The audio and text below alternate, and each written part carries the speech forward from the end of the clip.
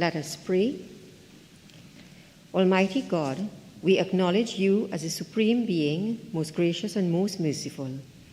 Look down, we beseech you, on us who are members of this Senate, and deign to assist us in the duties that we have to perform on behalf of our beloved country of Trinidad and Tobago. Open our eyes to see the truth and help us to accept it with all its implications into our lives.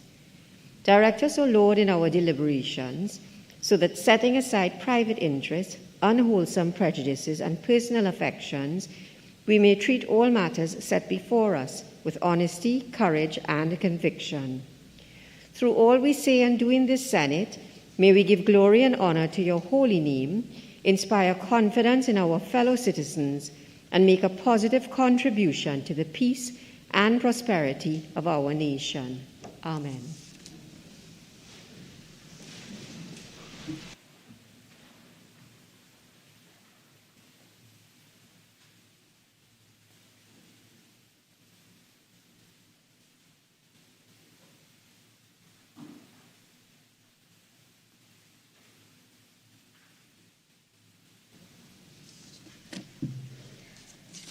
Announcements by the President. Bills brought from the House of Representatives. Petitions. Papers. Leader of Government Business. Madam President, I have the honor to lay on the table the following paper as listed on the order paper in the name of the Minister of Foreign and CARICOM Affairs. The ministerial response of the Ministry of Foreign and CARICOM Affairs to the second report of the Public Accounts Committee on the examination of the report of the Auditor General on the public accounts of the Republic of Trinidad and Tobago for the financial year 2020. I have the honor to lay on the table the following papers as listed on the order paper and the supplemental order paper in the names of the Attorney General, the Minister of Finance, and the Minister of Planning and Development. The Civil Proceedings Amendment Rules 2020, the annual report of the Anti-Terrorism Unit of the Office of the Attorney General and Ministry of Legal Affairs for the period 2020-2021, the annual report and the audited financial statements of the Trinidad and Tobago Heritage and Stabilization Fund for the year ended September 30, 2021, the ministerial response of the Ministry of Finance to the first report of the Joint Select Committee on the Finance and Legal Affairs of an inquiry into the ease of doing business in Trinidad and Tobago. The response of the National Insurance Board of Trinidad and Tobago to the second report of the Joint Select Committee on Local Authorities, Service Commissions, and Statutory Authorities, including THA, on an inquiry into the efficiency and effectiveness of the National Insurance Appeals Tribunal, with special focus on the tribunal's capacity to dispose of appeals. The Noise Pollution Control Amendment Rules 2022, the report of the Auditor General of the Republic of Trinidad and Tobago on the financial statements of the Airports Authority of Trinidad and Tobago for the year ended December 31st, 2017. Reports from committees.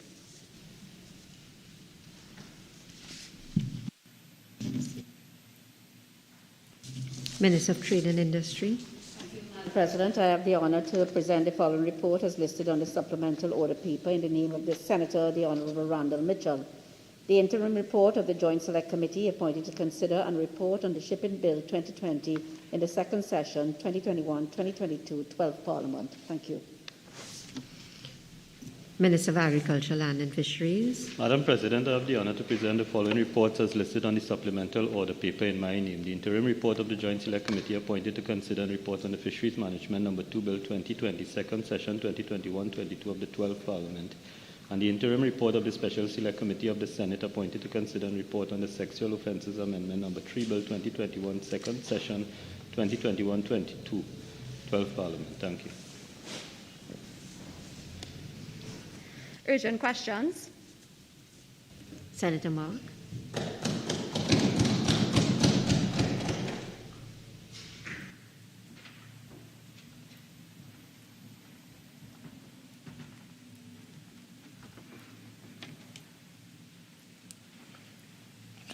Thank you, Madam President. Madam President, to the Honorable Minister of National Security, can the Minister indicate whether an investigation has been launched into the circumstances of the death of a 9-month baby on board a vessel off the waters of Trinidad and Tobago. Minister of National Security. Thank you very much, Madam President. On Sunday, the 6th of February, 2022,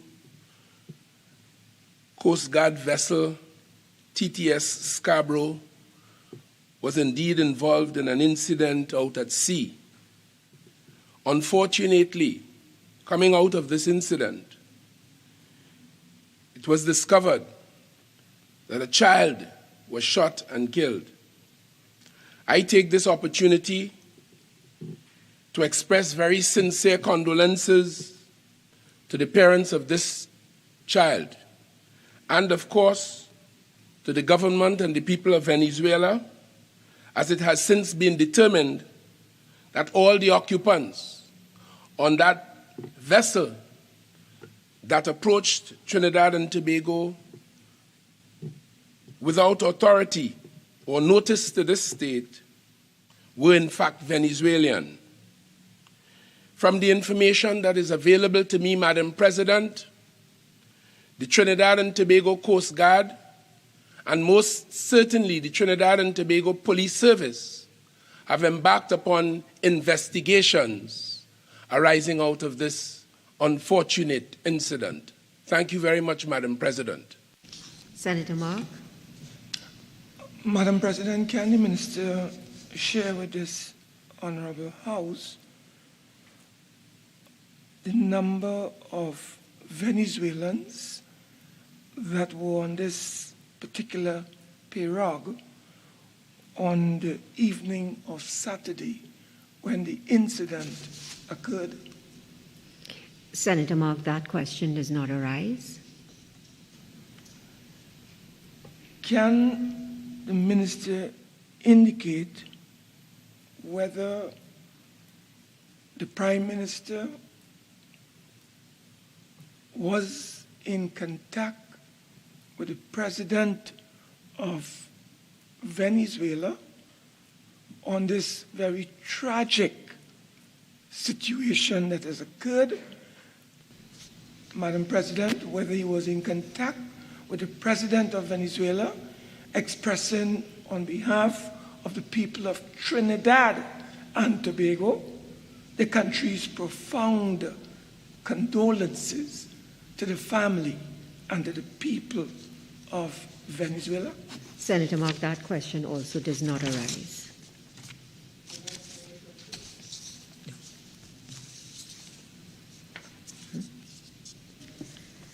Questions on notice?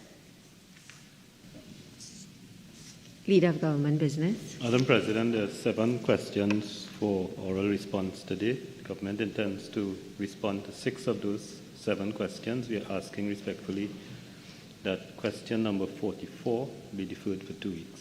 Thank you. Question number 44 is deferred for 2 weeks. Senator Mark.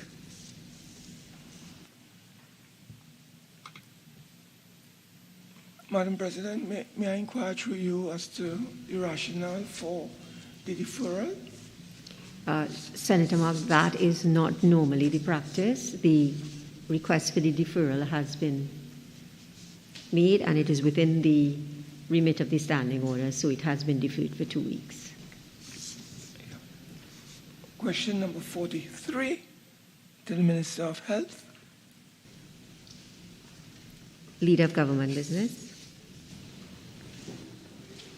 Madam President, the Ministry of Health has no objection to the appointment of the Principal Medical Officer of institutions to serve on these boards. Further, the Ministry of Finance has confirmed that after checking with the relevant authorities, the Public Service Commission has no statutory or regulatory role of any kind in the appointment of public officers to state boards. Thank you. Senator Mark. Madam President, can I ask the Honourable Minister whether it is a normal practice in the public service for senior public officers to be assigned duties on state boards not to represent the state directly or the institution that they come from, but to represent the government of Trinidad and Tobago. Can I ask the Honourable Minister if he can share with us whether such practices exist in the public service? Minister.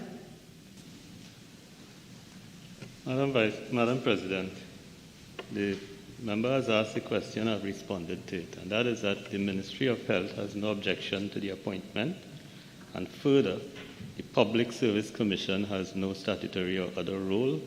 And I would end by saying my colleague is very familiar. He served as a Minister of Government before in public administration of all things, where he had direct contact with the public service and with the way in which it functions. It's been long established practice that the highest level of permanent secretaries are appointed to state boards and other statutory bodies, some by virtue of statute, like the Chief Medical Officer or the Chief Vet in the Ministry of Agriculture, Chief Technical Officers, and some by virtue of a determination that the person's skill set are appropriate to the particular organization. Thank you. Senator Mark. President, can the Minister indicate to this Honourable Senate, in terms of this particular officer, whether these three state boards, Angostura being one, NIPDEC being the other, and there's a third one that that I can't recall at this time. But can the Minister indicate to this Honourable House whether in the composition of these boards there is a specific role, Madam President, for the Ministry of Health principal medical officer with responsibility for institution? Can the Minister share with this Honourable House, Madam President? Yeah. President, of course, I think today is a day when memories will be tested, and I will test my friend's memory in this way. When I was appointed a minister, the reforestation program was under me. There were 60 contractors. And I came across an individual who had no more, and I disparaged him in no way, but at best, he was a grass cutter. And I realized that he was appointed by my friends to the Environmental Management Authority, so that I will answer it in this way. There is no reason. There's absolutely no place in the question, and there's no reason, but the determination by us. There is a process, and the process has been followed, and the process is with precedent in relation to the matter of the appointment of public officers to state boards, statutory bodies, and the use of public officers by the state and by the government. Thank you. Senator Mark.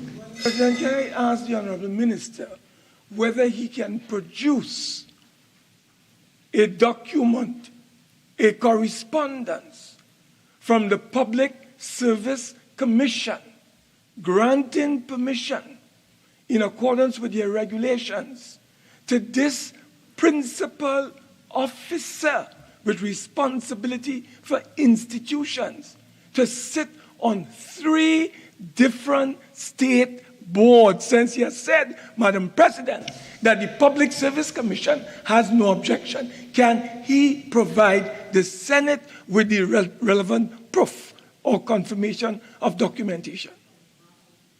Senator Mark, I won't allow that question. President, may I also crave your indulgence? Is the minister putting on record today that in accordance with the public service regulations governing the engagement of public officers to sit on state boards appointed by the cabinet, is the minister categorically stating, Madam President, that there is no such regulation in the Public Service Commission regulations governing such a practice? Can the minister clarify for the record, Madam President? Senator Mark, I won't allow that question. May I continue? May I ask the Honourable Minister? No, you've used up the supplemental questions, so you have to now move to question number 47. Well, Madam President, I am a bit disappointed. I thought I had a 5th question, but I think you are correct. I think I stop at 4. Thank you. Madam President, may I continue? Yes, I've invited you to. Thank you, Madam Question number 47. Thank you, Madam President. Madam President, question number 47 to the Honorable Minister of Education. Leader of Government Business. Madam President, by virtue of Section 8 of the Education Act, Chapter 3901, and I hope my friend quotes me correctly on this question and response, the Minister of Education is empowered to establish a National Advisory Committee for the purpose of rendering advice on the performance of the responsibilities of the Minister as prescribed under the Act. Section 8.2 of the Act states that the committee shall comprise of such number of members as the Minister may determine, appointed from among persons representing a. the teaching profession and expert educational opinion, parents of children attending public schools and parent-teachers associations, c. religious denominations, d. organizations concerned with community development, librarianship, and such areas of national affairs as the Minister considers appropriate. Madam President, it is noteworthy to note that trade unions or associations represented labor are not included in this list, and instead, the list contains a broad reference to the persons representing the teaching profession. While tutor may have been included on past advisory committees, the absence of membership on the National Advisory Committee has not deprived and will not deprive tutor of the opportunity to consult and share their views with the Ministry of Education as a valued stakeholder. Thank you, Madam President. Senator Mark. Madam President, can I ask the Honorable Minister, guided by what he has just explained, that is that it has been a practice over the period of time past to allow this very powerful trade union representing the interests of 20,000 teachers and maybe a little under. So, Senator Mark, if I may, could you just bring your question together? Because you're kind of making a statement. I take a little while to run up to the wicket, but when I come deadly. But I take your point. Madam President, may I take your guidance? May I ask the Honorable Minister, given past practice, whether he would not agree with me that the Minister of Education erred in not having this very important body called tutor on the National Advisory Committee, Madam President. Senator Mark, I won't allow that question. Madam President, can I ask through you to the distinguished acting Minister of Education? Are you acting? Oh, sorry. Senator Mark. Sorry, ma'am. Yeah. I withdraw that. Just approach the wicket as you. I understand. Yeah. I beg your forgiveness. Yes, but just. Thank you, yeah. Madam President. Madam President, may I ask the Honorable Minister whether there's any possibility that this government that appears to be. Again. All right. Yes. Can I ask the Honorable Minister whether the government is prepared to reconsider, Madam President, its decision not to incorporate tutor as a member of the National Advisory Committee? Madam President? Senator Mark, I won't allow that question. Madam President, would you agree with me would the Minister agree with me through you that the National Advisory Committee is poorer for not having such a distinguished body of knowledge represented by tutor, represented on this National Advisory Committee, Madam President? Senator Mark, that question is also not allowed. Do I have a final one? You do. Madam President, can I ask the Honorable Minister which institution or organization is representing that element called the teaching profession as earlier outlined by the Honorable Minister in his contribution? Minister. Madam President, My friend earlier referred to the minister having erred. I think the only error is the fact that Senator Mark continues to, I don't want to say mislead, but daydream on this question. The legislation is very clear. The legislation gives the minister discretion in relation to the number of persons appointed. The discretion is broad with the exception of one area, and that is B, which signals that the parent teachers associations may be considered. So there is no requirement, as I said before, for tutor. And the reason for that, and while I'm disappointed with my friend, is that he is also a trade unionist, and he understands that tutor has not just a natural right, but a legal right and relationship with the Ministry of Education. So they're not deprived in any way. And what this act sets out to do is to allow persons, and A specifies the teaching profession and expert educational opinion, persons who are interested but are not necessarily in a relationship with the Ministry of Education, and the minister will have an opportunity to make a contribution alongside tutor which has a relationship under the law. So to answer the question, I am not in a position now to say who or if anyone has been selected under A, but I am quite prepared to indicate that in writing, Madam President. Am I exhausted? No, you've used up your questions? Yes. Thank you. So the next question is Senator Lyder.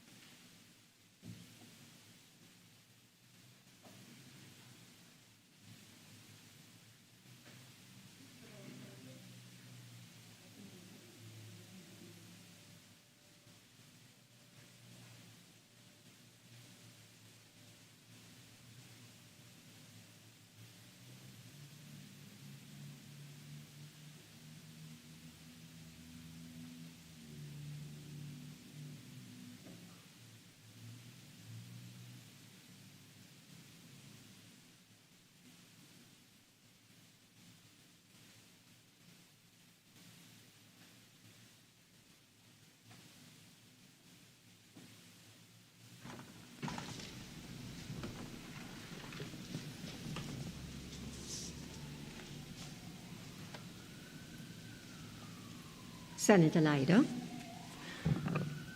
Thank you, Madam President. Question number 53 to the Prime Minister. Leader of Government Business. Madam President, the Tobago House of Assembly is aggressively taking steps to ensure that the Sanctuary Resort and the Mantle Lodge Hotel are completed to augment the room stock on the island in support of revitalization of the Tobago tourism sector. However, supply chain issues and other negative effects of COVID-19 have delayed these projects. Additionally, discretionary expenditure was redirected to the health sector by the THA to aid in the fight against COVID-19. Senator Lyder. Thank you, Madam President.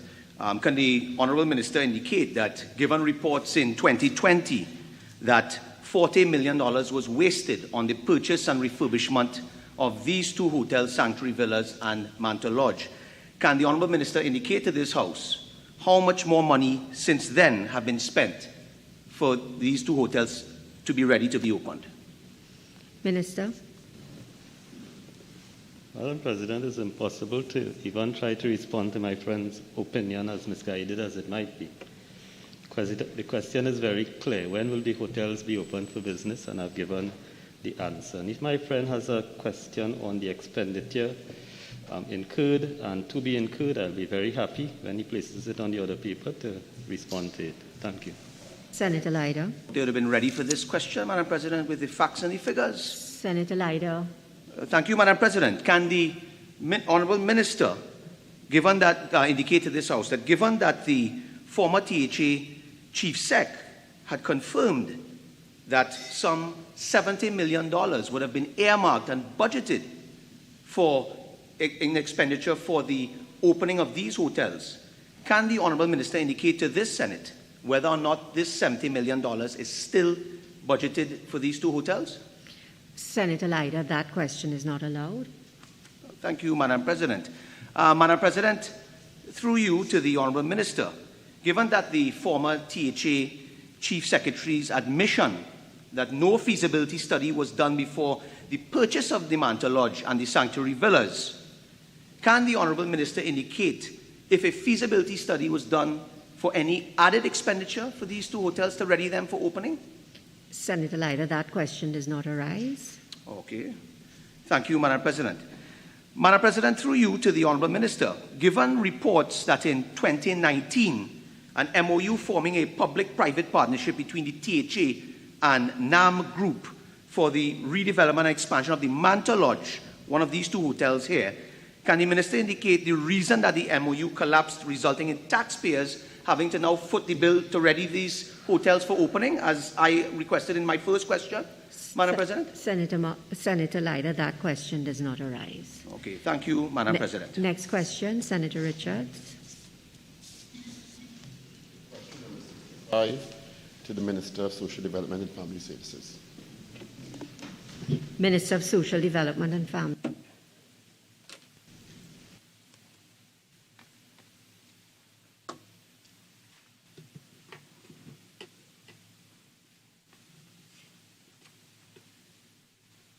Go ahead. The Ministry of Social Development and Family Services, having identified that a number of discrepancies occurred during the distribution of COVID-19 food and income support grants for 2020, undertook a review of its systems and internal controls to address identified discrepancies. The Ministry has addressed these issues as follows. Applications were placed online. The validation process became more robust. Data sharing with the National Insurance Board and the Ministry of Finance became timely to ensure that double dipping was eliminated altogether. Formal and informal inquiries to known registered employers were undertaken to validate information. An online solution was built to facilitate end-to-end collection and processing of client applications. The range of discrepancies varied and are still emerging as each application is currently audited.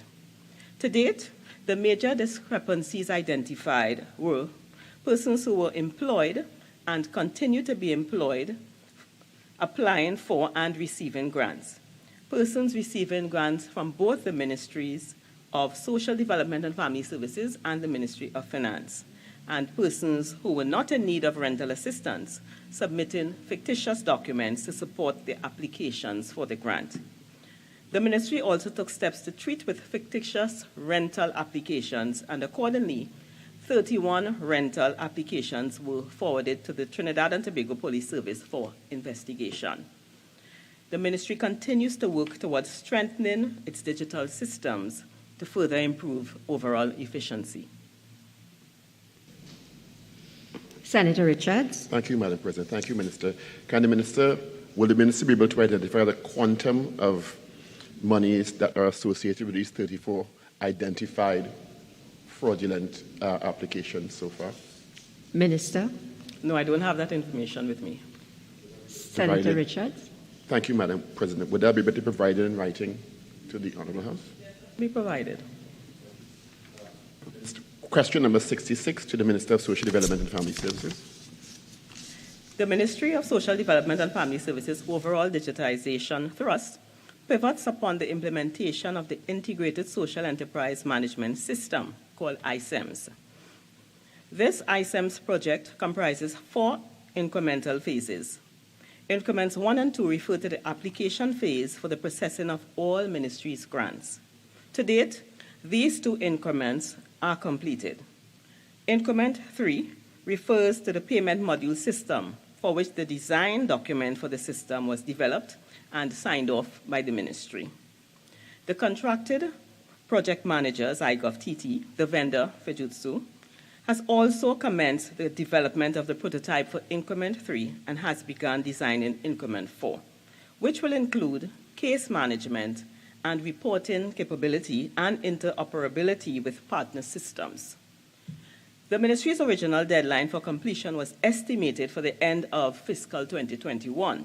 However, this date must be adjusted due to a number of unanticipated changes to the project. These include unanticipated changes in the project's infrastructure, additions to the project scope to facilitate end-to-end processing, and a delay in the construction works at 2 offices, Rio Claro and Tunapuna, to accommodate the new service delivery module due to the COVID-19 pandemic lockdown measures. The Ministry, notwithstanding these challenges, has since taken the necessary measures to treat with the above factors, which have delayed the progress of the project. The Ministry is currently conducting the risk assessment for the aforementioned increments that were developed as part of this initiative. So as at January 2022, the ISEMS project is estimated at 60% completed. The Ministry continues to work assiduously towards the completion of the digitalization project before the end of fiscal 2022 and aims to commence the production phase at 3 sites and complete rollout to all sites during fiscal 2023. Senator Richards. Thank you, Madam President. Can the Minister identify the end of 2022 as the date for the completion of the entire project? Is there a particular day, or is it the specific end of the year, or is there a day in between that time that we can expect the project to be completed, given its importance in providing accountability and transparency measures to this system? So I agree, I understand it is important. I don't have an exact date, but at the end of the day, we are doing the risk assessment. We have been liaising with the Ministry of Digital Transformation, and they have been giving us some advice so that we can further enhance the system. Senator Richards? Yes, another supplemental, Madam President. Can I? Next question. Or supplemental? Oh, yes, go ahead. Yes, thank you. Can the Minister explain to the Parliament if additional systems have been put in place given the shortfalls in integrity as identified in the fraudulent cases that have come to light, and the now protracted end of the completion of the digitalization process? Put additional systems in place based on what we have discovered, and that's the reason why we are working closely with the Ministry of Digital Transformation, because they have now been advising us on some of the risk assessment measures that are necessary. Senator Richards? Can the Minister identify some of those measures put in place? Well, I told you that the Ministry of Digital Transformation is conducting a risk assessment, and based on that risk assessment, based on the information that they give to us, then they will put the measures in place. They are in the process of conducting that assessment. Finally, on this question, Madam President, is the Minister satisfied that vulnerabilities have been addressed? No, Senator Richards, I won't allow that question. Thank you. Next question. Thank you, Madam President. Question number 67 to the Minister of Education. Leader of Government Business.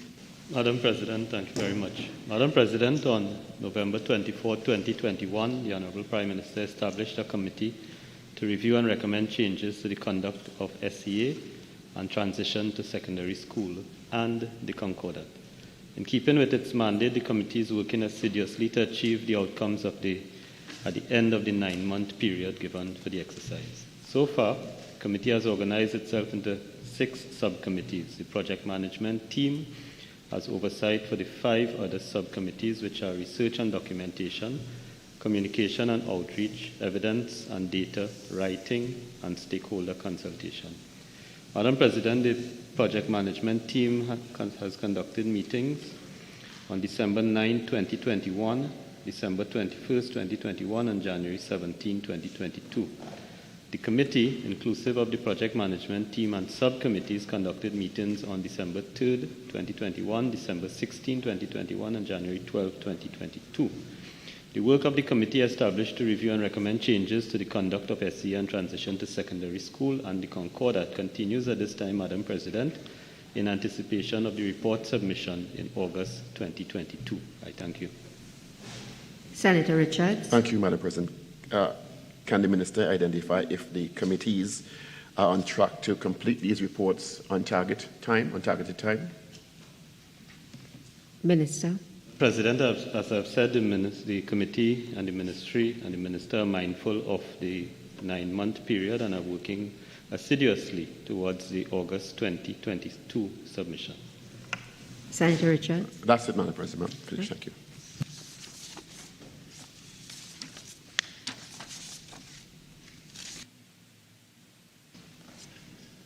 Motions relating to the business or sittings of the Senate and moved by a minister. Leader of Government Business.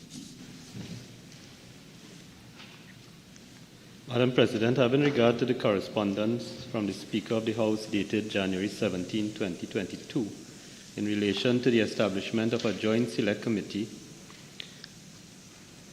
to consider and report on the Representation of the People Amendment Bill 2020, I beg to move that the Senate concur with the House of Representatives in the establishment of the committee and the following 6 senators be appointed to serve: Clarence Rambharat, Nigel De Freitas, Randall Mitchell, Wade Mark, Dr. Maria Dillon-Remy, and Mr. Deoroop Teemal. Thank you.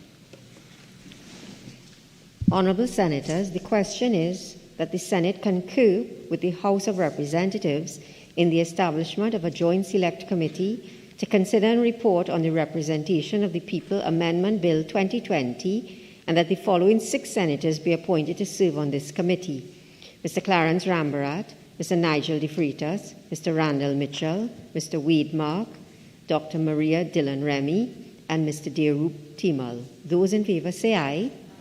Those against say no. I think the ayes have it. Leader of Government Business. Madam President, having regard to the interim report of the Joint Select Committee appointed to consider and report on the Fisheries Management No. 2 Bill 2020 in the second session 2021-2022 12th Parliament, I beg to move that the committee be granted an extension to June 30, 2022 to complete its work and submit a final report. Thank you. Honourable Senators, the question is that the Joint Select Committee appointed to consider and report on the Fisheries Management No. 2 Bill 2020 be granted an extension to June 30th, 2022 to complete its work and submit a final report. Those in favour say aye. Those against say no. I think the ayes have it. Leader of Government Business. Madam President, having regard to the interim report of the Joint Select Committee appointed to consider and report on the Shipping Bill 2020 in the second session 2021-2022 of the 12th Parliament, I beg to move that the committee be granted an extension to June 30th, 2022 to complete its work and submit a final report. Thank you. Honourable Senators, the question is that the Joint Select Committee appointed to consider and report on the Shipping Bill 2020 be granted an extension to June 30th, 2022 to complete its work and submit a final report. Those in favour say aye. Those against say no. I think the ayes have it. Leader of Government Business. Madam President, having regard to the interim report of the Special Select Committee of the Senate appointed to consider and report on the Sexual Offences Amendment No. 3 Bill 2021 in the second session 2021-22 of the 12th Parliament, I beg to move that the committee be granted an extension to March 31st, 2022 to complete its work and submit a final report. Thank you. Honourable Senators, the question is that the Special Select Committee of the Senate appointed to consider and report on the Sexual Offences Amendment No. 3 Bill 2021 be granted an extension to March 31st, 2022 to complete its work and submit a final report. Those in favour say aye. Those in favour say aye. Those against say no. I think the ayes have it. Leader of Government Business. Madam President, further to the motion passed on Tuesday, September 14, 2021, in relation to speaking time during the period of the COVID pandemic, and following discussions with the leader and coordinator of the benches opposite, I beg to move pursuant to Standing Order 43.1 that for the debate on the government motions numbers 1 to 10, the time limit for speeches and debates be adjusted as follows.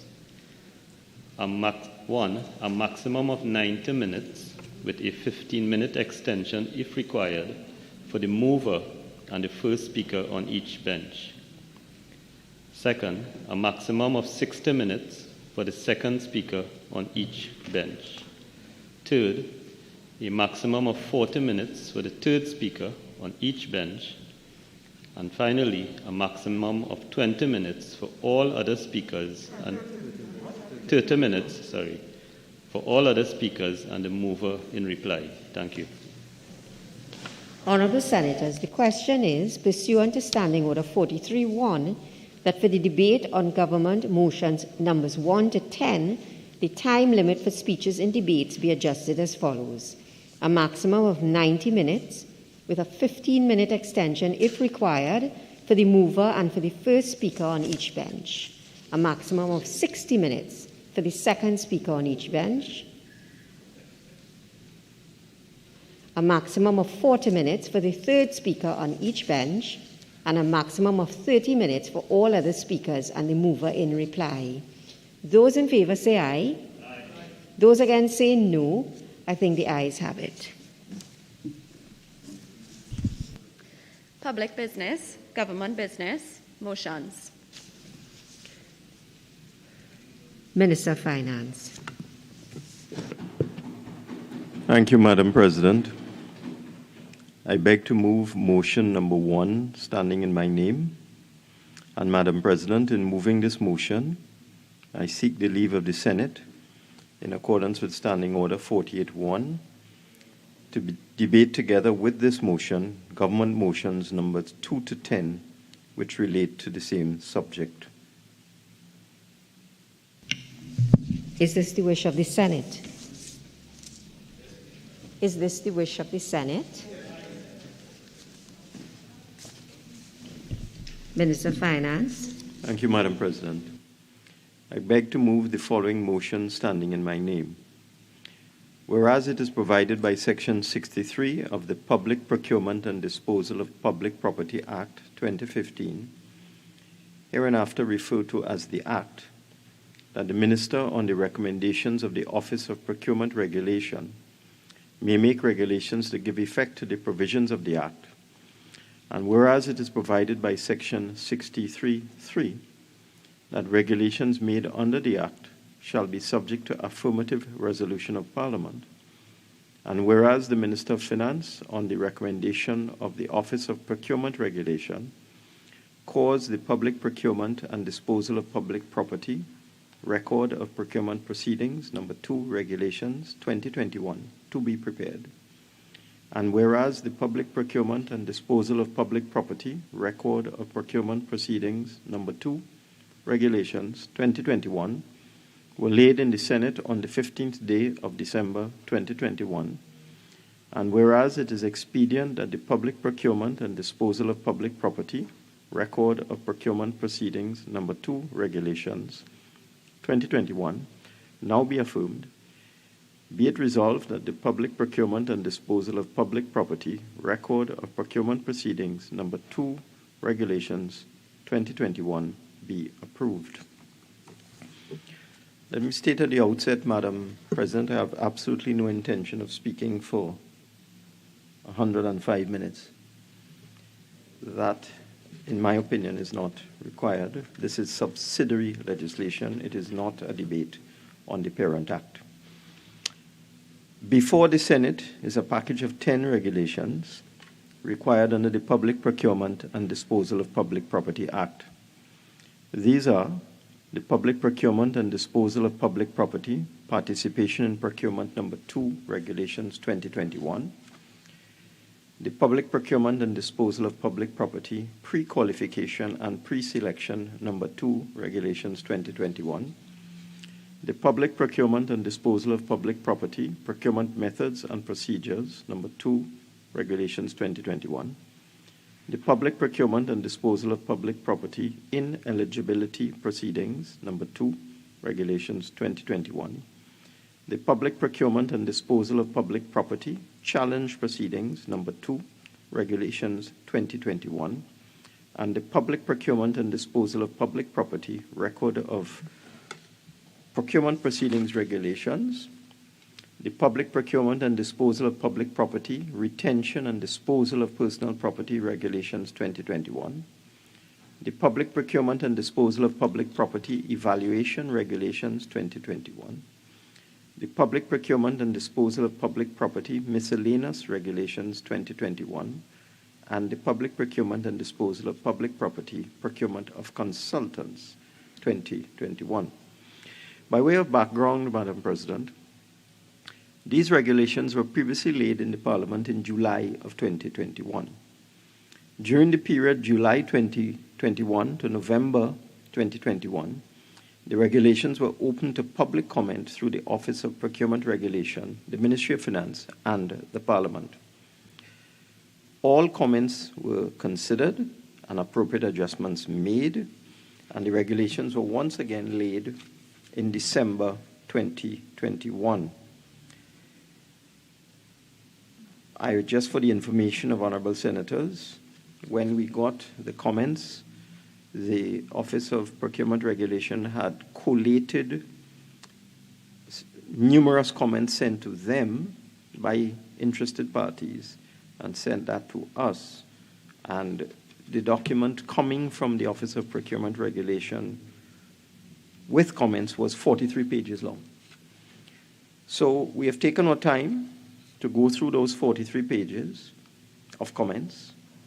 We also had interaction with members of this Senate who also wanted to comment on the regulations, and in fact, we deferred this matter to allow members of this Honorable Senate some more time to make comments on the regulations, for which we are grateful. And we are now here today dealing with the regulations, which, as I said, are subsidiary legislation. This package of regulations is a very important underpinning of the Public Procurement and Disposal of Public Property Act, without which the Act cannot be implemented. So we've reached a point now where, if the Senate approves these regulations today, what remains would be regulations which are subject to negative resolution, which are prepared and published by the Minister of Finance, dealing with some subsidiary matters. The regulations before us today set the stage for the ensuing full proclamation of the Public Procurement and Disposal of Public Property Act. These regulations, according to the legislation, require affirmative resolution, unlike the other regulations I just mentioned. I will, in due course, address those other regulations required under the Act that are subject to negative resolution. Chief amongst those additional regulations subject to negative resolution are those that touch and concern the Review Board, and a very important entity that has oversight of the Office of Procurement Regulation on certain matters. I'm doing so because there's no opportunity to debate those other regulations unless a motion is filed to negative them. Let me deal now as best I can with the regulations before you, starting with the Public Procurement and Disposal of Public Property Participation in Procurement Number 2 Regulations 2021. Participation in procurement is required for the establishment of the rules, very, very important, under which the procuring entity, and by that I mean the numerous entities which will now be created with the final proclamation of the Act. And procuring entities are required to comply with Section... Minister, would you allow me to ask you a question that Sure. you could address in your contribution? Sure. Madam President. Based on the results of the readiness survey issued by the Office of Procurement Regulation, which points to a high level of unpreparedness of public bodies to comply with the procurement legislation and the regulations, Minister, would you address in your contribution what is being done by the government to rectify this situation, to ensure full compliance by public bodies to the legislation and the regulations, and address issues like the lack of human resources, financial resources, internal controls, and continuous emergency procurement? And also, Minister, would you give us an indication by what date you expect full compliance by the public bodies so the procurement legislation can be fully implemented? Thank you, Madam President. Sure, I can, Madam President, through you, I can answer generally. And when I do my winding up, I'll give a more detailed answer. The procuring entities will have no choice. We intend to proclaim this act in March, so they will just have to come up to speed. And there is some difference of opinion as to what readiness entails. What we have sought to do within the government system is to ask ministries and entities not to create additional bodies to manage their responsibilities with respect to this legislation, because it's a typical reaction to something new for public bodies to say, all right, we have to create an entire procurement unit to manage our responsibilities. What we've asked them to do is to look within their existing establishment, and those persons who can do the job, use them, so that we expect that when we proclaim this, that every public entity will just have to come on board. If they don't come on board, there are serious consequences. But the problem is, we can't wait forever. This legislation has been in the system for so long.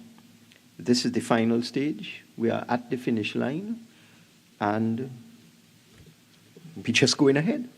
And I'll give an example with various deadlines for compliance with certain things, like the amnesty for taxes and the submission of information with respect to properties. Every time we got to a deadline, the system crashed on the last day. And on the last day, for example, that we had a deadline for the submission of information on properties, thousands of people attempted to go into the computer system on that day. They waited until the last day.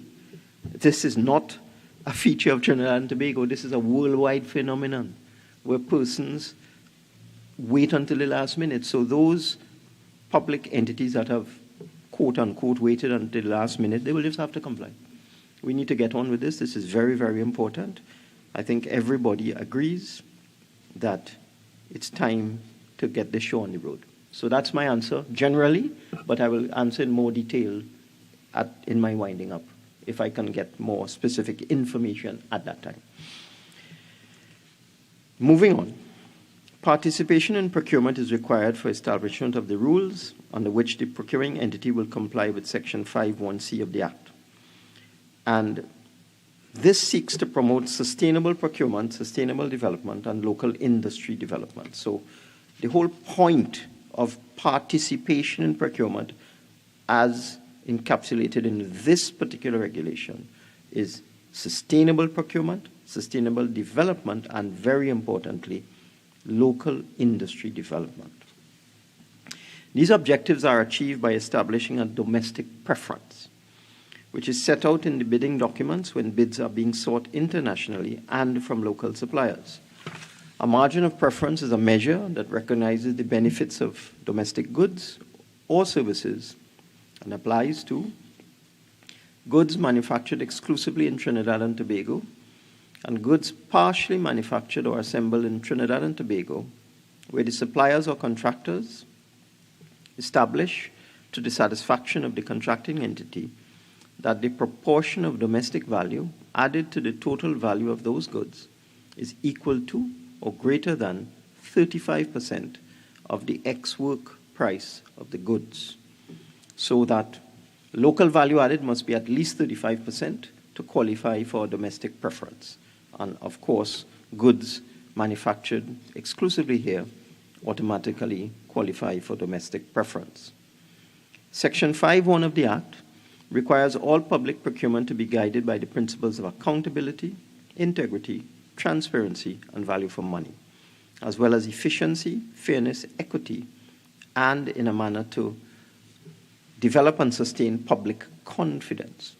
This particular regulation, therefore, supports the government's priority of economic growth by making procurement proceeds more transparent and effective for businesses and public bodies.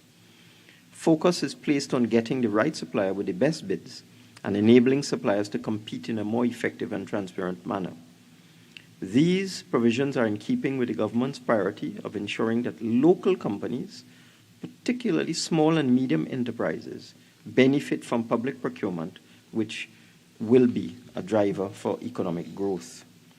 Additionally, in their bids, suppliers and contractors are required to certify that the necessary capacity exists where domestic value is to be added. So it's not a sham.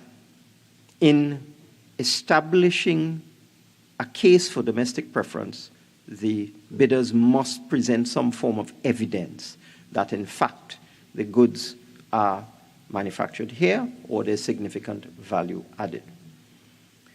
In the case of international competitive bids, preference may be applied to bids that propose the employment of 65% or more of domestic labor.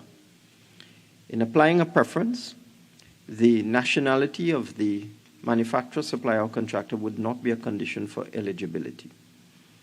The bidding solicitation documents must also state the documentation required as evidence of eligibility, as I just mentioned, for the margin, the percentage of the margin, and the manner in which it would be applied during evaluation. The percentage permitted to be added as a domestic preference is a maximum in these regulations of 10%.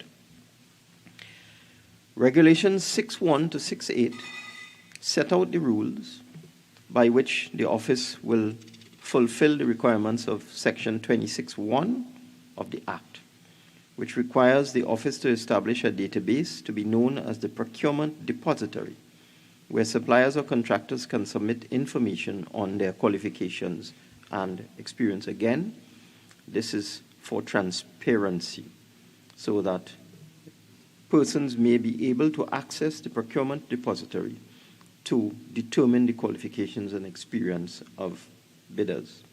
Regulation 6.5 ensures that suppliers or contractors registered in the Procurement Depository continue to maintain a registered status unless they are added to the ineligibility list in accordance with Section 58.6 of the Act. Regulation 6.8 makes it an offense, Regulation 8 makes it an offense to give false information or make false statements to the office in relation to the Procurement Depository database. And such an offense is liable on conviction to a fine of $500,000 or imprisonment for 1 year. Madam President, you will realize this is indeed a sea change, because now the information on the qualifications and experience of bidders will be known, and bidders will not be allowed to submit false information on their qualifications and experience without sanction. Moving on now to the second regulation, and this is the pre-qualification and pre-selection regulations. Regulation 3.1 allows suppliers and contractors to upload information to the Procurement Depository in order that procuring entities may pre-qualify them on an ongoing basis in accordance with Section 29.1 of the Act. Regulation 4 allows procuring entities to pre-qualify suppliers using the Procurement Depository and the list of suppliers and contractors contained therein. The procurement entity can assess those suppliers or contractors on a pass-fail basis to determine whether they should be pre-qualified. The procurement entity can also engage with those suppliers or contractors to confirm that the information in the Procurement Depository is accurate.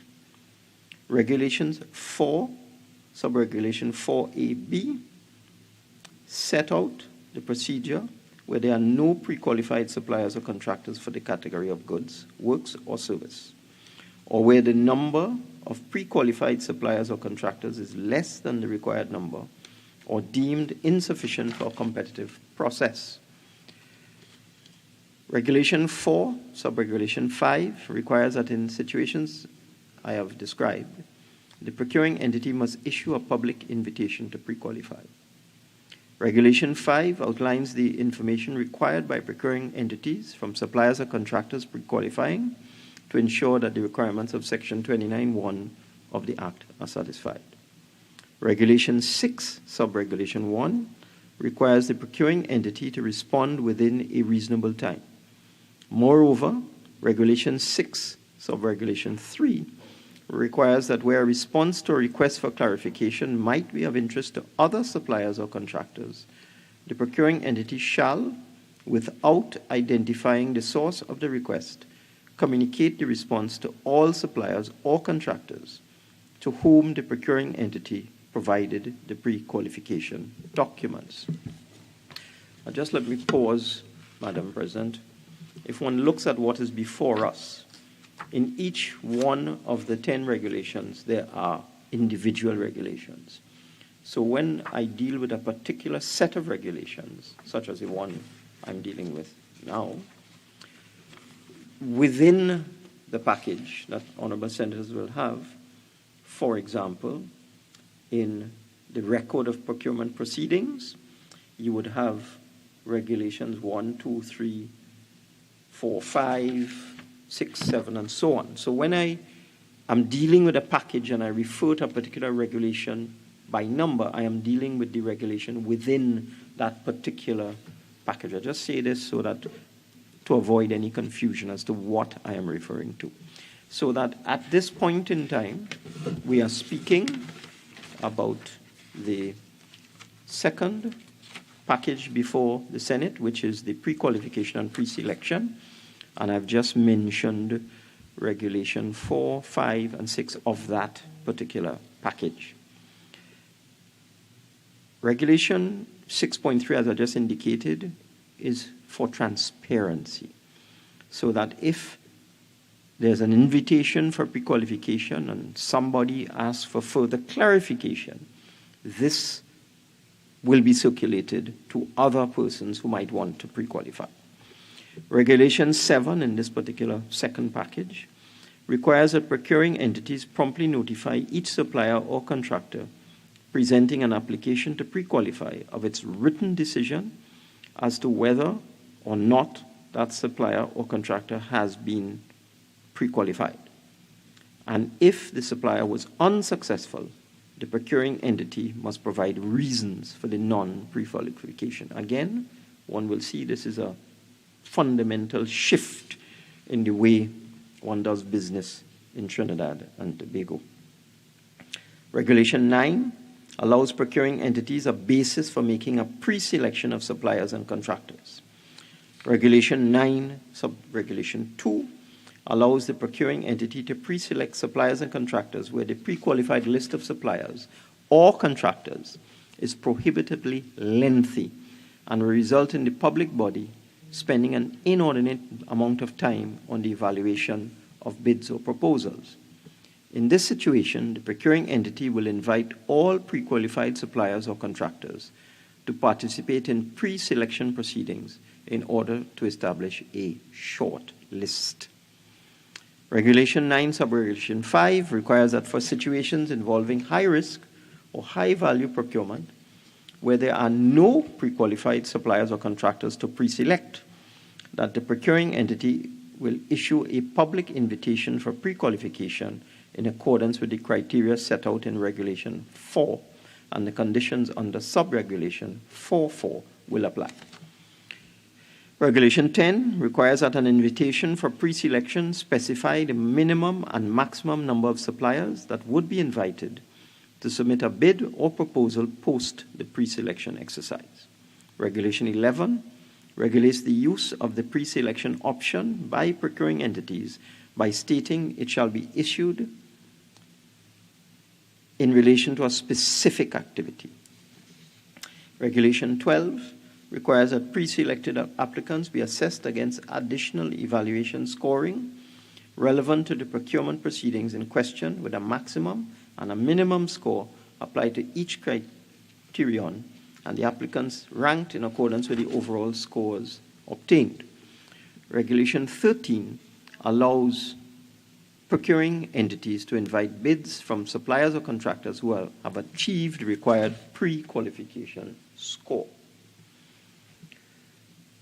I now turn to the third set of regulations before us, and that is the procurement methods and procedures.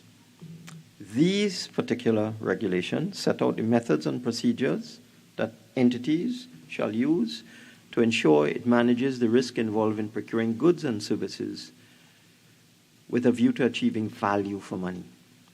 Regulation 3 stipulates that procuring entities develop an annual procurement plan through the named procurement officer. In this regard, the named procurement officer is required to be suitably qualified, experienced, and competent to prepare the annual procurement plan. And it is expected that the Office of Procurement Regulation will give sufficient guidance on this matter. Regulation 3 also requires the annual procurement plan to be approved by the accounting officer. And the accounting officer is defined in Regulation 2 as follows. A person appointed by the Treasury and charged with the duty of accounting for any service in respect of which monies have been appropriated by the Constitution or by Parliament, or any person to whom issues are made from the Exchequer account in accordance with the Exchequer and Audit Act, or the Chief Executive Officer, or any other person holding an equivalent position in a procuring entity. By way of example, the accounting officer in a ministry is the permanent secretary. So that is the person who has to account for the expenditure of funds. And in state enterprises, one would expect it will be the chief executive officer or some other senior person identified to be the accounting officer with respect to procurement. And the way this thing is worded to allow reference to the Exchequer and Audit Act in the case of a ministry, or the chief executive officer in the case of a state enterprise, or any other person holding the equivalent position, let's say in a statutory authority. It allows flexibility to deal with different forms of management that exist across procuring entities in the public sector. Regulation 4 establishes the important issue of thresholds in the methods of procurement, both under the former Central Tenders Board Act and the Public Procurement and Disposal of Public Property Act, the current act. The splitting of procurement to avoid obligations is prohibited, and this is something that has attracted attention recently. A report about the splitting of procurement to avoid obligations, such as limits of authority in terms of the value of contracts. This is strictly prohibited, the splitting of procurement. Regulation, Subregulation 1, authorizes the Office of Procurement Regulation to establish guidelines on different thresholds to be used for different methods of procurement. Within this framework, a procuring entity may establish threshold values through special guidelines and handbooks. In the case of special guidelines and handbooks established under Regulation 4, Subregulation 2, it is necessary to look at the framework, the overarching framework in Section 30 of the Act, which affirms the role of the Office of Procurement Regulation in the preparation of those documents, special guidelines and handbooks. That is the responsibility of the Office of Procurement Regulation. Regulation 4.3 seeks to establish a non-exhaustive manner through which the total value of a procurement exercise is to be estimated, subject to the guidance from the Office of Procurement Regulations from time to time. Regulations 4.3a to d address the total value of procurement in respect of works, recurrent goods, services, to be awarded over a period of time, a framework agreement, and where options are specified. Regulation 4.4 respects Section 31 of the Act and the requirement under the previous Central Tenders Board Act concerning the general rule against division, similar to splitting. Regulation 4.4 provides additional matters to be considered, such as avoiding a particular method of procurement, avoiding the benefits of economies of scale, avoiding the obligations under the Act, and where the division, although not offensive, would create problems of compatibility or interchangeability between items procured, would unduly strain contract administration resources, would invalidate or restrict any provider's warranty or liability and would increase the cost of servicing, maintenance, or similar requirements. Regulation 4, Subregulation 5, sets out two specific instances in which the general rule against division may be relaxed as follows. Where, firstly, the requirements are broadly similar or related, and where the division offers clear and calculable economic or technical advantages, and secondly, where the division would result in the award of several separate contracts in keeping with Section 5 of the Act that provide best overall value for the procuring entity. Regulations 5, 6, and 7 establish a process for the open bidding method of procurement, and Regulation 5.1 is important here. It establishes open bidding as the preferred method of procurement with conditions. That process is subject to the complexity of the procurement, market conditions which may render another method more appropriate for achieving the best value for money.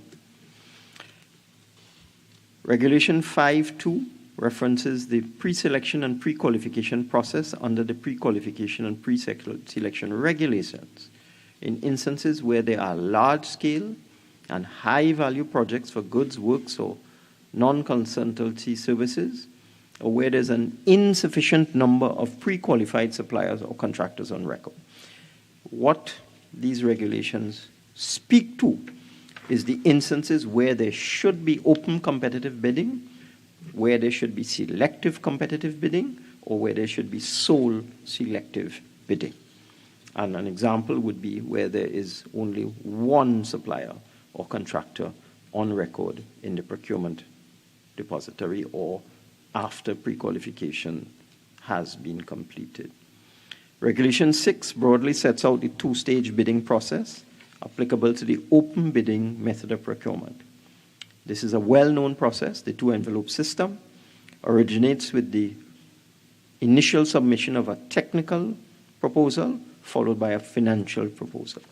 And usually only those firms who meet the threshold established in the technical evaluation are allowed to continue to the financial evaluation.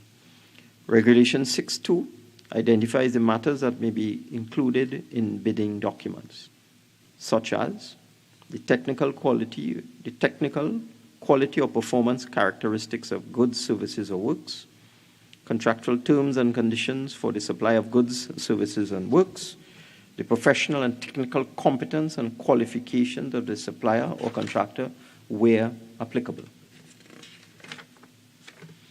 Regulation 6, subregulations 3, 4, and 5 establish the framework for discussions between the procuring entity and suppliers or contractors. In this regard, the following may be highlighted as relevant for these discussions.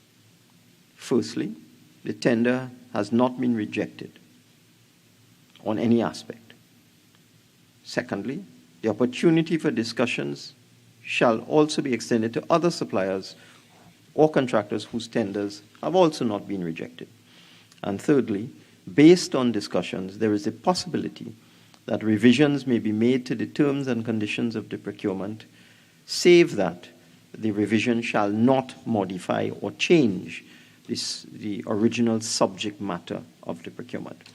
This would be a case where there would be initial bids, contractors are not rejected, and discussions are held to see if the price can be improved. Regulations 6, 6, 7, 8, and 9 further address this process for revisions, establish that A, an aspect of the technical quality or performance characteristics of the services, goods, or works may be deleted or modified, provided that the new characteristics conform to technical requirements. B, following the deletion or modification of an aspect of the technical quality or performance characteristics of the services, goods, or works, there's a necessity to delete, modify, or add a criterion for examining or evaluating initial tenders or adding a new criterion. C, The deletion, modification, or addition shall be notified to the suppliers or contractors in the invitation to present their final bids. D, a supplier or contractor may withdraw from the procurement proceedings as a result of the deletion, modification, or addition without forfeiting his tender security bond. And E, final tenders shall be evaluated in order to ascertain the successful tenderer. Regulation 7 establishes other requirements for the open bidding method, including the requirement for 1, advertising nationally or in appropriate cases regionally and internationally. Secondly, equal opportunity in the procurement proceedings for individuals, companies, joint ventures, or consortiums which are legally recognized and capable of supplying goods, works, or services. Regulations 8 and 9 establish the method called limited bidding. Regulation 8 provides for limited bidding where the goods, services, or works are highly complex or specialized in nature and only available from a limited number of suppliers or contractors, or the time and cost required to examine and evaluate a large number of submissions would be disproportionate to the value of the goods, services, or works. Regulation 9, very importantly, establishes that the procedure applicable to open bidding is also applicable to limited bidding, excepting the requirement for advertisement of the invitation and, where appropriate, the invitation to pre-qualify. In this case, the procurement depository, the firms in the procurement depository would be used to invite bids. The other significance of Regulation 9 is the requirement for the inclusion of a justification for the reason for selecting limited bidding in the record of procurement proceedings. So therefore, if a procuring entity chooses to go to limited bidding as opposed to open bidding, they must explain. This is also a fundamental change in the way we do things in Trinidad and Tobago. Regulations 10 and 11 establish a request for quotations as yet another recognized procurement method under the regulations. This particular approach, request for quotations, is applicable for the procurement of readily available, relatively low-priced goods or services, subject to 2 criteria. Firstly, the goods or services are not specially produced or provided to any particular specifications, and there's an established market for the goods or services. I can just give an example of copy paper as an example of something that is readily available, relatively low-priced, and is not specially produced. Regulation 11 establishes the procedure applicable to a request for quotations, which include the procuring entity utilizing standard documents and requesting quotation from as many suppliers as possible, but certainly not less than 3. And again, I use the example of copying paper. Also, the inclusion in the procuring entity's record of proceeding of a justification for requesting quotations from less than 3 suppliers, if that might occur, although that would hardly occur. And the inclusion in the request for quotations of the quality, quantity, terms and times of delivery, other special requirements, and the establishment of a framework agreement for goods and services required on a repetitive basis. The time for this type of request for quotation for these simple items would be a minimum of 5 working days, so that suppliers or contractors will be given at least 5 working days to respond to a request for a basic item, paper clips, for example, and the provision of 1 quotation by a supplier or contractor, subject to the ability to negotiate the final price. Regulations 12 and 13 establishes single source selection as a procurement method described in Regulation 12, sub-Regulation 1. This will be a non-competitive method of procurement whereby a procuring entity engages 1 supplier or contractor, even though other suppliers might be available. The circumstances under which single source selection may be engaged is set out in Regulation 12, Subregulation 2, as follows. Firstly, the procurement represents a natural continuation of a previous competitive process procurement, and the work was carried out by the supplier or contractor 12 months immediately preceding the decision to engage. Additionally, there has been previous satisfactory performance by the supplier or contractor. The contract price is reasonable, and no advantage would be obtained by engaging in a competitive procurement method. Secondly, the good is a spare or replacement part for equipment already in use.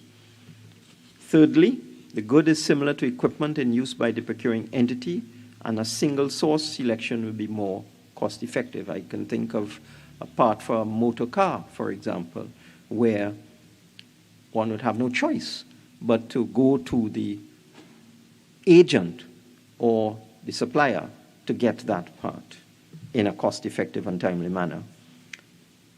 Another criteria is that the supplier or contractor is in possession of relevant information and data, that it would be more cost-effective for the supplier and contractor to deliver the goods or perform the works or services. The supplier or contractor performed satisfactorily in a prior instance, the price is reasonable. I've simply repeated the earlier point to emphasize. And finally, a procuring entity wishes to procure the provision of goods, works, or services which are usually provided by a public body. So this would be inter-entity procurement. This would be, for example, the seeking to engage the Ministry of Works and Transport to do road restoration on its behalf. This is standard internationally. Internationally, it's quite standard that various public authorities will engage with other public authorities to obtain goods and services in an effective manner. And finally, the most relevant case for sole select in cases of emergency. So that you have a disaster, you have to do something fast. One would expect that you would use a supplier that has experience, that is qualified, the price is reasonable, they have a good track record, but it's an emergency, and you simply do not have the time to engage in an open, competitive bidding process. And I can think of a natural disaster or collapse of some structure or something like that. Regulation 13 establishes the procedure for single source selection where approval is required from the named procurement officer and the accounting officer, together with a sufficiently detailed justification for engaging in single source selection. It includes requesting a proposal or quotation from the supplier and engaging in negotiations with the supplier or contractor unless this is not feasible. Regulations 14 and 15 establish sole source selection as a procurement method, which is described as a method to be utilized where only one supplier or contractor is capable of providing the subject of a procurement. That is the purest form of sole source selection where there's only one supplier. Regulation 14.2 established the exceptional circumstances through which sole source selection may be used, where generally an open bidding or restricted bidding procurement has failed, so you go out for bids, you get no bids. And subsequently engaging in the same procurement methods is expected to produce the same failed result. Or B, the goods, services, or works can only be performed by a particular supplier or contractor due to technical or other reasons connected with the protection of exclusive rights and no reasonable alternative exists. This is where there are patents or copyrights with respect to a particular service or item, and where you can only get it from one supplier or contractor, and if you attempted to get it from someone else, you would breach copyright or patent. Additionally, due to reasons of extreme urgency, as I've mentioned, an emergency, brought about by unforeseen events not the fault of the procuring entity. There is also a situation where you have the provision of additional goods and services, where a change in supplier would not meet the compatibility requirements of existing equipment. So let's take a sophisticated container crane, for example, and you would need a major component for that crane. It would make no sense to go to a different manufacturer and attempt to mix and match those two components. So again, that is a justification for sole source selection. In addition, another reason would be the separation of services would cause significant inconvenience or substantial duplication. I give an example of, again, a piece of machinery. If you try to get the engine from one supplier, the electrics from another supplier, the body from a third one, again, that would make absolutely no sense. And another criteria, the additional goods or services are to be awarded within 18 months of the original award, and the total value will not exceed 30% of the value of the original award. So you've awarded a contract to a supplier or contractor. You want to seek additional goods or services from that supplier or contractor. You have a time limit of 18 months, and you can't exceed 30% of the value of the original award in the additional procurement. Additionally, additional services can be provided where the services are within the objectives of the original bidding document or have become necessary through unforeseen circumstances and would not exceed 50% of the value of the first award. So this is something that occurs that is not foreseen. You are limited to a variation of 50% of the value of the first award. There's also a question of repetition of similar services which conform to a basic project. And the first award was through open bidding or limited bidding. And the procuring entity indicated in its publication of planned procurement activities that a sole source method may be used in awarding contracts for the provision of new services. An example of this will be sophisticated telecommunications equipment or sophisticated military equipment where you wish to procure additional goods and services from the supplier. You already indicated in your statement of planned procurement activities that this may happen, and you procured the contractor originally through a competitive bidding process. Additionally, for this type of procurement, if a prototype or a first product is being developed at the request of the procuring entity for research, experimentation, or development, again, you can go by way of a sole source. Regulation 15 establishes the procedure for single source selection as follows. The bidding document shall include required quantities, technical specifications, standard terms and conditions, and the price must be fair and reasonable. Regulation 16 permits the Office of the Procurement Regulation to establish alternative procurement methods to those in these regulations pursuant to guidelines and handbooks issued by the Office. Regulation 17 through 20 provide for procurement techniques that may be employed by procuring entities, such as framework agreements, electronic reverse auction. This is an interesting form of procurement that is becoming more popular, and the procedures associated with these two approaches, framework agreements and electronic reverse auctions. Regulation 21 provides for the establishment of a procurement and disposal advisory committee, the functions of the committee, and the officers of the procuring entity who shall form that committee. And if I can just explain what a reverse auction is, it's an electronic auction that is limited by time. Persons put forward bids, they can see all of the other bids, and they adjust their bids within the time frame. And at the end of the cutoff point, the lowest and best bidder is selected. We have a similar situation when we go out for government financing using open market operations when we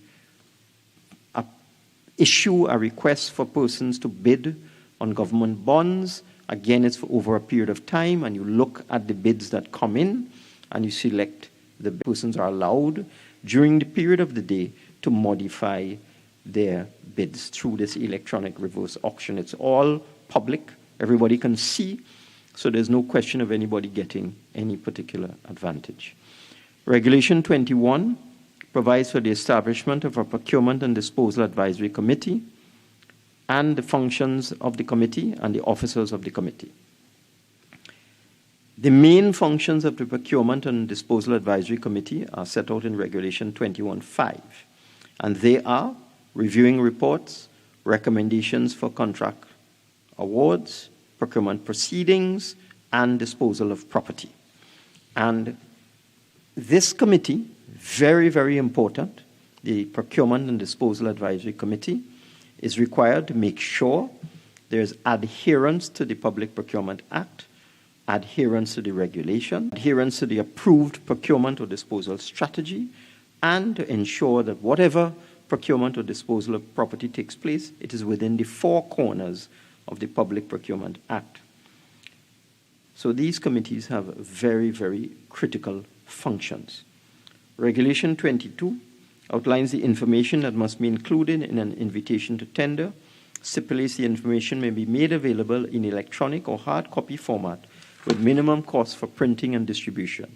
And this is fundamental to the achievement of transparency under Section 5.1 of the Act, so that tenderers must not be overburdened with excessive costs to obtain tender documents or the package of tender documents. Regulation 26 stipulates a manner in which technical specifications must be communicated in order to avoid unfair advantages being granted to any supplier or contractor. So we have to have clarity with respect to technical specifications, and it must be communicated to all. Regulations 30 to 34 set out the criteria and methodology for the evaluation of bids and determining the successful supplier or contractor. Regulation 36 allows procuring entities to request advance payment guarantees where applicable. So this is a case where you don't want people to waste time, and you may wish to ask them to put in an advance payment bond guarantee. Now, this set of regulations that I've just mentioned, I dare say, is the most important. These sets of regulations set out the rules for competitive bidding, open bidding, selective bidding, also called limited bidding, and sole source selection, also called sole selective awards. They give very clear rules and very clear criteria as to when a procuring entity should use open competitive bidding, when it should use selective bidding, and when it can rely upon sole or single source selection. Very, very, very clear rules.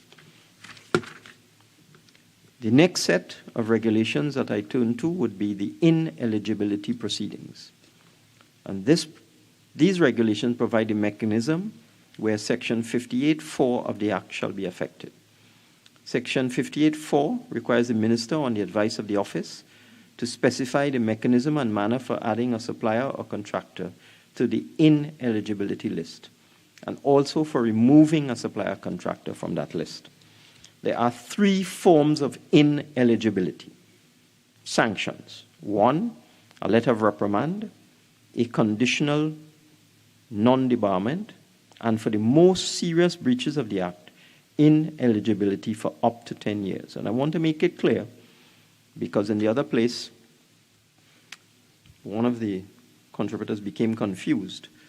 The sanction for ineligibility is not 10 years. It is up to 10 years for the most serious breaches of the Act. And it goes all the way down to simply a letter of reprimand. Regulation 11 allows a supplier or contractor the opportunity to seek a review of the declaration of ineligibility where the supplier has complied with remedial measures or new evidence and facts emerge that exculpate the supplier or contractor. Now, this happens all over the world. If a contractor is found guilty of some form of wrongdoing, there are different approaches by different procuring entities, World Bank, etc., where they would apply sanctions on a contractor if a contractor or supplier is found guilty of wrongdoing. In our case, we have the three forms I've just mentioned: reprimand, conditional non-debarment, and for the more serious breaches, ineligibility for up to 10 years. Again, this is something brand new, because in our system prior to this, there was no possibility of debarring a dishonest contractor, if I could be allowed to use that word, from tendering for public goods and services. The next set of regulations deal with challenge proceedings. And I might say, just to go back to what I just said, we have recognized natural justice. So if a contractor is declared ineligible to tender on the provision of public goods and services, they can seek a review from the relevant authority, and of course they can take the matter to court. I'll come to that whole question of the legal principles at the end of my contribution. With respect to the challenge proceedings, these regulations outline the mechanisms by which a supplier or contractor may challenge the decision of a procuring entity for non-compliance with the Act, or due to any action or decision likely to cause loss or injury, as provided for in Part 5, Sections 49 to 52 of the Act. Regulation 2 establishes the procedure for review and references the provisions of Section 51 and 52 of the Act, 50 subsection 1 and 50 subsection 2. Regulation 4 establishes the basis on which the Office of Procurement Regulation may dismiss an application for review, largely confined to three criteria. The application for a review is manifestly without merit. The application is out of time, or the application has a lack of sufficient standing. In other words, no pecuniary or economic interest in the procurement proceedings. This is to avoid someone who has no interest whatsoever in a procurement exercise from coming in and getting involved in that exercise. Regulations 5 and 6 establish the office as being responsible for conducting and managing applications for review. Office of Procurement Regulation, that is. Regulation 7 guarantees a party to the review the right of representation. So again, this is all along the lines of natural justice. The right of representation by an attorney, an engineer, a quantity surveyor, evaluator, or other qualified person. Regulation 8 and 9 establish the specifics in the submission of an application for review and the submission of a reply by the procuring entity. So again, when somebody challenges a decision, they must make their challenge in a particular format, and the procuring entity must reply, and they must reply in a particular format. Regulation 11 is subject to the provisions of sections 50 subsection 4 and 50 subsection 7 of the Act, and provide the officer with the ability to consider whether or not procurement proceedings should be suspended. So this again allows the Office of Procurement Regulation to get involved in procurement proceedings if they feel a serious case has been made for suspension. Regulations 12, 13, and 14 and 15 set out the procedure for the hearing of the review. The next set of regulations are the record of procurement proceedings. And this, again, very, very important for transparency. These regulations make it mandatory for each procuring entity to maintain an easily accessible record of each procurement proceeding and establish the information that should form part of that record. These regulations also require that the procuring entity must submit a summary of its procurement activities to the Office of Procurement Regulation in accordance with the handbooks and guidelines approved for that entity by the Office of Procurement Regulation. The next set is the retention and disposal of personal property. These regulations outline the procedures for the retention and disposal of personal property, mainly assets other than real property, such as stores and equipment. I just want to make that clear, that the meaning of the words personal property are assets that do not include real property. Equipment is an example.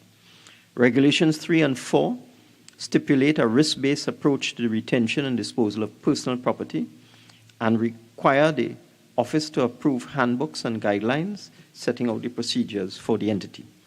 Regulation 5 requires a public body to establish a written policy for the retention of stores and equipment in accordance with good governance principles of accountability, transparency, integrity, and value for money. Regulation 6 mandates that public bodies be responsible for the disposal of stores and equipment which are deemed unserviceable, obsolete, or surplus. Regulation 7, subregulation 2, requires that where any disposal of personal property is made to an employee of a public body and the net book value or residual is in excess of $100,000, that the Office of Procurement Regulation be informed of the details of the item, the disposal price, and the name of the employee. The 8th set of regulations are concerned with evaluation. And these regulations outline the factors that should be considered when evaluating submissions, including both the price and non-price factors. And there's a general concern that public bodies, when evaluating procurement submissions, are often only concerned with lowest price and do not fully evaluate the life cycle costs. So you might put a tender out for vehicles. You might make a decision that you'll go with the lowest price, and the vehicles all mash up in the next year. So that when public bodies are evaluating procurement submissions, they must not look only at the initial price, but they must also look at the life cycle costs for this equipment. So these regulations now require that the life cycle costing methodology be used to establish the total cost of ownership of the item. And this achieves one of the core principles of the Act, which is value for money over the life cycle of the item. The 9th set of regulations are titled Miscellaneous. Section 16 of the Act allows the Board to appoint committees for the purpose of providing advice on any matter, among other things. And this regulation sets out a transparent method of appointments to such committees appointed by the Office of Procurement Regulation under Regulation 3.2 for public invitation in at least one newspaper of such proposed appointments. So there's a lot of work that is going to be required of the Office of Procurement Regulation, and it is only sensible to allow the Office of Procurement Regulation to outsource or to incorporate advice from other qualified areas, but they can't do it in secret. So that when they wish to appoint committees to advise them on technical matters, for example, they must do a public invitation in at least one newspaper for such appointments. These regulations also set out the terms and conditions under which the members of these committees should operate. Section 63.2 of the Act stipulates that any contravention of the regulations could result in penalties being applied, and this will extend to committee members appointed under these regulations, so that they must publicly invite persons to be on their committees in the office, and these committee members must understand that they will be subject to penalties if they contravene the regulations. And finally, the last set of regulations deals with the procurement of consultants. And these regulations outline the procurement methods by which consultants may be engaged. Options for engaging consultants include sole source, single source, open tendering, or the use of pre-qualification or pre-selection lists. Again, following the same principles in the previous set of regulations I spoke about as to when you use open tendering, selective tendering, single source, and the rationale and justification for all of these different types of approaches, and also procurement options for consultants will also include the use of pre-qualification and pre-selection and shortlisting. The regulations require consultants to submit both technical and financial proposals and gives guidance on the evaluation methods that can be utilized based on the nature of the consultancy services. Very importantly, conflicts of interest often occur in consultancy arrangements. And these regulations make it clear that where conflicts of interest are found, the consultants will be disqualified. So that is my explanation of the 10 sets of regulations before us. How much more time do I have, Madam President? You've crossed 1 hour. You go until, if you take the 90 minutes, to 11 minutes past 12. It's now 11:46. So I have a lot of time. Okay, I will not take all of that. I just wanted to put into perspective now what we are doing and what is going to happen in March when we proclaim the Public Procurement and Disposal of Public Property Act. This is a very specialized area of expertise, Madam President. A lot of people claim to know a lot about public procurement, but it's an area where you need to have special training. In Trinidad and Tobago, for the last 20 years or so, contractors and suppliers and other aggrieved persons have been stymied in their efforts to persuade the courts to review the procurement decisions of state enterprises in particular. And I'm reading from a paper submitted at a conference on the legal management of commercial contracts. And this particular paper dealt with the judicial review of competitive tendering by public authorities in Trinidad and Tobago. So, for the last 20 years or so, suppliers and contractors have tried to persuade the courts to review the procurement decisions of state enterprises, but they have not succeeded. Now, this has deep significance because the majority of procurement of goods and services in Trinidad and Tobago is done today by state enterprises on behalf of the government. And this practice has its genesis in a 1979 amendment to the Central Tenders Board Act, also called in the past the Central Tenders Board Ordinance. Sections 20 to 27 of the Central Tenders Board Act make it clear that whenever the government wishes to undertake works or procure goods and services above a limit, at this time $2 million, it must request the Central Tenders Board to invite, evaluate, and accept offers on its behalf for these works, goods, and services. Most significant public sector projects and programs exceed that limit, and that is the limit of the Ministerial Tenders Committee. Permanent secretaries have other limits, $1 million for goods and $500,000 for services. However, I think we will all agree that the procedures of the Central Tenders Board Act are very bureaucratic and quite inefficient. And in 1979, which is over 40 years ago, the Central Tenders Board Act was amended to insert a new section, 20AC.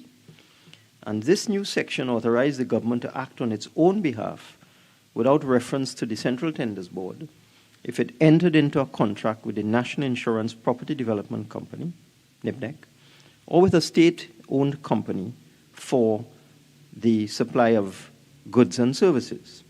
So since 1979, Section 20AC of the Central Tenders Board Act has been utilized by successive governments to avoid the lengthy and bureaucratic Central Tenders Board procedures to procure services and goods of every conceivable type.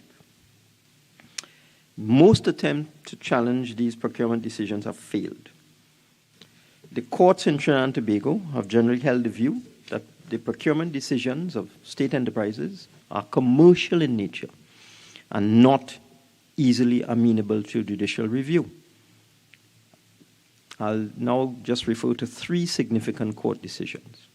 First one, Jusamco Pavers versus Central Tenders Board, 1999, High Court Action 1413. Secondly, NH International versus Udicot, that's CA Civ 95 of 2005. Spancrete Caribbean versus Udicot, HCA 3129 of 2001. In the Jusamco Pavers case in 1999, over 20 years ago, Jusamco filed an application asking the High Court to quash tender proceedings initiated by the Central Tenders Board to declare contracts awarded for road paving null and void. They asked the court to order the Central Tenders Board to reinvite tenders for these contracts. In that case, the Central Tenders Board had decided not to consider tenders that they felt were too far below the engineer's estimate, although Section 24 of the ordinance required the board to accept the lowest price except for good reasons. Justice Mendonça, as he was then, ruled in favor of Jusamco and ordered the CTB to consider all tenders, even those tenders it considered to be too low, since to do otherwise offended against the objective of the lowest price rule of the Central Tenders Board ordinance.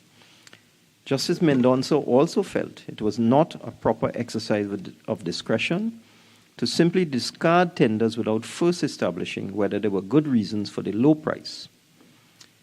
In this case, the lowest price rule was a statutory obligation, and the court felt comfortable intervening in the process, since in the opinion of the court, there were sufficient elements of public law which defined the process of evaluation of tenders and the award of contracts that had to be followed by the Central Tenders Board. The consequence of that was that road paving was suspended throughout Trinidad for almost 1 year. At that time in 1999, most road paving contracts in Trinidad and Tobago were awarded through the CTB. So, after that, let's call it a fiasco, the then government utilized the Tourism Development Company in 2000 to pave roads, and governments that came after that utilized NIPDEC for the same purpose. That was more or less the last case of its kind. After that 1999 case, successive governments took advantage of the provisions of Section 20A of the Central Tenders Board Act and utilized NIPDEC and other state enterprises to carry out most public procurement for major projects and programs. The second case, the NH International case, involved the award of a contract in 2004 by Udicot, which was determined by the court at that time to be a public body for the construction of the administrative headquarters building of the Ministry of Health to Karamat. NH was an unsuccessful bidder, filed for judicial review of Udicot's decision in 2005, and challenged the award on the grounds of illegality, irrationality, and abuse of process. I'm making these statements to show what is going to happen when these regulations are approved and the act is proclaimed, and that is next month. The application in that case was first heard by Justice Tolmaya, as he was then, who held there was nothing inherent in a construction contract to give it a public flavor. And further, there was no statutory underpinning for the tender procedure by which Udicot went about considering the bid. He held that Udicot's decision to award the contract to Karamat rather than NH was not susceptible to judicial review. He also said there was nothing irrational about the decision, nor did he find any abuse of power. NH appealed, and the Court of Appeal gave its decision in March 2006. Justice of Appeal Warner, speaking on behalf of the majority of the panel, concluded there is now an extensive body of authority in support of the function test. That is, unless the source of power of a decision maker originated from statute or prerogative and clearly provided the answer, consideration must be given to the nature of the power and the function to be exercised to see whether the decision had a sufficient public element, flavor, or character to bring it within the purview of public law. The Court of Appeal concluded there was no universal test for this matter. Each application had to be considered on its own facts.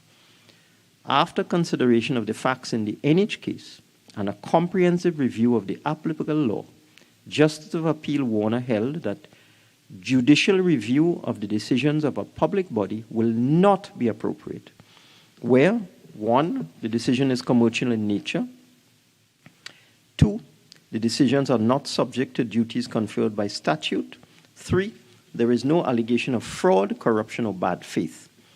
So the Court of Appeal upheld Justice Stallmeyer's decision that UDCOT's decision to award the contract for the Ministry of Health headquarters building to Karamath was not amenable to judicial review. The third case, the Spancrete case, Spancrete Caribbean Limited applied for judicial review of UDCOT's decision to abort the tender process for the Churchill Roosevelt Uriah Butler Highway Interchange project and sought declarations that UDCOT's decision not to consider its tender was null and void and in breach of its contractual obligations created in the invitation to tender documents. The implications of a process contract, that is, the obligation on the part of a public body to comply with its own rules in a procurement exercise, was an issue in this case. Spancrete's application for judicial review was filed in 2001, but Justice Mohammed, as he was then, rendered his decision in May 2006, some years later. In similar manner to the decision of the court in the NH decision, rendered just a few months before, Justice Mohammed ruled that although UDCOT was performing public functions when it invited tenders for the interchange project, there was insufficient public flavor in UDCOT's action in the tendering process to render it open for judicial review. He held there was no statutory underpinning for UDCOT's activities. And when UDCOT engaged in the tendering process, it was engaged in an activity which was intrinsically commercial and contractual in nature. He also held that the quantum of money involved and the significance of the project made no effective difference. In his view, the tension between the public and private law domains was aptly demonstrated in the case. Since then, 2006, talking 16 years, 15 years, there have been no significant legal challenges to procurement decisions made by state enterprises in Trinidad and Tobago. Not surprising, because you had the Court of Appeal and 2 judges making seminal decisions on this particular matter, which is challenges to procurement decisions made by state enterprises in Trinidad and Tobago. Now, this is not just the law in Trinidad and Tobago. As far back as 1994, the Privy Council observed in a judicial review case brought by an entity called Mercury Energy against the New Zealand Electricity Corporation, challenging a contractual decision, that it did not seem likely that a decision by a state enterprise to enter into or determine a commercial contract to supply goods or services will ever be the subject of judicial review in the absence of fraud, corruption, or bad faith. So that was almost 30 years ago. And there are many other cases in the jurisprudence, in the learning, which indicate that in the absence of public law elements, procurement of goods and services by public bodies is considered to be commercial in nature and not easily amenable to judicial review. And in all these cases, the critical element is the non-existence of a statutory underpinning for the procurement process by public authorities, by state enterprises. So this takes us to where we are today. When these regulations are approved, and when the Public Procurement and Disposal of Public Property Act is proclaimed, we will for the first time introduce public law elements into the procurement process of state enterprises for the first time. And that will then render, a legal word, OTOs, I think, the series of cases on Commonwealth authorities that have indicated that the procurement decisions of state enterprises are not easily amenable to judicial review. These regulations are public law in the pure sense. So we have a Public Procurement and Disposal of Public Property Act. We are now dealing with the mechanism and the methodology by which this procurement will be done through these regulations. And as soon as these regulations are approved and the act is proclaimed, it will now be open to aggrieved suppliers and aggrieved contractors who have some grievance with respect to the procurement decisions of state enterprises to challenge them in a court of law. Of course, there's a process.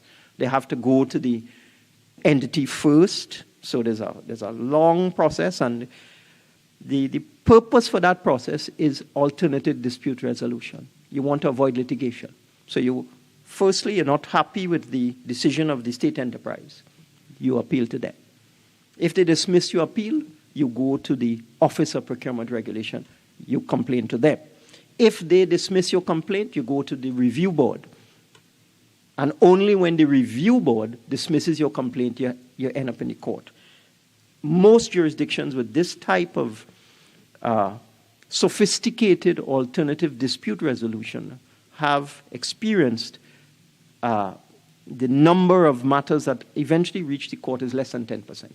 So that you have a very sophisticated dispute resolution process, particularly in terms of the challenge proceedings in this set of regulations, which hopefully will avoid litigation and will set out clear guidelines for the challenging by aggrieved suppliers and contractors of the procurement decisions of state enterprises. So, under these regulations, all public bodies will now be required to comply with the guidelines, the handbooks relating to procurement issued by the Office of Procurement Regulations. And as I indicated, I have the responsibility to make some other guidelines which would be subject to negative resolution. So that we are really on the cusp of a fundamental transformation of the way we do things. I am very pleased to be involved in this process. This has taken a long time, and I must congratulate the persons who have assisted me with this process, the persons in the Treasury Solicitors Department in the Ministry of Finance, the Minister in the Ministry of Finance, Mr. Manning, who has assisted me no end in terms of doing a lot of the work on these regulations, and also the cooperation of the Office of Procurement Regulation, who took their time, were very careful to collate all of the views and suggestions and recommendations and to interact with us with respect to these regulations. I would therefore ask all honorable senators, as I indicated in answer to the question from Senator Sipasad, it's time to get this show on the road, I beg to move.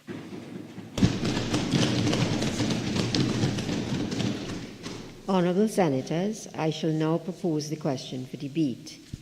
Whereas it is provided by Section 63 of the Public Procurement and Disposal of Public Property Act 2015, hereinafter referred to as the Act, that the Minister, on the recommendation of the Office of Procurement Regulation, may make regulations to give effect to the provisions of the Act.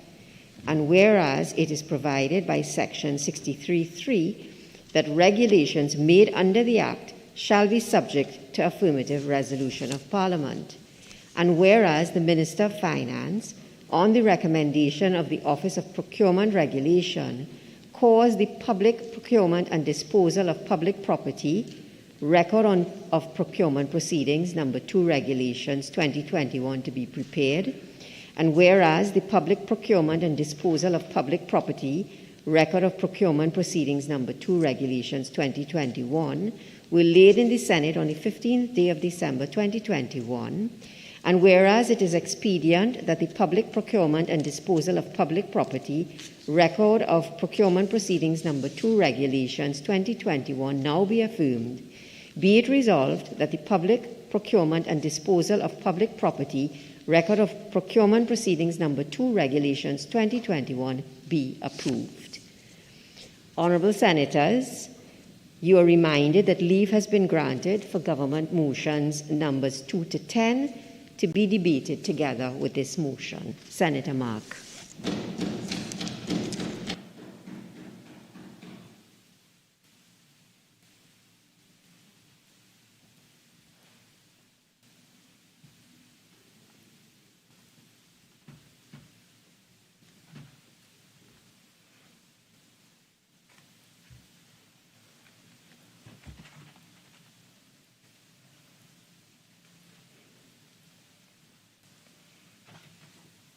Thank you,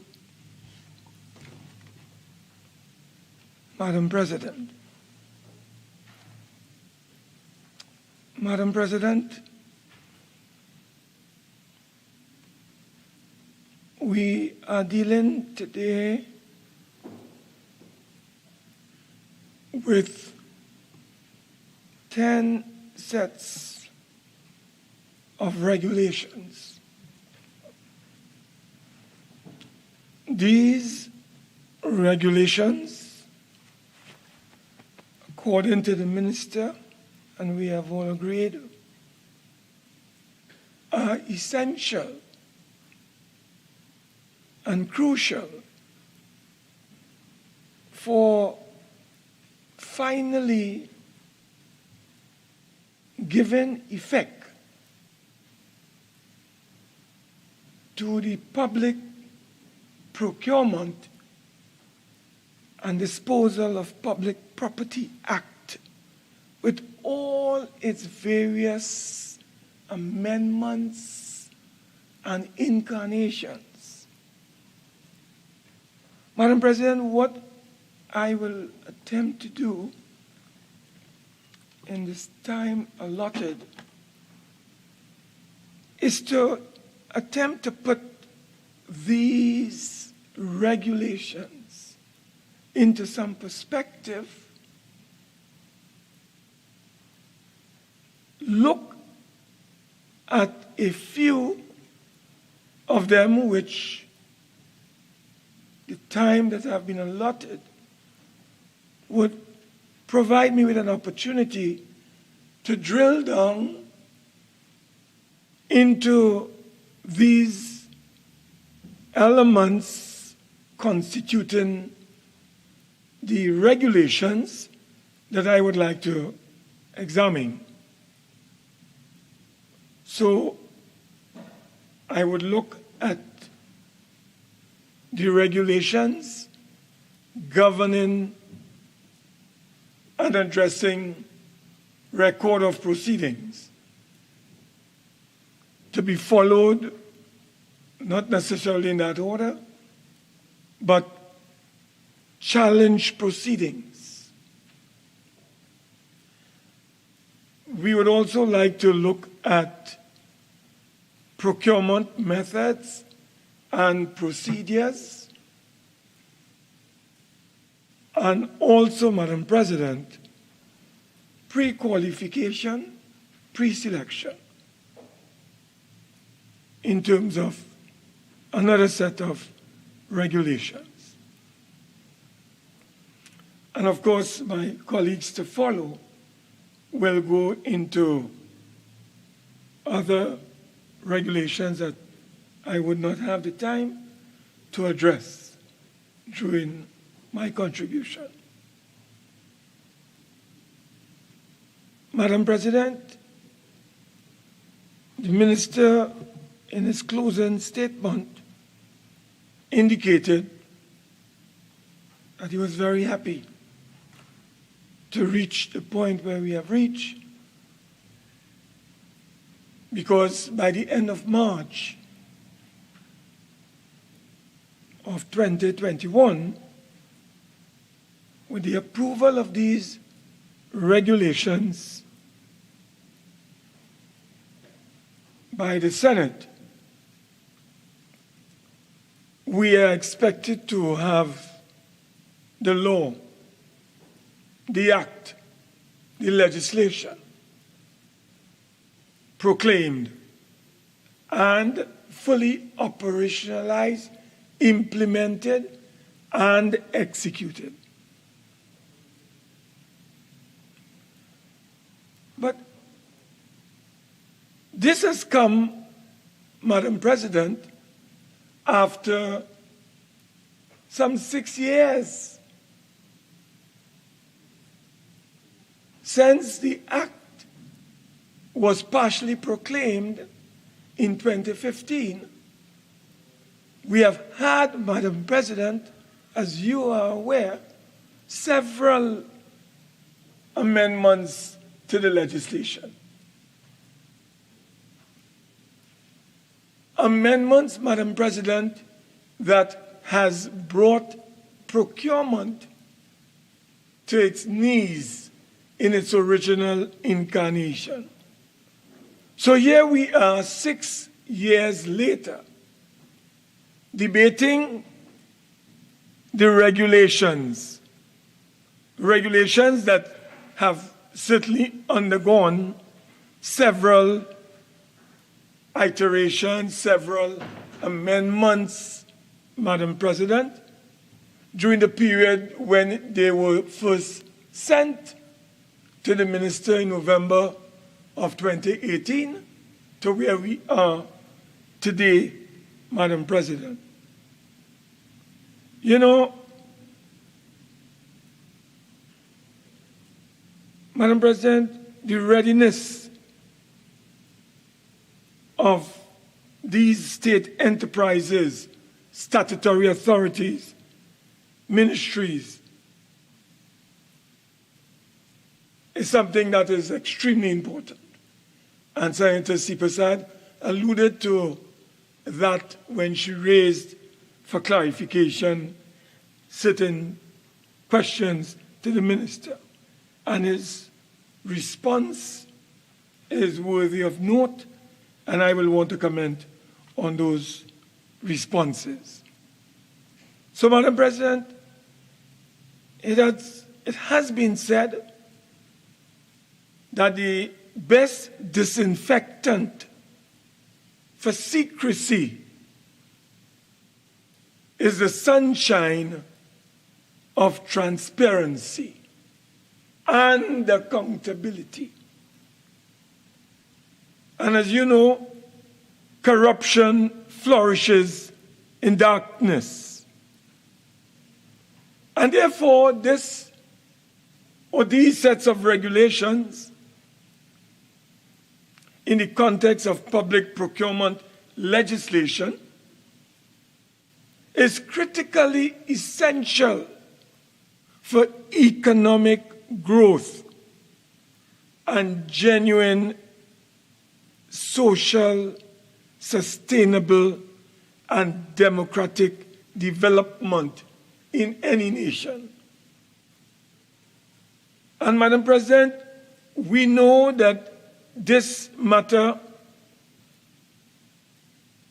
has assumed significance over the last few years, as I have indicated, culminating in the bill becoming, or I should say, culminating in the Act coming into being in 2015.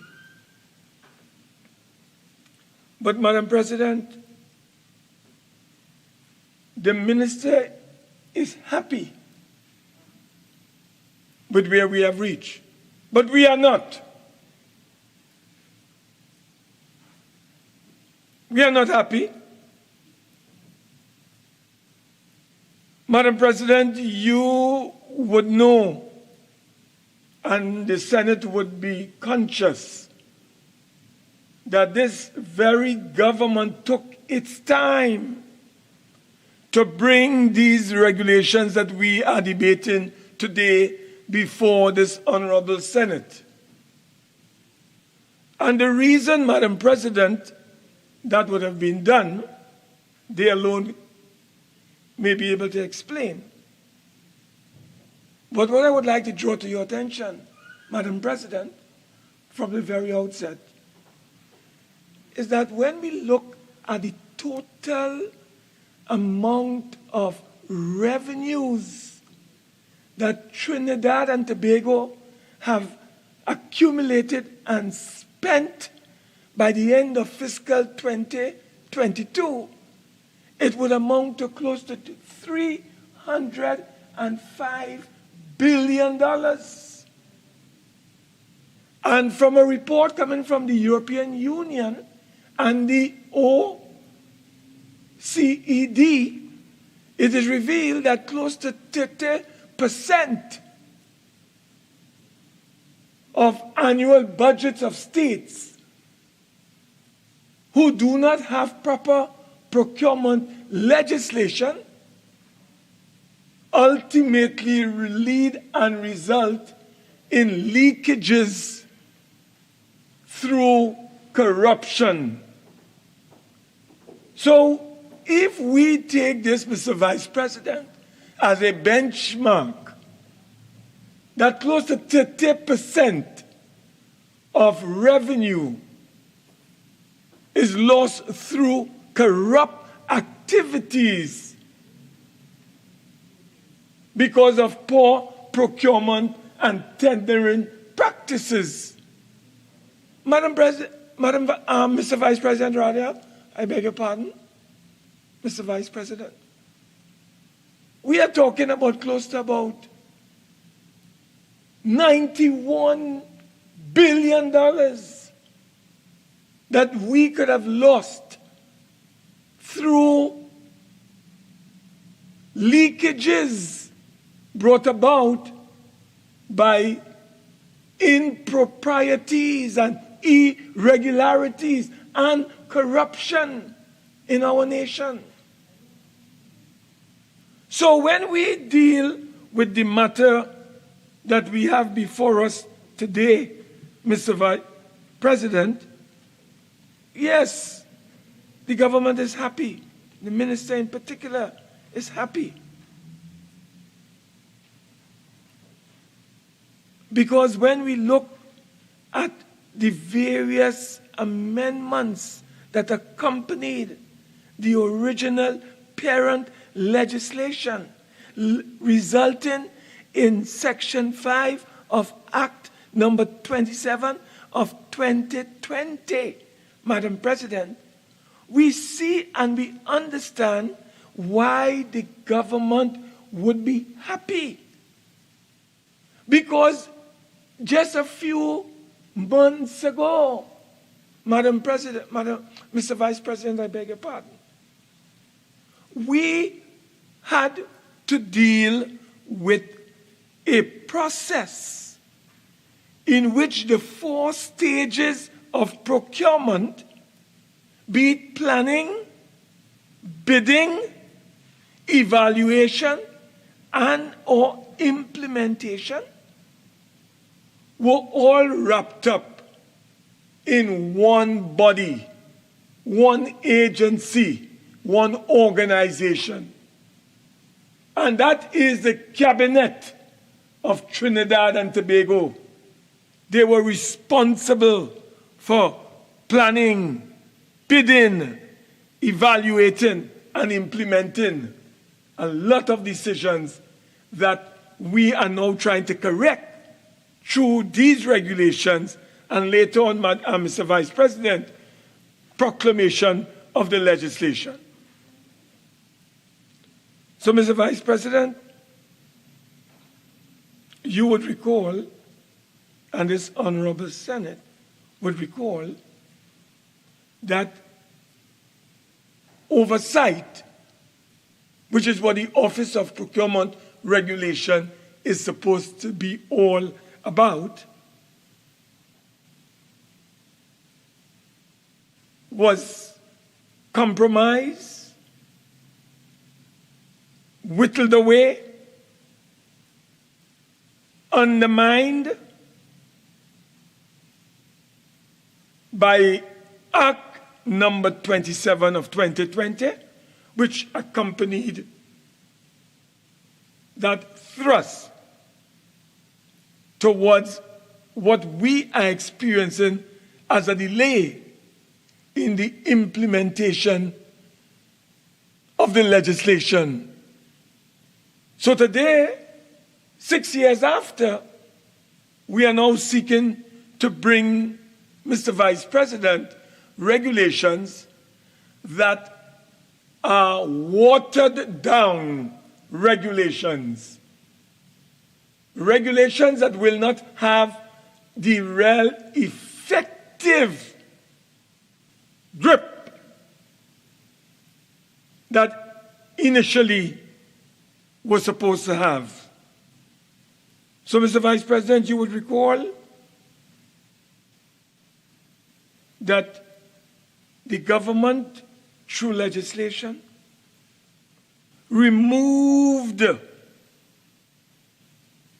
from under the procurement legislation and the Office of Procurement Regulation a number of activities. So, Senator Mark, what's happening right now is that you're redebating something that was debated before. What I would ask you to do is to, because you've gotten quite a bit of leeway in relation to your contribution thus far, to get to the regulations that are before us. Before I ask you to do that, I will just ask, and this is for all senators who wish to contribute today. We have 10 regulations before us, and each one is identified by a particular line in the regulations itself. You will notice it's either by way of miscellaneous, challenge proceedings, or by way of consultations. That if when you're talking about that particular regulation that you identified, that is to allow each member to follow along as the member on the floor who has the floor is contributing, so that if they want to ask any questions or they want to ask to give way, then we know exactly where each contributor is at. So again, let's identify the particular regulation by that identifier that's in the title so that we can follow along. Senator Mark, continue. Thank you, Mr. Vice President. So, Mr. Vice President, to understand these regulations, properly speaking, and to understand the weaknesses and deficiencies of these regulations, we are going to bring to your attention the vagueness, the uncertainty, the ambiguity of several provisions, several clauses in these regulations that are before us. And as we go along, Mr. Vice President, I will in fact bring to your attention all those important areas that we were initially responsible for as the Office of Procurement. I say we. It comes before the Parliament. That is the Office of Procurement Regulation. And all of these have gone. So, Mr. Vice President, I will want to follow your guidance, but I would want to come back to some of my initial comments later on and tie them in to the regulations. Mr. Vice President, the regulations are made pursuant to Section 63 of the Procurement Act. So let's look at the following regulation. And that deals, Mr. Vice President, with public procurement and disposal of public property, record of procurement proceedings, regulations 2021. So you can follow, as you rightly indicated. Mr. Vice President, these regulations are to be read in conjunction with the Procurement Act, as well as the Office of Procurement Regulations, general guidelines on record keeping and maintenance of procurement files. And that we have on the website of the OPR. So, Mr. Vice President, if you were to follow these regulations under record of proceedings, you will realize that there are 7 clauses in this. If you go under Regulation 3 of this record of procurement proceedings, you will see where it states in 3, a procuring entity shall maintain an easily accessible and retrievable record for each procurement proceeding. Now, Mr. Vice President, to understand what procurement proceeding entails, you have to go to the Act. Because under the interpretation section of the Act 15 of 20, I think it's Act 15, if I'm not mistaken, you will realize, Mr. Vice President, that when we talk about procurement proceedings or proceeding in relation to public procurement, is really the process of procurement from the planning stage, the soliciting of tenders, the awarding of contracts, and contract management to the formal acknowledgement of completion of contract. So the proceeding is very important for record purposes. But, Mr. Vice President, if there are no provision in the Constitution, in the Act, I should say, to deal with treaties and agreements to which we have entered as a party with other states or entities, or where all agreements with international financing institutions have been removed, or all agreements for technical and other cooperation, or all financial, legal, audit, accounting, medical, and other services deemed important have been removed, procurement proceeding would not be applicable to those sections because they no longer exist in the legislation. Because of what this government did in 2020, they removed all of these things. So, in the regulations that is before us... Mr. Vice President, may I refer to Standing Order 35-3? It should be out of order to revive a matter. 35-3. 35.3. Out of order to revive a matter. 35.3, you said? Picked up here. What is the standing order?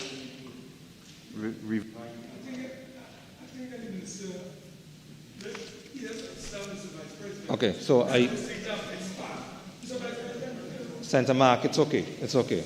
I'm still not understanding exactly what standing order you're doing, but nonetheless, Senator Mark, what I'm trying to say is you're going into the Parent Act to try and connect it to what's here. And yes, they're connected because, one second, Senator Mark, yes, they're connected because these are regulations as it relates to the Parent Act. However, you have to be extremely careful because you cannot rehash a debate as it relates to the Parent Act. So I'm listening carefully as you move forward because it has to be done in a very specific way. Continue, Senator Mark. Vice President, I need your guidance. On our standing order says after a year, during a year, you cannot revise a matter during a year. This act was passed in 2015, 6 years later. So to tell me I cannot raise a matter 6 years after is inconsistent with our standing orders. So I just want you to guide me on that. It cannot be that you cannot raise a matter that has been consumed 6 years ago. Continue, Senator Mark. Mr. Vice President, let me go to Clause 4. Clause 4 of the legislation that I'm dealing with, or the regulations, quite accurately provides guidance on what the record should contain for each stage of the procurement proceeding. For example, Mr. Vice President, you will see in Clause 4, subsection K. In fact, we start from A and we go to O, right? If you go to Clause 4A, Mr. Vice President, it states that the record should contain information as it relates to a decision to conduct a procurement without what is called a standstill period and the reason for the decision. Again, Mr. Vice President, Madam President, rather, welcome back.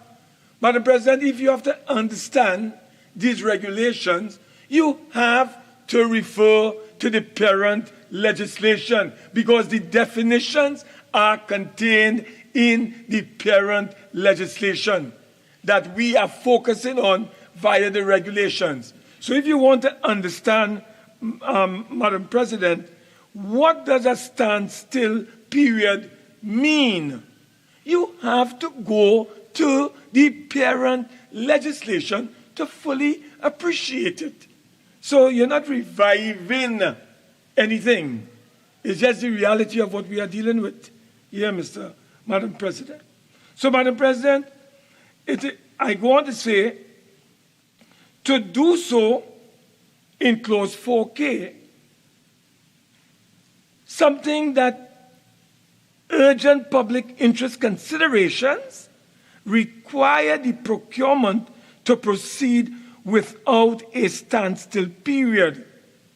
And again, Madam President, if you need to follow what we are doing here, you have to go in accordance with what is before us, which is that particular Clause 4K.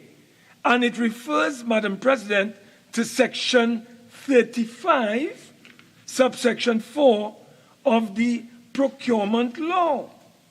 So you have to go, Madam President, to 35.4 or subsection 4 to understand what we are dealing with. And in 35.4, it said subsection 2 shall not apply to awards of procurement contracts where a procuring entity determines that urgent public interest considerations require the procurement to proceed without a standstill period. That is what it says in the legislation, Madam President. And that is what I was referring to. You go on, Madam President, and this is why it is so important that we type and we ensure proper record keeping consistent with Clause 4K of our regulation. Now, Madam President, why is record keeping so important to the procurement process, which is what this regulation is emphasizing? Record keeping is a critical aspect of public procurement.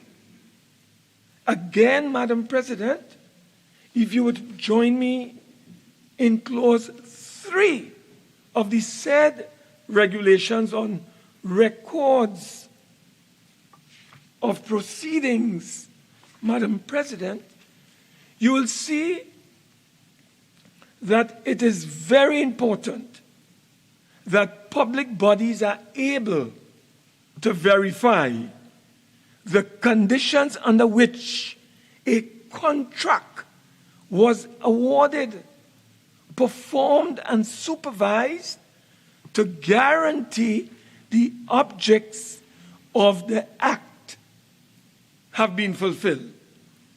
And therefore, documentation must be readily available and accessible for consultation by both the contracting authority and by any auditor, as well as the public, Madam President. Now, Madam President, again, as I said earlier, you have to go to the general guidelines, which is issued by the OPR on record keeping and maintenance of procurement files. For us to fully appreciate what we are addressing before you at this time. Madam President, I remember again a situation that occurred in the THA. It came out in a Loop article dated December the 15th, where they were talking about THA to conduct audit into $163 million spent and unaccounted for by the former THA executive. And again, Madam President, it brings us to what we are dealing with. Because the issue of proper procurement and public and proper record keeping come into sharp relief as we deal with this matter. So here it is, because of the absence, Madam President, of proper record keeping. You are now being told that an audit will have to be conducted in order to determine how $163 million in bond financing for Tobago was spent in the run-up to the THA elections. Now, if we had proper record keeping, as this is outlining in the regulations, would there have been a need, Madam President, for any audit being ordered by the current THA? But because there's an absence of record proceedings on the expenditure of the $163 million, we are now talking about an audit. And that is why I'm saying, Madam President, that in dealing with this issue, we have to pay attention to proper record keeping consistent with the regulations that I have outlined, Madam President. So that is very critical. and important, Madam President. So, cries out for what is called proper accounting, proper accountability. So, we need proper record keeping in the awarding of contracts, Madam President. And that this is the significance of this regulation before us, Madam President. Madam President, when you go to something called UNCITRAL Model Law on Public Procurement, it tells us that the procurement regulation should provide for robust record requirements to ensure accuracy and comprehensiveness of the record in order to make use of the records by aggrieved suppliers or contractors and other competent bodies for the purpose of challenge, audit, control, and oversight meaningfully and effectively. So again, Madam President, the need for us in these regulations to recognize the importance of proper procedure, proper record keeping, so that persons who wish to challenge any decision by any procurement entity will have the relevant records available and at his disposal through the procuring entity. And therefore, Madam President, this is extremely critical and important as we look at this whole issue of record of proceedings. And I'm just drawing some examples and what a United Nations body also said in seeking to consolidate what we have identified. And so, Madam President, this is extremely important. So if we go on, Madam President, to clause 5, we will see in clause 5, and I quote 5 subsection 1, Madam President, of the same record of proceedings, a record shall be prepared and disclosed in a manner that avoids the disclosure of proprietary commercial information. That is what is in 5.1 of these regulations. And, Madam President, this may include disclosure that impedes fair competition and legitimate commercial interests of a supplier or a contractor. And that is why when we look at clause 5, you will see the significance of it. Now, I think it's important here, Madam President, that the procuring entity provides guidance as to what would constitute proprietary commercial information or the type of disclosure that can impact on fair competition or legitimate commercial interests.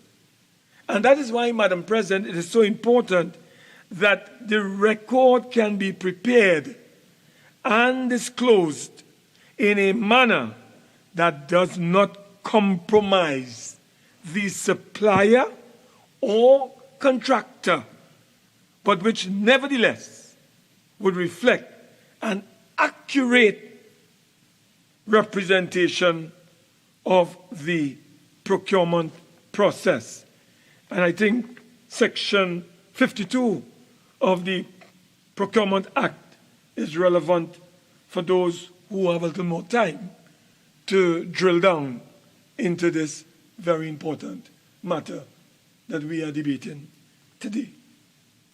Madam President, I invite you to join me as we look at what is called Clause 6 of this set of regulations entitled the Public Procurement and Disposal of Public Property, Record of Proceedings, number 2 regulations. So if you go to clause 2, Madam President, of 6, subclause 2, I should say, it states, and I quote, Madam President, where procurement records are in electronic form, the procuring entity shall establish and maintain measures to safeguard the integrity, reliability, and accuracy of the records. Now, should the regulations not cover measures to safeguard the integrity, reliability, and accuracy of procurement records in both electronic and paper-based format, Madam President? Madam President, in 6.2, we are only referring to electronic formats. But we know we still have a manual system. I think my colleague, Senator Bacchus, is attempting to bring about a digitized revolution where we are seeking to digitize our records in our country. But I would like the minister to look at including paper-based formats until we are able to graduate out of paper-based formats. Because what we have in Regulation 6, subsection 2, Madam President, is only electronic formats. And if we are going to proclaim this in the month of March, then we are going to have some challenges, Madam President.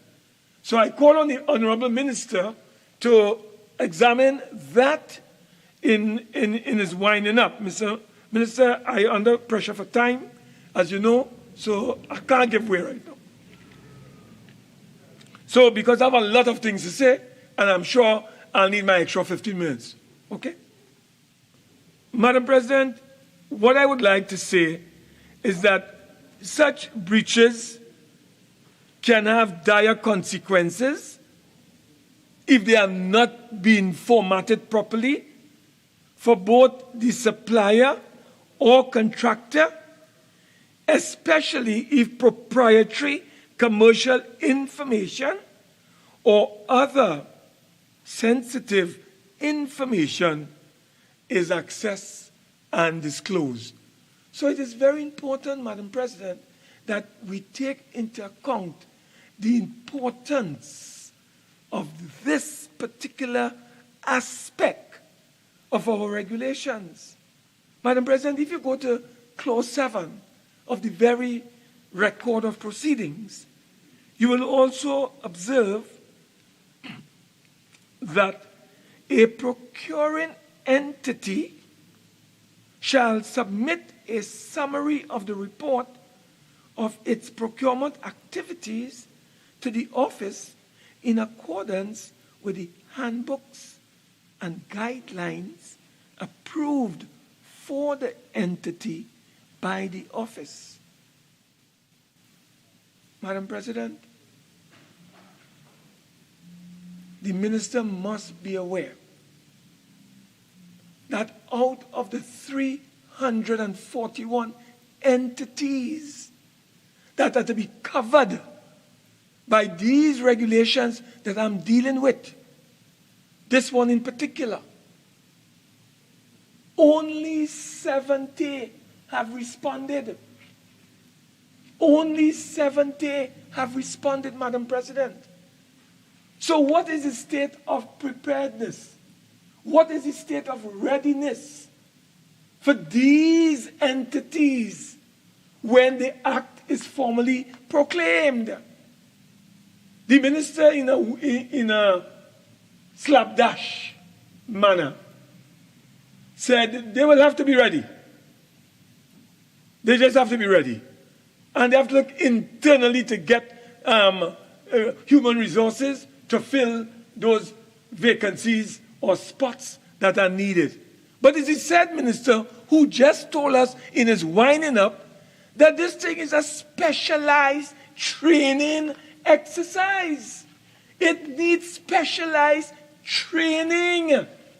So if it needs specialized training, how can you pick up any Tom, Dick, and Harry to form a procurement unit? So, you're talking from both sides of your mouth. On the one hand, you don't want to supply resources because you might say you're trapped for cash. But how are we going to implement this, Madam President, if you do not have the necessary skill sets available to do that piece of work? And if this act, Madam President, is to have meaning, if these regulations are to have teeth and bite, even though, Madam President, I must tell you, it's kind of weak. It's a weak set of regulations because the procurement regulator does not have the kind of power that he had in 2015. Since the PNM came here in 2015. Senator Mark, Senator Mark, I think this has been pointed out to you already, that you are to confine your presentation to the regulations that are before us. And this is exactly what I'm doing. And I'm guided by you. No, thank you. Just be guided by me, please. Thank you. As always, Madam President, you know me, I always bow to your advice and guidance, I should say. So, Madam President, if you go, as I said, to clause 7, you will see this summary of the report is needed as it relates to procurement activities, and it must be submitted to the office in accordance with the books, handbooks, as I said, and guidelines. However, Madam President, I ask through you, does this report on procurement activities mean a report on the records kept by the procuring entity in relation to procurement proceedings? I'm asking this question, and I hope that the minister would be able to provide answers when he's winding up.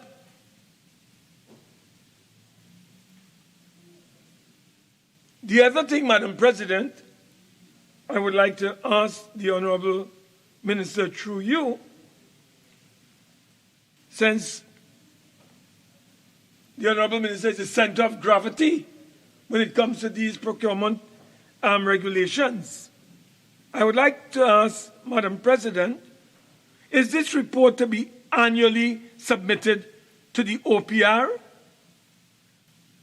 Madam President, if you look at clause 7, it is open-ended. So, Honorable Minister of Finance, when you are winding up, could you tell this Honorable Senate whether under clause 7 of record of proceedings, whether two things would take place. In their summary, which you have to submit to the office of the OPR, whether record of proceedings would be included in the summary. And secondly, Madam President, we would like the Honorable Minister to indicate whether it is going to be done on an annual basis or every 6 months, as the case may be. We need guidance on this. Right now it's open-ended, Madam President. And these are some of the weaknesses that we are seeing in these regulations that we are dealing with today. So there are some areas we'd like the Minister to pay attention to, although, as I said, we have a lot of disagreements with this government on this matter before us. Madam President, I know that you would like me, as usual, to proceed, and I would like to do so. So, Madam President, the second area I would like to look at, and I'd like my colleagues to follow, is what is called the public procurement and disposal of public property challenge proceedings. Madam President, you with me? You with me, Madam President? Yes. So we are dealing with challenge proceedings regulations. And as you could see from what we have before us, there are some 15 clauses contained in this set of regulations, in these sets of regulations. Now, procurement processes, Madam President, as a principle, should be conducted in a fair and transparent manner throughout, observing, Madam President, the underlying procurement principles. And what are the underlying performance or procurement, I should say, principles?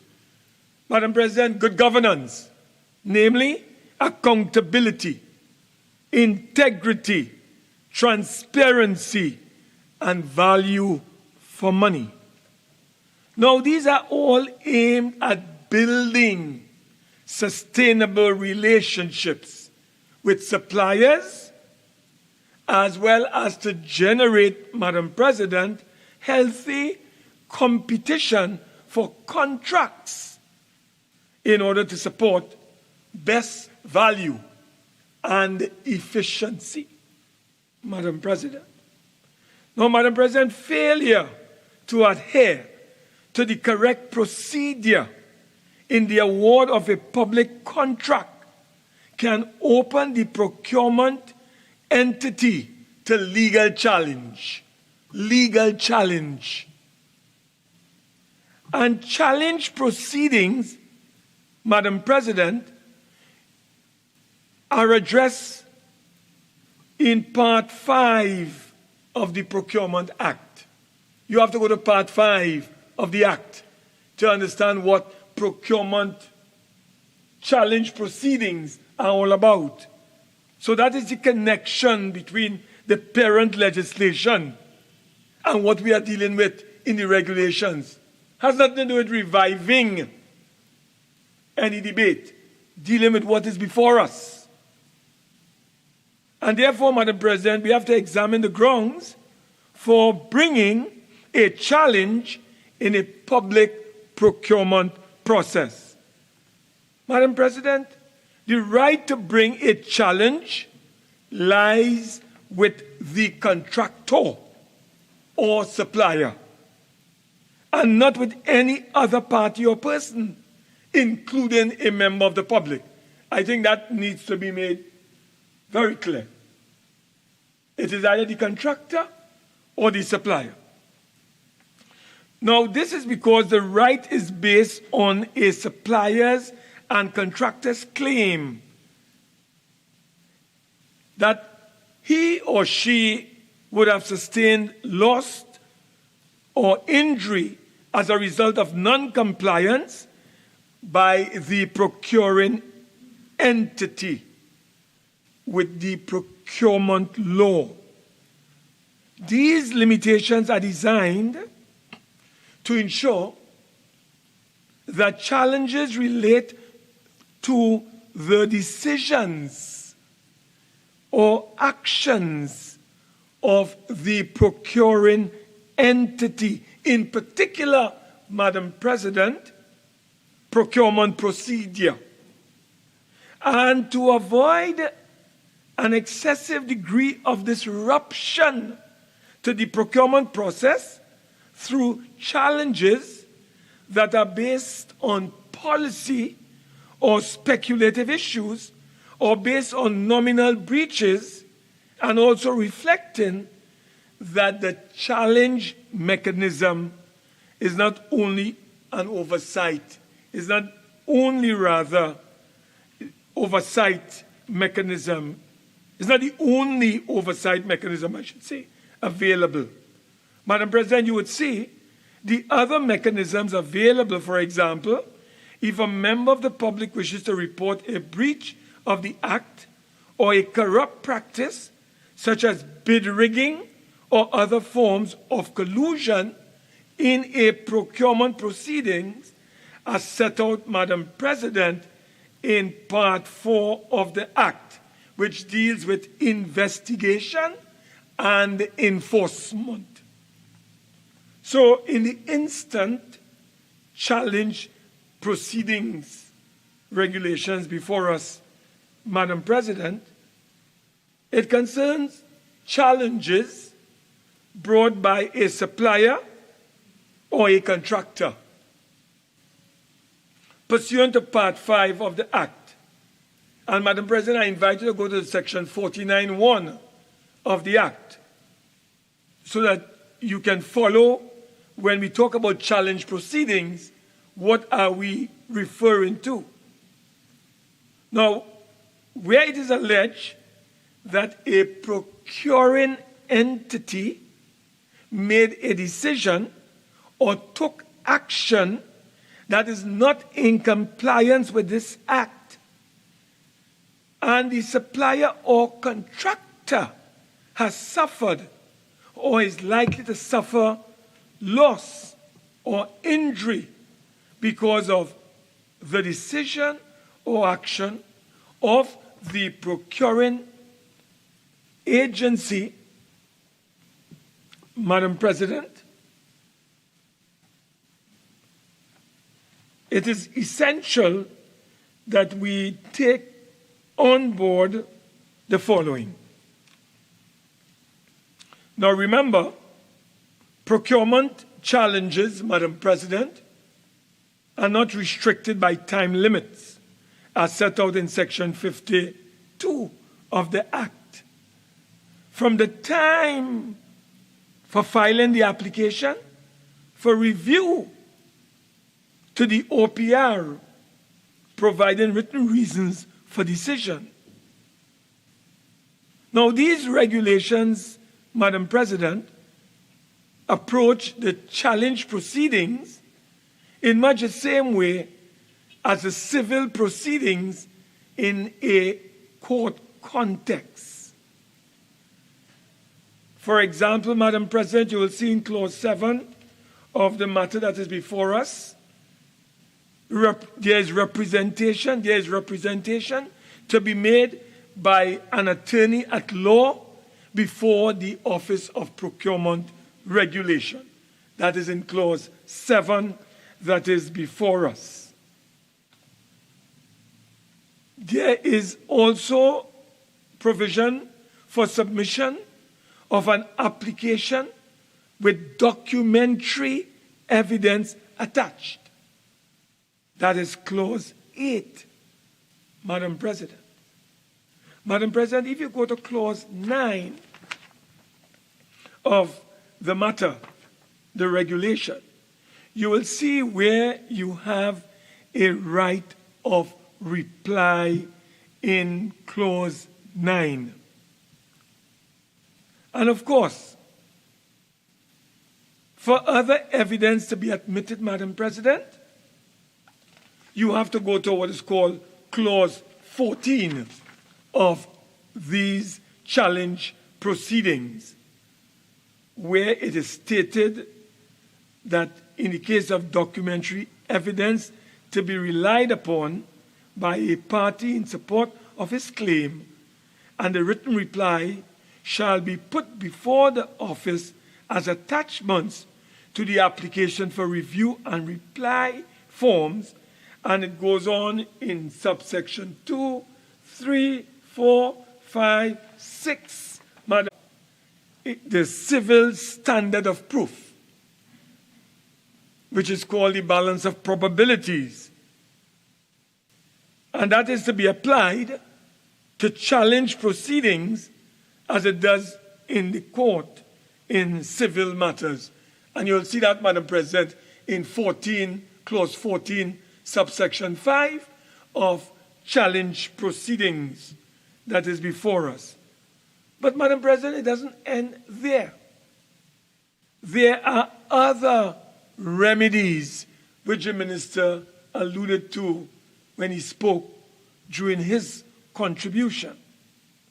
It is to be noted that the decision of the OPR in challenge proceedings is liable to be appealed or liable to appeal to what is called a review board. And this review board has been established by Section 51A of the Procurement Act, known as Act Number 5 of 2016. As I am on this matter of the review board, may I ask through you to the Honorable Minister, what is the current status of this review board? My information is that this review board has a budget, but they have no office. They have no permanent office. I don't know if they are squatting, but we need to get clarification on that. Madam President, is there an office? Standing Order 46.1. There's no regulation dealing with these matters before the Senate. Madam President, the Honorable Yes, Senate. And may I just be allowed to rule on the standing order that has been invoked? May I just ask you to tighten up what you're saying and move through your points, Senator Mark? President, I would like, through you, to ask the Honorable Minister, what is the status of the review board? That's what I'm trying to get from him. Why is he so itchy? We know that there is a provision for appeal. So, Madam President, let's go on to the area that I would like to raise. Now, there are some issues arising under this section called Challenge Proceedings Regulations. Madam President, when you look at Clause 2, subsection 2, we have here, upon receipt of an application under Section 51 of the Act, the office shall promptly register the application for review. Now, Madam President, it speaks to the procedure, that is this clause, for review. Specifically, once the application is registered.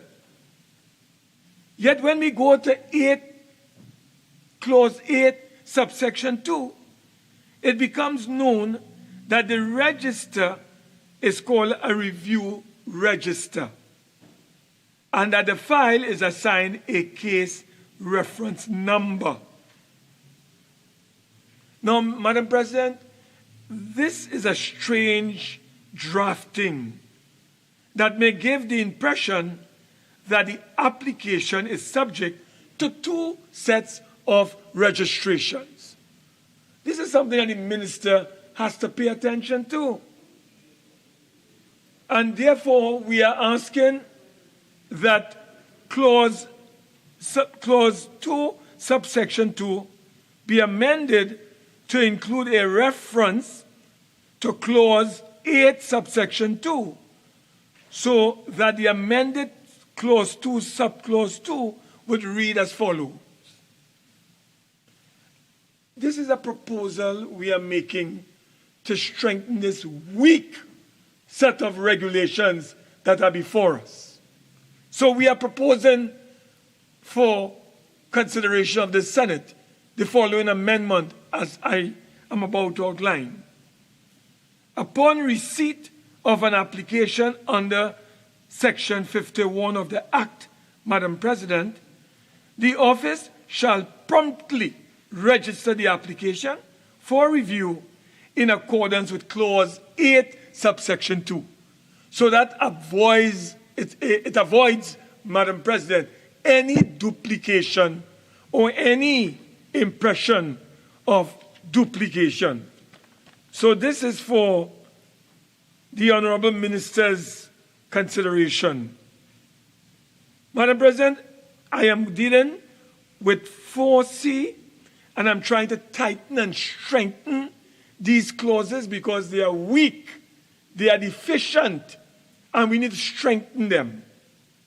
So in Clause 4C, you will note, Madam President, that the supplier or contractor who made the application for review has not demonstrated sufficient standing by way of either a pecuniary or otherwise economic interest in the procurement proceedings, and therefore it shall dismiss the application for review and immediately lift any suspension that is in effect.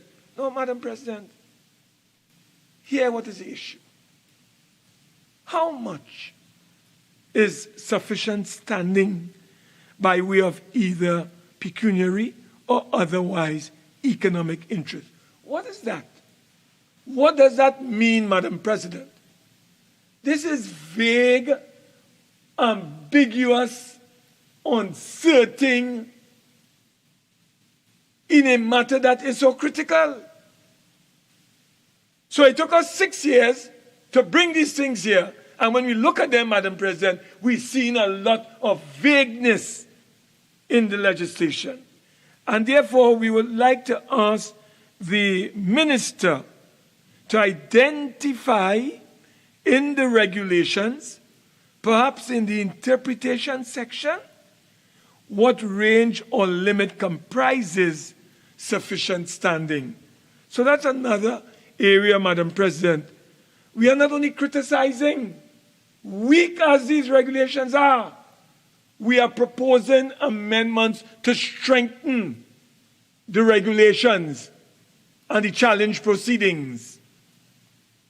Madam President, I strengthen clause 5.1, which talks about the office shall conduct a review independently and impartially in accordance with the hearing rules and procedures. Madam President, I ask if you have looked at this, as I have, as we have. Where are the hearing rules and procedure, Madam President? Can I ask through you to the Minister when he's winding up, provide this House with the hearing rules and procedures? Have they been drafted? Madam President, we haven't seen them. So we need clarification on this matter. So the Ministry of Finance or the Minister of Finance would need to provide guidance on where we can get these hearing procedures. And if they are not yet drafted, Madam President, when does the Honourable Minister expect those rules to be available? Because, Madam President, in the absence of these rules, this will obviously impact on the conduct of challenge proceedings. So that's another set of observations that we are making. We don't come here, Madam President, to rubber stamp anything. We have come here to strengthen these proceedings, weak as they are. Madam President, join me in 5.2, where we are seeking again to strengthen because of the vagueness, the uncertainty, the ambiguity involved. It says in 5.2, Madam President, that a member of the office who has a direct or indirect personal interest in a matter being considered or to be considered shall, as soon as reasonably practicable, after the relevant facts concerning the matter have come to his attention or knowledge, disclose the nature of his interest to the office, which shall appoint an alternative member. Madam President, the concept of alternative member is new to the procurement regime, since nowhere in the Act does it provide for an alternative member to be appointed in the event of a recusal, or at all. Does the law not provide for a quorum in such circumstances of recusal? If the Act does not speak to an alternative member, Madam President, this clause in the regulations may be ultra vires the Act. So who exactly, Madam President, as I see clarification, who exactly comprises the office in the challenge proceedings? We don't know. We hear about office, but we don't know who comprises the office. Madam President, the minister needs to explain to this parliament and to this country the validity of an alternative member being appointed in the event of recusal. Where is that in the legislation? Nowhere. But we parachute this into the regulations. But the regulations have to be consistent with the provisions of the legislation. Otherwise, it will run counter and it will be ultra vires the Act. Again, Madam President, these are very significant issues that we are bringing to your attention. I think I needed 4 hours to deal with this. Madam President, I want to invite you to go to clause 8, subsection 4 of these challenge proceedings. And you will see, Madam President, it talks about an application for review that is not in conformity with these regulations shall be rejected and returned to the applicant together with a statement of the reasons for its rejection. Madam President, here what is the issue? If an application can be rejected for non-compliance with the regulations and not for lack of merit, timeline compliance, or sufficient standing pursuant to clause 4, it is to be assumed that the application may be resubmitted once it complies with the regulations. In that case, and given the time-sensitive deadlines in Section 52 of the Act, a timeline, Madam President, should be inserted in Clause 8, subsection 4, within which amendments and refilling may occur with expedition. These are areas, again, Madam President, that are vague and they are loose and they leave uncertainty into this whole operation. So therefore, what are we proposing? We are calling on the government to consider amending Clause 8, subsection 4. And we would like it to read as follows. An application for review that is not in conformity with these regulations shall be rejected and immediately returned to the applicant together with a statement of the reasons for its rejection.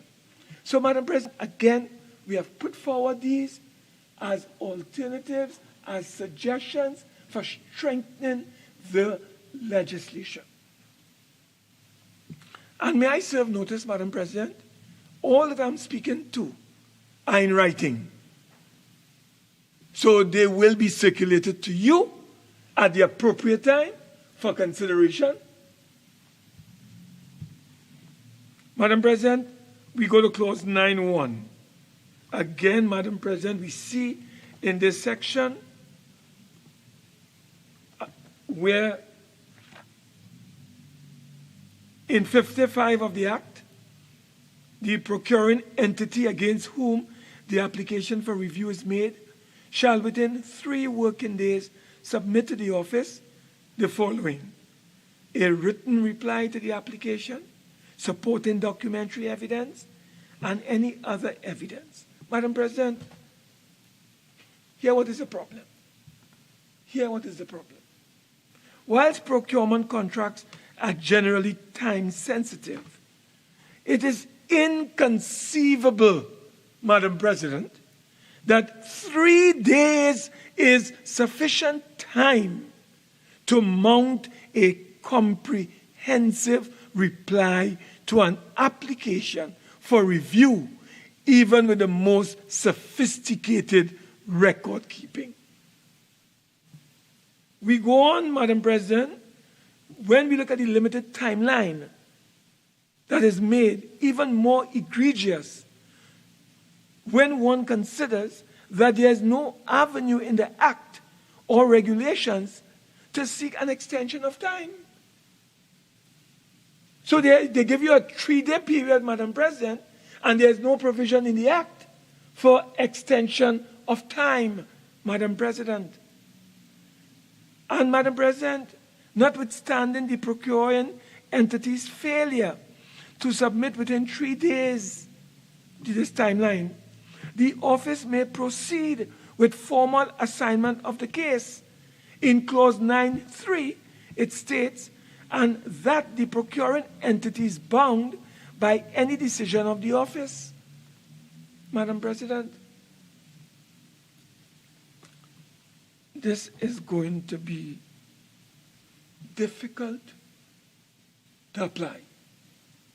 And therefore, we are calling on the Honorable Minister to amend so that we can increase the time frame to submit the reply. So we would like the Minister to insert a subparagraph to deal with a request for extension of time in certain circumstances and a reasonable time frame.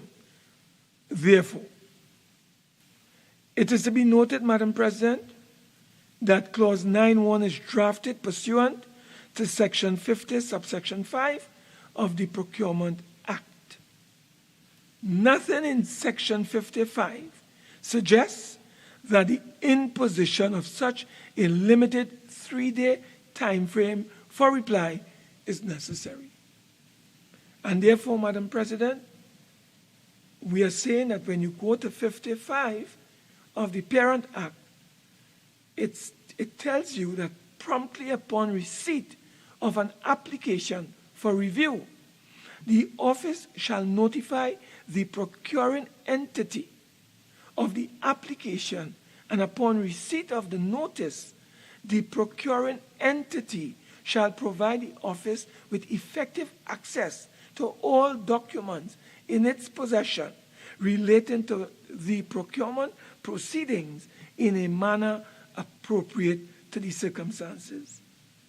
So, Madam President, we are saying 3 days without provision for an extension is not a manner appropriate to the circumstances. So we ask the government to consider a review of this section. And you go to 13.2 of these regulations in terms of challenge proceedings, Madam President, and again, you have a problem. You have a problem. And the problem is where a party, despite having received notice of the hearing, fails to appear. The office, if satisfied that the notification was received and the party is absent without good cause, may proceed with a hearing which shall be deemed to have been conducted in the presence of all the parties. Madam President, this is an attack on natural justice. If a party fails to appear, the record should reflect that failure to appear.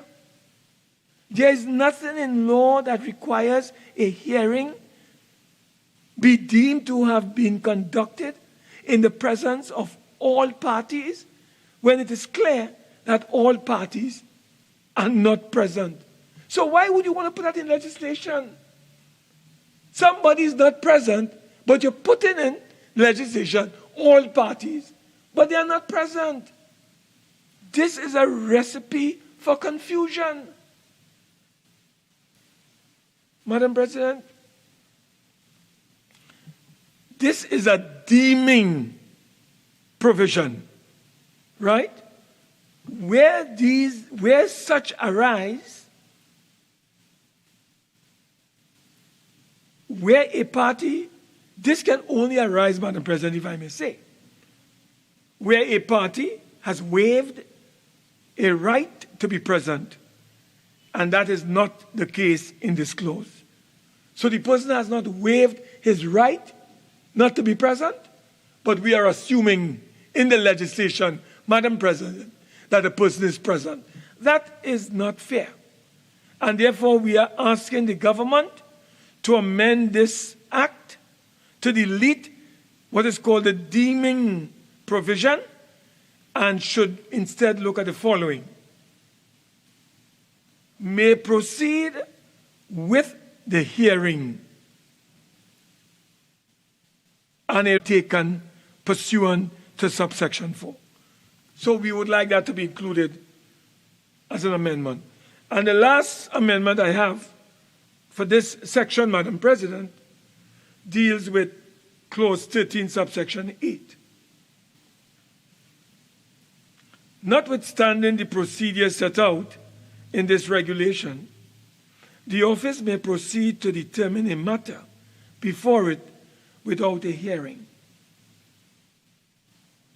if it is satisfied that the information in the form of documentary evidence or case files presented is sufficient to make a decision on the matter, and any decision so made shall be deemed to be in compliance with section 51(3) of the Act.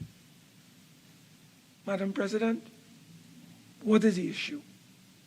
Of course, a matter can be determined without a hearing, in much the same way that the court may deal with an application without a hearing. However, in these instant regulations, care must be taken to understand that determining a procurement matter without a hearing may not be merely a procedural type application, since time, resources, services, and pecuniary consideration may be at stake. And therefore, in section 51(3) of the Act, Madam President, with which clause 13(8) seeks to deem a decision without hearing to comply, states inter alia, and I quote, the participants in the proceedings under this part shall have the right to A, be present, represented, and accompanied at all hearings during the proceedings. B, be heard. C, present evidence, including witnesses. Madam President, we are proposing to correct this obvious limitation, that in clause 13(8), we should amend it to make the decision to proceed to determine a matter without a hearing subject to section 51(3) of the Act. So that is an amendment we would like the government to consider to strengthen the legislation, and not to be deemed in compliance therewith, so that the office, by being subject to section 51(3), will necessarily have to first consider section 51(3) in its decision making. Madam President, we have put forward a series of amendments to this challenge proceedings aimed at strengthening the legislation in its current form. There are many weaknesses, and we are seeking to strengthen these, to strengthen the regulations.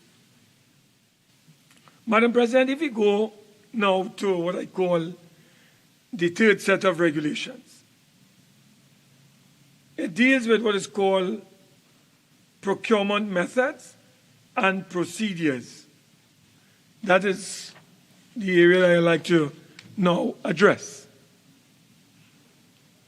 Now, Madam President, may I indicate that these procurement methods and procedures regulations 2021 must be read in conjunction with the Procurement Act, with the OPR's general guidelines on procurement methods and procedures, and the comprehensive handbook on procurement, retention, and disposal of public property 2019. So you have to look at these methods and procedures in conjunction with what the areas that I've just identified. Now, Madam President, the OPR's general guidelines on procurement methods and procedures states on page 4, item 3.0, and I quote, "The determination of the most appropriate procurement method is not made solely on the basis of the item to be procured. Is a good, a work, or a service. Instead, consideration should also be given to the circumstances of the specific requirement." Senator Mark, you have 5 more minutes. Yeah. The specific requirement and to maximizing competition to the extent that is practical. So, Madam President, it tells you what are the considerations that you must take on board in this section of methods and procedures. It goes on, Madam President, to indicate that it is a choice of procurement method that we have to focus on, which must necessarily be determined in the context of the factors as set out, Madam President, in this particular handbook. Madam President, the impact in passing these regulations would reveal the following. In clause 28.3, it states, "A procuring entity may in its bidding document permit any method of making a submission, provided the method allows for the confidentiality and security of submissions, including the prevention of the opening and reading of submissions prior to the deadline set in the bidding document." Madam President, there are several issues surrounding these regulations dealing with methods and procedures. So you go to clause 28.5, it talks about the procuring entity shall record the date and time of the receipt of a submission from each supplier or contractor. And when you go to clause 3 of these regulations, it states that the named procurement officer shall be suitably qualified, experienced, and competent to prepare the annual procurement plan for the approval of the accounting or equivalent in a public body.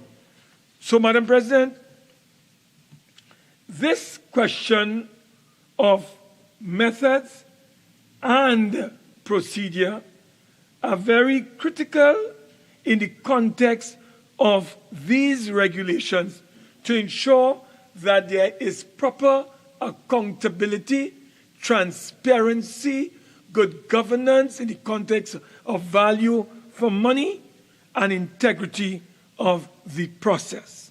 Senator Mark, you have approximately 1.5 minutes of the 90 minutes. Are you going to avail yourself of the further 15 minutes? Yes, I just have one other area, so I'll need that extra 15 minutes to just complete it. Is that okay, ma'am? It's up to you, Senator Mark. So Yeah. So I'm just trying to complete my sure. contribution. Yeah. So, Madam President, if I may continue, and the final area I'd like to pay attention to in the moments I have available is the regulations that deals with pre-qualification and pre-selection, which deals with number 2 regulations of 2021. Madam President, these regulations dealing with pre-qualification and pre-selection is watered-down legislation. It leaves room, Madam President, for manipulation and undermining of the procurement process because of the weakness and the ambiguity and the vagueness of the language. And it leaves a wide open crack, possibly for corruption in the disbursement of public contracts, Madam President. Madam President, if you go to clause 9.2 of this set of regulations that deal with pre-qualifications and pre-selection, it states, where the list pre-qualified suppliers or contractors is prohibitively lengthy and would result in the public body spending an inordinate amount of time on the evaluation of the submissions, the procuring entity may, at a minimum, pre-select suppliers or contractors. Madam President, again, because there's no definition and because there's no interpretation section, we have no definitions under this pre-qualification and pre-selection set of regulations. So what do we mean by prohibitively lengthy? Who determines that? There's nothing to guide us. What is meant by an inordinate amount of time, Madam President? We don't know. Who is to determine that? Who defines that, Madam President? We don't know. So again, there's a lot of vagueness in what we have before us. And Madam President, we know of a major objective of procurement and the regulations before us is to remove subjectivity and any likelihood of bias and unfairness in the disbursement of public money via contracts. So, Madam President, we are arguing that the law must be decisive, it must be certain, it must be unambiguous, and it must be straightforward. And in these regulations, they were pre-qualification and pre-selection, we are seeing ambiguity, uncertainty. I would like to see certainty in the legislation, much like the PNM defeat in Tobago and last evening in Dabe South. I want certainty, Madam President. So I'm calling on the government to deal with these matters, not in a skewed and prejudiced way, but to see it, Madam President, in a straightforward, unambiguous manner. So I would like the government to pay attention to that. Madam President, if you go to clause 9.2 quickly, we see a number of abstract provisions, many of them in this pre-qualification and pre-selection set of regulation. So, Madam President, if you go to 9.2, Clause 9, subsection 2, you will see where it states that a public body could pre-select contractors based on several criteria. And you will see, Madam President, in 9.2, it includes geographical location. Again, Madam President, what does that mean? What does that mean? We don't know. So, Madam President, the government has brought regulations here that are very abstract, ambiguous, vague, and designed not to work. They are almost impractical in their application.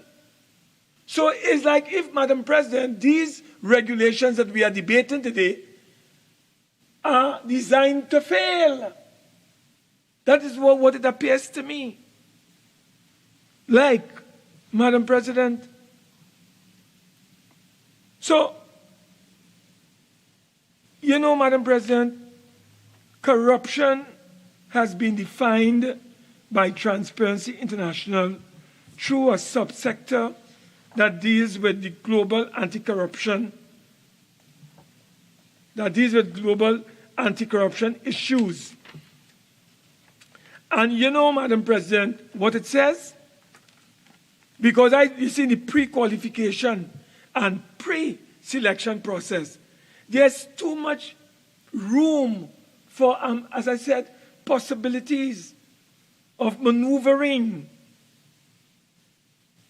So corruption, in its widest sense, includes bribery, extortion, fraud, cartels, abuse of power, embezzlement, and money laundering. All this is captured, Madam President, when you come to procurement legislation. So we are dealing with pre-selection and pre-qualification in this context, and we are seeing, Madam President, under a very highly regarded body called the Global Infrastructure on Anti-Corruption in the world, where they were talking about how these things can be done, how corruption can take place. And we are seeing, Madam President, in the provisions before us, the avenues and the channels available for this to happen. And therefore, we are saying that these regulations under pre-selection and pre-qualification are feeble and deficient, Madam President. And they can, in fact, if not properly strengthened, promote fraud, Madam President, particularly in the pre-qualification stage of public tendering. And this is what this is about. It's about pre-qualification and pre-selection, Madam President. And you are seeing, Madam President, where there is a possibility, and I'm not saying that is in Trinidad and Tobago. Maybe it does exist, but I'm not dealing with it at this time. I'm dealing with a hypothetical scenario where a tenderer, Madam President, in a pre-qualification exercise may pay a bribe to a government official, in return for which the official ensures that the bribing tenderer wins the contract. Senator Mark, you have a few minutes left. You are now starting to repeat yourself with respect to the regulations, with respect to what you're dealing with right now, which is the pre-qualification and pre-selection. So I'll ask you in your remaining minutes to really tie up what you have to say, or, Madam President, I always am guided by you, but with respect, I am advancing that this matter of pre-selection and pre-qualification makes room for improprieties. And Senator Mark, Exactly. That's the point I'm making. I know the point you've been making, but you've been making it now for quite some time. Well, and I am, Senator Mark, believe you me, I have been writing, making my notes, so I know exactly what you've been saying. okay, ma'am. I'm guided by you. Madam President, listen. We have to be very careful that when we are promoting and advancing these regulations, that you do not leave room for any possibility, or you reduce the possibility of room being created for any kind of maneuvering that can take place. And I'm saying, Madam President, when we look at the pre-qualification and the pre-selection regulations, you have a lot of room for possible maneuvering, Madam President, that can lead to very dire results for our country. Madam President, let me just, as I don't want to spend any more time on this final one that I have dealt with, lest you accuse me of repeating myself. I don't want to be accused of that because I'm not about that. So, Madam President, I would like, in the few moments I have remaining, for the Minister to explain to us, Madam President, what action will he be taking to address what has been described by the Office of Procurement Regulation, Mr. Munilal Laljan, has indicated publicly that there is a challenge that he is facing. There is a rebellion that he's facing in terms of public entities and state enterprises, statutory authorities, and ministries, because they are not prepared, Madam President. They are not ready. And I'm saying that the Minister of Finance, who piloted these regulations and who is responsible for supervising and linking with the Office of the OPR, has a duty and a responsibility to ensure that these agencies get their act together. So we are told, Madam President, by the Office of Procurement Regulation, as we deal with implementation of these regulations, as they get whatever limited approval today, we are told that out of 314 agencies, only 20, Madam President, has a code of conduct. That is what we are told. So how can you talk about implementation of the legislation, approval of these regulations, but out of 314 agencies, only 20 have a code of conduct? What does that mean, Madam President? How is that going to impact on the operationalization of this exercise that we are involved in? And that is why I think it's important for the Honorable Minister to take charge. Because he took charge for 6 years, that is the Honorable Minister. He took charge for 6 years, Madam President. And during that 6-year period, particularly during the last 4 years, the whole process stalled. And now we are here to approve these regulations, and we are getting resistance according to the OPR. So where are we? Where are we going with this? Minister of Finance, you have to intervene. You have to intervene, Madam President, through you. He has to provide the resources. He has to provide the personnel. He has to provide whatever technical support that is required to get these units up, ready and functioning as we move towards the approval of these things, Madam President. Really? As we move towards the approval Madam President, of these regulations. I'm on my feet. Senator Mark. All of this is irrelevant to the regulations. And not only am I upholding that invocation of the standing order, but I'm also telling you, Senator Mark, you have very few seconds, and you've said all of this already. Then you are, I don't want to argue with anyone, including with the President. I don't argue, but with respect, please. Madam President, what we are saying today simply is this.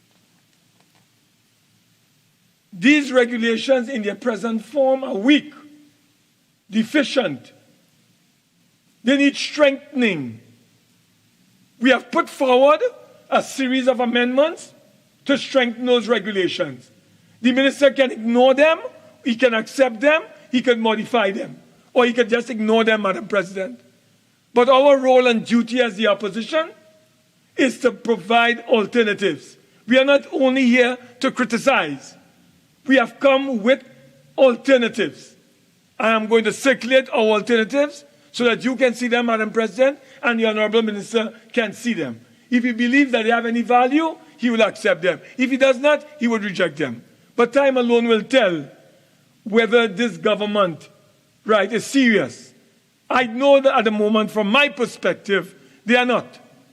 So, Madam President, in closing, what can I say? But we will do whatever we have to do to ensure Senator that Mark, there is transparency. Senator Mark, your 105 minutes are now up. Senator Deonarine.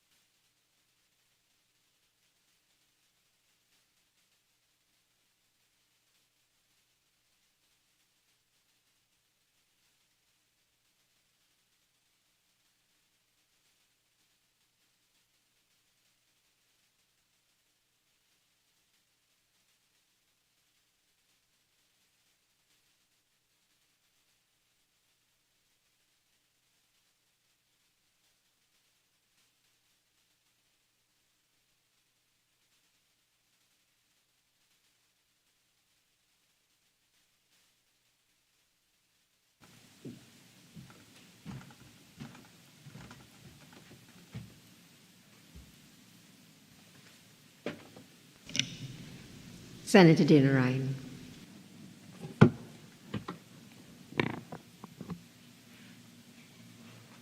Thank you, Madam President, for the opportunity to speak on this very important debate. Madam President, I have to say that developing new procurement legislation, especially subsidiary legislation for a country, is really no easy task.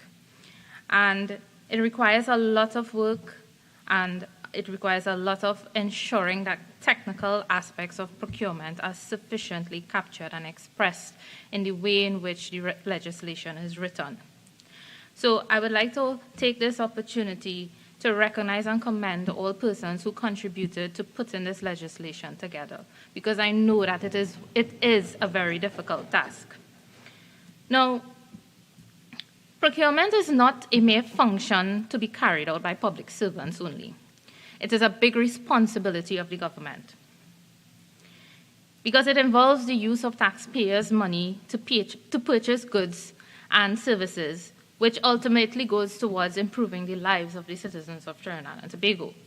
As such, it is by nature a political issue, and changing the procurement system is challenging because there will be many interests, the interests of many stakeholders that has to be balanced.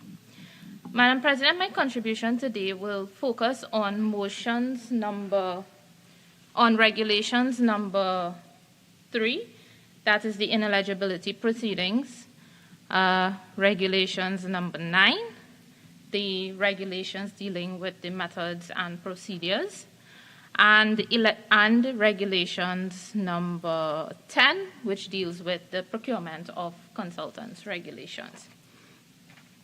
Madam President, having operated in a multilateral lending agency space, I really have a true appreciation for their commitment to measurable results and the highest standard of integrity, transparency, and accountability, especially when it comes to procurement.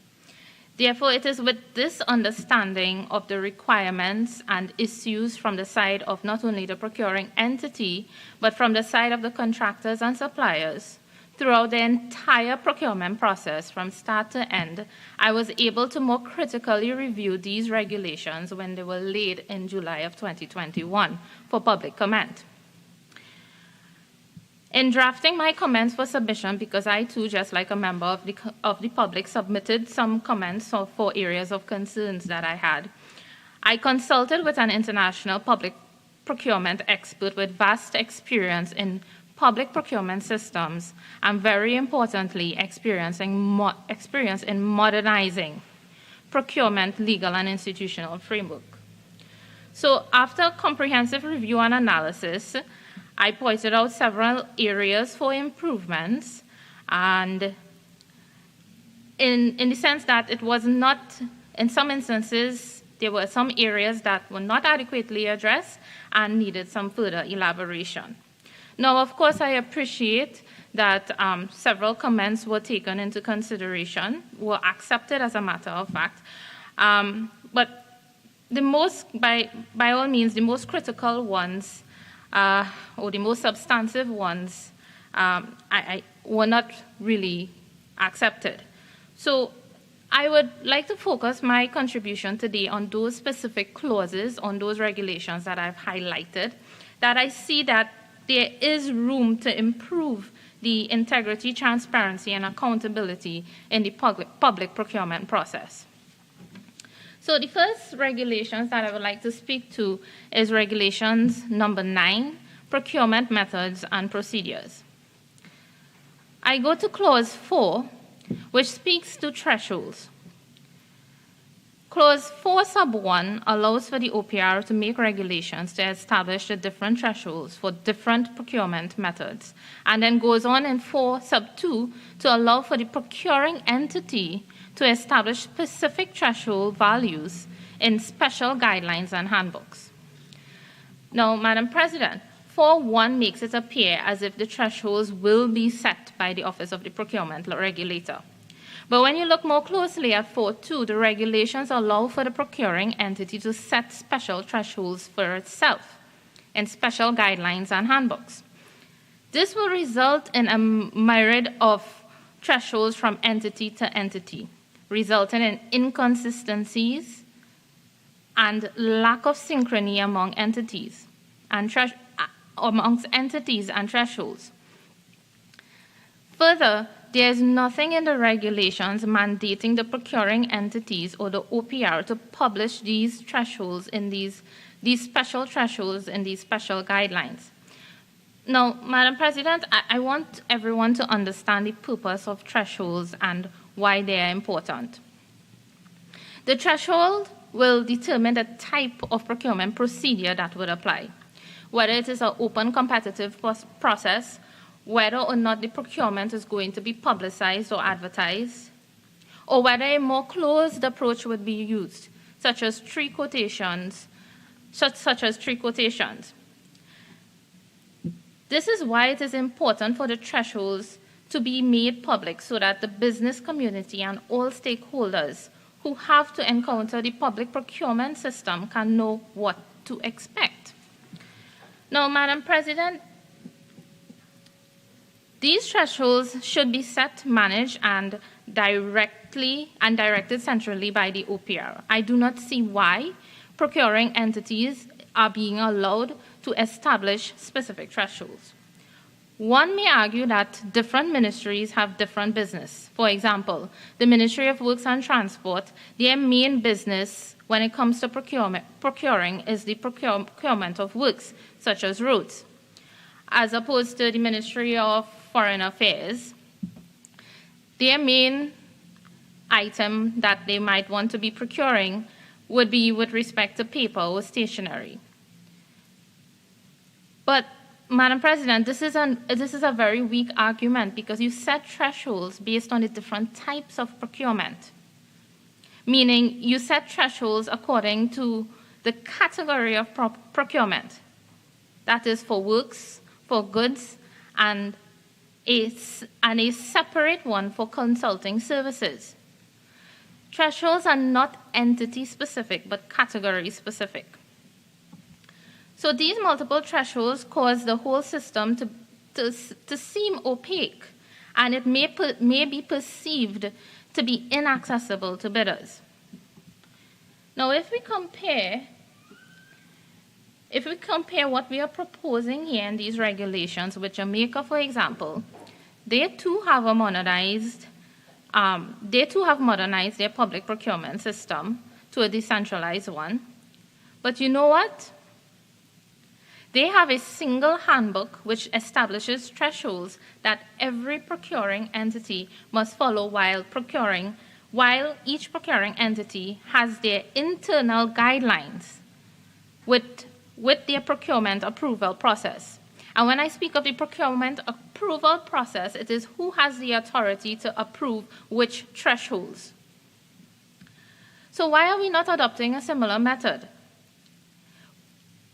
We need to provide a single and comprehensive point of entry for procuring entities, bidders, and the public. If this highly decentralized system that we are proposing is to be successful, a necessary accompaniment to this system is transparency. It is important to understand how the procuring entities will be monitored, and more importantly, how visible and accessible their internal guidelines and thresholds will be. This has to be managed in an environment with a high degree of publication of information. For example, the MDBs publish their procurement policies and thresholds so that anyone who is dealing with their projects in any particular country knows exactly what's supposed to happen. So, Mr. Vice President, the next area I want to move to under regulations number 9, clause 6, which deals with two-stage bidding. And allow me to quote from the regulations. The regulations say in 6.4 that where a procuring entity engages in discussions with a supplier or contractor, it shall extend to all suppliers or contractors whose initial tender has not been rejected an equal opportunity to engage in discussions. It goes on to say that, based on these discussions, the procuring entity may revise the terms and conditions of the procurement, but not to the extent that the revisions would modify the subject matter of the procurement. Mr. Vice President, here in principle is what we would like to have in a perfect world. But in reality, the reality is that in practice, this method is very vulnerable to being compromised by conflict of interest and human error that can derail the integrity of the entire procurement process when we are dealing with two-stage bidding. Further, for those procuring entities who are new to this method, because there will be procuring entities who will be new to this method, because we are introducing a whole new system, it will take some time for them to adapt to this new normal. With that being said, we should not be allowing a procuring entity under conducting a two-stage process to conduct conversations, have discussions with various contractors and suppliers without an independent body or independent person there to mediate and supervise the discussions oversee the communications and correspondences. Someone needs to be there to ensure that everyone is given that equal opportunity that the clause intends to give.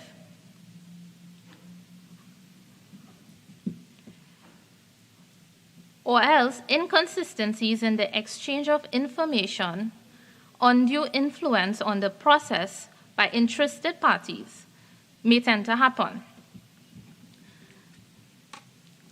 Mr. Vice President, this could result, all of this could result in a revision in the terms and conditions of the procurement as outlined in Clause 4.6, which is why it is of utmost importance to have someone there to ensure that the procedural integrity of the entire procurement process is maintained.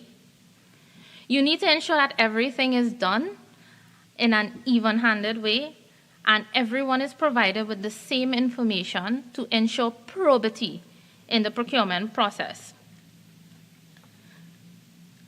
Mr. Vice President, I have heard of procurement processes with standard RFP, not even two-stage bidding as we are referring to here, where the process was so badly managed that there was offline communication outside of the official channels between staff and between staff of the procuring entity and a certain bidder, resulting in the entity feeding information to this bidder, allowing that firm to influence the procuring entity to even set the evaluation criteria. These are real possibilities. These are things that happen under a standard RFP process. And now we are talking about a two-stage bidding process. Therefore, I recommend that a probity advisor be engaged when this type of procurement process is being utilized to have that probity advisor prepare a report which shall be submitted to the independent office of the procurement regulator and the procuring entity. Without this intervention in a two-stage procurement process, it leaves a huge gap in the regulations. This is a loophole in the regulation that can compromise the transparency and integrity of a two-stage bidding process. And Mr. Vice President, I really want to question why this recommendation to have a probity advisor in the two-stage process was not taken into consideration. Having a probity advisor is a feature of a modern public procurement system.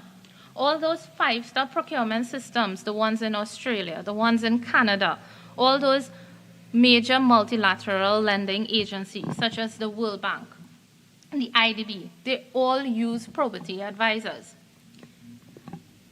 Even the OPR recognizes the value of having a probity advisor, such that it recommends that entities included for their type of procurement in their guidelines. This is in the OPR guidelines for procurement methods and procedures. But what I'm saying is that this needs to be much stronger than just a recommendation. It needs to be firmly cemented in the regulations. Mr. Vice President, what I'm saying is that we are not reinventing the wheel. For about 2 decades now, modern procurement systems have been using independent probity advisors as a neutral party to monitor the process and ensure everyone is given the same treatment and the process is conducted fairly. And the last thing I want to say on this point is that, Mr. Vice President, is that if we are at this stage, this late stage, where we want to be modernizing and aligning our procurement system, our public procurement system, with good practice standards, international standards, I really cannot understand why we would not want to adopt something like this. Mr. Vice President, I want to move on to the ineligibility proceedings regulations, that is regulations number 3. I am moving on to this with the intention of coming back to the procurement methods and procedures. Mr. Vice President, I would like to draw your attention to Clause 3, which speaks to the reporting of prohibited conduct and sanctioning of suppliers under the ineligibility proceedings regulation. And if you allow me to read it, I would like to quote 3.1 says, if an officer of a procuring entity, a bidder, or a member of the public suspects that a supplier or contractor participating in a contract award procedure or a senior officer of the supplier or contractor has engaged in any of the prohibited activities under Section 41 of the Act, he may bring this to the attention of the accounting officer or equivalent public body or to the office in a report together with documentary evidence at his disposal. Then clause 3 sub 2 goes on to say where, as a result of this information provided or subsequent to his own investigation, the accounting officer or equivalent in a public body is satisfied that there is sufficient evidence to support a finding of prohibited conduct, he may transmit the report and evidence to the office. Now, Mr. Vice President, I have some issues with this. And let me say this first. Ineligibility and sanctioning of a supplier is a serious matter. It is serious because it could possibly affect the viability of a company, especially when you have a company that relies extensively on government contracts or government procurement. Their business is government procurement, bidding for government contracts. A sanction of ineligibility can have in that case, a sanction of ineligibility can have serious economic impact on the company to the point that it can render them bankrupt, right? So, an examination of clause 3 shows that it is the accounting head or the equivalent of the head of a public body who has the responsibility to report on such cases of prohibited conduct to the OPR, subsequent to their own investigation. So the accounting officer or head of a public body is allowed to conduct their own investigation. My concern relates to what takes place after this report is placed in the hands of the office. Clause 3 sub 3 says that the OPR, upon receipt of the report, shall review the contents and decide whether to proceed. Now, once the OPR has the report, how does it proceed? It is not clear in the regulations what happened, what type of proceedings, or how does he conduct proceedings. The regulations do not give any obligation for the OPR to conduct his own independent investigation on both sides to find out what took place and to give the supplier the full benefit of due process before arriving at the point of issuing a notice of proposed ineligibility. It just appears that the OPR can move from receiving the report from the accounting head, the accounting officer, or head of the public body into and go straight into determining whether there is enough evidence in the report and then notifying the accused supplier of proposed ineligibility. This makes it a very unilateral process. It causes concern because the accounting officer or public body head, who is likely to have a vested interest in this process, bearing in mind that it would be his or her entity that is involved, can conduct their own investigation, and the OPR has to rely on the submission of the accounting officer. As a party independent to the procurement process, the OPR should be allowed to conduct their own investigations. What happens now is that the PS, for example, after their own investigation, they make the report about the supplier to the OPR. The OPR then looks at the report, determines whether there is sufficient evidence or not, and then go ahead, based on their determination, and issue a notice of proposed ineligibility to the supplier.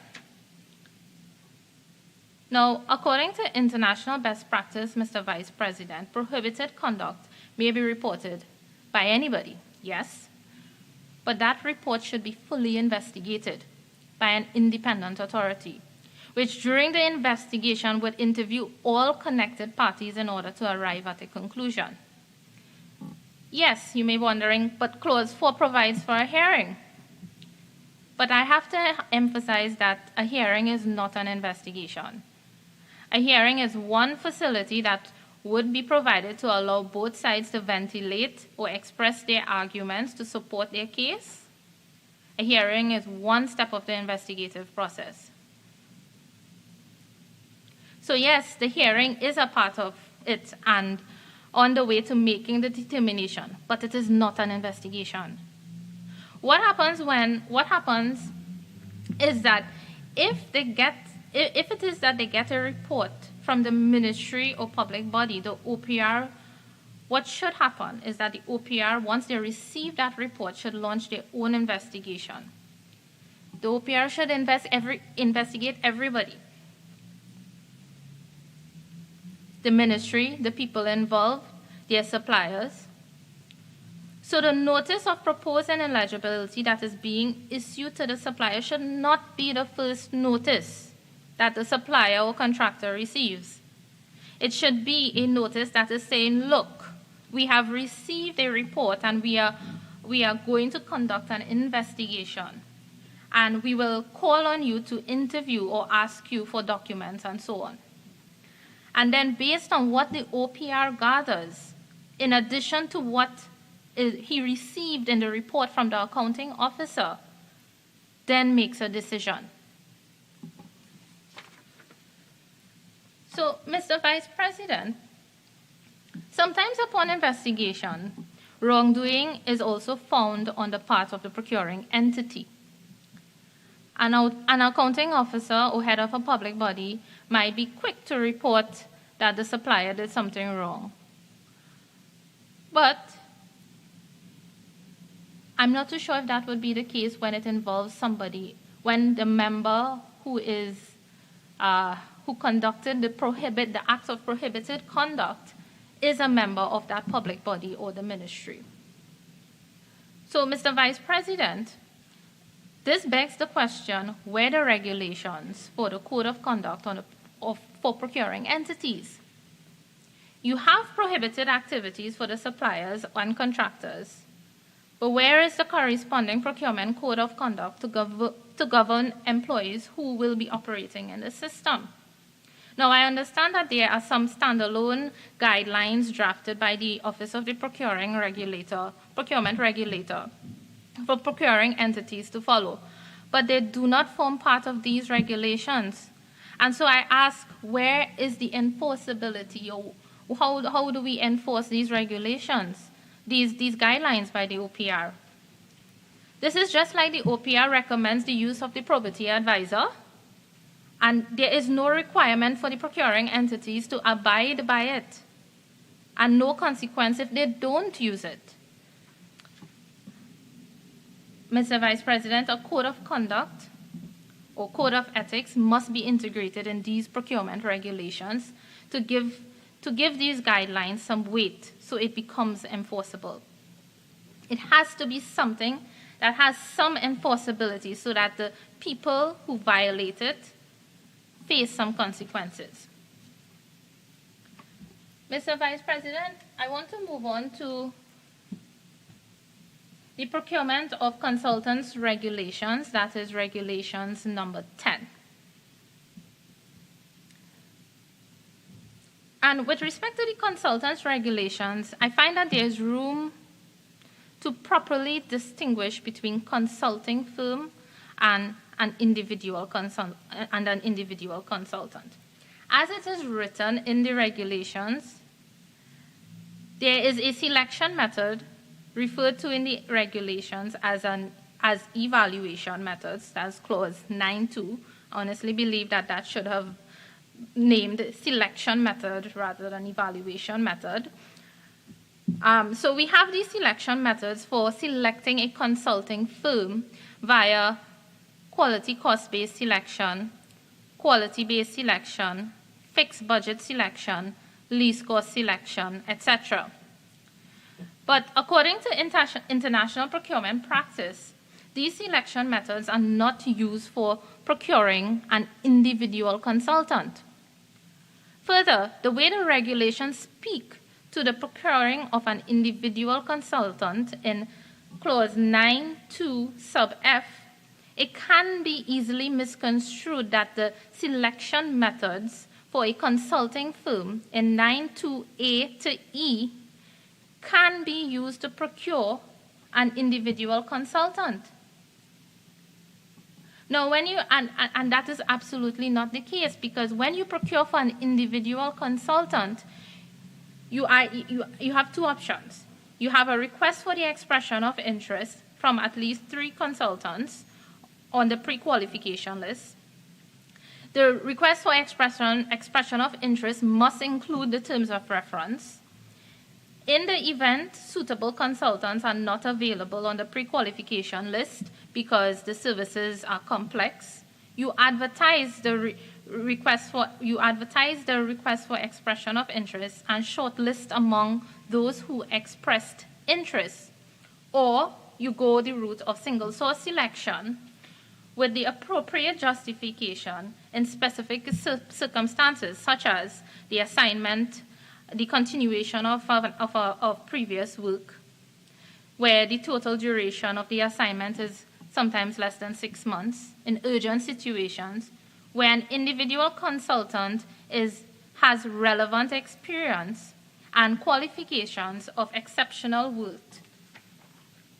So, Mr. Vice President, as it is here, it isn't clear. There isn't a clear distinction between procuring a consulting firm and an individual consultant.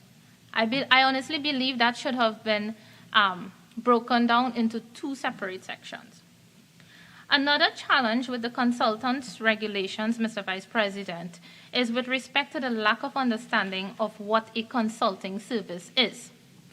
Now, I did propose that this definition be cleaned up, and I saw that it was accepted. The definition of a consultant in Clause 2 of the regulation defines a consultant as, and I quote, a legal entity or natural person who provides consulting services within the meaning of the Act. But, Mr. Vice President, there is no definition for consulting service. Without a definition of consulting service, you end up in a situation where it works, which is absolutely inaccurate. Consulting services covers a range of services that are advisory or professional in nature. You don't mix these services with goods. Now, I'm talking specifically about Clause 10.3 sub B, which states that an individual consultant may be selected based on his qualifications in the following manner. And B says, the procuring entity shall ensure that the shortlisted consultant possesses the required qualification and has the capacity to provide the good, work, or service as set out in the terms of reference. Mr. Vice President, you do not hire a consultant and ask them to supply you with goods or works. You do not do a terms of reference for the procurement of goods. Terms of references are for consulting services. Terms of references is for intellectual service. For an intellectual service, that's where you set out the deliverables, the scope of what the consultant will do. There is a bidding document with specification for goods and works. And this brings me back to the procurement methods and procedures regulations, that is regulations number 9. When the regulations refer to limited bidding in Part 3, Clause 8, the language used shows a misrepresentation of the nature of the procurement method. Clause 8.1 says, a procuring entity may engage in limited bidding to restrict the number of suppliers or contractors who are invited to make a submission.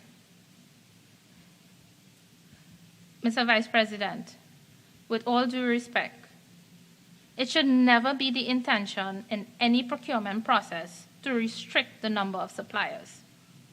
That is not the case. A limited bidding process is used where there is a relatively small number of suppliers in the market, or there is some sound justification that allows for a limited tender process to make sense. How this comes across as it is drafted is that it comes across as if you are trying to deliberately limit the number of contractors or suppliers when it really should be open. This can cause unnecessary confusion and make it seem as if you are trying to deliberately distort the system, which is not what your intent is. What the regulations should be doing is giving some conditions for the use of a limited tender. Continuing under regulations number 9, regulations for methods and procedures, I want to go to clause 12 and then to clause 14 in the procurement procedures and methods regulations. This relates to single source selection and sole source selection.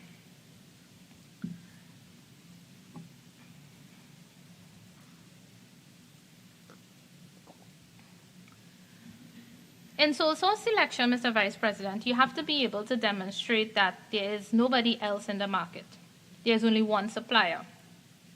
The supplier or the contractor is the only one capable of providing the subject of procurement, which means that he or she has some unique value that they are offering that you cannot find anywhere else. When you talk about single source selection, which is a non-competitive method that is also called direct contracting, so you have direct contracting when you're talking about contracting for works and for goods, and then you have single source selection if it is a consultant. So it is a non-competitive method, and it is used even though other suppliers exist. You choose to engage just one supplier or contractor, even though other suppliers exist. In this selection method, you have to have strong justification for the exclusion of other contractors or suppliers for specific reasons.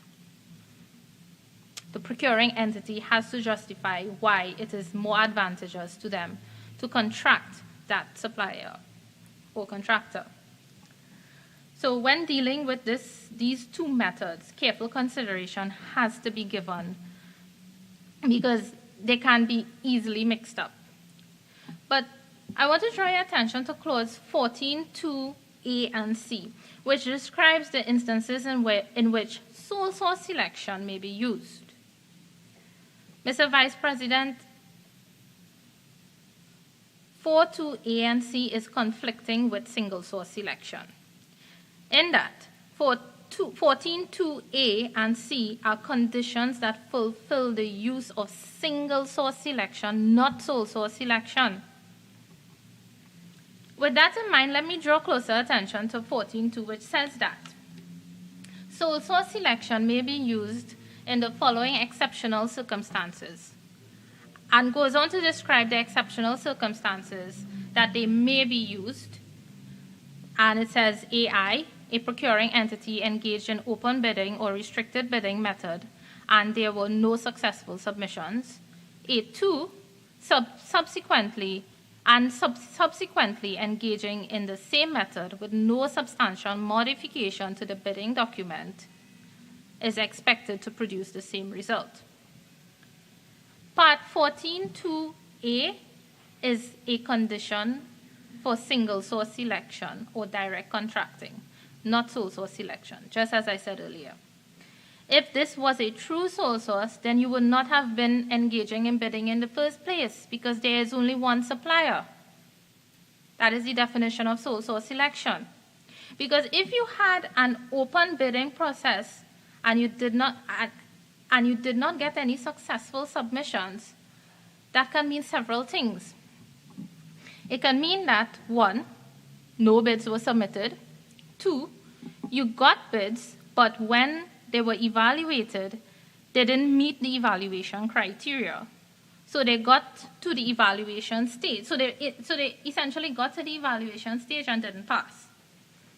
Or 3, you received bids, but they were disqualified before they could even reach the evaluation stage.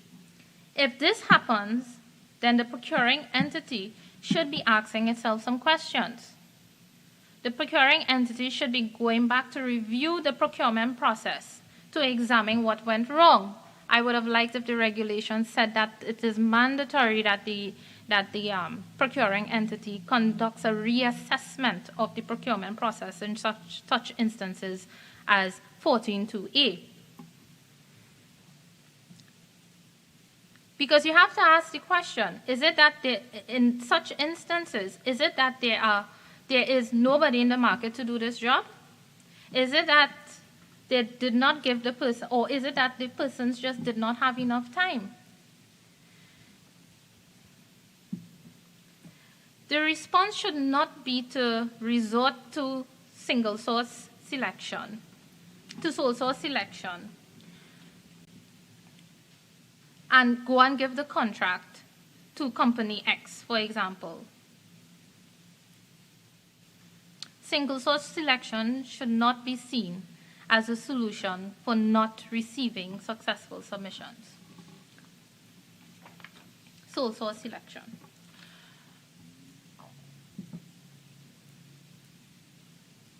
And honestly, Mr. Vice President, it would not, this way in which we are telling the procuring entity to go ahead and conduct this process, it would not help our procuring entities to develop any real technical capacity in procurement, because here they have the option to resort to sole source selection after no successful submissions on 2 occasions from an open bidding process. We should not be setting up these regulations in such a way to allow for the procuring entities to use this method as a substitute, because as it is read, the intention is not for them to use it as a substitute, but the way in which the law is drafted, it can be used as a substitute. The procuring entities need to be able to competently manage the procurement groundwork. That is, the proper procurement planning, as required under the Parent Act, and conducting the necessary reassessments when a procurement fails. When a procurement fails, we need to encourage the entities to go back and reevaluate their methods, to look at where they went wrong. If we give them an escape route, then we hear things like, well, the procurement didn't work out like we planned. We went out 2 times, So we just decided to give it to company X via sole source selection. This is a loophole in the regulations. Now, further, let's look at 14.2c, where it allows for sole source selection to be used due to reasons of extreme urgency brought about by unforeseen events not attributable to the procuring entity. Again, this is a condition for single source selection, not sole source selection, and therefore does not belong under Clause 14. During periods of extreme urgency due to unforeseen events, you may contract one supplier, but you are contracting that one supplier even though others are available on the market. But again, Mr. Vice President, even in this situation, even in situations of emergency, single source selection is, and the regulations do capture it. If it is, we are saying that we are moving towards having proper framework agreements and so on. In the event that we have proper emergency policies in place and proper emergency frameworks in place, and we sufficiently, and the state entity or the ministry is sufficiently prepared with these documents, and they have them in place, then the tendency to resort to single source selection will be greatly reduced.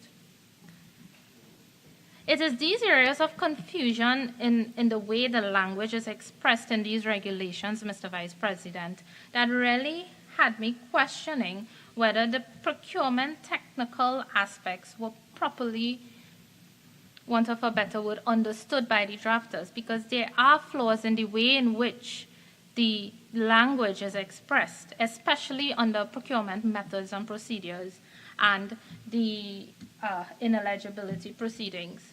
And the procurement of consultant regulations. Now, legislative drafting is one thing, but you need to have that solid public procurement expertise to guide the drafters of these regulations. You have to give them the technical meat so that they would know how to frame it.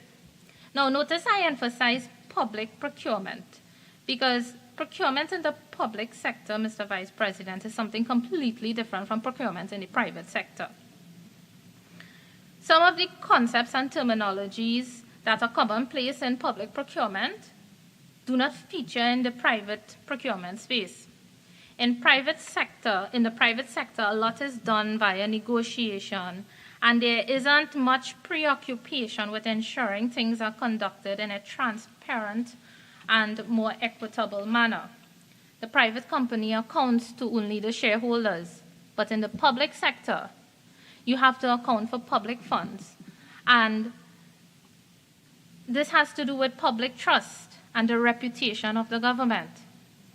The reality is that when public procurement gets tied up in scandals and corruption scandals, it is the public that really suffers, because they're the ones who are really denied of those public resources that could have been more efficiently allocated to them for their benefit. Now, I want to touch on the challenge proceedings very briefly. And I say very briefly because I know we have a lot of lawyers in this honorable house who would delve deeply into this. And my comments with the challenge proceedings, so this is regulations number 2. I refer to clause 9 that deals with the submission of the reply by the procuring entity. Now, clauses 9, 2, and 3 to me does not provide sufficient incentive for the procuring entity to supply documentation requested by the Office of the Procurement Regulator. I really don't understand why we are not placing more emphasis on compelling these procuring entities to provide the information that are requested by the Office of the Procurement Regulator. For this to have some teeth and real effectiveness, there should be a consequence or penalty for non-submission of responses from the procuring entity. Now further, when we look at clause 9 sub 5, we see that a procuring entity, and I quote, the procuring entity may, at the time of submitting its written reply, request that the office authorize it to award the procurement contract or enter into framework agreement on the grounds that a delay in awarding the procurement contract or entering the framework agreement would be contrary to the public interest. And it goes on. The point is that I do not agree with this clause. Some qualification needs to be placed on it. The procuring entity must provide strong justification for which the OPR would take into consideration and make a determination. At this point, we need to remember that the OPR has suspended or is likely to suspend the procurement process, Therefore, the procuring entity must make a strong justification that there were not any breaches. Delay in awarding the procurement contract is not sufficient justification. And under the challenge proceedings, I found what was missing is a clause on how you treat with confidentiality periods. Confidentiality periods is like during the process of when the evaluation of a procurement process is taking place. Because confidentiality periods needs to be recognized and addressed in these regulations. Because really, how are you going to deal with complaints coming in during that period when an evaluation of a procurement process is going on? Perhaps I missed it. I found that the best place for it to be captured was under the challenge proceedings regulations. I did not see it, so I am throwing that out there, hoping to get a response as to how we really intend to deal with confidentiality periods. So, Mr. Vice President, as I begin to take the last couple minutes to wrap up,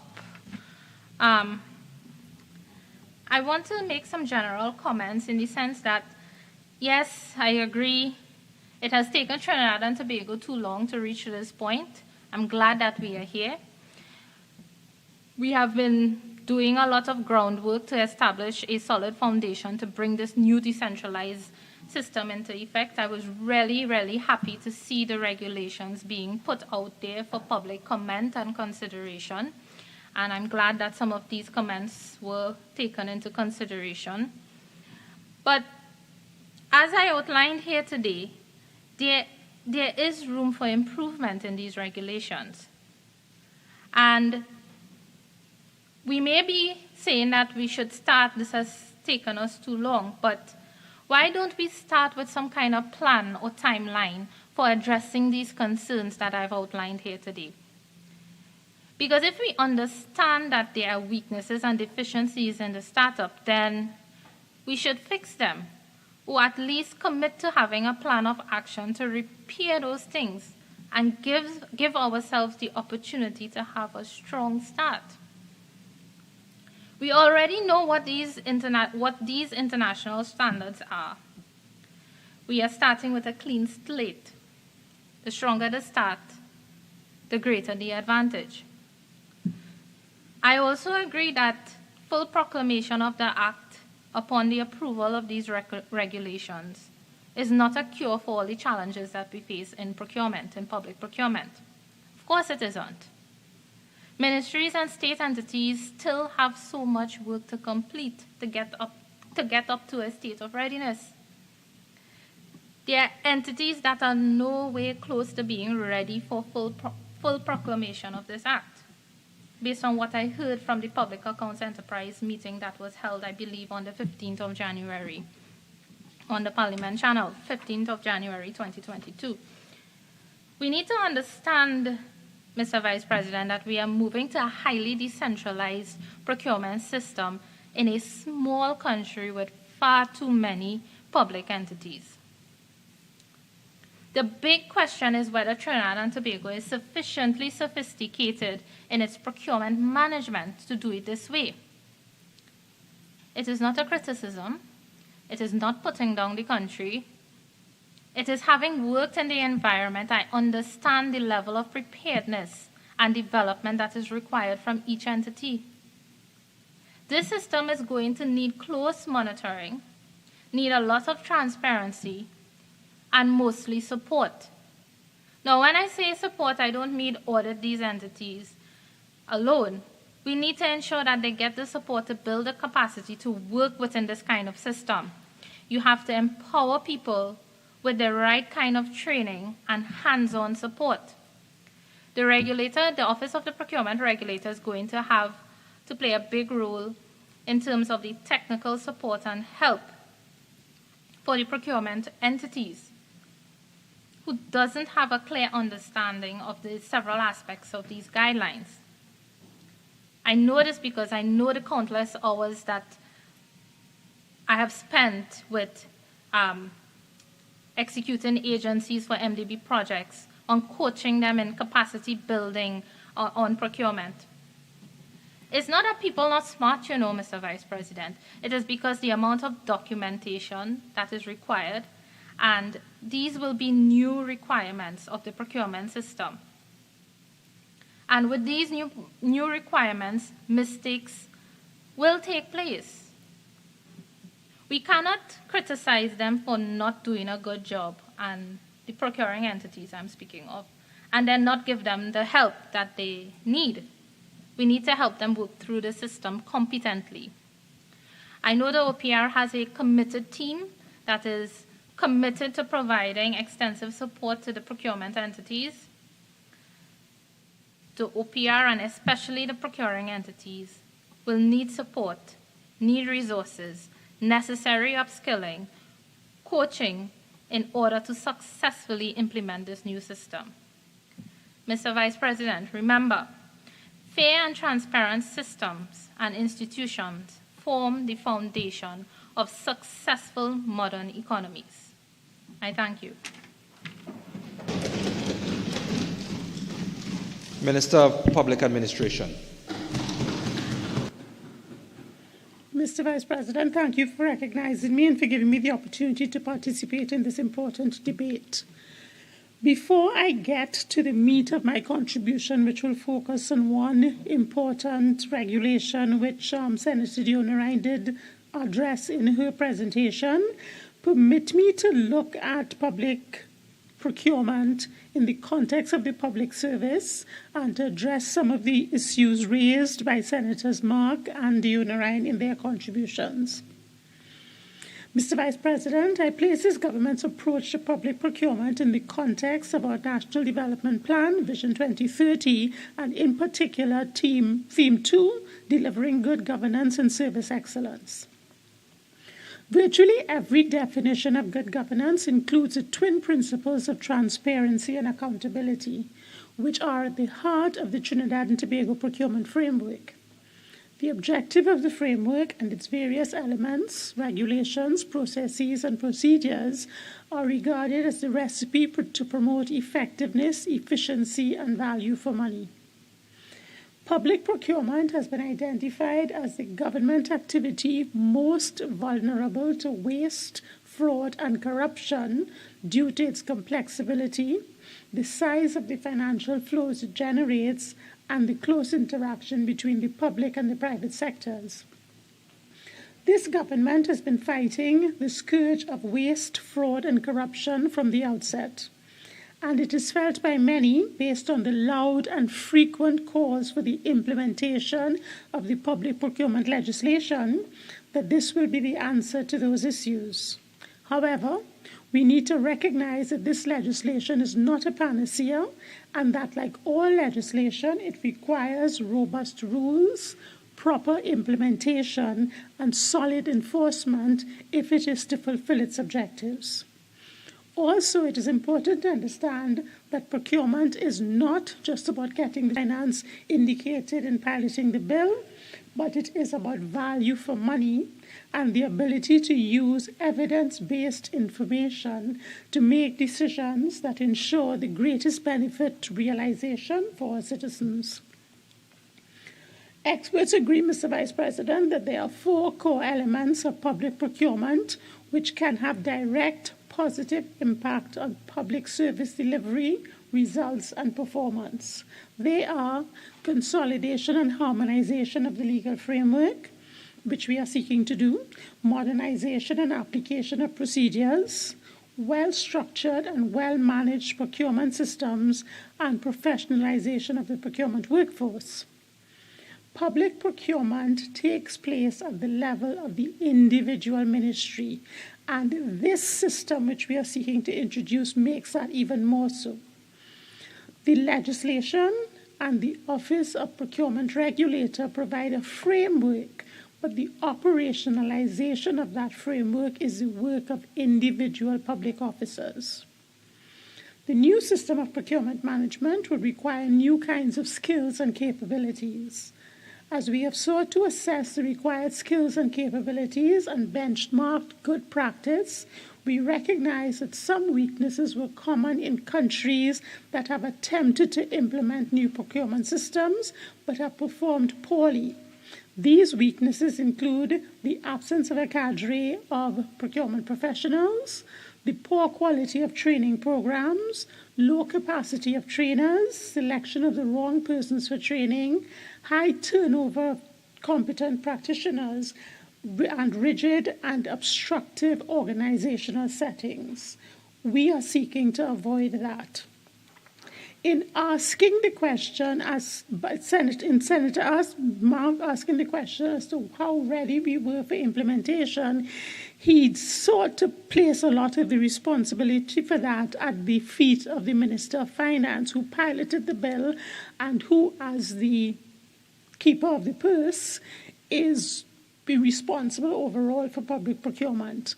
But much of the work that has to be done to ready the public service really is laid at the feet of the Ministry of Public Administration, which is the ministry under which two important units fall.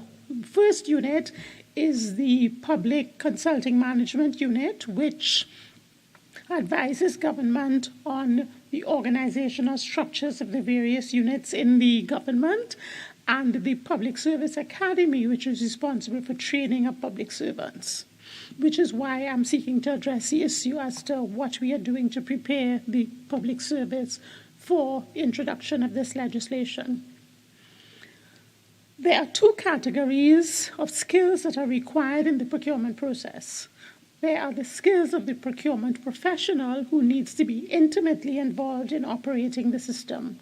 But there's also the average public officer who is not required to be a procurement specialist, but who is required to understand the principles of transparency and accountability and to have a working knowledge of the procurement process as part of their jobs. The Ministry of Public Administration has already commenced the work necessary to prepare the public service for effectiveness in the procurement process. The Public Management Consulting Unit, PMCD, of the Ministry has been working with other ministries to determine the composition of the units and the skills required in those units to provide efficient and effective procurement services to the ministries and agencies. Those procurement units have been established in the various ministries, divisions, and agencies and have been or are being populated. My team and I have also had conversations with the Public Service Commission about options for identifying the required skills for those positions from among our existing cadre of staff. As the regulations which we are currently debating are passed, we will revisit the procurement units in the various agencies to ensure that they are in fact adequately structured and populated. We are also engaged or will shortly be embarking on the following additional steps. We will work with the Office of the Procurement Regulator, and we have already reached out to that office and received positive feedback to ensure that we have the competency baseline that is required for developing the cadre of persons who would be able to effectively operate in the space of the new framework. With the legislation passed and the regulations in particular passed, because we will recognize, Mr. Vice President, that although the legislation provides a framework, the meat of what is to happen is really encompassed in the regulations which we are currently debating. So as we pass these regulations and bring them into law, we will be developing and delivering training to the various categories of staff in the public service to ensure that they are ready to perform the tasks that will now be before them. And we will continue to liaise with the Office of the Procurement Regulator to assist in that regard, as well as bring in specialists from elsewhere, both local and foreign, to assist with the training and development of those skills. We are also seeking, finally, to address the issue of business processes and ministries to ensure that they are consistent with and can contribute to the effective operation of the new system. This is in keeping with the government's overall strategy for the digital transformation of the public service.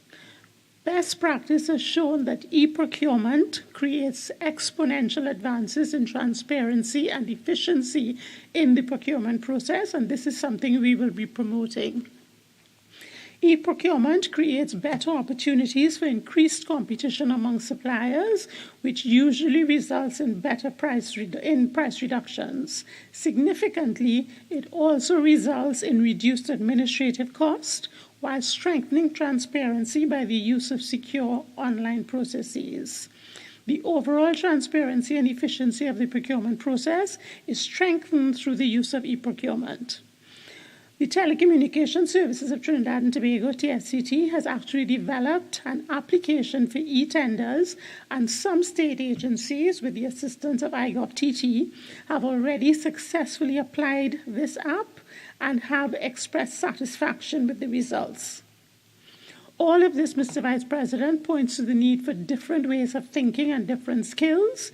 It creates opportunities for public officers to be innovative through such activities as using e-catalogs for common, standard, off-the-shelf products regularly ordered by the public sector.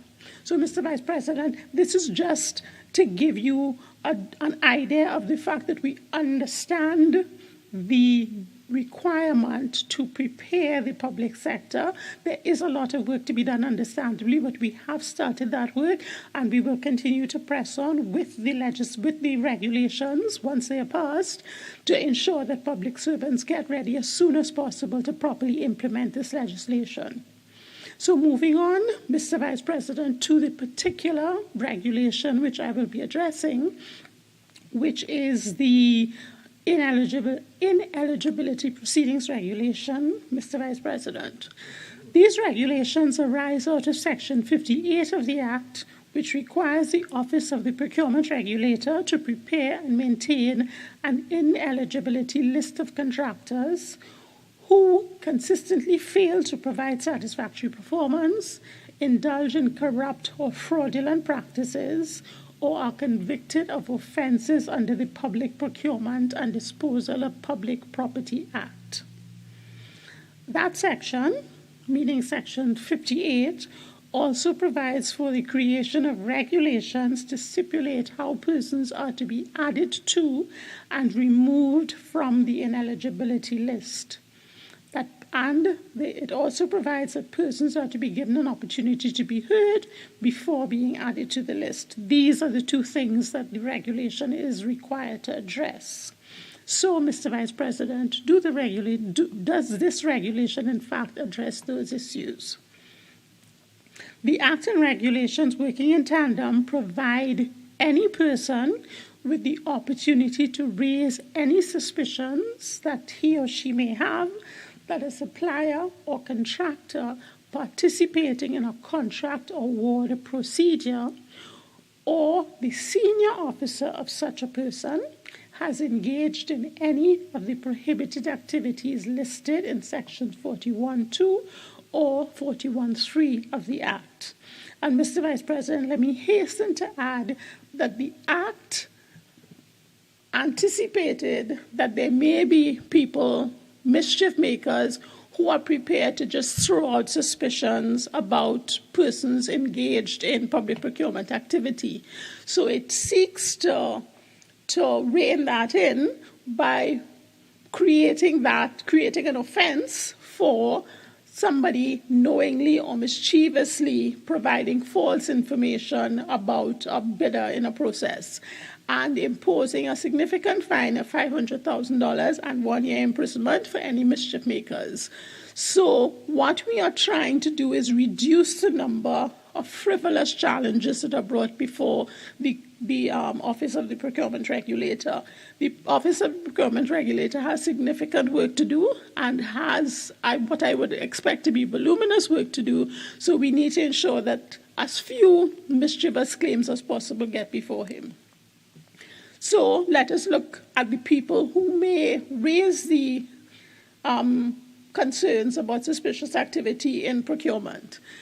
Any officer of a procuring agency, so if a ministry is seeking to procure, any person working in that ministry to whose attention an issue of suspicious activity comes may raise that issue. Somebody involved in the process, somebody submitting a bid in respect of a particular procurement process may also raise it, and then the Act broadens it out to any member of the public who is aware of suspicious activity in a bidding process may bring that to the attention of the relevant authorities. What are the activities that can lead to such a report being brought? Quite wide-ranging. They include bid rigging. So if an individual is aware or has reasonable cause to conclude that any of these activities may be in play in respect of a procurement process, he or she may bring that to the attention of the relevant authorities. The first one listed in the Act is bid rigging. What is bid rigging? Bid rigging is where persons involved in a procurement process collude to determine who will bid what so they can predetermine who will win the award. We have actually seen evidence of that in Trinidad and Tobago. That is something that needs to be discouraged, and that is why it's one of the items featured in the Act. So if there's evidence that there's bid rigging taking place, then that information can be brought before the relevant authorities. Other forms of collusion, any irregularity at all in the procurement proceedings, for example, somebody getting inside information from an officer within the procuring unit, for example, a breach of the Act, and the Act lists all the offences that, in respect of which action can be taken. Any irregularity in the procurement proceedings will include things like offering an inducement. So if you seek to bribe a public officer to provide you with information to cause somebody else's bid to disappear, that kind of thing, those are things that can be brought to the attention of the relevant authorities. Any fraud involved, any coercion or obstruction. So any of these things that there's information is occurring in a bidding process can be brought to the attention of the relevant authorities for action. Once those suspicions exist, the details of the suspicious activity and any documents supporting or substantiating those suspicions may be provided to either the accounting officer or his equivalent, or directly to the office of the procurement regulator. So you either go to the person in the agency that is seeking to procure the services, or you go directly to the procurement officer with your suspicions and with any relevant evidence. Senator Deonarine expressed concern, Mr. Vice President, that the regulations were not robust enough because they asked the procurement office to do was to receive the information on the suspicion and make a determination as to whether that was sufficient to issue a notice. I do not agree with Senator Deonarine because I think the regulations have to be read alongside the legislation. And if you look at the legislation, it gives the Office of the Procurement Regulator significant investigative powers. So two things lead me to believe that the Office of the Procurement Regulator, on receipt of this suspicion, can either say, I have sufficient information here to proceed, or I don't have sufficient information here, but there's cause for concern, let me investigate. The two things that lead me to believe that are, one, the fact that this claim, this suspicion can be raised directly with the procurement officer, and secondly, the fact that the Act gives the procurement officer such wide investigative powers. So I do believe those combination of things is adequate to provide the Office of the Procurement Regulator with the authority that he needs to do such investigation as is required. The regulations also provide that the Office of the Procurement Regulator is responsible for determining how to proceed with a matter, what process needs to be put in place. And in determining that, he must be seen to have the authority to say, I need to investigate this further. So I do think that power is there. So where as a result of such information provided, and the legislation does say this, which supports my point, or as a result of his own investigation, the accounting officer or the Office of the Procurement Regulator is satisfied that there is sufficient evidence to support a finding of prohibited conduct, he may transmit the report to the Office of the Procurement Regulator. Or if the report was laid with the procurement regulator, then he may escalate it to the next step. The Office of Procurement Regulator has 10 days from receipt of such information to review its contents and decide whether or not to proceed. What I like about this, Mr. Vice President, is the very tight time frames provided to the Office of the Procurement Regulator to act. One of the challenges that we face in the public service, and it's very stark to me because I came out of 20-odd years of private sector life, the length of time that procurement takes in the public service really increases cost and deprives us of the opportunity to efficiently and effectively serve the public. And one of the things we need to do going forward is to make procurement more efficient. So I find it very heartening that the Office of the Procurement Regulator, working with the Ministry of Finance, saw it fit to put very tight timelines on the turnaround for these challenges so as not to delay too much the completion of the procurement process. Where the Office of the Procurement Regulator is not satisfied that the report he receives contains sufficient information to support a finding of ineligibility or the imposition of a sanction, he is required to notify the person who provided the report of his decision and the reasons for same, which is also a good idea because the public officer, it would usually be a public officer, the public officer or even an individual from the public who goes straight to the Office of the Procurement Office will know that his matter has been considered and will have a sense of whether there was robust consideration and there's reason for ignoring his concerns, as opposed to just not hearing from the office at all and wondering what happened and why are they not pursuing it. So I think it is a good idea that the Office of the Procurement Regulator has to report back to the person as to what is happening with the matter that he brought before them. If the Office of the Procurement Regulator opts not to move forward, but that individual subsequently receives further information to substantiate the concerns that he raised, he has the opportunity to go back to the accounting officer or to the Office of the Procurement Regulator to provide that further information so that the matter can be revisited. Where, on the other hand, the Office of the Procurement Regulator determines that there is sufficient evidence to declare a supplier or a contractor to be ineligible, he may issue a notice of proposed ineligibility to that supplier.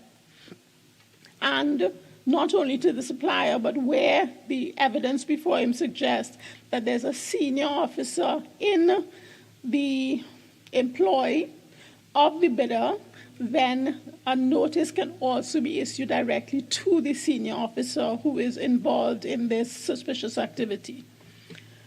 And the notice is not a notice to condemn. It is a notice to investigate, to have the person answer the claim, and then determine whether any action can be taken. So that is the start of the official proceedings with the Office of the Procurement Regulator.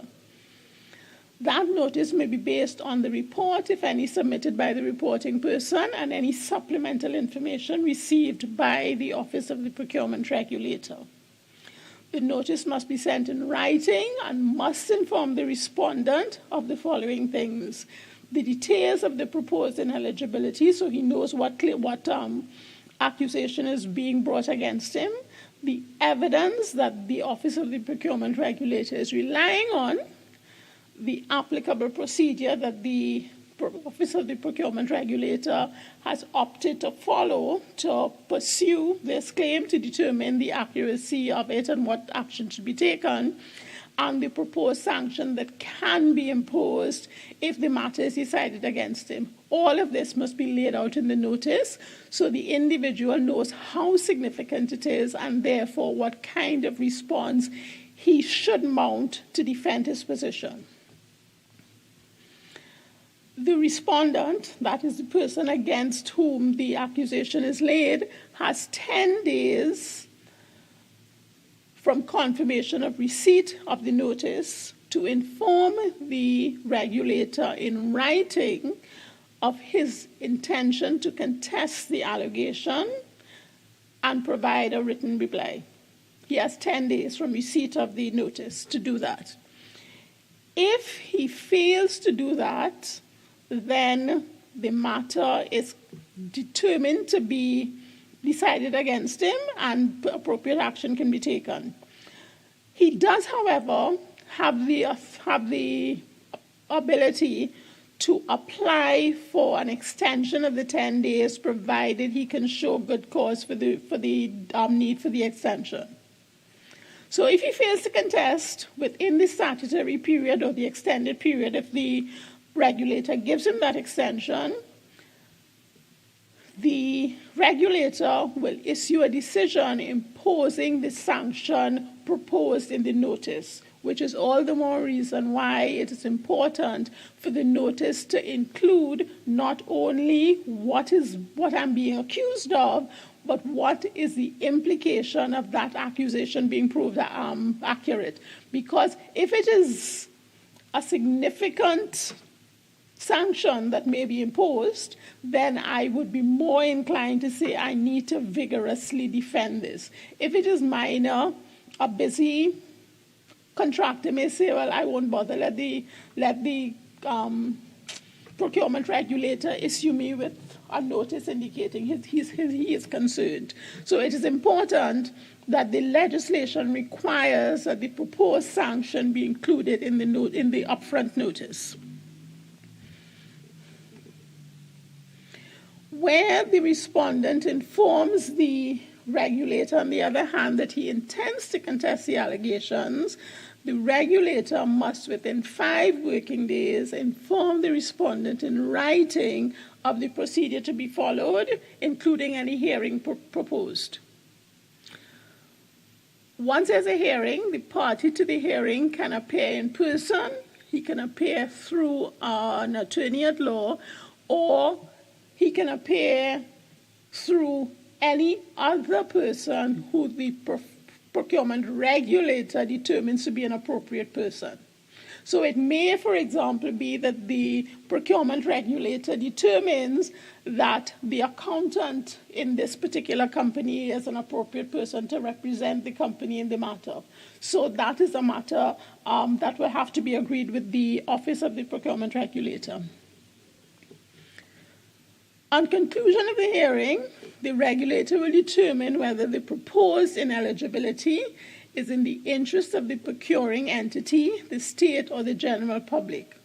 So you will see from this that even if the regulator decides, yes, there's a basis for the matter brought before him, that doesn't necessarily mean that he will impose the sanctions or the maximum sanctions, because he has to look at the wider picture. It may be that if he proposes the maximum sanction available, that will be to the detriment of the state, because this particular contract, which can only be properly and efficiently concluded by this particular contractor, would be compromised if he takes the full action. So he has to bear that in account in determining which way to go with his decision. A finding that there's cause of ineligibility will not necessarily result in such a declaration or the imposition of the stated order sanction. The regulator will take into account the seriousness of the acts and omissions and any remedial measures and mitigating factors taken. So factors to be considered were actually listed in the legislation, and they include the severity of the respondent's conduct, the degree of involvement of the respondent himself as opposed to maybe an officer who he was not directing, the magnitude of the losses caused, any damage caused to the credibility of the procurement process, the extent to which a respondent cooperated in the investigation, and whether such cooperation was of substantial benefit to the procuring entity, whether the respondent has fully investigated the circumstances surrounding the relevant breach, the result of that did he make the result of the investigation available to the regulator? Did he take disciplinary action against the individual responsible? And of course, this again is assuming that the owner of the business was not in collusion with the person who actually did the questionable act. Other things to consider: whether the respondent's management understands the seriousness of the prohibited conduct and has instituted new or revised control procedures to prevent its occurrence, any other relevant factors. So all of these things the procurement officer has to bear in mind in determining if he finds that there's reasonable cause to decide against the contractor, what action, if any, will he take. The regulator must provide its decision immediately after the hearing, and again, it allows for speed in conclusion of a procurement process, and provide written reasons within 5 working days. Now, this is going to be a significant burden on the Office of the Procurement Regulator, so it is hoped that the provision in the legislation which reduces the likelihood of frivolous matters being brought before him actually works, and that we only have serious matters for the regulator to deal with. Once the procurement regulator determines that the suspicion is valid and action should be taken against the person, he can do one of 3 things. He can issue a formal letter of reprimand, and he will do this, or he is likely to do this, where it is a first offense which is relatively minor, or there are sufficient mitigating factors. So the most lenient of the sanctions is a formal letter of reprimand. The second level of sanctions, he can issue a conditional non-debarment not exceeding 6 months. Now, what this conditional non-debarment is or does is that it threatens ineligibility. It doesn't automatically make the contractor ineligible, but it threatens him with ineligibility if he does not fulfill the conditions laid out by the regulator within the 6-month period. But if he fails to do that within the 6-month period, the ineligibility is automatic. There's no further decision or action that the regulator must take to make the person ineligible. So he has a conditional non-debarment. He has 6 months to address the issues raised. If he doesn't address it, he automatically becomes ineligible. And the final and most significant sanction, of course, is ineligibility, where he is categorized as somebody who is not eligible to apply for government contracts for a period of 1 to 10 years. Now, barring somebody who relies on government work, as Senator Deonarine would have mentioned, from applying for government work for 10 years is a significant sanction and something that cannot be taken lightly. The legislation says the decision of the regulator is final and will take effect immediately, which is also something that's very important. The notice of ineligibility may be extended to include a senior officer of the supplier or contractor, provided that senior officer was specifically named in the notice of proposed ineligibility and is given a chance to be heard.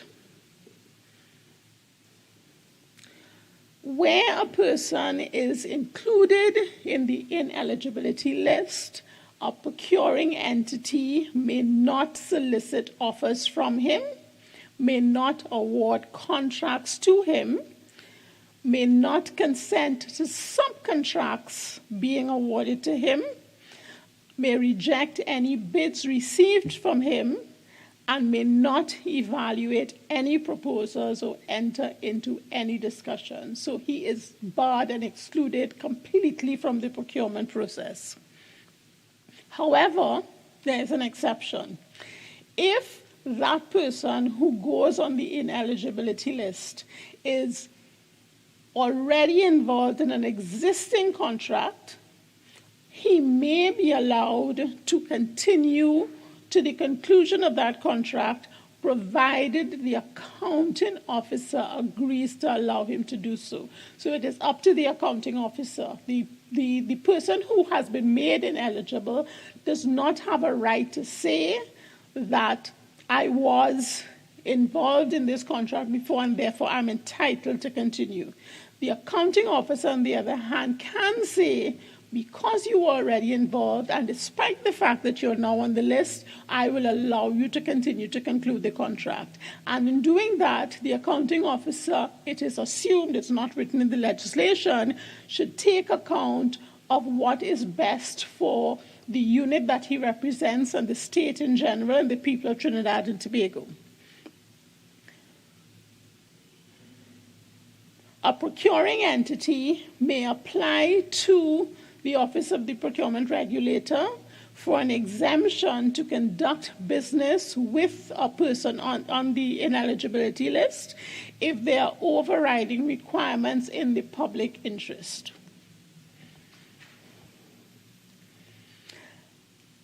A person who has been categorized as ineligible may seek a review of that declaration of ineligibility if, in certain circumstances, those circumstances are that new evidence materializes to prove his quote-unquote innocence, the conviction upon which the declaration was based is reversed, there has been a bona fide change in the ownership or management of the supplier or contractor. This is the one that most concerns me, because I can readily see in Trinidad and Tobago where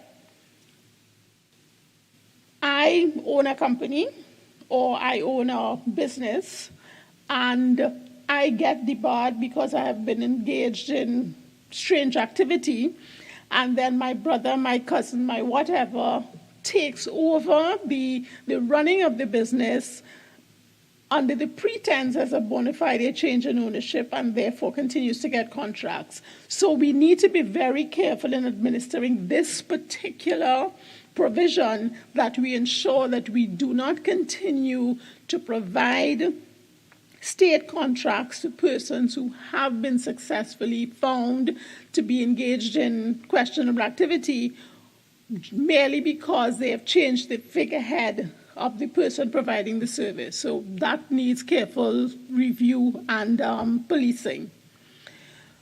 He can also seek a review of the declaration if the applicant has applied with any remedial, preventative, or other measure imposed by the regulator during the period of non-debarment.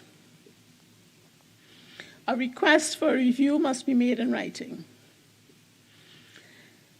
If a decision is taken to withdraw a person from the ineligibility list, the regulator must inform the supplier or senior officer, the procuring entity, and all public bodies in writing.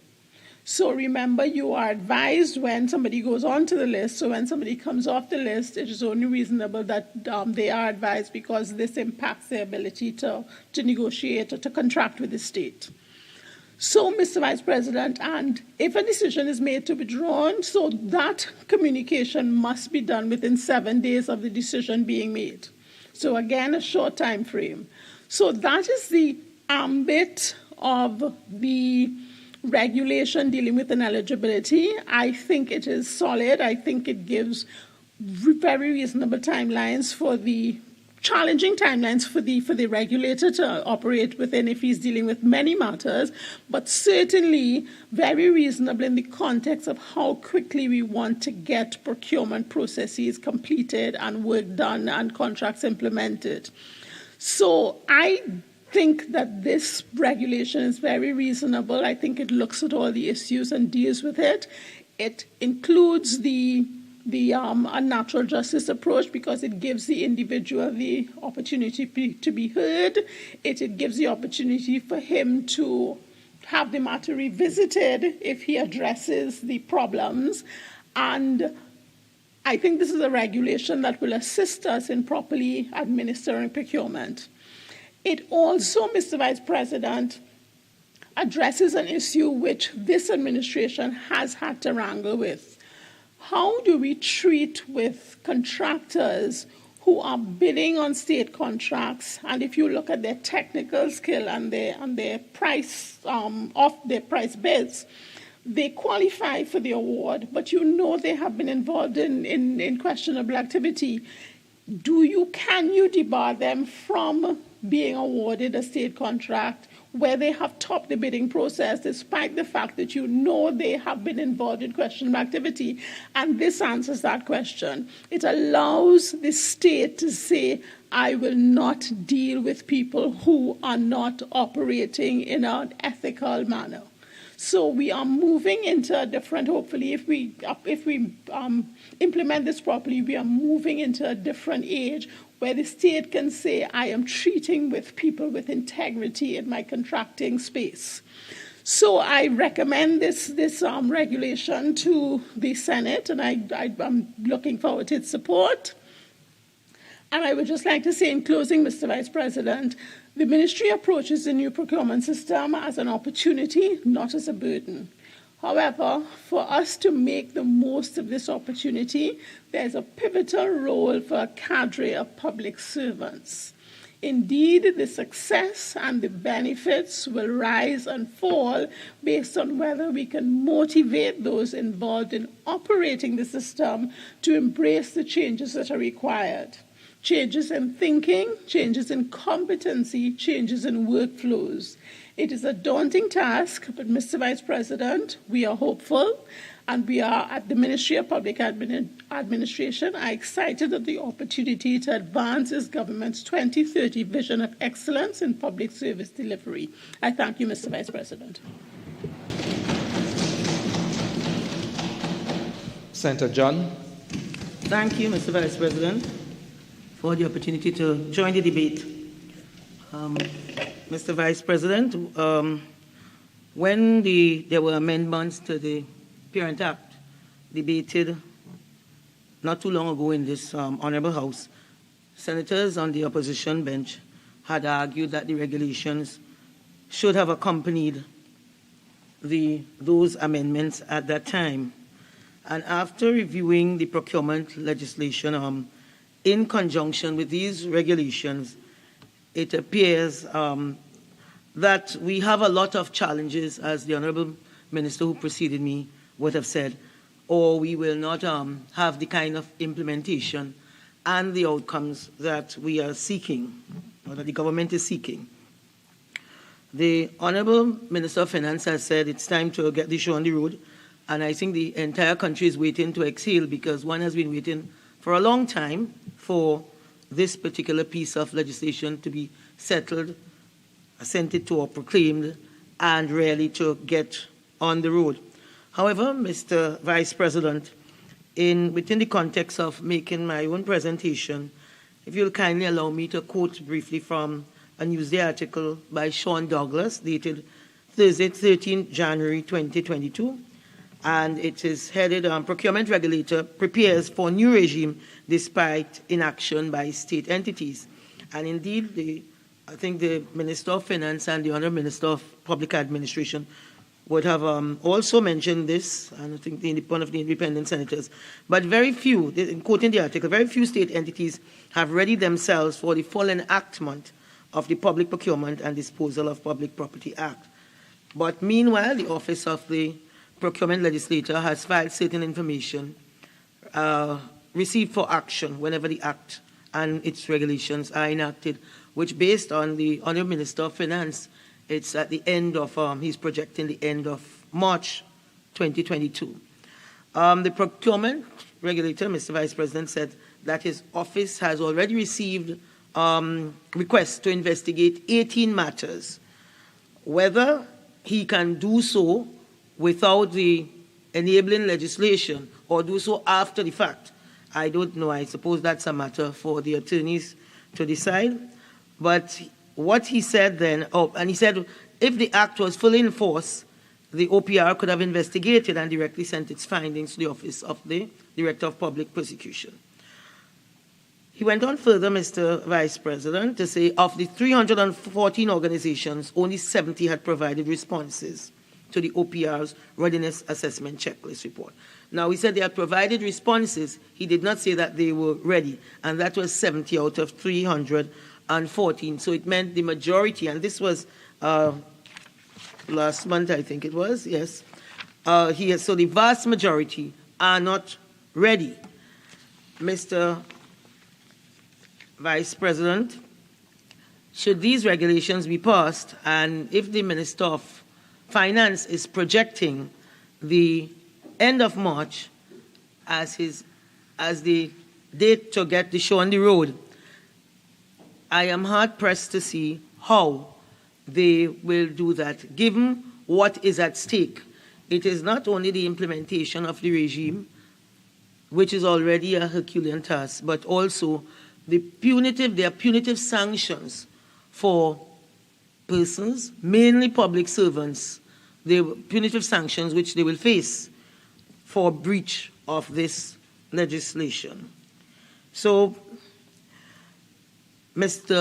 Madam President, so the regulations as presented really can be described as a roadmap of the rules and processes which by and large are already in place within the state agencies.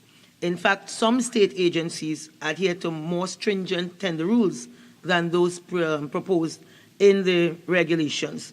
And if I'm to, Madam President, look at the General Guidelines Comprehensive Handbook on Procurement, Retention, and the Disposal of Public Property, so public bodies are required to have a named procurement officer. And in this case, if we have to use the numbers of the procurement regulator, we are talking about 314 so named professionals. And they will have the responsibility for public procurement and disposal of public property functions within the organization. The OPR recommends that the named procurement officer report to the accounting officer to ensure effective internal controls. The planning, execution, and monitoring of the procurement and disposal function, thus achieving full compliance with the provisions of the Act. So we know for a fact that we are nowhere close to recruiting these 314 procurement officers, trained and ready to go. And it's not only, Madam President, that these officers must be trained and ready to go. This is a function that has to be worked at. You know, it's not a simple function, quite frankly. It's not a skill that one could pick up overnight. It is something that they have to be working at. But of course, having the system going will assist in the necessary skill being learned. But given that this is not something where you have a slap on the wrist from the HR department, the procurement regulator has said the investigation and its finding to leave his desk and go straight to the office of the DPP. And I think that is very serious. And because of that, it is not something that whether we in the Senate or the state agencies or the accounting officers or the procurement officers can take lightly at all. So the OPR is saying they are not accountable for the procurement performance of public bodies. So I don't know who is accountable for the performance, because if this is not only, I suppose, besides hoping that the implementation will treat with nepotism and bid rigging and collusion is all of these issues, it also, what is being projected is that there will be the value for money proposition, and of course one will look at the actual performance, not only the value for money, but the actual performance, because time is money in contract, well, in the undertaking of a contract, and I think the Minister of Public Admin just made that point, that the longer you stay on a contract, the more money you spend. So certainly you want to ensure that you are getting the end-to-end from the planning of the contract to the final commissioning. You want to ensure that with the minimum of disruption, whether it is for resources, any kind of resources, whether it is for payment or material, etc., that you mitigate against that. And in that regard, I had seen in the Act, the parent legislation, where one of the clauses, they're stating that it is the duty of the procuring entity to present to the Office of the Procurement Regulator, I think within 6 weeks of the reading of the national budget, that they should present their own plan. Now, Madam President, the world of construction is not a linear progression. It has all kinds of ups and downs in it. So I don't know in this ideal world where they are going to be able to have a plan that is a dependable plan, a reliable plan, one that some agency is going to work without having to do variation with. I think all of these things, maybe as we work through, or as the agencies work through these regulations, they will see that some things are really not, they're not practical, and it will not work. And if it is, one is looking at this the end of March deadline.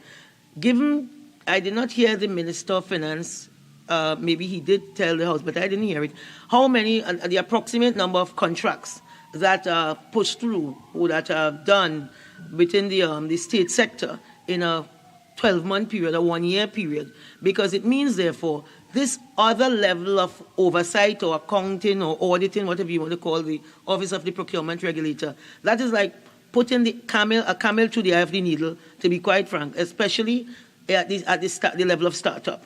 We are going to come to a screeching halt if things are not in place at the end of March. Everything is going to stop in that system for whatever supplies, whatever services, because the 314 procurement personnel, they are not in place. But not only that, you don't only need personnel bodies, you need people who are trained, they are ready to go, the systems are in place, the documentation is there, because you have a lot of rules. It's a different time. It's not only the rules of your organization, but also there have to be compliance with the Office of the Procurement Regulator.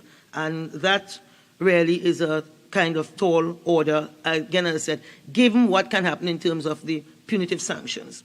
So, Madam President, one objective of the Act, the regulation is to treat with, the Act and regulation is to treat with nepotism, bid rigging, collusion, and strategic misrepresentation, as I'll call it. And in terms of there must be cohesion or harmonization, not only with regulations, but with the existing laws and, of course, the procurement regulations.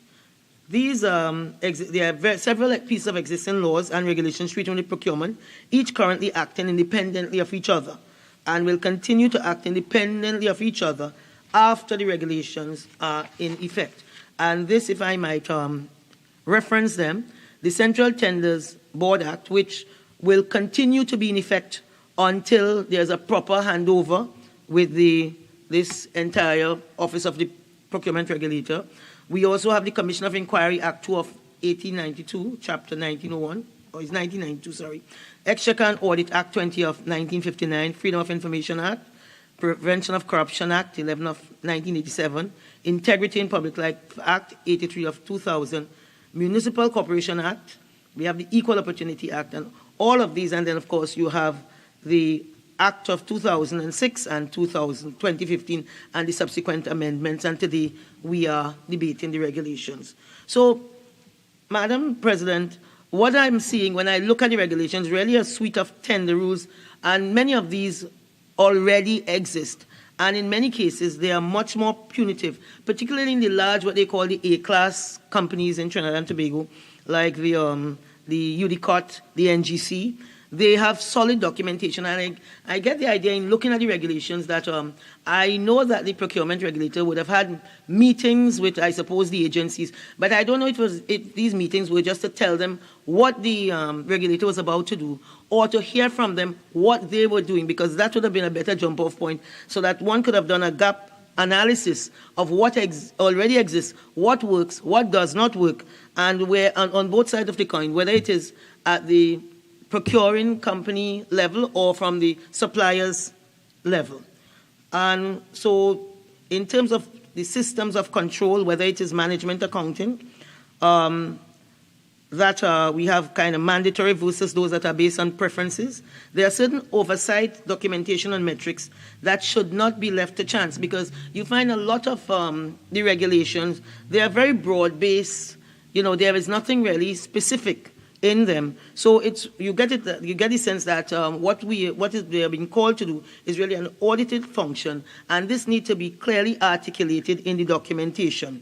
And there exists very limited control and feedback loops, because the Office of the Procurement Regulator had said very clearly he is not responsible for the output. He's not responsible for performance. So he's just responsible for this little narrow area of oversight where you have the bid, what happens during that period. Nothing about what happens prior to with respect to the planning stage of the project, because you have to start from the concept, the planning, the drawings, whether the drawings are incomplete, because whether drawings are fully developed or incomplete, those impact on how a tender process, the outcome of a tender process, because people can bid very high or very low or in between, and none of it is correct because you have incomplete designs and incomplete drawings. So all of these things, I think, we need to be a little clearer on if one is to really do something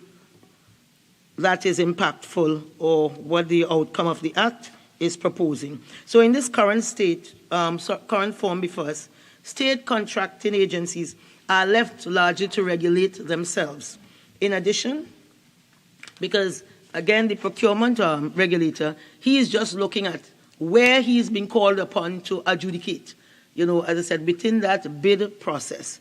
But it is a two-way street, because it's not only the procuring entity, contractors and suppliers also need to be a core and to build capacity as well, because as the Minister of Public Admin, she really went in great detail relative to contractors and they being deemed ineligible.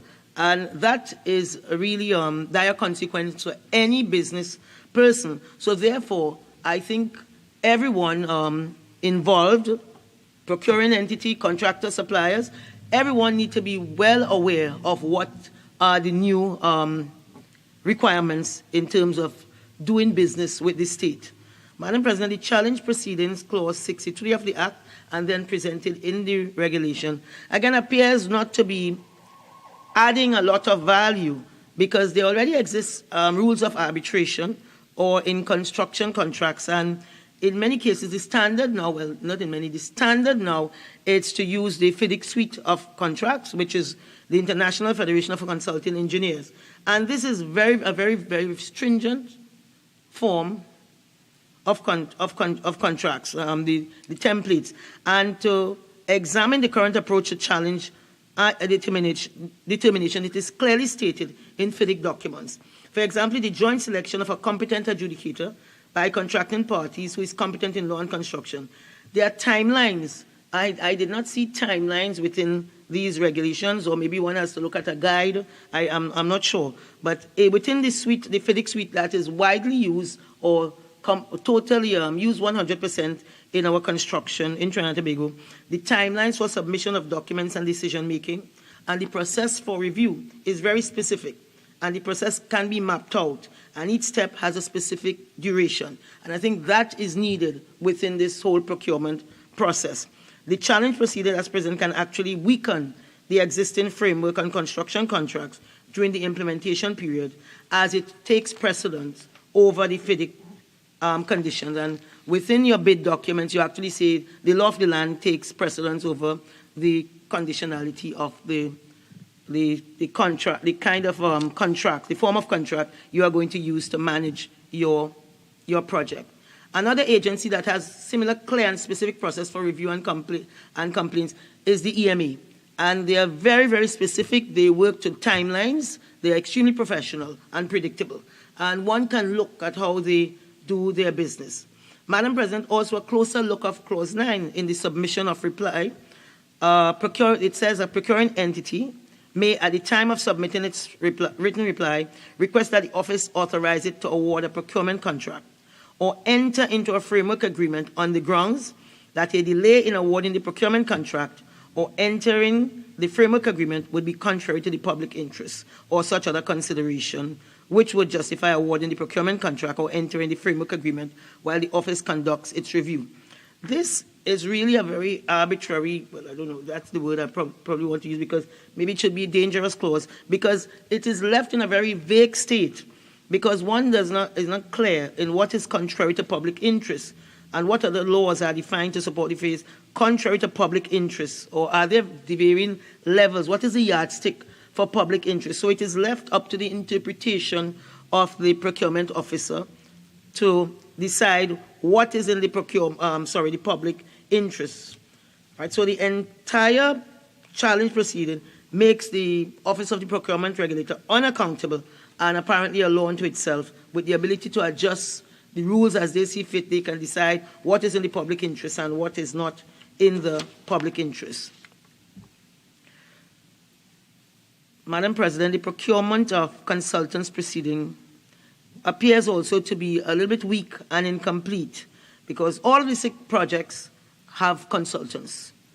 And what is the measuring stick to evaluate their performance and ultimate retaining these consultants?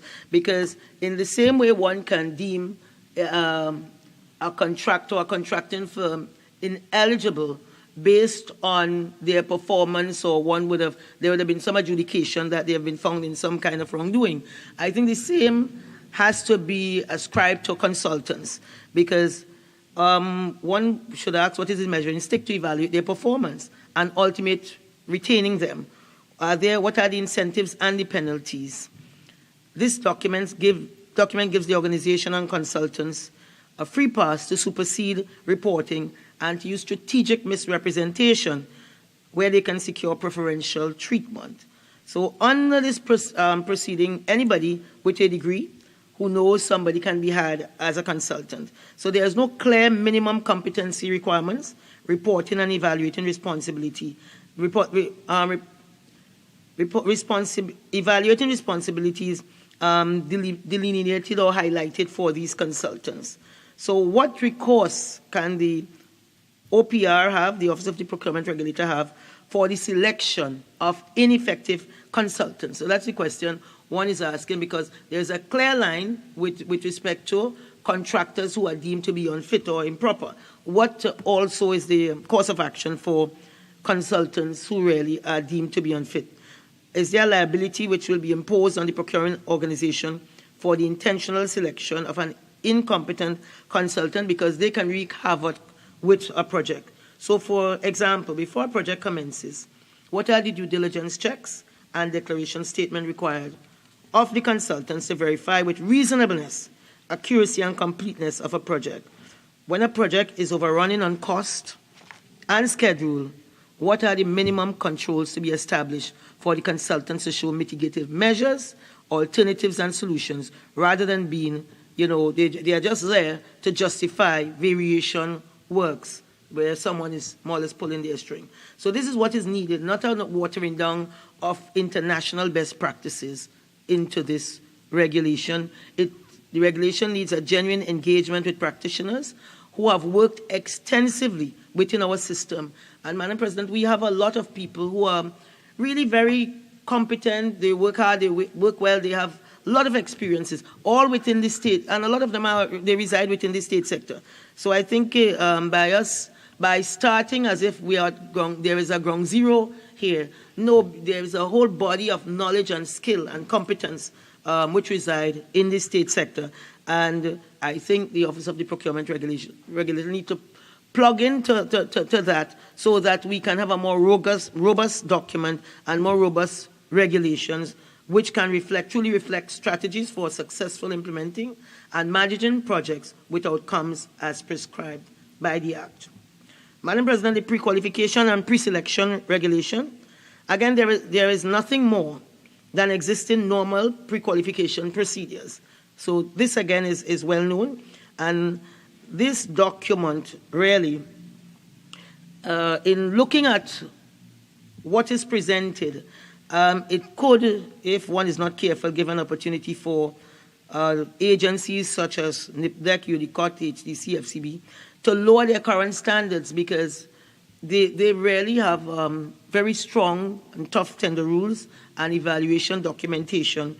And if it is the regulations does not meet that minimum threshold, then maybe one could lose some of the higher bar that some of these agencies are ascribing to, as it were now. So what is needed is an actual guidance document, a standard form of pre-qualification document, something like the FIDIC standard form contract, maybe a rainbow suite of different standard forms for different procurement strategies, where companies can have limited applicability in tailoring the pre-qualification. Right now it's a free-for-all. Anyone can tailor what the Office of the Procurement Administrator says to suit their own situation.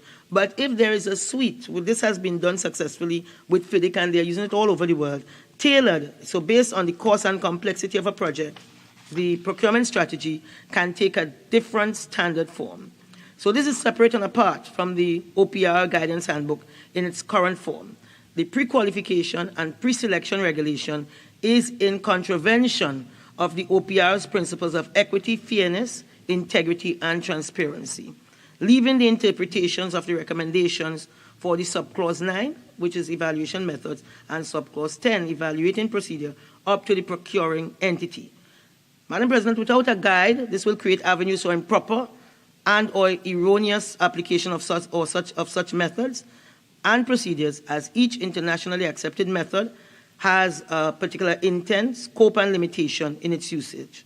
Existing systems, such as NIPDEC's evaluation criteria, straddle several of the evaluation methods specified.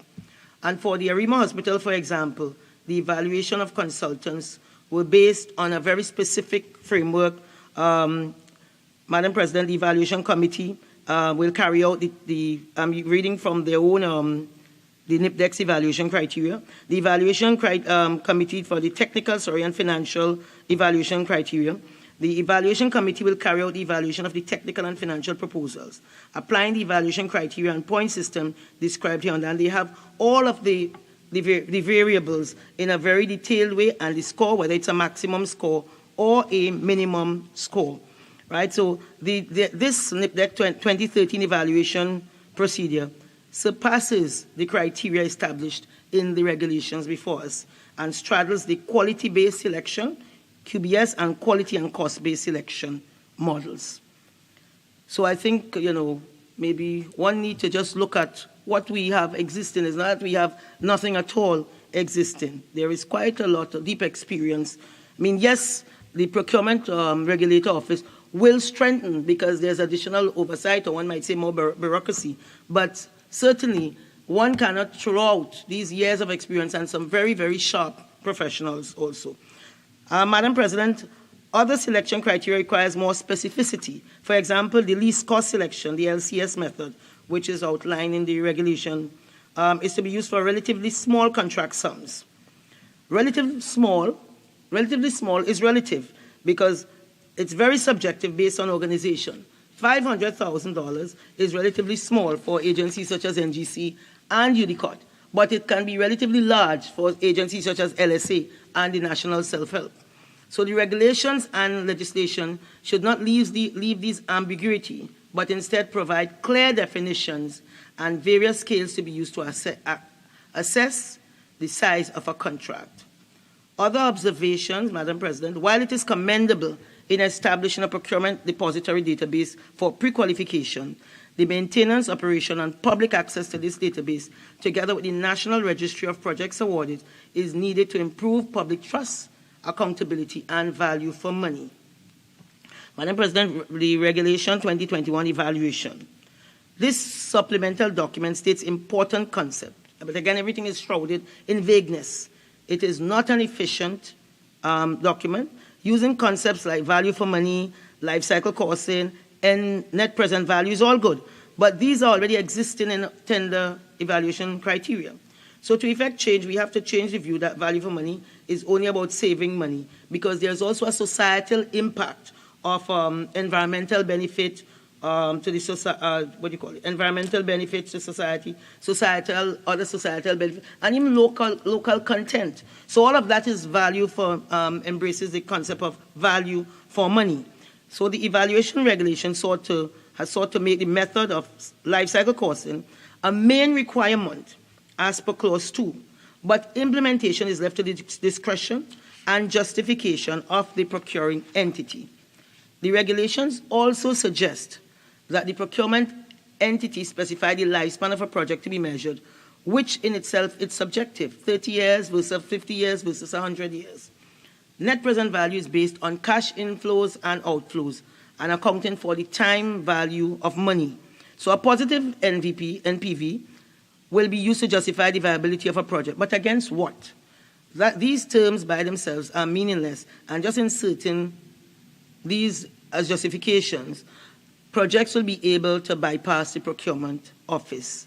So these concepts, Madam President, become workable if there are comparison of alternatives. This is left out of the legislation and regulations. We have to look at the combined use of these concepts through simple mechanisms that were left out of the regulation to accompany net present value, life cycle costing, and value engineering. I'm not sure value engineering is even in. So one looks at the planners look at. Sometimes it's cost to benefit ratio, and they do sensitivity analysis. These concepts have been proven to improve accountability and due diligence measures. Benefits and benefit realization on projects are to be clearly defined in the supplemental regulations, and alternative projects are to be assessed against proposed project and selected based on cost benefit to determine economic sustainability of the project. So, Madam President, I don't know if when a procurement organization look at what is being proposed by the Office of the Procurement Regulator, whether they can put forward what is being used as their own benchmark in their organization, and perhaps get an approval to proceed with the procurement regulator, with that methodology. So there should be a justification relative to why a methodology is being used, the method and why evaluation criteria is ranked in a particular manner. Importantly, a declaration from the technocrats and public servants on why they have chosen a particular model, the submission of this declaration is what is needed in the Act. This is transparency and accountability at play by bringing in rational and rating schemes into the public eye. So for larger projects such as design and build projects, all of the Category A, what is deemed Category A state agencies, have capacity beyond the compliance requirements set out in these regulations. Again, the issue is in the rating and rankings of the evaluation criteria and selection processes. One has to deal with the weaknesses that the legislation is set out to resolve. For example, the evaluation criteria in the regulation subclause 4.2 are as follows. A quantifiable evaluation may include A, the period of for completion of the work or service or delivery of the good. B, the life cycle operating cost. C, the need for the after-sales service or technical assistance. D, the need for the supply of spare parts related to the use of the good. E, the payment of terms. F, the optional items required in the bidding documents. And G, the extended warranty. Madam President, for A, period of completion of work, most contracts overrun the initial duration ascribed. I have not seen the measures in place to treat with unrealistic durations that are better than those currently existing. A score is ascribed for a better duration for the period of compliance, but who is measuring this performance metric as being a realistic schedule? Most contractors use the durations ascribed in the scope of works by procuring entities, knowing fully well the scope of works are undeveloped. Sometimes designs are incomplete, drawings are incomplete. One has not received any approvals from the various approving agencies. So they know that the omissions and errors, all of which will contribute to increased time, extension of time for completion. Therefore, there is need for the legislation to deal with optimistic or over-optimistic durations and deliberate duration miscalculation. So just as life cycle costing found its way into the legislation, other methods for accurate scheduling must be mentioned. Two such methods, from my experiences, are benchmarking and reference class forecasting. Madam President, benchmarking is looking at actual past performances of existing projects, taking into consideration inefficiencies of the organization and the environment, and deriving an estimated actual duration. Reference class forecasting is looking at performances of previous projects and applying a risk uplift factor for a certain profitability of exceeding the contract. So if a benchmark duration is 1 year, a 50% risk of exceeding the schedule can probably attract an uplift factor of, say, 1.25, or an additional 3 months to be added to the schedule. Madam President, when we look at B, the life cycle operating costs, the regulations specify the following. Where a procuring entity uses a life cycle costing method, it shall specify the following information in its bidding document: the number of years used in determining the life cycle costs, the discount rate in percentage to be used to calculate the net present value of future costs over the life cycle period as specified. C, the factor and methodology to be used for calculating the operation, maintenance, or disposal of the good, work or service. And D, the information to be provided by a supplier or contractor in his bid. I think the Minister of Finance used the purchase of a vehicle in his example when treating this. But however, the first step in performing a life cycle cost is the most critical, and it is missing from the regulation, either deliberately or in error: the identification of alternatives. As it currently stands, the regulation and law does not encourage the procuring entity to look at alternative options, rendering this entire life cycle assessment literally null and void, and because you'll get the same old results. A more complete life cycle operating cost methodology as a problem-solving tool will be as follows: 1, to define objectives; 2, identify alternatives; 3, define assumptions; 4, project benefits and costs; 5, evaluate alternatives; and 6, decide amongst those alternatives. So therefore, the other steps after identifying the alternatives are to specify the data requirements and establish assumptions. And this is usually done through codes and standards. What are the accepted codes and standards to be used in our new regime guiding this procurement methodology that is about to be implemented? Is it American, British, European, Chinese? I think one has to be very clear in terms of what will be the accepted codes. Estimate costs and adjust for time value of money. Cost estimation has always been the source of contention. What controls, due diligence, and transparency controls are required to ensure proper cost estimating and reporting? You see, the procurement does not start at the bidding. It starts way before, at the conception and the planning. So one has to calculate the total LCC for each alternative. Again, the legislation failed to mention alternative options to be measured against. Madam President, the regulation appears to be more or less a template that the various organizations will have to build on to find the synergies. It does not provide enough guidance on the amalgamation of existing independent laws I referenced prior. And for example, the local construction sector has faced many challenges already. And in the period 2007 to 2010, you probably recall that there was a commission of inquiry. And basically, there were a number of recommendations, and it contained 91 recommendations, and of that, there were from 96 to 91 of those recommendations that had to do with the Housing Development Corporation. And really, it had some of the key actions taken then were the implementation of controls to govern the various units.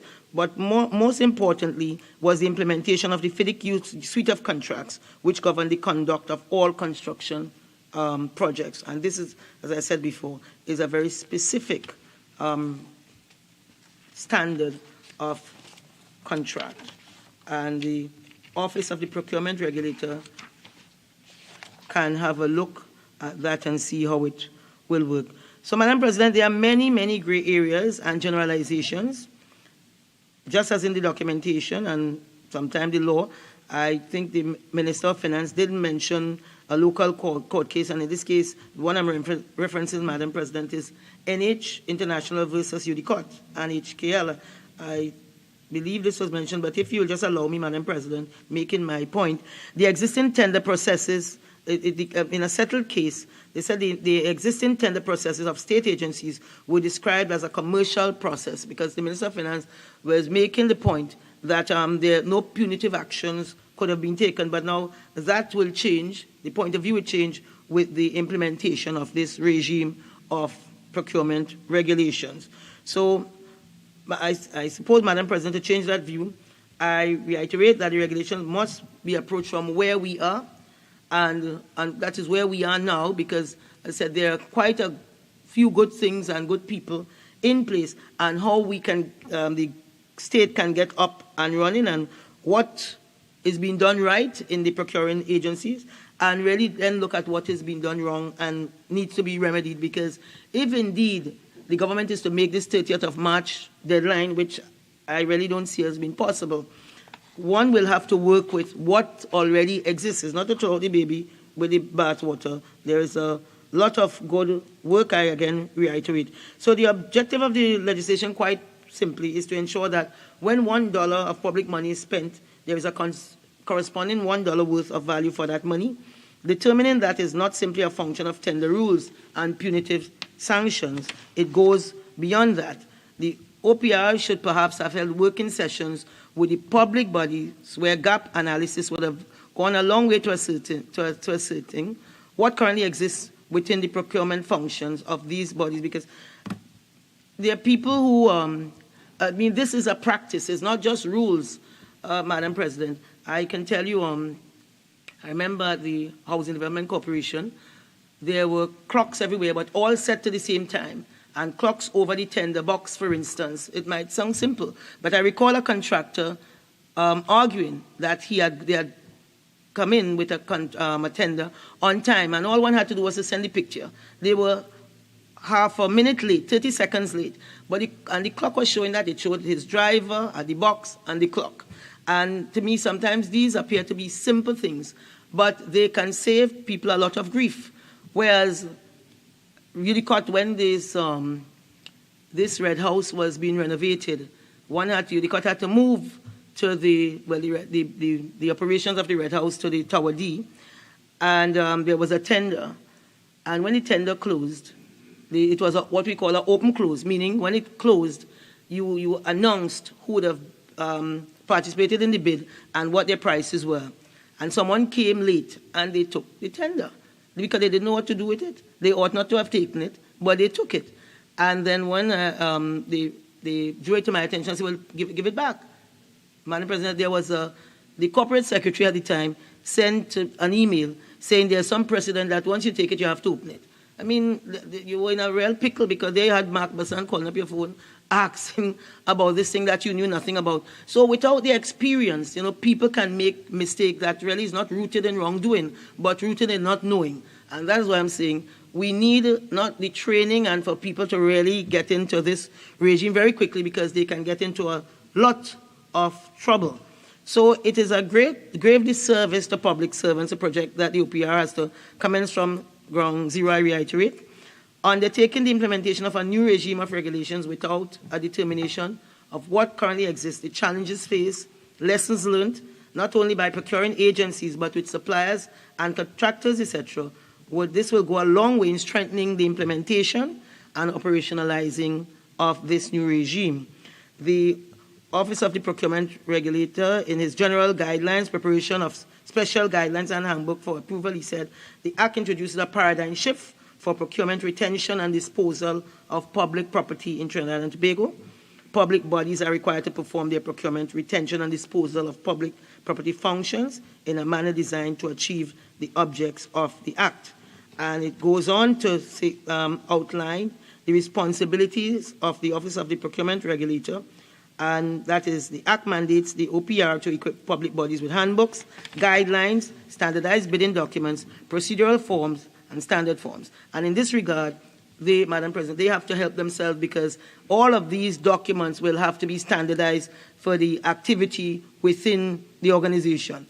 And if there are 70 basically just answering and the rest are not even responsive, we are a little way from home. So contract and other relevant documents for use in public procurement, retention and disposal of public property as follows. So in that regard, the OPR they have developed some basic handbook, but it's very basic to act as a guide. And Madam President, having guidelines and standardized bidding documents, which by the way already exist, will not solve much because the project life cycle is not a single story. And what happens at that project planning stage, what happens at the mobilization and initiation stage, the entire end-to-end project life cycle, and then of course close out. All of that constitute the project. And at any part along that food chain, you can have any number of things happening. So the regulations do present an additional layer of oversight and a guide, and it is more or less an auditing function. A lot of the ambiguity are still left within the documentation and has to be amended to fit the needs of the specific public organization. To reduce the opportunities for corruption, there is need to reduce the layers of bureaucracy, and this act and regulation offers a lot more bureaucracy.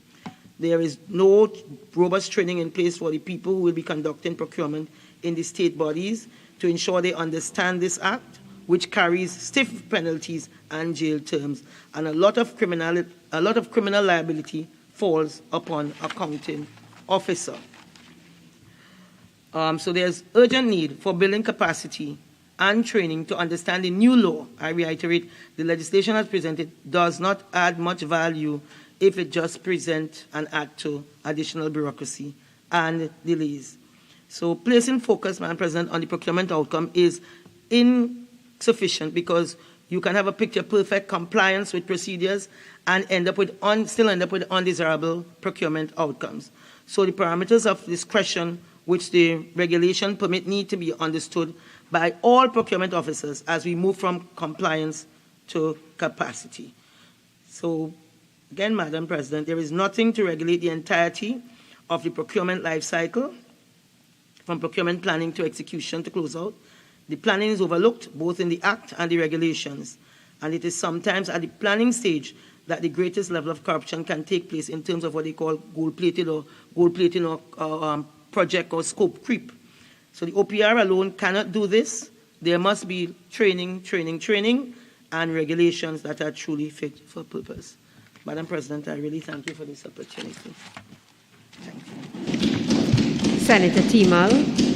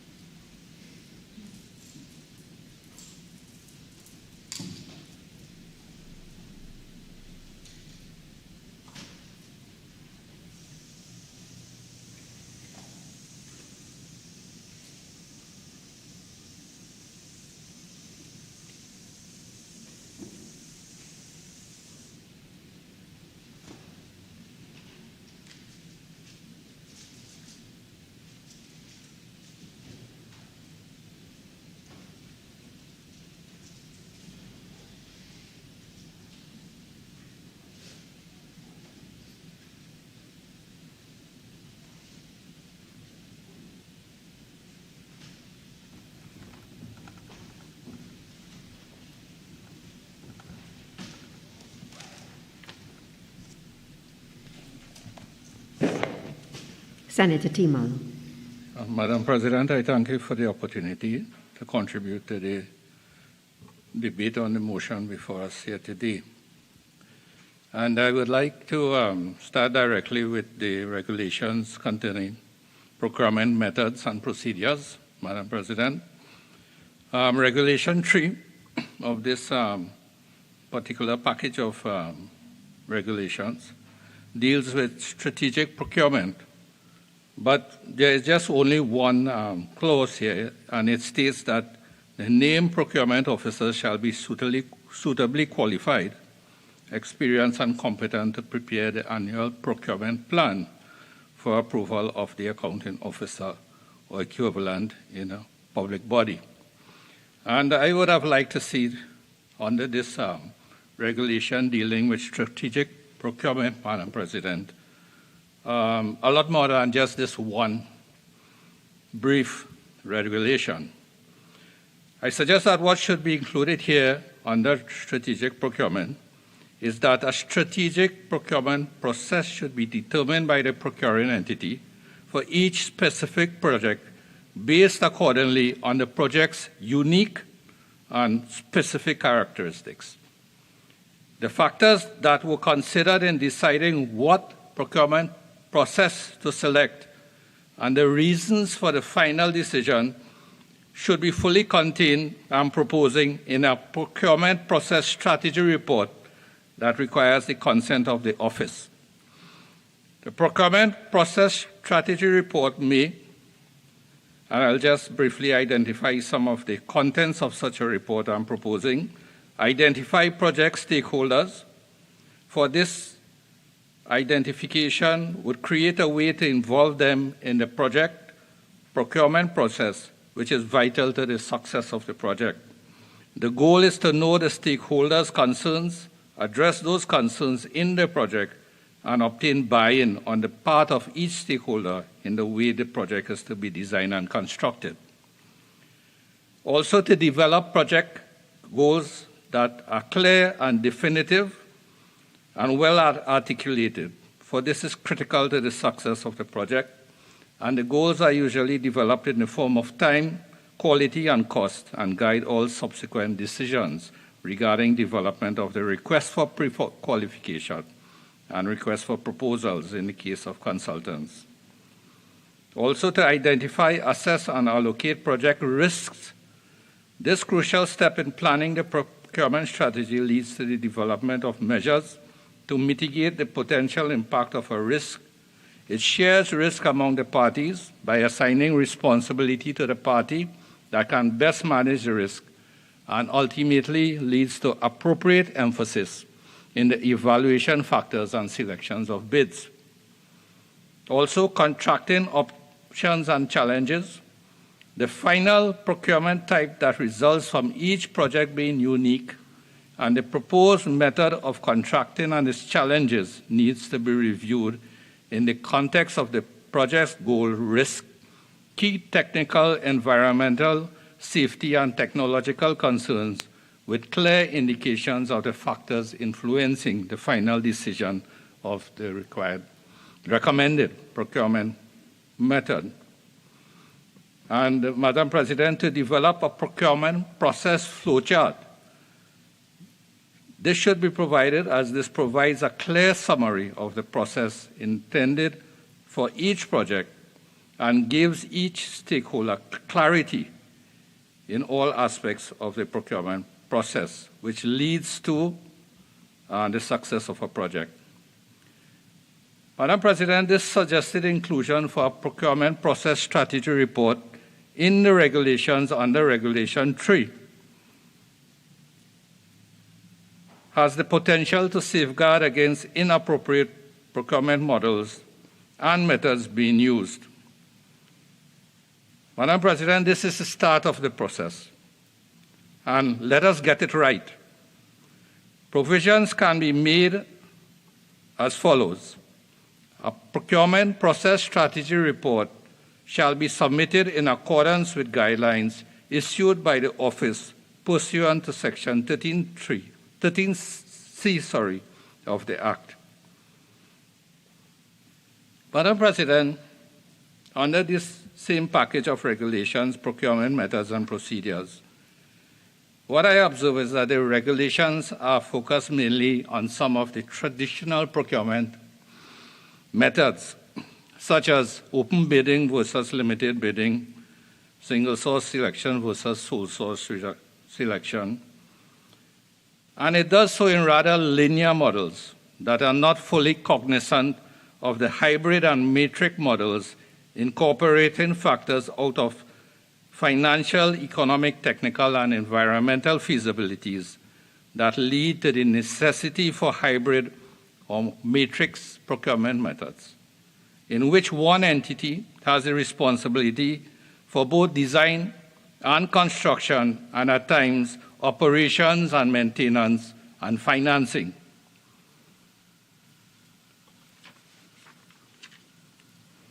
In particular, these will be projects that use the public-private partnership or the PPP arrangement, the design-build models, the design-build finance model, the design-build own-operate models, the design-build lease transfer models, and similar models, since the conceptualization, feasibility, pre-qualification, evaluation, and selection of a contracting entity for these type of projects is often a very complex and intense procedure. What is being proposed in the regulations, Madam President, are separate regulations for the procurement of consultants and procurement methods and procedures, and deals with the procurement of contractors and suppliers. I therefore see a disconnect because I do not see the stitching between the respective regulations, Madam President, and the cross-referencing that will stitch it all together to address the specific and unique requirements of these hybrid models of procurement. Now, I know I would be told that Regulation 16 states that the office shall set out in its guideline and handbooks other alternative procurement methods and their conditions of use which may be utilized by a procuring entity. Madam President, in the context of the prevalence of these hybrid models of procurement, I suggest that just this particular regulation that allows for alternative procurement methods as set out in guidelines and handbooks is just not good enough without getting into the details of these hybrid models within the regulations. Since these hybrid models that I have referred to are in prevalent use by this government and was quite popular and used extensively by previous governments, they are the preferred models for the mega projects, the hundreds of millions of dollars project for the procurement of plant, infrastructure, and housing and buildings. And I suggest that just that one regulation there that allows for alternative procurement methods is just not good enough. And it needs to be detailed and spelled out in the regulations. For these regulations should have captured at least the key factors to be considered by the office in developing guidelines for these other procurement methods. Design-build contracting has been prevalent in projects awarded by our public bodies for many, many years past.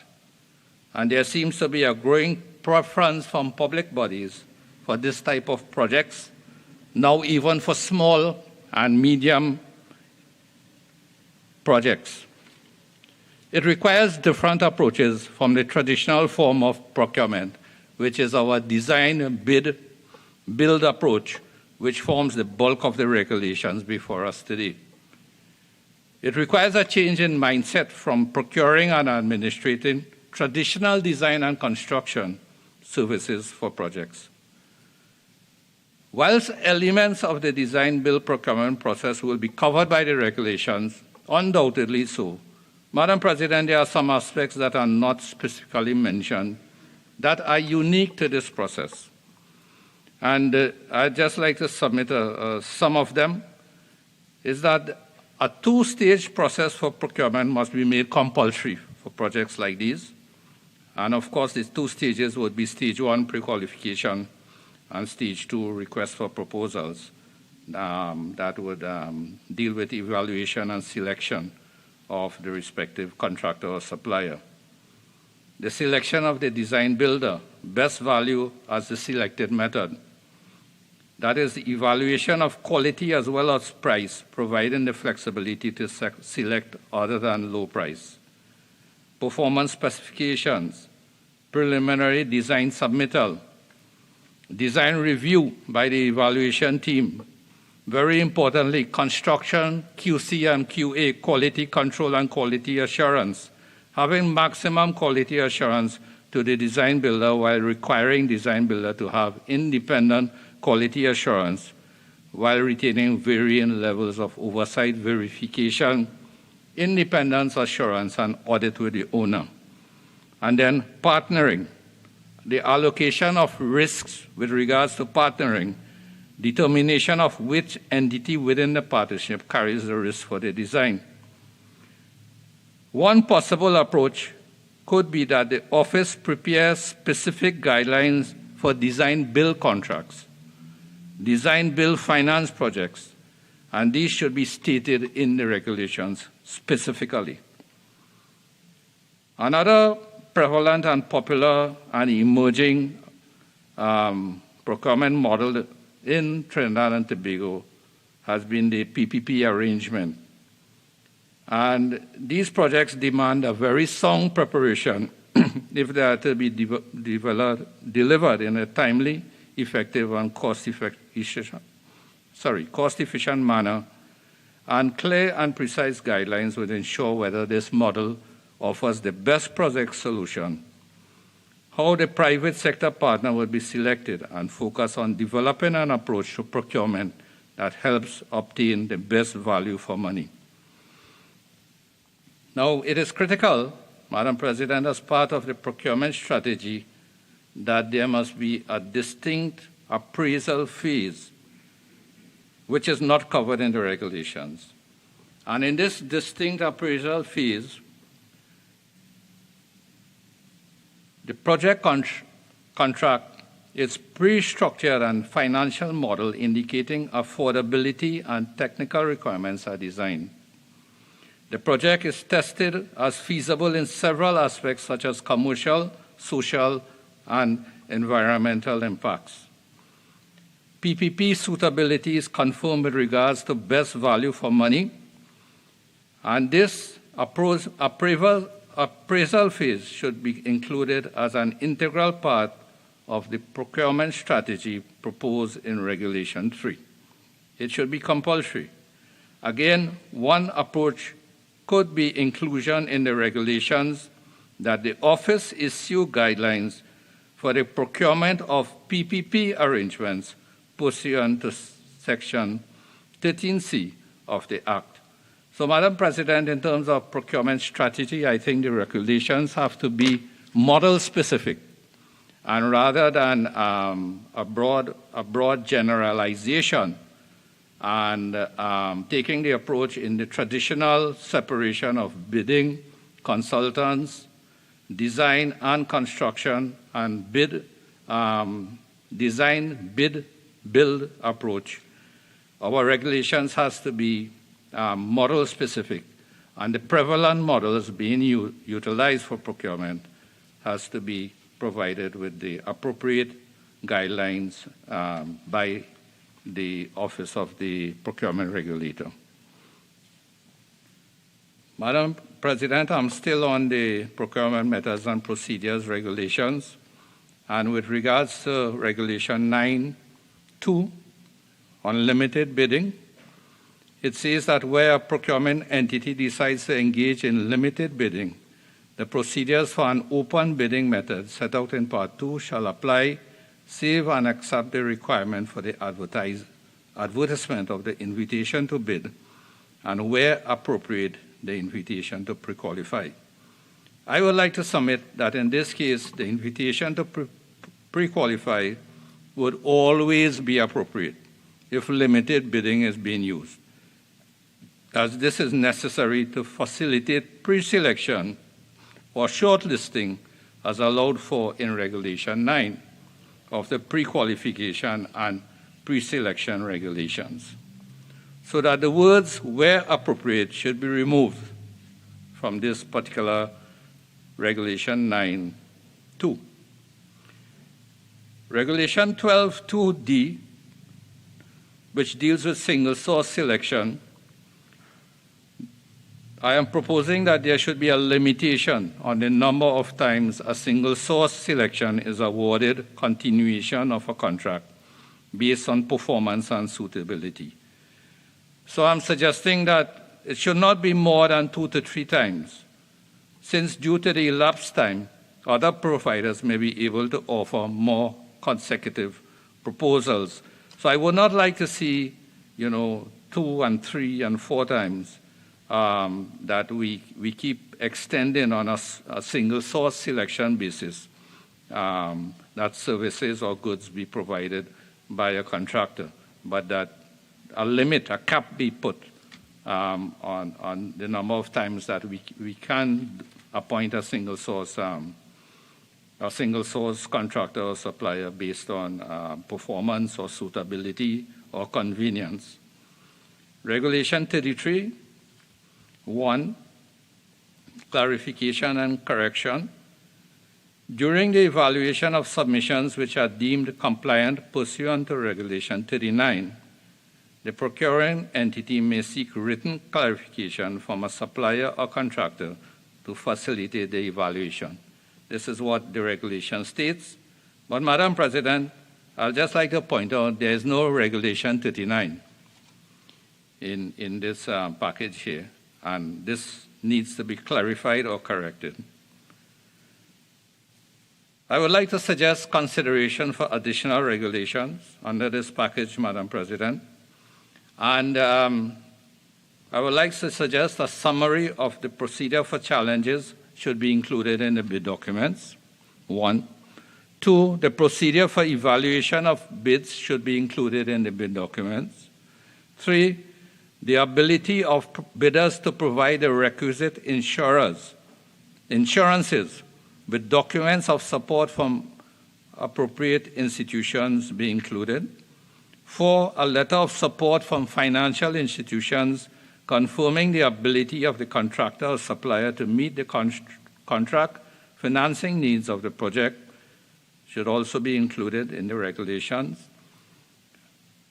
Also, there's a need for a regulation that provides for templates for the preparation of bid documents for the various procurement models in accordance with guidelines and handbooks issued by the office pursuant to Section 13C of the Act.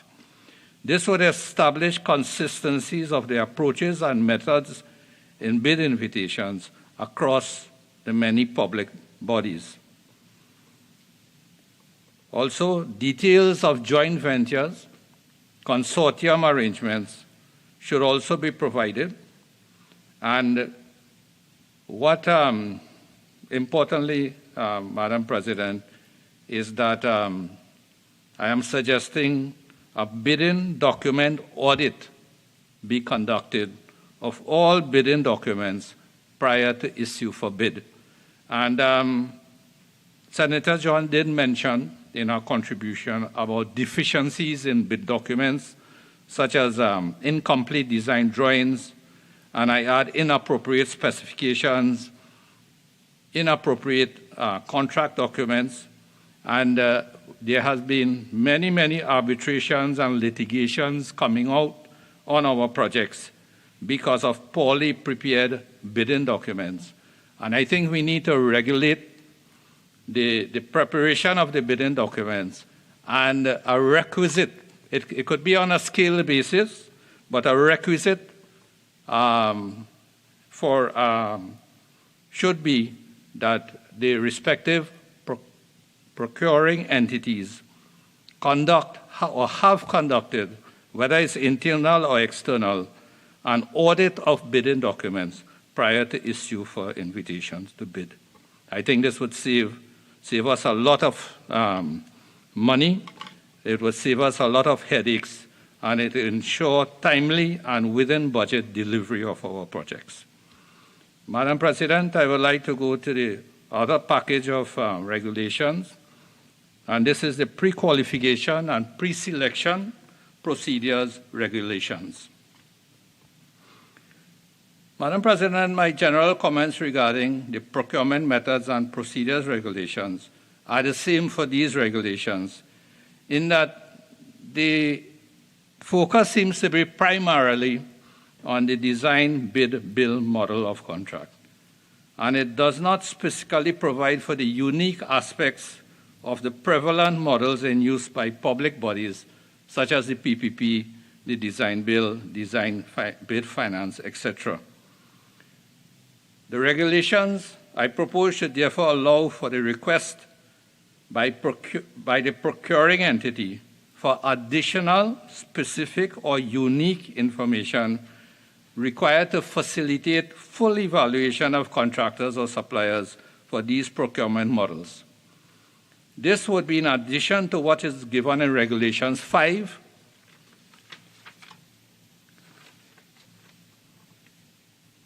This would be in addition to what is given in Regulations 5 and, Madam President, Regulation 12.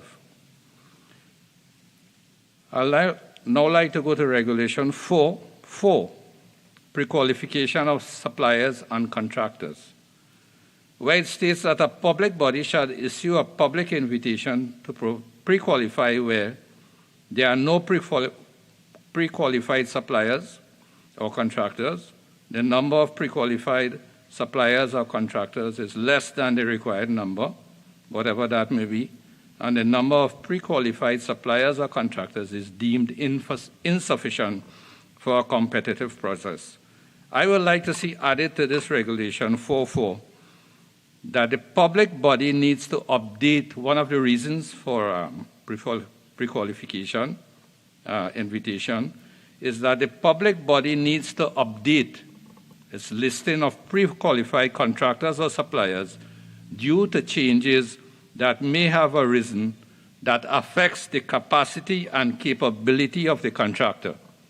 For changes occur all the time to respective businesses and entities, and the public bodies need to update their listing of pre-qualified contractors on a regular basis to allow for these changes. And also, this updating of the pre-qualification list would provide opportunities for emerging contractors to pre-qualify and get their name on the list. Madam President, Regulation 5(1)(c) that deals with content of invitation to pre-qualify calls for information relating to the criteria and procedures to be used for ascertaining the qualifications of suppliers or contractors and the information submitted by them. Madam President, for proper assessment, the information to be provided should list whether past projects were done as a joint venture or partnership, and should list the joint venture partnership partners or lead designer and the major or specialized subcontractors or consultants. Madam President, I make this point because in evaluation, if this aspect is not listed, the joint venture partnerships or the consortium, and the contractor or supplier makes it out that this project was only executed by them, then it could be quite misleading and allow such contractors to get on a pre-qualification list by false means. Regulation 8, submission of information to the procurement depository. It states that in response to the invitation to pre-qualify, suppliers and contractors shall register in the procurement depository database, and upload the required information and supporting documents to enable the public body to determine whether or not it meets the criteria for pre-qualification.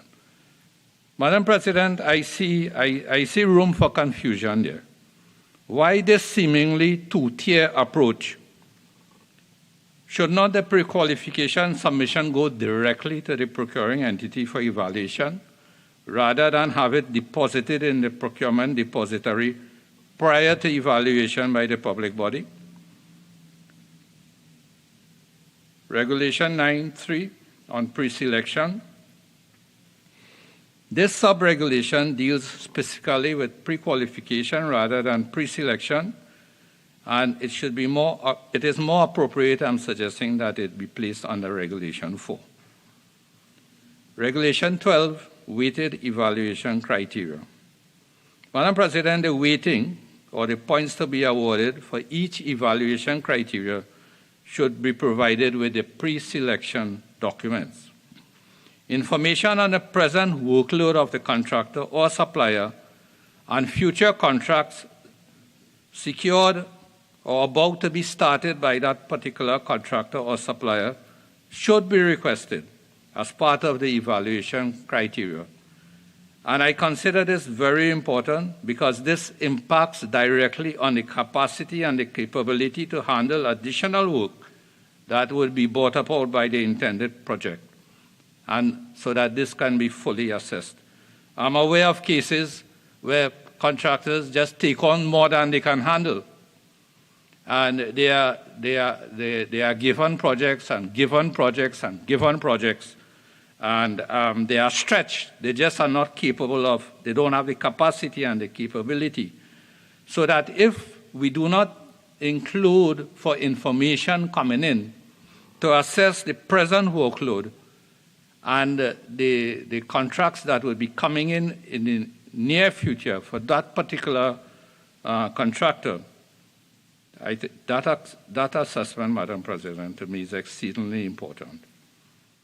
There is a need for a regulation that provides for templates for requests for pre-qualification documents and pre-selection process in accordance with the guidelines and handbooks issued by the office pursuant to Section 13C of the Act.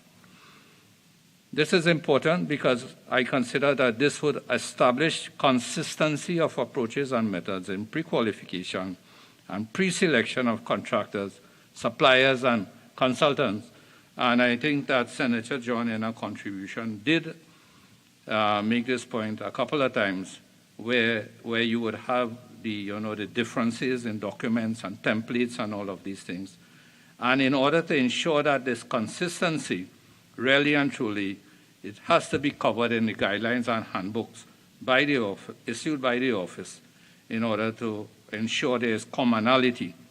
And also the point was made by Senator John about the question of lowering the bar, because we do have entities, and I agree with her, such as NIPDEC, UDICOT, NEDCO, who have very, very, very well-established procurement rules and guidelines. And I'm not sure with the Office of the Procurement Regulator how we are going to manage all of this in terms of which template we go with. And it is indeed a challenge for the Office of the Procurement Regulator, Madam President, to meet this requirement. I also would like to see, under these regulations for pre-qualification and pre-selection, to be added to the regulations specific criteria for assessment of joint ventures and consortiums in order to avoid problems later down the road when the joint ventures and the consortiums, they have their own internal legal arrangements, contracts are awarded to them. And when you are looking to take action against the joint venture of the consortium, you find yourself having to, you have to jump around to decide, who is responsible for what, and what provisions have been made in the joint venture and the consortium for risk sharing, and who has the primary responsibility in terms of that risk sharing. Madam President, I would now like to go to the other package of regulations, and this is the Procurement of Consultants Regulations 2021, and go directly to Regulation 4 of this package, which deals with competitive process of selecting a consultant. Sub-Regulation 1 states that a procuring entity may competitively select a consultant based on initial shortlisting of consultants who are invited to submit a proposal. What I would like to see added here to this sub-regulation for one, Madam President, is that the shortlist of consultants is to be established by applying a pre-selection procedure in accordance with public procurement and disposal of public property pre-qualification and pre-selection regulations 2021. So I like to see that connection with that particular package in terms of the shortlisting of consultants. Madam President, sub-regulation 4.2 that states that a procuring entity shall be evaluated in accordance with the public Procurement and Disposal of Public Property Evaluation Regulations 2021, I think there is an error here, and a procuring entity should read a consultant rather than a procuring entity.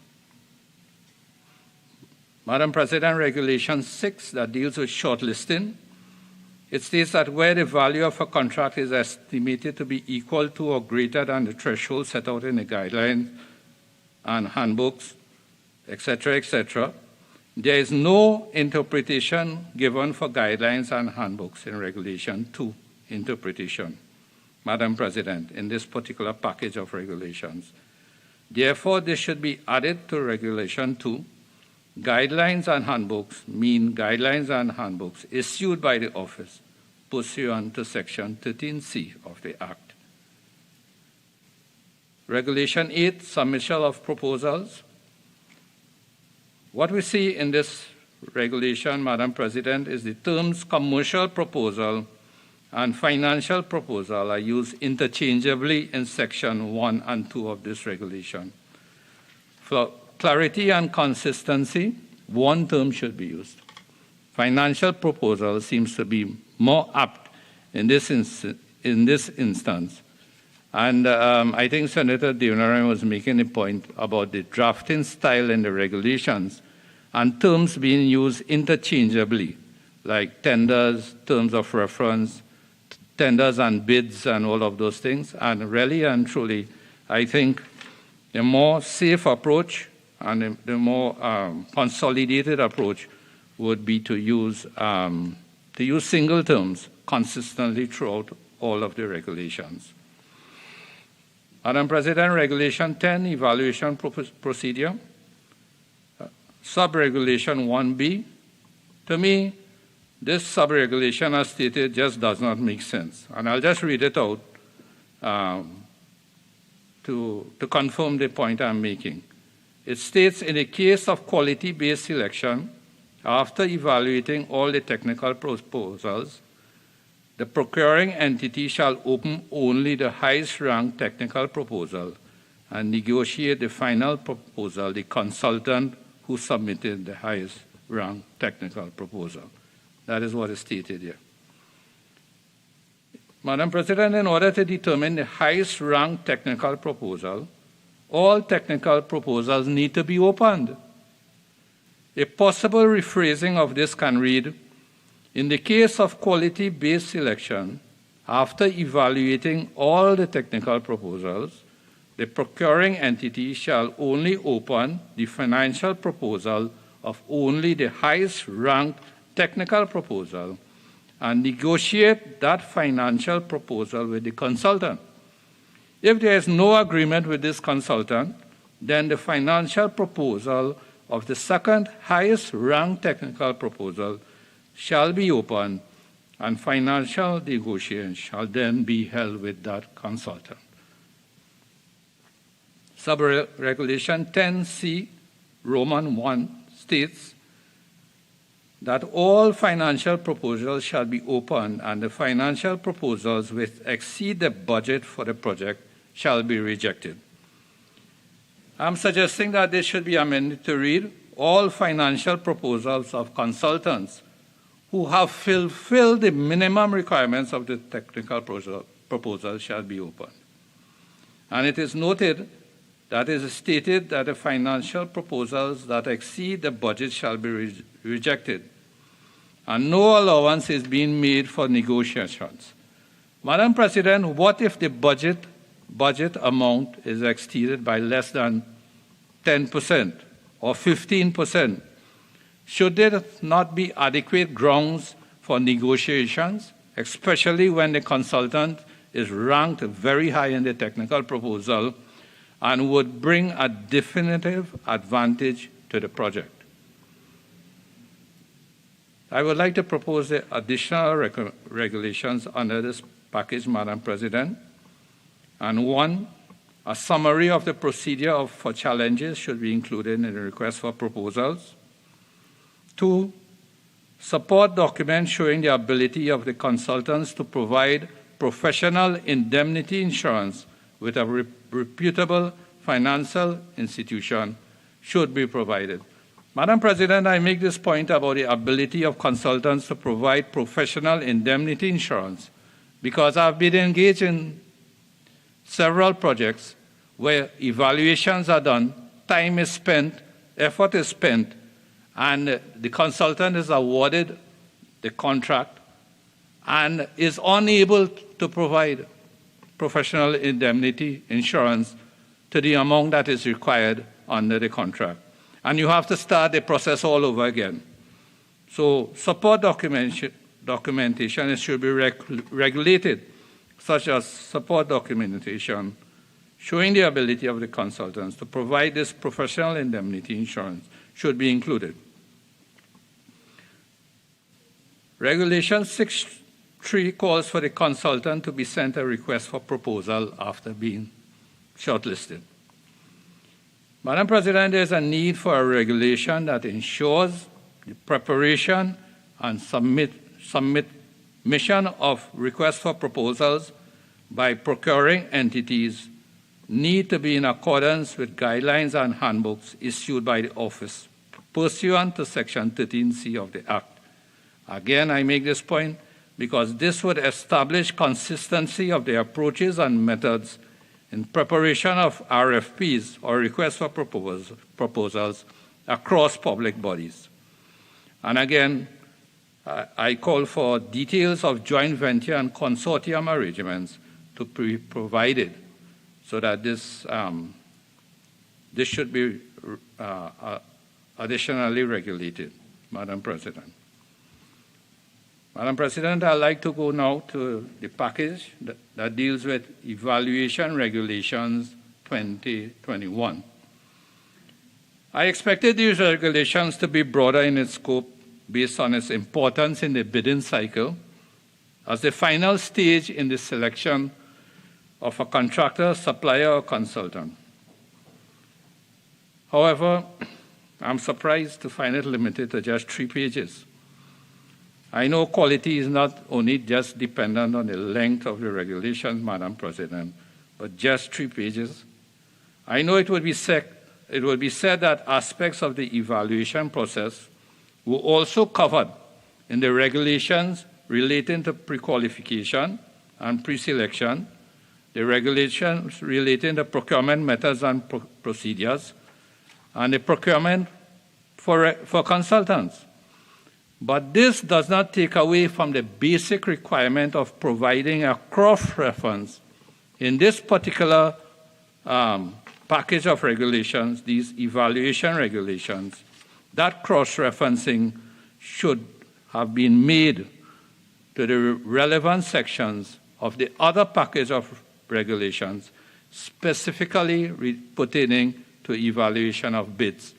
Because what we have to do, we have to go through 7 to 8 different packages and extract all of those that relate to evaluation and then read that in connection with the package that deals with evaluation. Madam President, that is too long-winded. It's tedious. It would prove to be tedious. And I'm suggesting that within the evaluation package, regulations package, that we try to stitch it all together by cross-referencing or even replicating some of the key aspects of the evaluation procedure within this package for evaluation.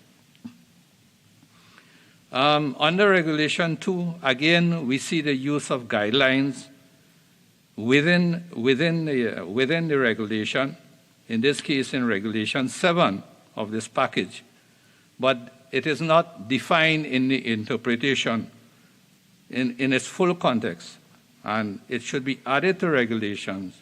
Guidelines mean guidelines issued by the office pursuant to Section 13C of the Act, and not just put guidelines. Regulation 4, Madam President, allows for the use of price factor and non-price factor in the evaluation process. It also allows for the use of life cycle method and net present value cost model for evaluation of bids. Madam President, these methods are best suited, in my opinion, for mainly the procurement process associated with plant and equipment. And no specific mention is made of evaluation methods more suitable for the prevalent PPP arrangements, the design build and design build finance procurement methods being widely used by past and present governments and public bodies. And really and truly, I consider this to be a serious omission from the regulations. The regulations regarding evaluation should be tailored specifically to address these prominent and prevalent models of procurement. For as I said, they deal with the mega projects where we are spending billions of dollars on projects that are utilizing these models. And regulations must be tailored specifically for these procurement methods and specifically for the evaluation of these of the bids received for these particular procurement models. And how we can approach it?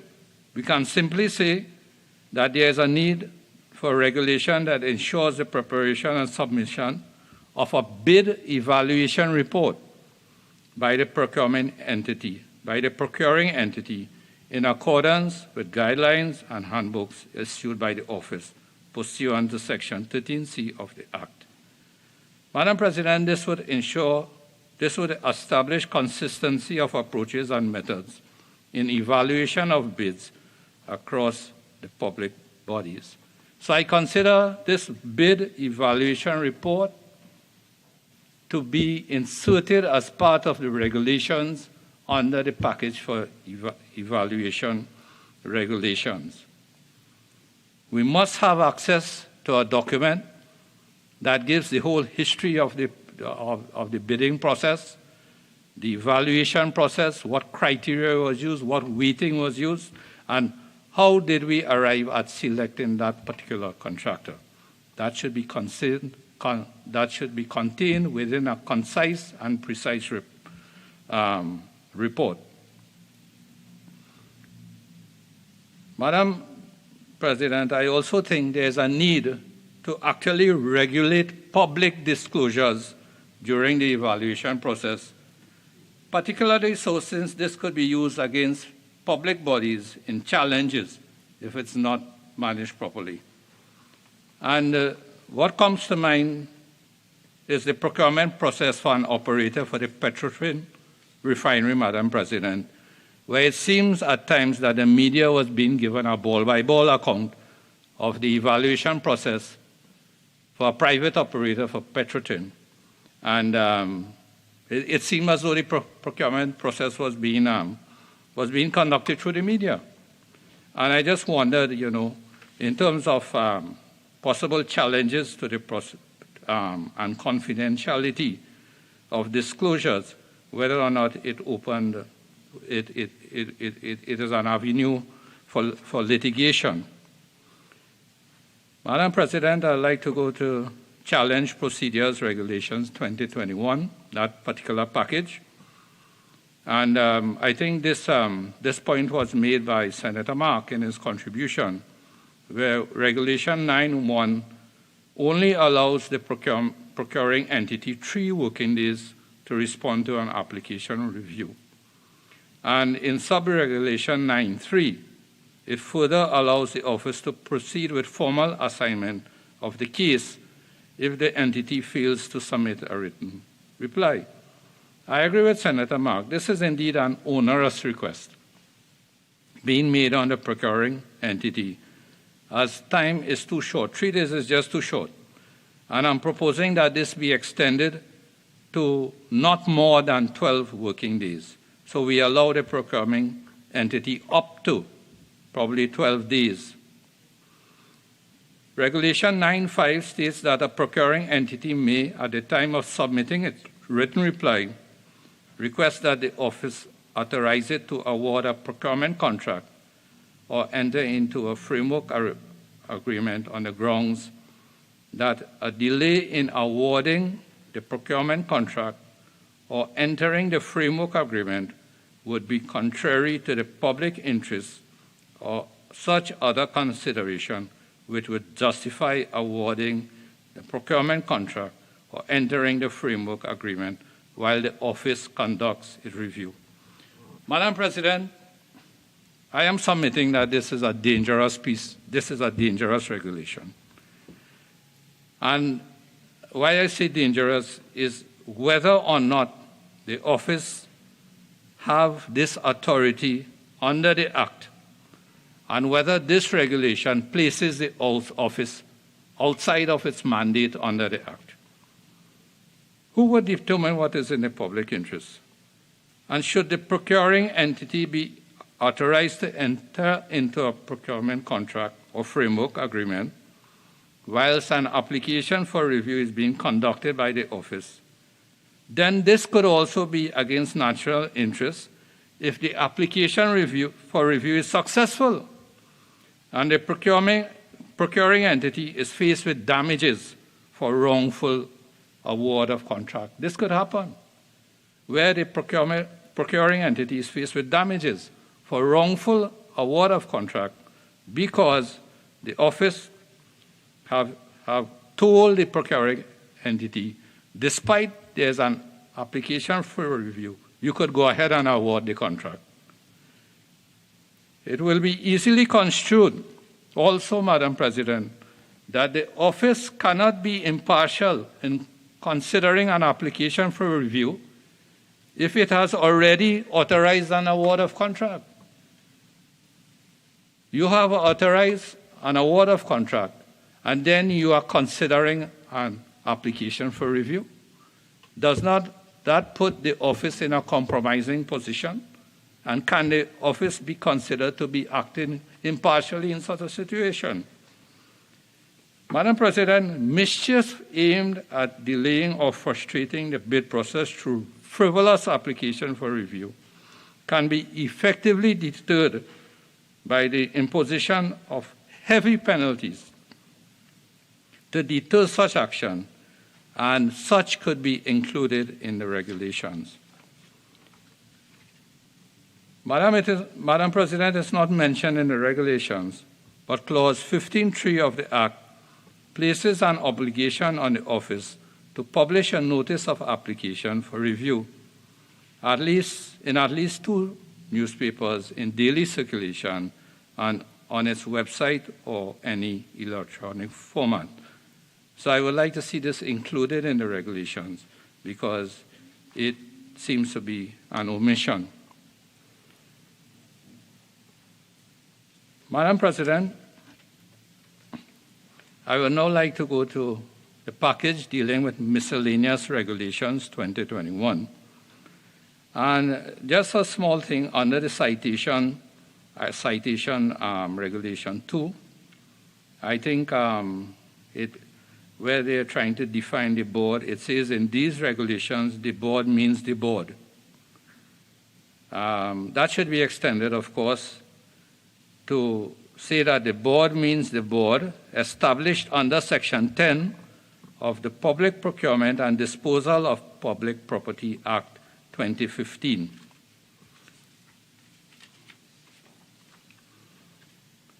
Madam President, as we have seen from these regulations, the procurement process can be at times quite complex and calls for specific areas of expertise. As a result, I consider that training in procurement is absolutely necessary for the procuring entities to be successful in procurement, and in particular for the non-traditional procurement methods such as PPP, design build, design finance build, etc. And Senator John did make this point in her contribution. The whole aspect of training and the readiness of the procuring entities to implement these procurement regulations. And actually, which is why I'm proposing that training be actually included in these procurement regulations. And in order to include training as part of the procurement regulations, I am proposing that one approach could be to include in these regulations for the office to issue guidelines and handbooks for training in procurement pursuant to Section 13C of the Act.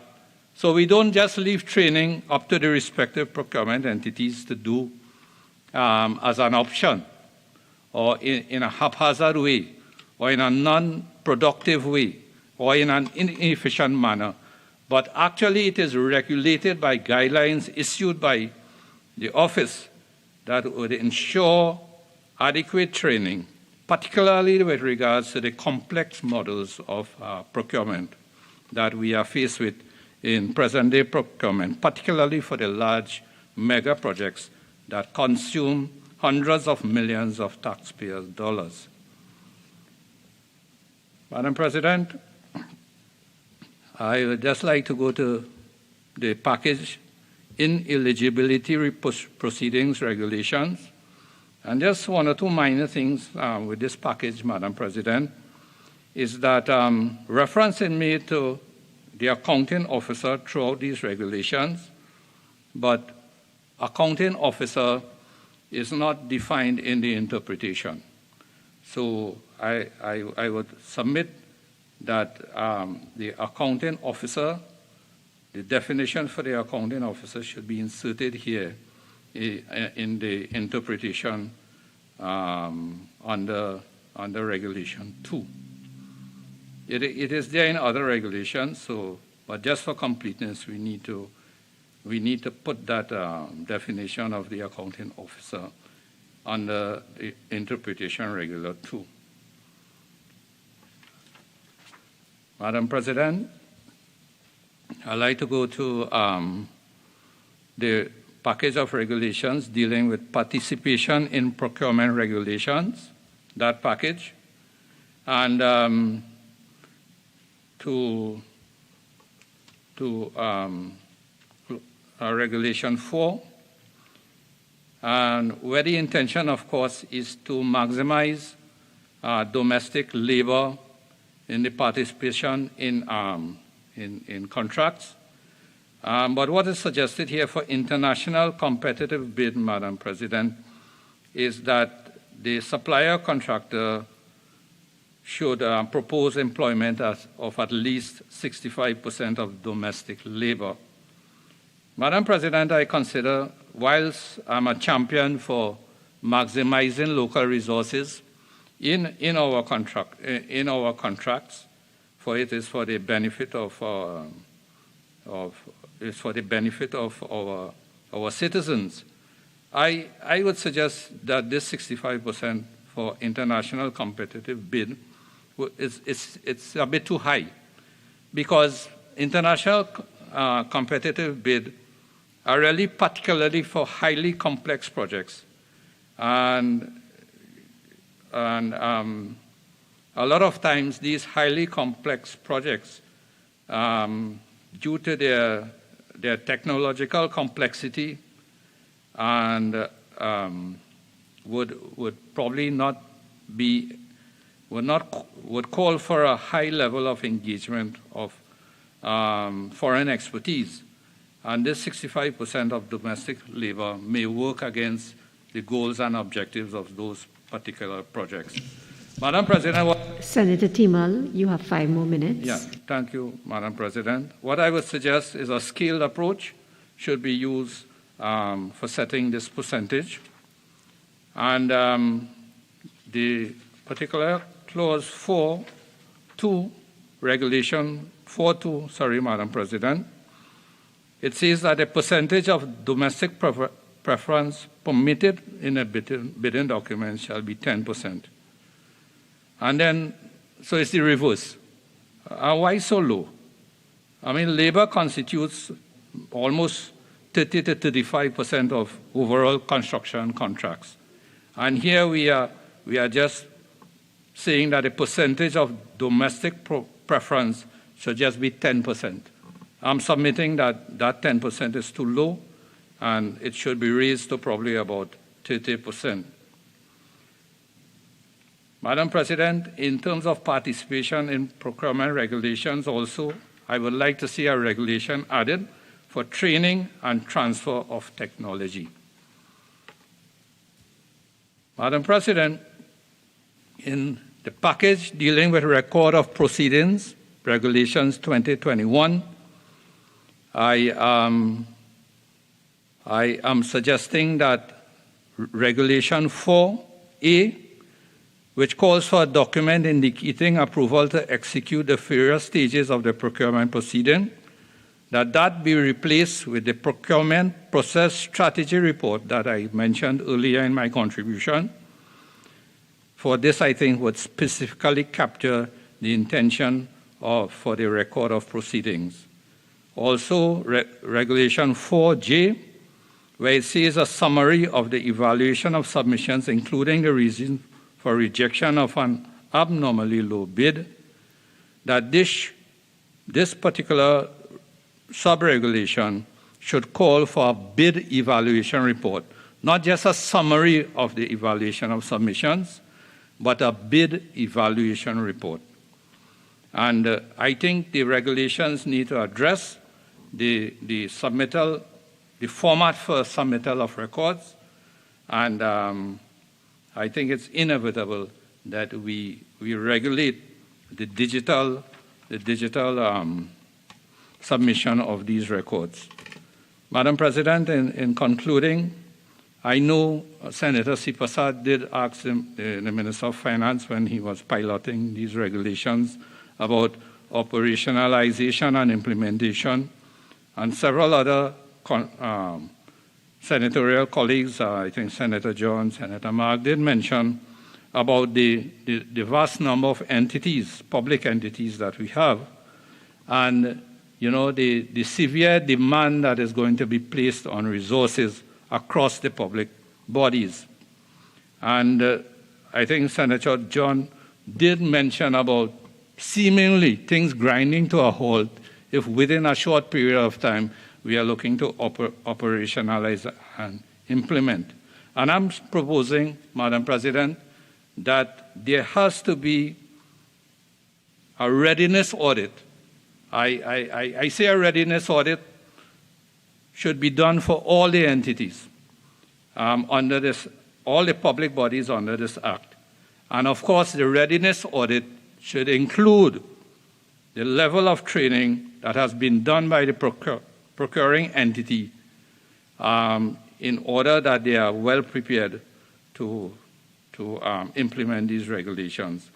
So that readiness audit is a necessity. I'm submitting, Madam President, prior to the implementation or proclamation of this particular set of regulations. Madam President, I thank you. Minister of Digital Transformation.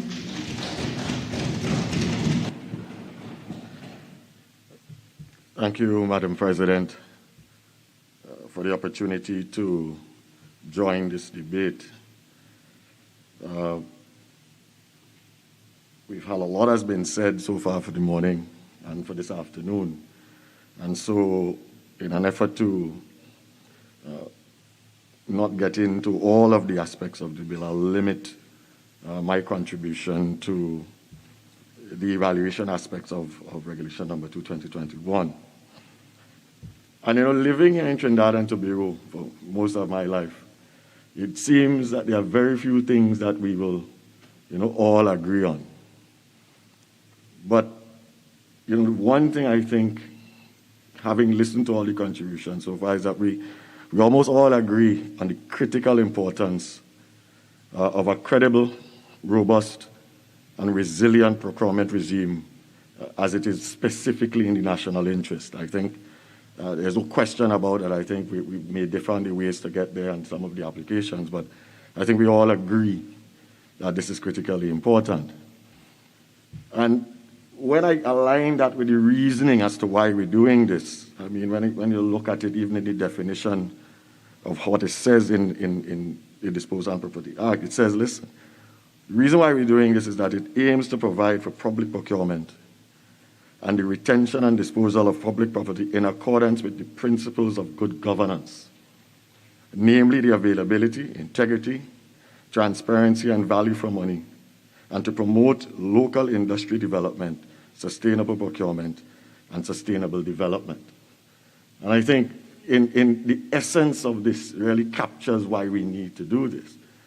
And this robust debate that we've been having so far speaks to the passion in which we all look at this.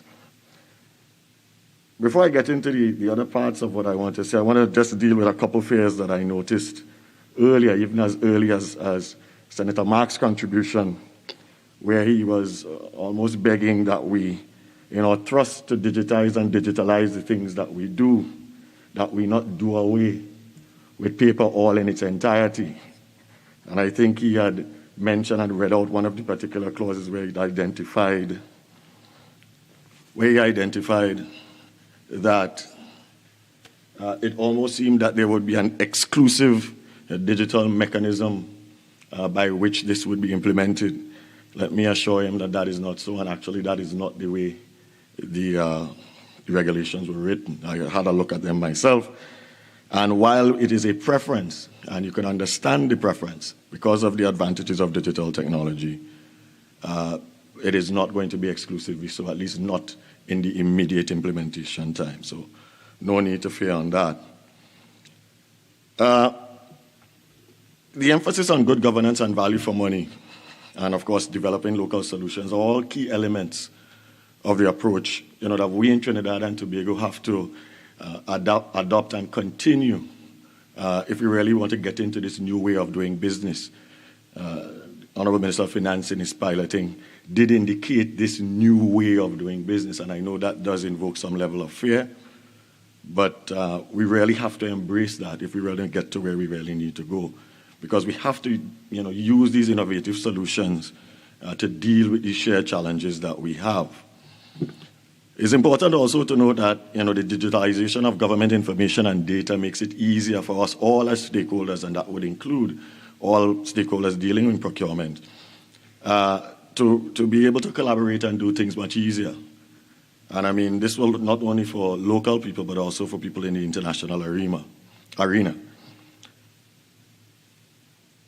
Digital technology and new procurement regime are really and truly very symbiotic in their relationship.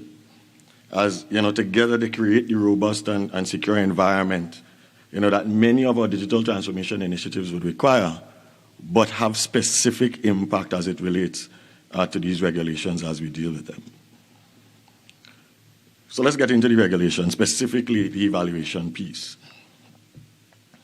The Public Procurement and Disposal of Property Evaluation Regulation, the Evaluation Regulations 2021 piece, ensuring that procuring entities make decisions based on the rules. And really the intent of that is to reduce the abuse of discretion and opportunities for corruption. They also allow verification that the rules actually have been followed. And further to that, they facilitate grievance and challenge mechanisms as an example. So persons can examine the records, and I know, again, Senator Mark was quite keen on record keeping and citing international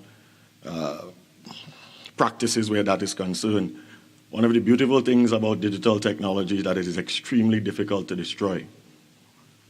When you think about the number of cases where we found records destroyed by fire, records destroyed by water and flooding, records destroyed by exposure to digital light and fluorescent light. In the electronic world, those things will remain. And so the fear of not being able to find something will go away. Of course, when you have those things, it ensures that the objectives of transparency, fairness, equality, and value for money and integrity remain some things that you can always validate and utilize. It's important to note that during the formal tendering process, public bodies and procuring entities will under a duty of care to evaluate bidders on the basis of disclosed criteria. And I mean, in addition, ministries, departments, and agencies can be found liable, and we've heard that repeated a few times, for employing, but in this case, for employing hidden, undisclosed criteria in their evaluation decisions. Very, very dangerous. It should not happen. Of course, once you get those things, it ensures that there's a high level of transparency and accountability in the processes. So under the new evaluation regime, if you look at Regulation 3.1, it makes it mandatory for a procuring entity to select the successful submission based on the evaluation criteria and the methodology specified in the bidding document. And I know Senator Teemal did identify the leanings of some of our methodologies towards plant and machinery. But I am sure as even more and newer methodologies come out, we're going to have to continue to adapt for those things. So it speaks to what it needs to speak to, but fundamentally this is what we need. Regulation 3.2 also states that a procuring entity's evaluation criteria and methodology shall be appropriate to a number of things, including the type, the nature, the market conditions, and the complexity of the goods and the works, of course, for the services being delivered. So it has to be flexible and adaptable to what exactly it is you're trying to address. The references are also made, of course, to the price and non-price factors, and that is really important. Price factors tend to be easy to evaluate. They're really easy to stipulate the things you have because they're the common things we expect in procurement pieces. The period of the completion of work, life cycle operation costs, the need for sales and after service, etc., and it goes on. They're all listed there in A to G, extended warranty, payment terms, etc. And it also in 4.1, in Regulation 4.1, it also allows a submitted price to be adjusted based on those variables. And again, that is a level of flexibility that you want while not making it purely a subjective matter, because it can put us in significant trouble if you do that. But even the evaluation criterion and so on, it allows for that adjustment if it is stated in the bidding document prior. So it's not something you can bolt on and add to the back of it. Life cycle costing, and I know this came up, Senator John mentioned a number of pieces about this and where these sit in the evaluation, and particularly in life cycle pieces. It occurs throughout various ways in which even in the responses are created. Because when I look through some of the stuff we did in previous places, you would find that even at the schematic design phase, you're doing comparative work inside of that. If you're looking at it from the design development phase, even in the preparation of the individual bids, even before you get to the point of evaluating them against one another, all of that is happening. So the idea of applying those methodologies, of course, across all the way through this life cycle is valid when you think about comparing one to the other. But once they've done, if it's been done properly in the way in which it was built, it will become very, very apparent if you get to that phase of where it has to go. So, well, I take it on board, but it is one of the other things, one of these things that we have to continue to look at as these regulations evolve. Total cost, whenever possible, and again, it's stated here in the regulations 4.3, particularly where the cost of operations and maintenance of the good or work is over a time specified, like estimated, and to be, considerable when compared with its initial cost and may vary according for different submissions. So, again, there is a level of rigidity in terms of fixedness of what you need to do, but you also have some level of flexibility to make sure that it is not so rigid that you can't use it as a workable tool. Regulation 4.4 deals with the life cycle costing method to be evaluated, and of course, Senator Teemal did mention about the NPV and where it goes. I won't repeat that. But the Regulation 4.5 imposes certain requirements on that, and it is important that we understand those. They're listed A to D, but for some of them, factor the methodology to be used for calculating the operation, maintenance, and disposal of cost, metal, and goods and service. And of course, the information to be provided by a supplier and contractor in his or her bid. All of these things, when you put them in the combination that they put together, gives you a very robust way to do these evaluations, particularly for the cost factors. For the non-price factors, which tends to be the more nebulous of the piece, the more subjective of the piece, they've tried to fit that in and put it in a way in which it can easily be used if the rules are followed. Because remember, the emphasis on this value for money thing really differs from the traditional approach of public procurement, which really only favors primarily lowest price bid for contract. This is one of the more important contributions, of course, I think that this brings to it. It starts to implement this thing about new way of doing things. Yeah? So what then are the non-cost factors? These non-price factors we're talking about. 5.2 states what they are, and 5.3, of course, gives further definition to them. But it states what it is, but it is not limited to. And this is it includes the quality of methodology and the work plan, the performance, capacity, and functionality feature of the good and the work and service itself, and of course, the sustainability feature. Again, things that, if you have to quantify them and fit them into the price cost, it's very difficult to do, but you have to have them as considerations as you do what you're doing going forward. And what these regulations seem to is to provide a framework in which that can happen. Moreover, according to Regulation 5.4, the non-price factor shall be prioritized, assigned merit points, and weighted according to its relative importance in meeting the desired outcome of the procurement. So there is a methodology, even though it's a non-costing, that defines how it is to be adjudicated. Further, Madam President, Regulation 5.5 states that the method of assessment of the non-price factor shall be set out clearly and precisely in the bidding document. So you understand that it has to happen and it is not a bolt-on that happens at the end. The standstill period, I think, is also important, and I know that Senator John, Senator Teemal spoke to things that are happening relative to your ability to challenge. But the standstill period is also important.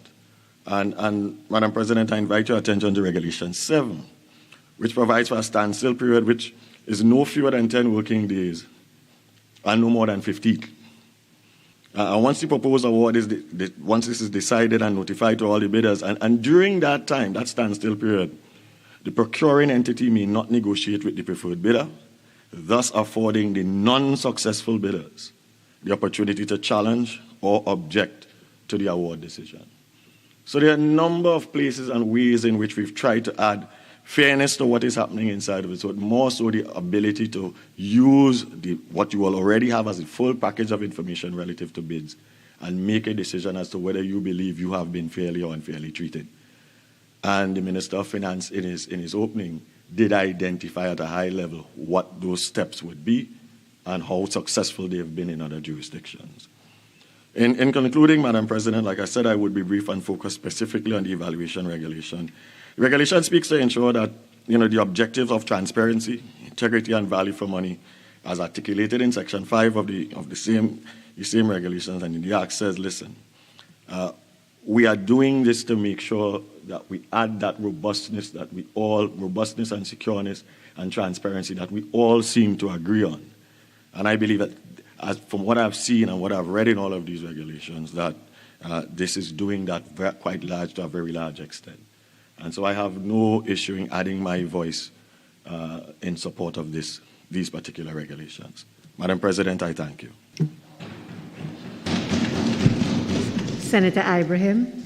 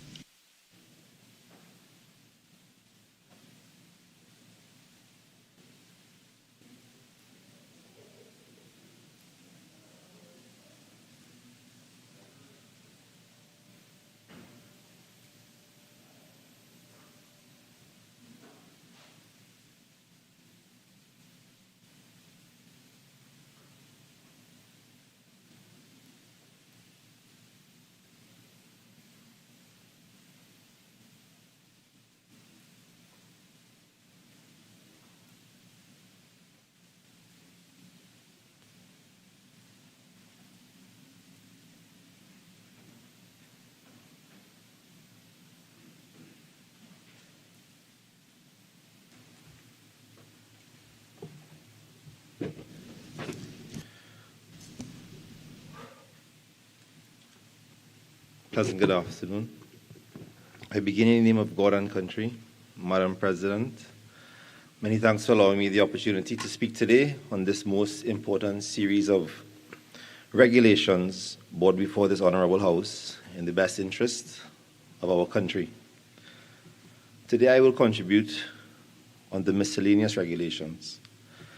Madam President, the purpose of this debate, as we all know, is to ensure that we promote competition and ensure that competitors are treated fairly to promote the integrity and fairness of those procedures, to increase transparency and accountability in those procedures, and to increase public confidence in those procedures.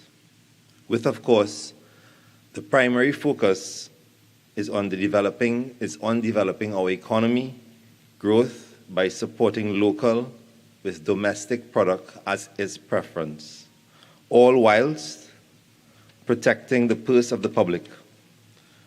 As the mover of these 10 regulations has enunciated, and based upon the Public Procurement and Disposal of Public Property Act 2015, the objectives of the Act are to promote the principles of accountability, integrity, transparency, and value for money. It is to promote efficiency, fairness, equity, and public confidence, and to promote the local industry development, sustainable procurement, and the sustainable development in public procurement and in the disposal of public property.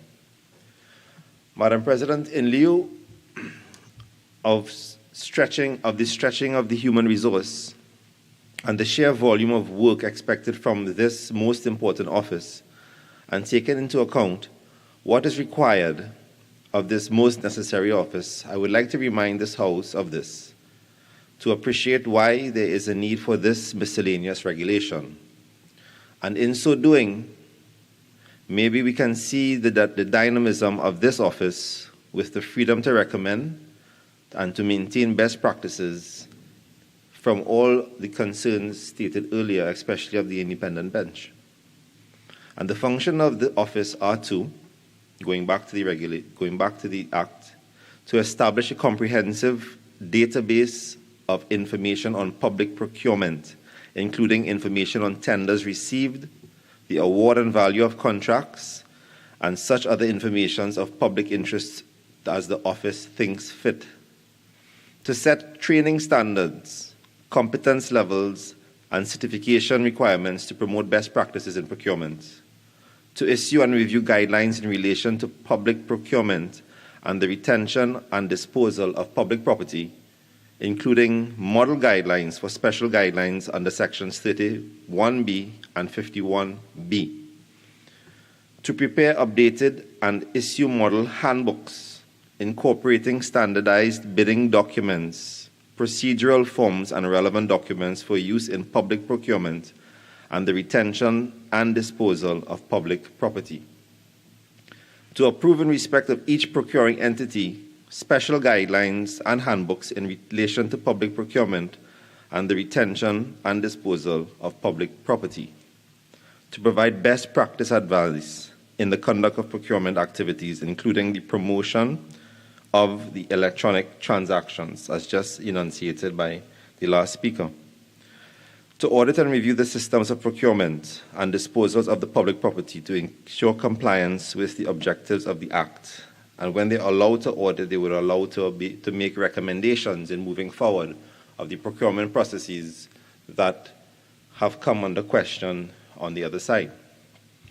To harmonize policies, systems, and practices in relation to the public procurement activities and the disposal of the public property. To review the public practice, the procurement practice and delivery systems on an annual basis to identify the best practices. To promote the awareness of the public bodies and the public to issues relating to the public procurement. To undertake research and surveys with respect to public procurement, thereby bettering the game. To investigate on its own initiative or upon complaint from any party involved in public procurement or disposal of public property or any member of the public, any alleged or suspected breach of this Act. To prepare and maintain a database of pre-qualified contractors and suppliers. I know Senator Teemal was concerned about not having a dynamic list within the remits of the office. To prepare and maintain a list of pre-qualified mediators, arbitrators, and experts for the purpose of altering alternative disputes resolutions under this Act, and to provide advice on best practices on the aggregation of the procurement or disposal of goods for the purpose of obtaining value for money. In the exercise of its functions,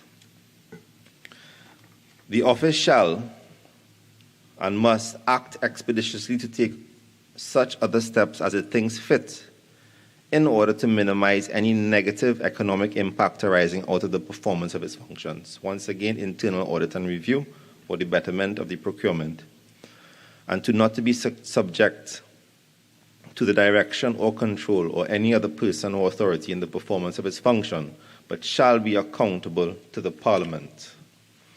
In the performance of its functions, the office may monitor the procurement of goods, works, and services and the disposal of public property by public bodies to ensure compliance with this Act, issue directions to public bodies to ensure compliance with this Act, and carry out such activities and do such other acts as it considers necessary or expedient for the carrying out of its functions.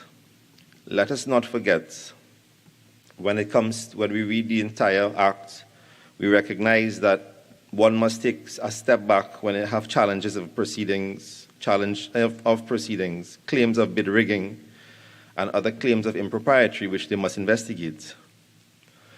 And don't forget the annual reporting due, I believe the date is September 30th, that the chair, who must bring his or her report to the Madam President and the Speaker of the House to be laid in reports. Let us recall that this is here before us as it is, yes, made by the Minister, but on the recommendation of the Office of the Procurement Regulations under Section 63 of the Public Procurement and Disposal of Public Property Act and subject to affirmative resolution in Parliament. The Public Procurement and Disposal of Public Property Miscellaneous Regulations for committee members, which is the chunk of the miscellaneous content, goes as follows. And this is in lieu of the stretching of the human resource and creating efficiency, which was not included in the original Act. The office may invite suitably qualified and experienced individuals to serve on a committee. An invitation issued pursuant to Sub-Regulation 1 shall be published, not kept in the dark, published in at least one newspaper with daily circulation in Trinidad and Tobago and on its website. A member of a committee shall have appropriate academic qualifications and practical experience in the area in respect of which the committee is appointed in order to provide effective support and relevant advice to the committee. A committee shall comprise a membership of no less than 3 members, including the chairperson, and in any event, a committee shall comprise an uneven number of members. This committee is being held accountable both in behavior and work ethic, as if they were the board when we take a look of what they shall do. A committee member shall ensure that he or she performs his function in an effective and efficient manner. They must be fair and impartial in exercising its function. They must afford no undue preferential treatment to any person. They must not arrange their private interests, and they must, for the purposes within knowledge, and they must maintain order to maintain public confidence in trust and his integrity. A member of the committee shall not use his appointment for the improper advancement of his personal or financial interests or the interests of another person. They shall not use public property or service for an activity not related to his function, and shall not use his appointment for private gain. A member of a committee shall not use his appointment to influence or seek to influence a decision to further his private interest. A member of a committee shall not accept a fee, a gift, or personal benefit except compensation authorized by law that is connected directly or indirectly with the performance of his function. A member of a committee shall keep matters of a confidential nature confidential unless the disclosure of the matter is required by law in the performance of his or her duties. Sub-Regulation 6 applies to a member of the committee when he is no longer a member of that committee which is a criteria for membership of a committee. A member of a committee shall disclose a possible or perceived conflict of interest in accordance with the procedures set out in the handbook and guidelines and recuse him or herself from a decision which involves or is affected by the possible or perceived interest. The board shall determine the remuneration for a committee member.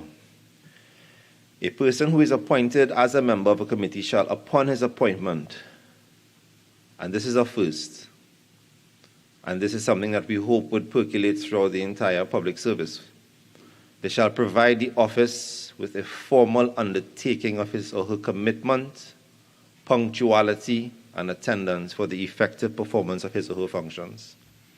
Whereas a person requests information from a procuring entity in a printed format, the procuring entity may provide the printed information, including information referred to in Section 27(1)(a), at a fee which represents the cost of printing and dispatching the information.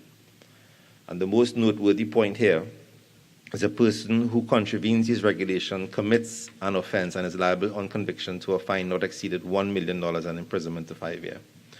These, Madam President, in summation, these miscellaneous regulations and the stringent and complete terms and conditions provide that the best labor is sought and that we expect the best of them all. And as the mover has stated, we are on the cusp of a fundamental phase in the transition as to how we do business in our country. And in support, I say and join, let's get the show on the road. Madam President, I thank you. Senator Roberts.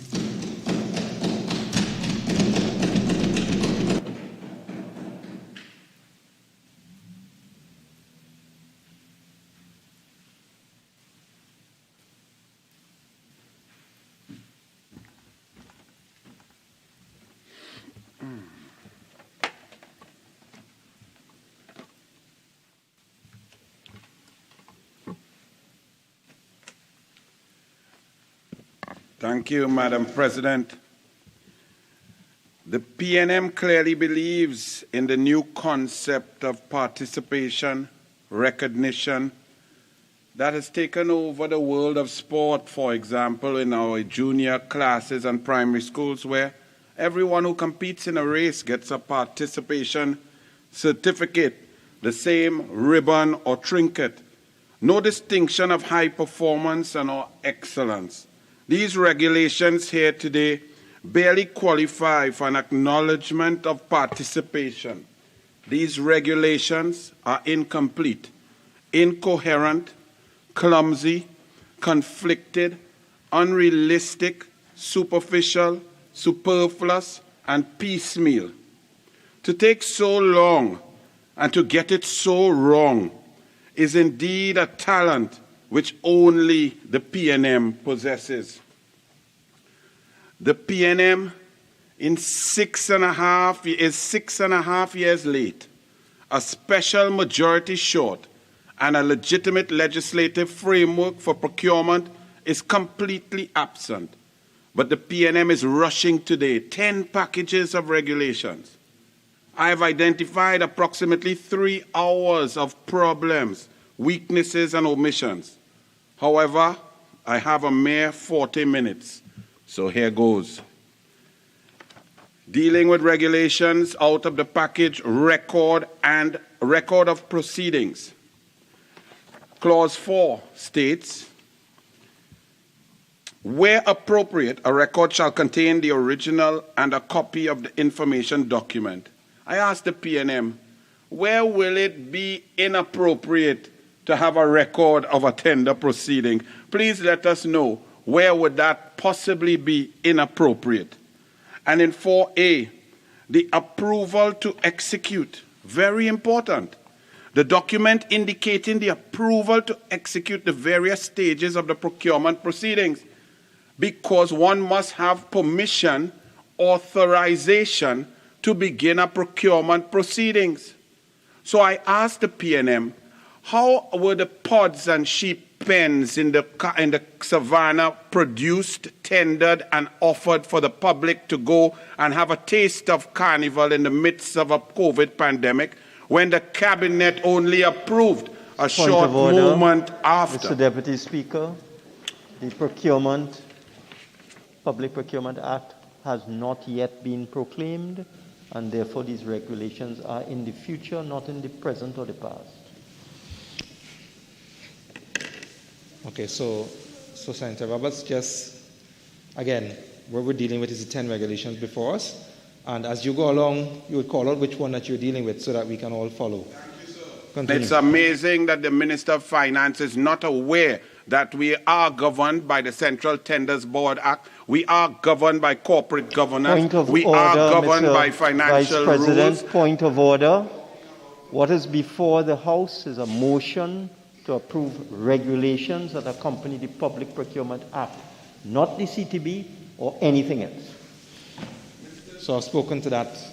Senator Roberts, continue. I'm glad to see that my honourable colleague is very energetic.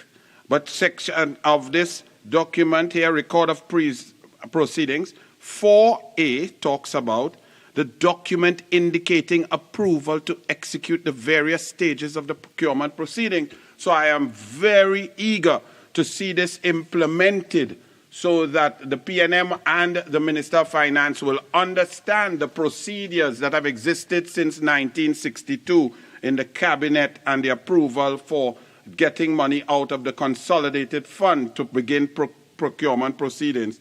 In 4G, the reason for the cancellation of bids where the bids are cancelled. Well, this is a very interesting and very critical element because we have seen instances where bids have been scuttled over the last 6.5 years, whether it was for procurement of ferries, when the Port Authority Board, it was stated by the Honourable Prime Minister, had not found any suitable vessels. And from a Freedom of Information application, the country learned that 11 vessels had been procured. Point of order. This debate is not about things that have occurred outside of the regulations that we are debating. Senator Mark, please. So, Senator Roberts, straight jacket, yes. As you continue, just as you've identified the particular regulation, just let me know, because we were in transition when I came in, which particular regulation are you on? 4G and... No, the name of the regulation. The name of record of proceedings. Record of proceedings, thank you. Mr. Vice President, please, I would like to make it clear that this is a debate and we're talking about regulations, and we must have some sort of context in what the regulation is attempting so to do. So I would ask the Honourable Minister of Finance to sit quietly and read on his lap. Lying specifically with what's before us. That's all that's being asked. I don't know what he's so jumpy for. He's been late and now he's very active. Go ahead, continue. Yes. So let's move on to 4K. We see that in the proceedings, record of proceedings, the regulations here state a decision to conduct a procurement without a standstill period and the reason for the decision. Now, this is very interesting and very critical that we get this part implemented as quickly as possible, because we have seen in the recent future that government agencies such as ETEC are awarding contracts in Tobago for construction of hotels in 17 days, and then there is no standstill period even. So the procurement period in which tenders or requests for proposals are given is very short, and it's almost bordering on unrealistic for anyone to be able, or any company to be able to become aware of an opportunity and produce a detailed architectural proposal with detailed business plan and operation in 17 days. This is not relevant to the regulations before us. Senator Mark, please. So, again, Senator Roberts, you're speaking to clause 4. The period, I'm not sure what my colleague is so nervous. It's okay. Just tighten it up a little bit, because you're talking about projects that are ongoing now and the period of time in which the project was allotted to a particular company or whatnot. Just tighten, because I'm trying to catch on to exactly where what you're saying here is related to that. Mr. Vice President, we are here to approve regulations to implement procurement. There must be some rationale and some reason for these criteria, these clauses, and so on. So we must give examples of good procurement, bad procurement, P&M procurement, Minister of Finance procurement, and why this section 4K, why it is important. A standstill period is very important, but it's also important to give time that is reasonable, time that is just, time that is fathomable for people to produce a bid, or else one would be, as the former senator spoke about, the digital economy, that we need trust in the process. And if the process is too short, like 17 days to give a multi-$100 million proposal, it will lead the population to believe that something is untoward. And the whole idea of these regulations is to build trust in the population that the Constitution will be upheld and everyone will get a fair chance, an equitable chance at tendering for the resources of the country. We move on from 4 to 5. In the record of proceedings, it states, 1.5.1, a record shall be prepared and disclosed in a manner that avoids the disclosure of proprietary commercial information. Now, throughout the regulations, this seems to be a very important facet because one must intend that when you make a tender or a company produces documents, that they should feel comfortable that their proprietary information, their bid prices and so on will remain very secret.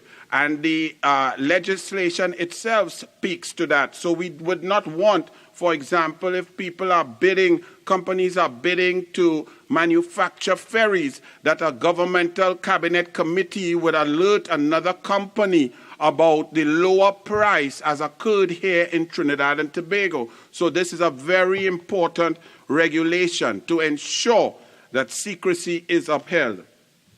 In section 5.3 of the record of proceedings, it says, a record shall be kept for a minimum period of 7 years following completion of termination of the contract. While this may seem a good time limit, especially based on civil proceedings with a 4-year stipulation, I will suggest that politically and for criminal proceedings, and since it's going to be kept on a digital record, that the records be kept in perpetuity forever in case we find out later, decades later, that something may have been untoward and a criminal proceeding would not have a time limit. So I would suggest that these records be kept digitally so that if we find out about gravel rolling from by a hospital to by another project and it's 20 years later, that the police can still get to the information. So I disagree with the records being eliminated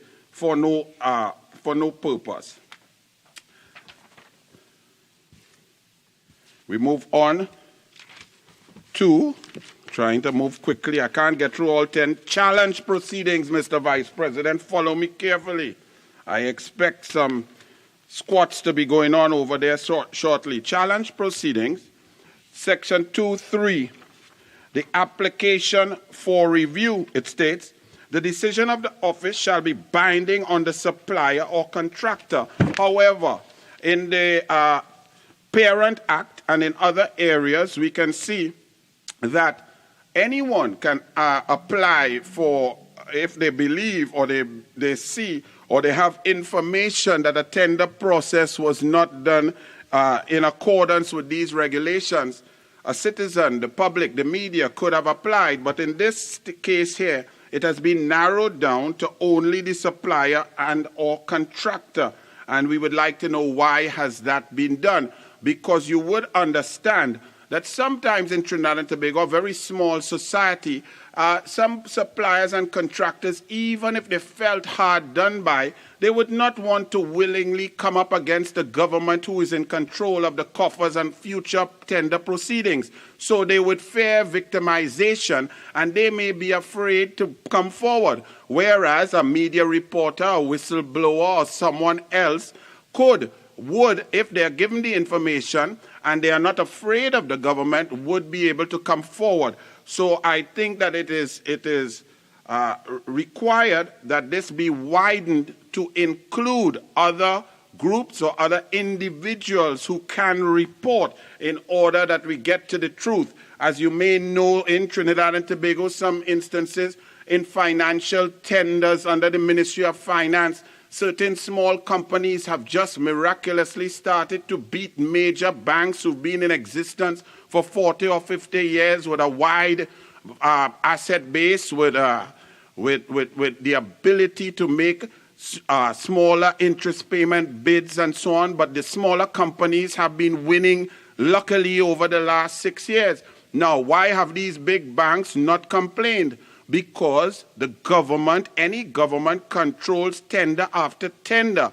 And in Trinidad and Tobago, the history has been that when you complain, somehow you do not win any more tenders. So it is a very serious point that victimization needs to be covered in these regulations so that people can get a fair shake, that reports can be made without any fear or favor. Section 4C of the challenge proceeding states, the supplier or contractor who made the review application has not demonstrated sufficient standing by way of either a pecuniary or otherwise economic interest in the procurement proceedings. Again, this is limiting the person or the group who can make an application to someone who has suffered actual loss.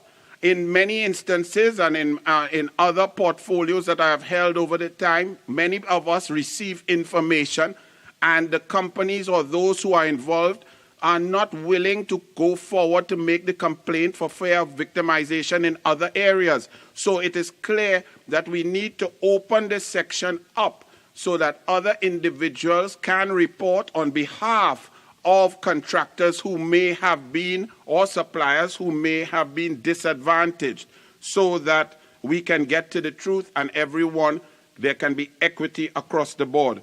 In 5.2, it states, a member of the office who has a direct or indirect personal interest in a matter being considered or to be considered shall, as soon as reasonably practicable, after the relevant facts concerning the matter have come to his attention or knowledge, disclose the nature of his interest to the office, which shall appoint an alternative member. I think everybody on that side in the government should read clause 5.2, especially those who have been recusing themselves from the cabinet for 210 times, because this will show that it is not only good enough to step out of a cabinet room and have a coffee, but that there needs to be a replacement, because the influence still exists if you are around the meeting or around the process. So we need to implement this regulation very quickly, because the PNM seems to only understand procurement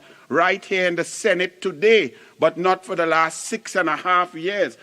They have gone recusal after recusal, stepping out and not understanding conflict of interest, but coming here to feign that they want to provide us, the country, with a stable, fair, equitable procurement regime. Challenge proceedings continuing, moving to 8.5. 8.5 states, notify the procuring entity against whom the review application is made in writing and delivered to attention of the procurement officer. And continuing, pursuant to section 61.2 of the Act, and the review application shall include, with notice, a complete copy of the application. Now this leaves me baffled. You are stating here that upon recording the receipt of a review application, the office shall notify the procuring entity against whom the review application is made in writing and delivered to the attention of the procurement officer.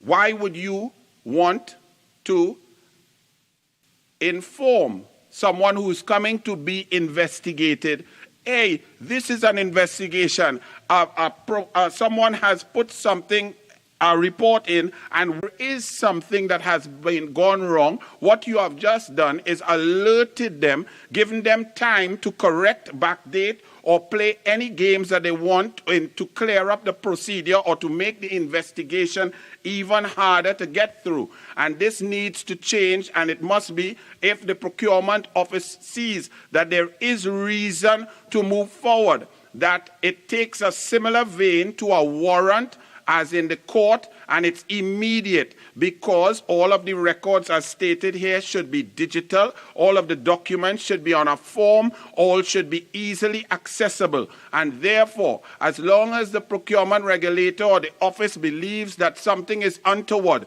there must be no time gap to allow anyone who may have nefarious motives opportunity to cover up, hide evidence, or delay documents. So I would suggest that this power be more immediate. Once they have determined that a process is flawed, they must move in and seize all files immediately. There is to be no time lag, no time to change. Section 9 says, pursuant to Section 55 of the Act, the procuring entity against whom the review application is made shall within 3 working days.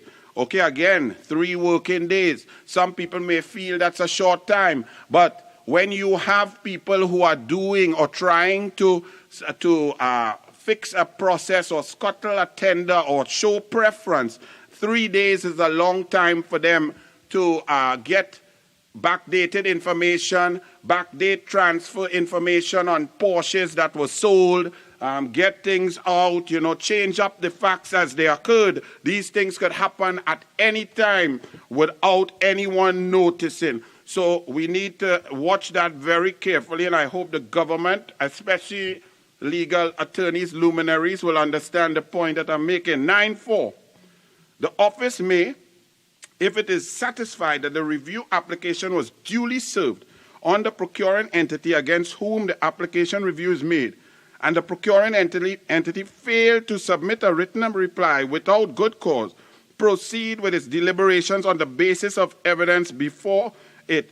As such proceedings, anybody who has studied basic law will know that you're going to have problems with that. This clause goes against the Constitution. It goes against the rights of natural justice. It goes against all the principles of law in which a person is allowed to face their accuser and defend themselves. And this will lead to a lot of litigation and the government and the taxpayers paying money to contractors or suppliers who were unjustifiably ruled against without being given an opportunity to defend themselves. The lawyers will deal with that more. Section 9.5, a procuring entity may, at the time of submitting its written reply, request that the office authorize it to award a procurement contract or enter into a framework agreement on the grounds that a delay.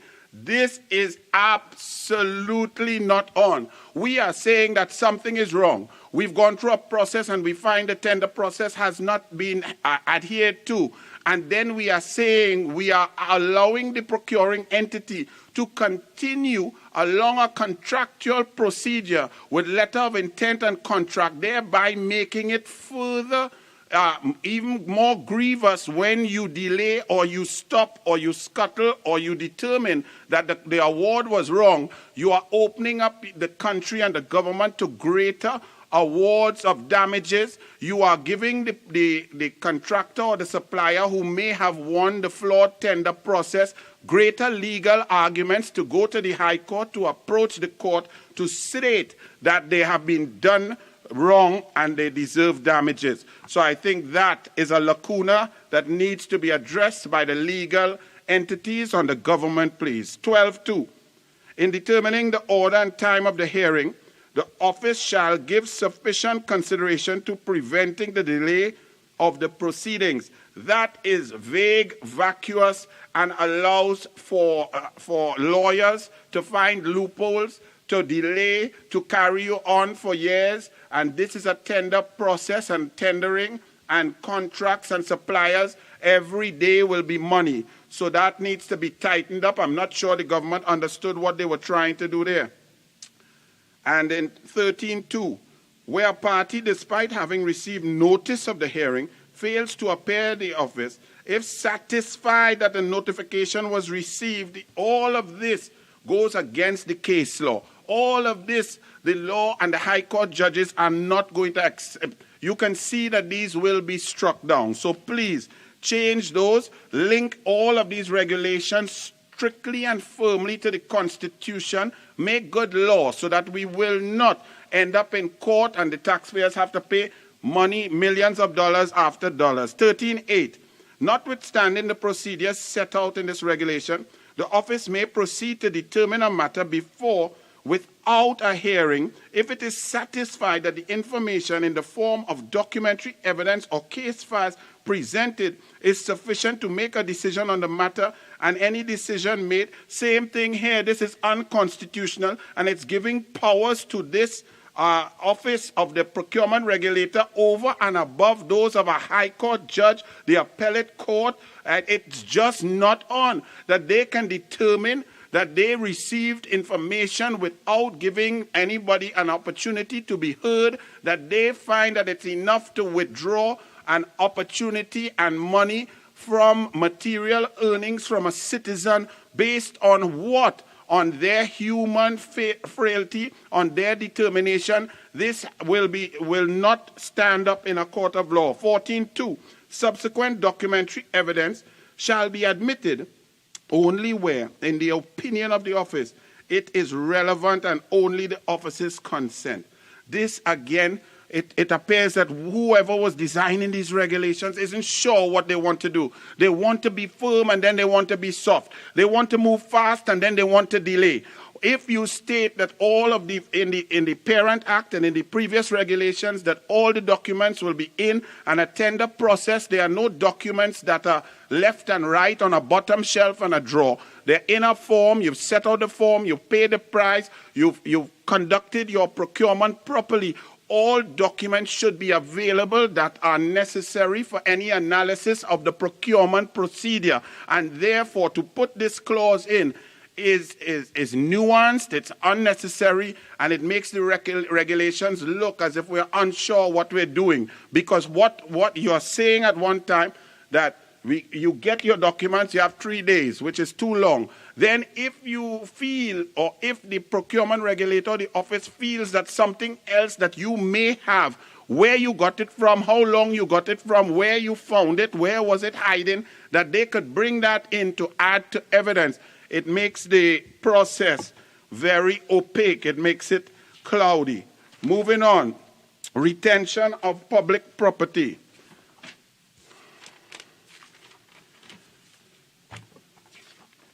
We are going to, oh my goodness, 4.1, retention of public property. A public body shall ensure that it protects and maintains the public property with which it is entrusted in a manner designed to maximize the use of, and where applicable, preserve or enhance the value of the public property. Well, it's amazing that this even needs to be written in laws and be debated in the Senate. So we are saying that we need regulations to ensure that a public entity will keep assets belonging to the people in a pristine state. Now, we have seen, and there are many examples, especially in the last 6.5 years, that this is not occurring. So while I may find it quite obvious, clearly the government needs these regulations to be passed to take care of Guaracara Park, Palo Seco, Point-a-Pear Refinery, all the houses there that are deteriorating daily, the Port Authority, and we are seeing even Trin City Mall that has lost about 60% of its clientele is now up for sale. But if you lose 60% of your clients, then your price is going to be less. And if you deteriorate, you allow assets to deteriorate, like Guaracara Park, which is now fit just to feed goat and sheep. Maybe the Minister of Agriculture will be happy. We could build some pods for a taste of carnival in Guaracara Park. But a public body shall adopt a risk-based, says 4.2, a public body shall adopt a risk-based approach to the retention of public property in order to achieve the principles of good governance, namely accountability, transparency, integrity, and for money. Then section 3, 4, and 5. This is one example. These regulations are clear.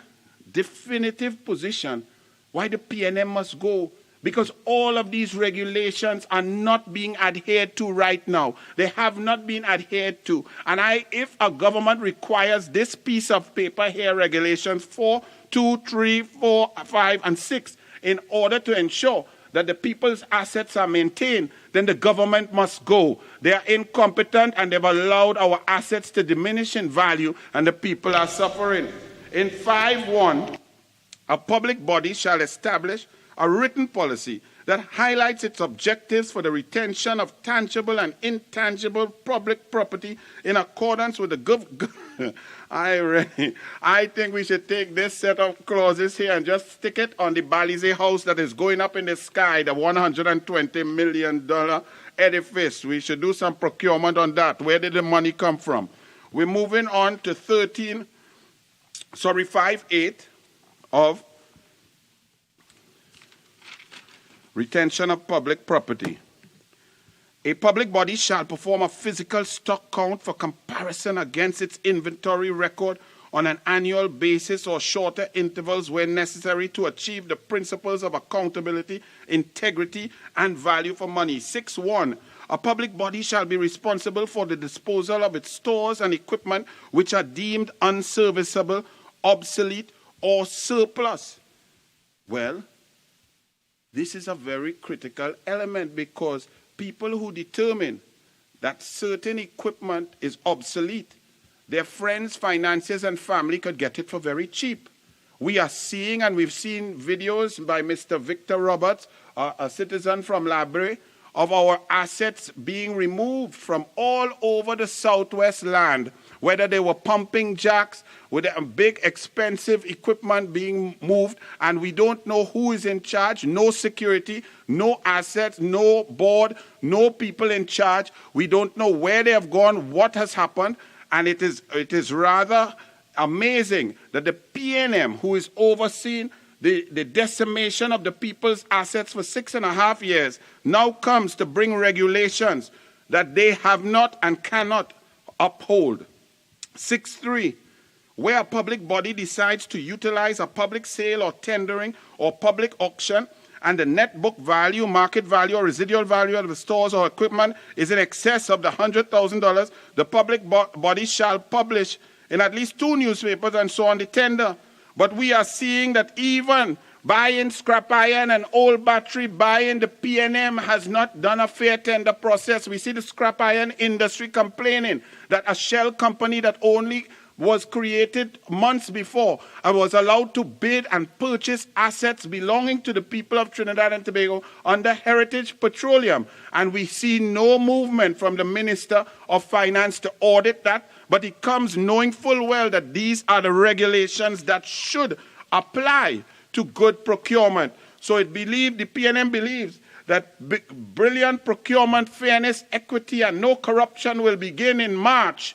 But from September 2015 to February 2022 is old mass in pods. We move on now. Pre-qualification and pre-selection.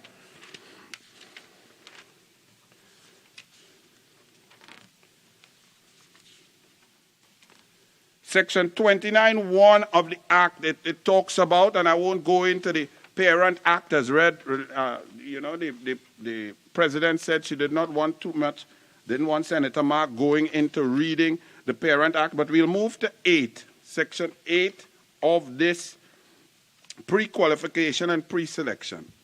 In response to the invitation to pre-qualify, suppliers and contractors shall register in the Procurement Depositories database and upload the required information and supporting documents to enable the public body to determine whether or not it meets the criteria for pre-qualification.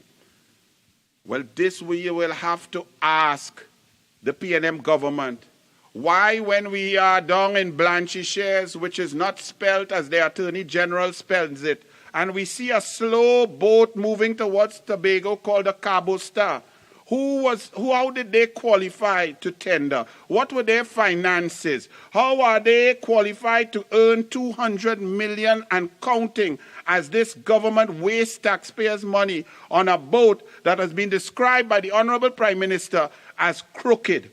Yet it continues day in, day out, and we come here to debate regulations which state that companies should present certain qualifications in order to bid. Yet everything this PNM government has done has brought about companies fly-by-night who should not have bid, could not have bid, scuttle. If there were red flags on Facebook, the PNM chose their colors correctly, because everything about corruption, everything about bad procurement is red flagged by the People's National Movement and this government. Ineligibility proceedings.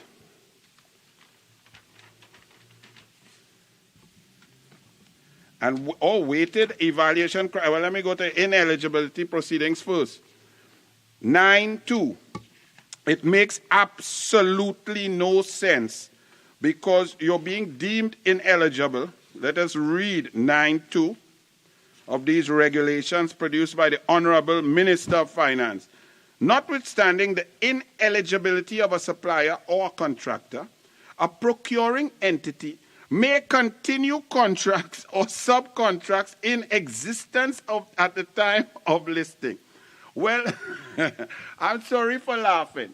So we determine that a contractor or supplier is ineligible. We go through a scrutiny and so on, and we say, well, even though you are ineligible, if you all happen to scrape by before we notice, any contract that you are currently doing continues, even though we have determined that you're ineligible. So that's like saying you test positive for steroids, but don't mind that. You tested positive today, but you had a medal and a competition and a record that you got last week. We leave you with that and we won't take it away. Even in competitions now, once you are seen to have been caught cheating, then you are ineligible and your medals are withdrawn. Senator, you have 5 more minutes.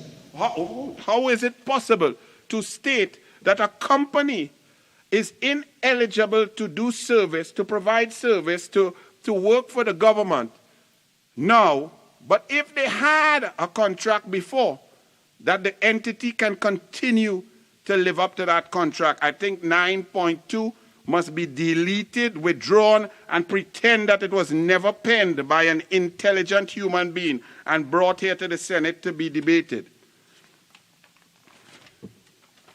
I will now go back a little bit. Weighted evaluation criteria is very serious. In 12A and C, when you think about the scuttling of tender procedures, these are very serious matters, and you must give reasons why tender proceedings have been scuttled. In Trinidad and Tobago, we have seen that tenders were scuttled and information came back that the information given to the public was not true. And we created, under the PNM, the new tender procedure of ministers procuring Galleon's Passage, a fast boat to be leased. Galleon's Passage, a slow boat to Toko, was purchased for 120 million by ministers of the cabinet. And when they realized that it was slow, they said, no, we bought it for a port in Toko yet to be built. Procurement legislation is very critical. It is very serious. The PNM has dilly-dallied since 2007. White paper, green paper. They waited for Calder Hart and Ken Julian to comment on it then. The People's Partnership brought legislation with a special majority and was moving forward. The PNM came into power on Emailgate and then crashed procurement legislation. So, Senator, they brought it here. Senator Roberts, at this point you've gone, of course, you were going along with each particular regulation and tying it into the particular clauses to which you were speaking to. Now you're veering off completely in relation to relevance and the regulations that are here. So I'm going to ask you to come back, if you're still doing the regulations, please come back to what's before us.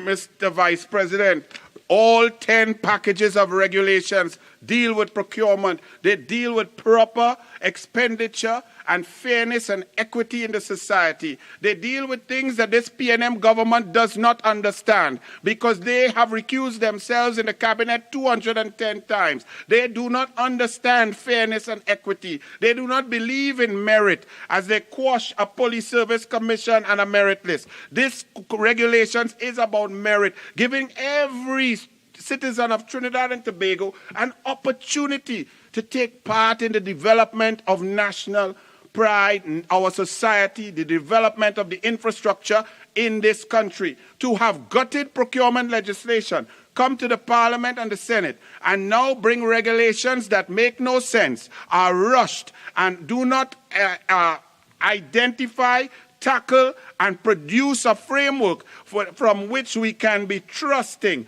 where the population can believe that when they tender, they have a fair chance, and we'd get value for money, propriety, transparency, and accountability. These regulations are woeful, and I suggest that the Minister of Finance, even though he has taken an inordinate amount of time to produce nothing, that he go back to the drawing board and bring something that we can all be proud of to ensure that we keep our treasury safe from the PNM. Thank you, Mr. Vice President.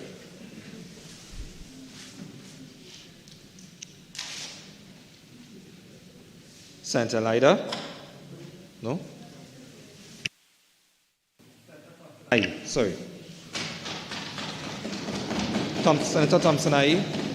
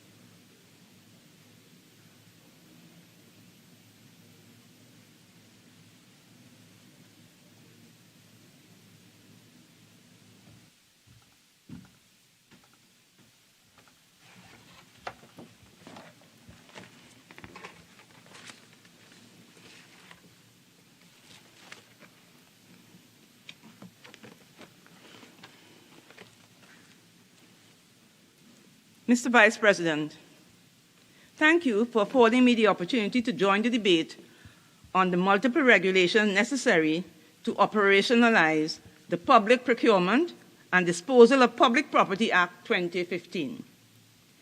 Recent amendments to this act had a stormy, and it would not be overly dramatic to say for some, a nail-biting passage through the Senate on December 7, 2020. How well we remember that day. Here we are, 14 months later, called upon to approve the long-awaited regulations. It must be borne in mind, and I wish to remind you, therefore, that the long title to the act is an act to provide for public procurement and for the retention and disposal of public property in accordance with the principles of good governance, namely accountability, transparency, integrity, and value for money, the establishment of the Office of Procurement Regulation, the repeal of the Central Tenders Board Act, Chapter 7191, and related matters. These regulations, which we are about to embark on, in fact, we have been talking about approving for the last few hours, provides us with a rare opportunity, given this government's predilection for negative resolution. But they must be in keeping with the objects of the Act, as enunciated in the long title. So in examining the regulations, we must ask ourselves each time, is this particular regulation in accordance with the principles of good governance, particularly accountability, transparency, integrity, and value for money? If the answer is in the negative, we must reject the regulations. If it is otherwise, we must approve. Mr. Vice President, Public procurement has been described by the 38 member countries of the Organization for Economic Cooperation and Development, the OECD, as a crucial pillar of services delivery for governments. And it explained, because of the sheer volume of spending it represents, well-governed public procurement can and must play a major role in fostering public sector efficiency and establishing citizens' trust. That word trust, very, very important.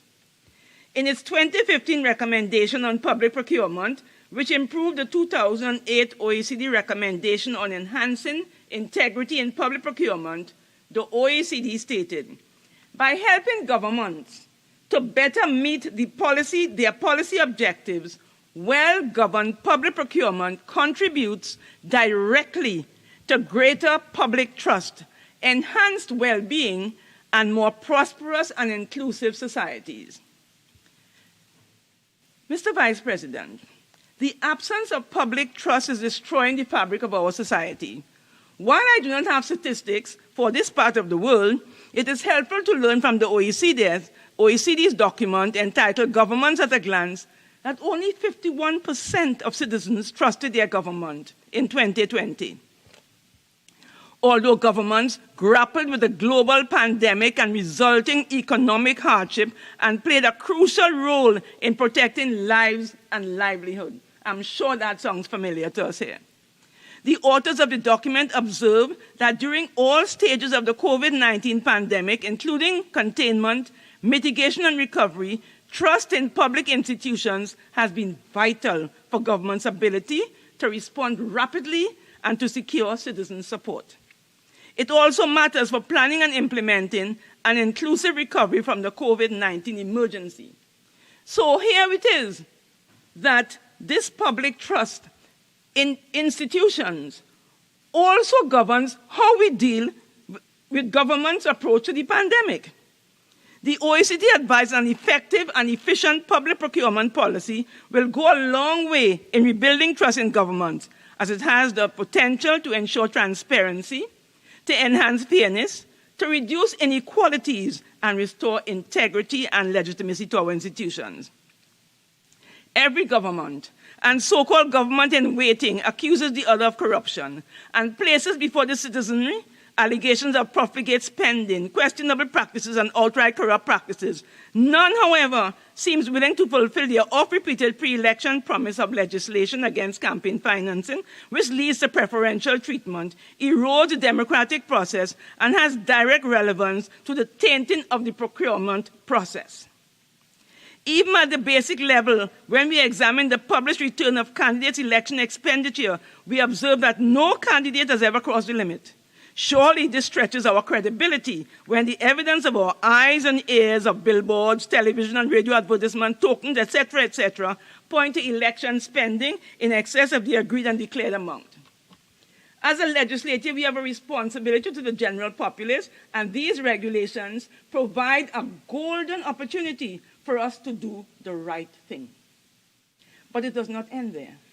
When rules are put in place and guidelines given to ensure proper conduct, we must not thereafter turn a blind eye or a deaf ear to breaches of these rules and standards or guidelines, or directly contribute to the emasculation of the very processes and the lowering of the standards set to foster trust and provide accountability, transparency, and integrity. If we do, we will be spinning top in mud, fooling ourselves, and we should not thereafter complain, because obviously we like it so. Now let me share a hypothetical case. I did not say an actual case. A young candidate is campaigning in a constituency, visiting household with her retinue of followers. A householder protests. You ain't bring one jersey self? The candidate reveals she got very little campaign funding and all her jerseys finished. The householder, feeling sorry for the candidate, says, let me give you a check now. The candidate says, no, our leader say we can't take money. A member of her team says, make out the check in my name, I'll see she gets the money. The householder writes out and delivers the check to the handler, or whatever you call him. Remember, I say it was a story, A Nancy story, one might say, to make you think about how, instead of promoting compliance with agreed rules and standards and fostering a culture of integrity, we contribute to the wrongdoing of which we so frequently complain. So we're going to put our regulations in place, and are we going to follow them? Are we going to encourage other people to follow them? We must elect or appoint persons of integrity to the public office and hold them to account. They must be persons who understand the difference between public money and their money to do it as they will. It is not the money for the person, but the country's money. And sometimes that is not clear. So you have sometimes public officials attempting to get an entity to institute a particular policy, and the effect would be to deny human rights, but with further political agenda. So in one case, when he didn't get his way, he said, it's all money, you're wasting trying to help these people, wasting money. Didn't see the beneficiaries as citizens. So when we're talking about procurement, we're talking about things, we had resources, we're talking about our resources. Citizens are entitled to call any public purse. We view them as donees, not undeserving of government's benevolence. It's not government money, it's the public money. So today we are seeking to put in place regulations made by the Minister under Section 63 of the Act to give effect to the Act. But we must also, I will speak to just two of those regulations. The public procurement and disposal of public property challenge proceedings. Number 2 regulations 2021 is the first one. Section 49 of this Act grants to a supplier or contractor a power to make an application under Section 50 for a review to challenge a decision or action made by a procuring entity in the procurement proceedings where the supplier or contractor has suffered or is likely to suffer loss or injury because of the decision or action of the procuring entity. So this first regulation, this first set of regulations, the challenge proceedings regulation, as its title indicates, it actually fleshes out the procedure laid down in Section 50 for making the application. And I did hear a senator saying that there's nothing, no regulations, and what are we doing? But you have to read the regulations together with Section 50. And Section 50 sets out a number of provisions. When you go down the line, it's about 3 pages. So actually the rules are there, and this is expanding on them and making them more precise. When we look at Clause 2.1, it requires that the application be in writing, and it must be addressed to the office within the time limit set out in Section 50. And on a receipt, it must be registered. Now, Mr. Vice President, neither the Parent Act nor the regulation defines the phrase in writing. I therefore propose that it be defined in the regulations as in the European Union regulations thus. Written or in writing means any expression consisting of words or figures which can be read, reproduced, and subsequently communicated, including information transmitted and stored by electronic means. And here we can include even those submitted in Braille by our visually impaired citizenry. We must never forget that we have people who need to be catered for because of their special circumstances. Clause 2.2 provides that the decision of the office shall be binding on all the parties. And Clause 3, that where a supplier or contractor has established a valid ground for the review, the office shall apply the remedies in Section 50.10 of the Act. Clause 4 now details the circumstances for dismissal of the review application and lifting of the suspension that is effectuated when an application is made, namely that the office is of the opinion that A, an application was manifestly without merit, B, it was not presented with the timeline set out in Section 52 of the Act, or C, the supplier or contractor who made the application has not demonstrated sufficient understanding by way of either pecuniary or otherwise economic interest in the procurement proceedings. Now, Mr. Vice President, the Act contains no timeline for communication of decision by the office. No specific timeline. It uses the word promptly. On the other hand, Clause 4 gives the intended applicant for review or challenger a period of 7 days and makes no provision for extenuating circumstances. I consider that to be unreasonable and propose that we treat with the issue of late applications for review by challenge by adopting the wording in the Singapore Government Procurement Act. And this Singapore legislation provides that the supplier with 15 days to bring the challenge, and further provides where the applicant did not lodge or serve the notice of challenge within the time prescribed by Section 12.1, which is 15 days, unless the tribunal is satisfied that there has been no unreasonable delay on the part of the applicant, or the notice of challenge does not comply with Section 12.2. For the purposes of subsection 2E, it says, the tribunal shall take into account the date the applicant became aware or ought reasonably to have become aware of the facts constituted the basis of the challenge, and may, in granting any permission to the applicant to proceed with the challenge, impose such condition as is considered just on the applicant. It continues, if the applicant fails to comply with any of the conditions imposed by the tribunal under subsection 3, the tribunal may declare the challenge invalid.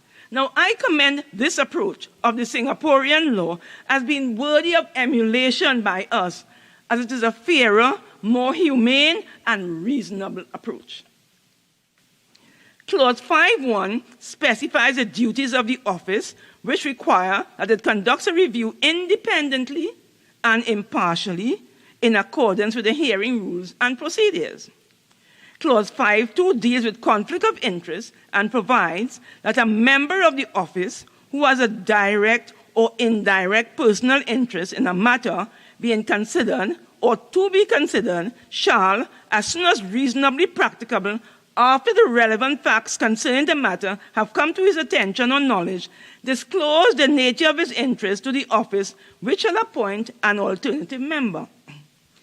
Mr. Vice President, I propose an alternative additional wording for this clause, which wording is taken from the European Union Parliament SL 174/04 of 2016 as amended by Legal Notices 155 of 2017 and 233 of 2017.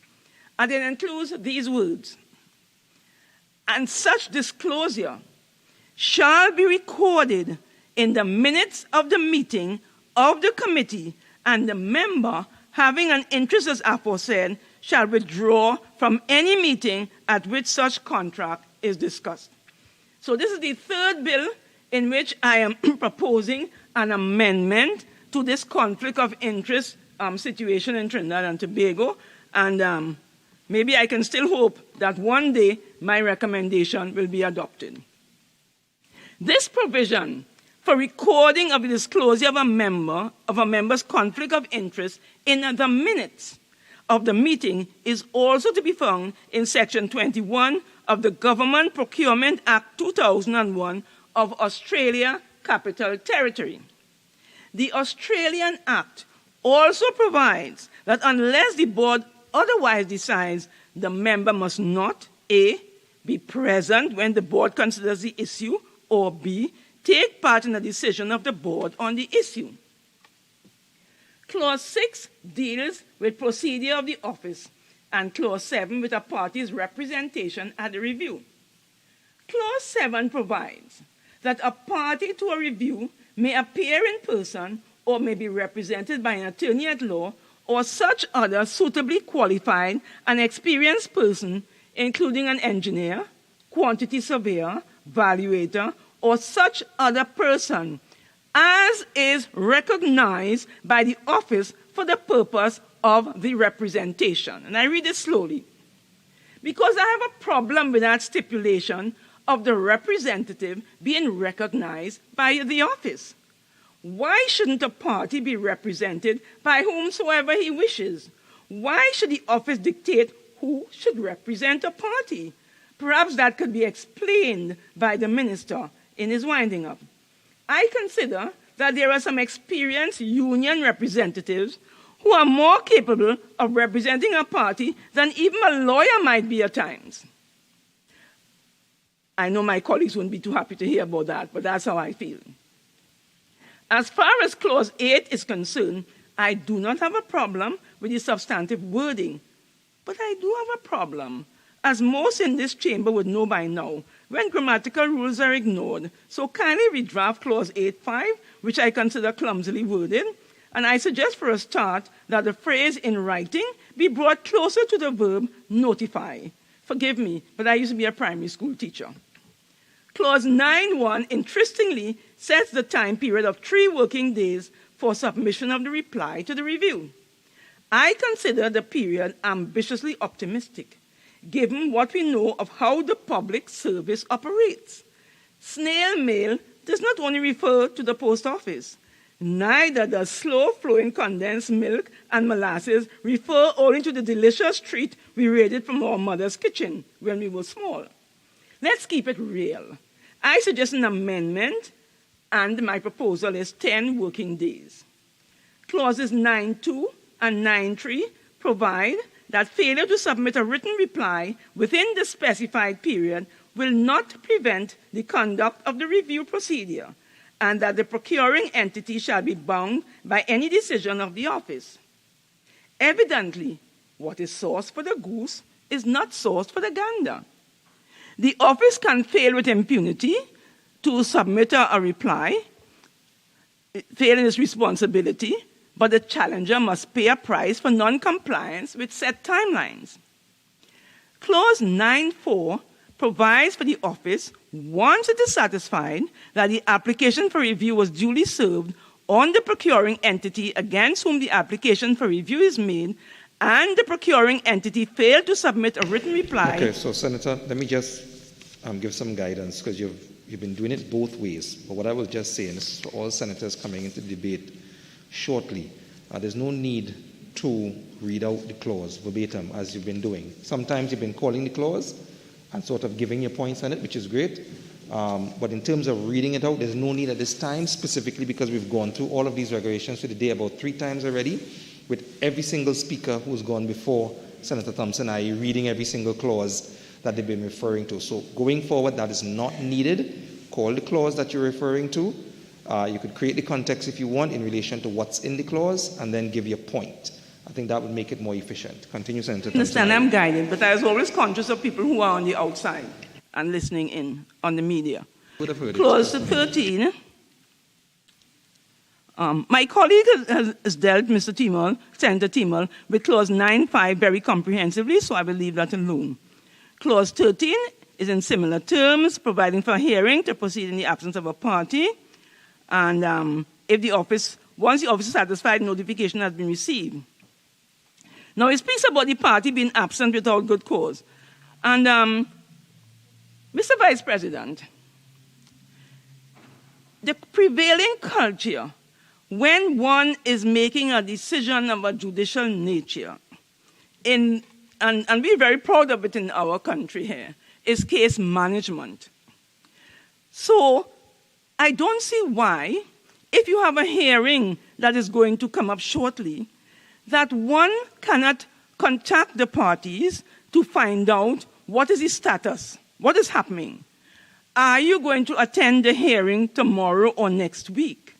What does it cost? Rather to say, well, look, this person has been notified that the hearing is coming up and the person is absent without good cause. How does one know that the person is absent without good cause, especially in the circumstances in these times of COVID-19, when infections of persons and their close relatives, they can become ill overnight and not be able to communicate this to the office. So I consider these provisions unduly harsh and will recommend that provision be made for at least one adjournment, one attempt to contact the party. Some attempt should be made rather than dismiss out of hand and say, look, you were notified, you didn't come, and, there's no good cause, which we don't know about, and therefore we proceed. Now, clauses 14 and 15 pose no challenges and have not upset my sensibilities in any way, and I therefore have no objection to the provisions regarding evidence and conclusion of proceedings. Now, I turn now to the public procurement and disposal of public property, retention and disposal of personal property, number 2, Regulations 2021. And wanting to understand how these matters of tendering operate in fact and not in theory, I decided to interview a retiree who was once close to the government tendering process. And I learned that in the area of disposal of personal property, That's where a lot of infractions occur. Now, I find it quite disturbing and puzzling as the practices are very clear and unambiguous. All of the guidelines are there. So you have clause 2 with all the definitions of net book value. Has this been mentioned before, or should I go through the definitions? As I said, you don't have to read out the clause itself. Just give the context and then your point. All right. So If a member is speaking, are you saying that for the record, members are not supposed to be quoting the areas that they are quoting because somebody else would have done that? I find that very... What I've said, Senator Marr, is that the act of reading out the clause itself verbatim, because we've gone through most of these regulations, as a matter of fact, we've gone through all of these regulations repeatedly, almost 3 times per regulation, with each member from since 10 o'clock this morning having read out the clauses verbatim, that is no longer required to do. So what I'm saying is that the member speaking can mention the clause. So if it's clause 4.1, for example, give the context of what's in the clause, and then make their point on the clause, and that will suffice at this juncture going forward. Thank you, Mr. Vice President. And since there's no injury time, may I continue, please? Thank you. So we have clauses that, all of the provisions are there, which tells you about retention and disposal of personal property. It's set out in handbooks. We have the risk-based approach for retention of personal property. We have the public body having to consider the risk to which the personal property exposed, loss, theft, fire, misuse, obsolescence, and we have all of these things. We have a risk mitigation strategy by establishing a written policy, and in accordance with good governance, principles of accountability, transparency, integrity, value for money. And we have the procedure laid out for disposal of unserviceable, obsolete or surplus stores and equipment by the most appropriate means: sale, tendering, auction, gift, lease, concession, transfer, destruction, trading, cycling, donation. And this has been spoken about for the day. And you have provision for disposal in a proper manner, having regard to the environment, health, safety, manufacturing instruction, accounting, and so on. And what approvals you need, if it's to go to an employee. And so there's no doubt that every eventuality and relevant issues have been addressed by the regulations. But corruption continues. How do you or can you legislate morality in public affairs? How do we ensure that the 7 principles of public life are ingrained in public officials and reflected in their behavior? Some have died trying. I had occasion to visit a particular government ministry 2 weeks before Christmas 2019. A van pulled up in front of the ministry, and baskets and boxes of gifts were uploaded. Expensive wine, whiskey, boxes of goodies. I stood in my shoes, like the boy in Duncan's poem, and I wondered. Now, my interviewee from the tenders board shared that when a particular boss came on board, she instructed his staff they must not accept gifts. Some used to still hide and take the gifts. When I went to that ministry and I went to the desk, I said, "Girl, you're spending a good Christmas." She said, "No, not me, Other people high up, they are the ones who are going to benefit." So, you have, in some jurisdiction, and there's a document which I found pretty useful, is the Compendium of Good Practices for Integrity in Public Procurement. And it details what's happening in various countries. I don't have the time to go through all of them, but I just want to mention that in Austria, the anticipation strategy of the Austrian Federal Procurement Agency has a clear rule, which states that it is generally prohibited to receive any gifts. In addition to this, is a special policy on non-acceptance of Christmas gifts. Raising awareness is the main action for preventing corruption. The anti-corruption assignee is regularly, every 2 months, organizing training. And we heard that today from more than one senator. Training is important, and there should be workshops and disseminating of learning materials to keep the staff updated and aware of the risks they are exposed to. In Germany, the Federal Procurement Senator, you have 5 more minutes. Agency, thank you, has taken several measures to promote integrity among its personnel, including support and advice by a corruption prevention policy.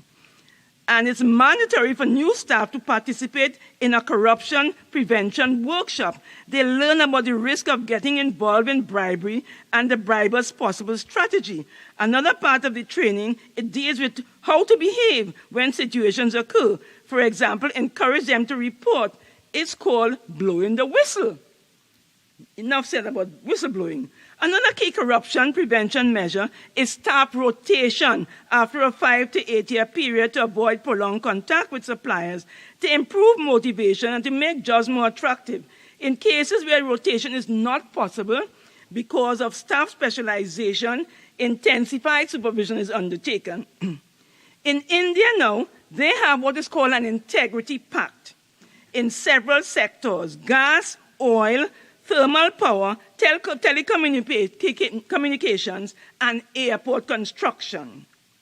And Transparency International, looking at the India document, said that most people thought that procurement is now 100%. They feel procurement will now be better because of the Integrity Pact. And what is the Integrity Pact? It's an agreement of no corruption between the procurement agency and all bidders for a public sector contract. So, I commend all of these principles to all of us, because we can pass all the legislation and regulations possible, but it is public officials, such as we are, and others in the public service, who must operate the law. I end as I begin by a quote: "An effective and efficient public procurement policy will go a long way in rebuilding trust in governments, as it has the potential to ensure transparency, to enhance fairness, reduce inequalities, and restore integrity and legitimacy to our institution." I thank you, Mr. Vice President. Minister of Agriculture, Land and Fisheries.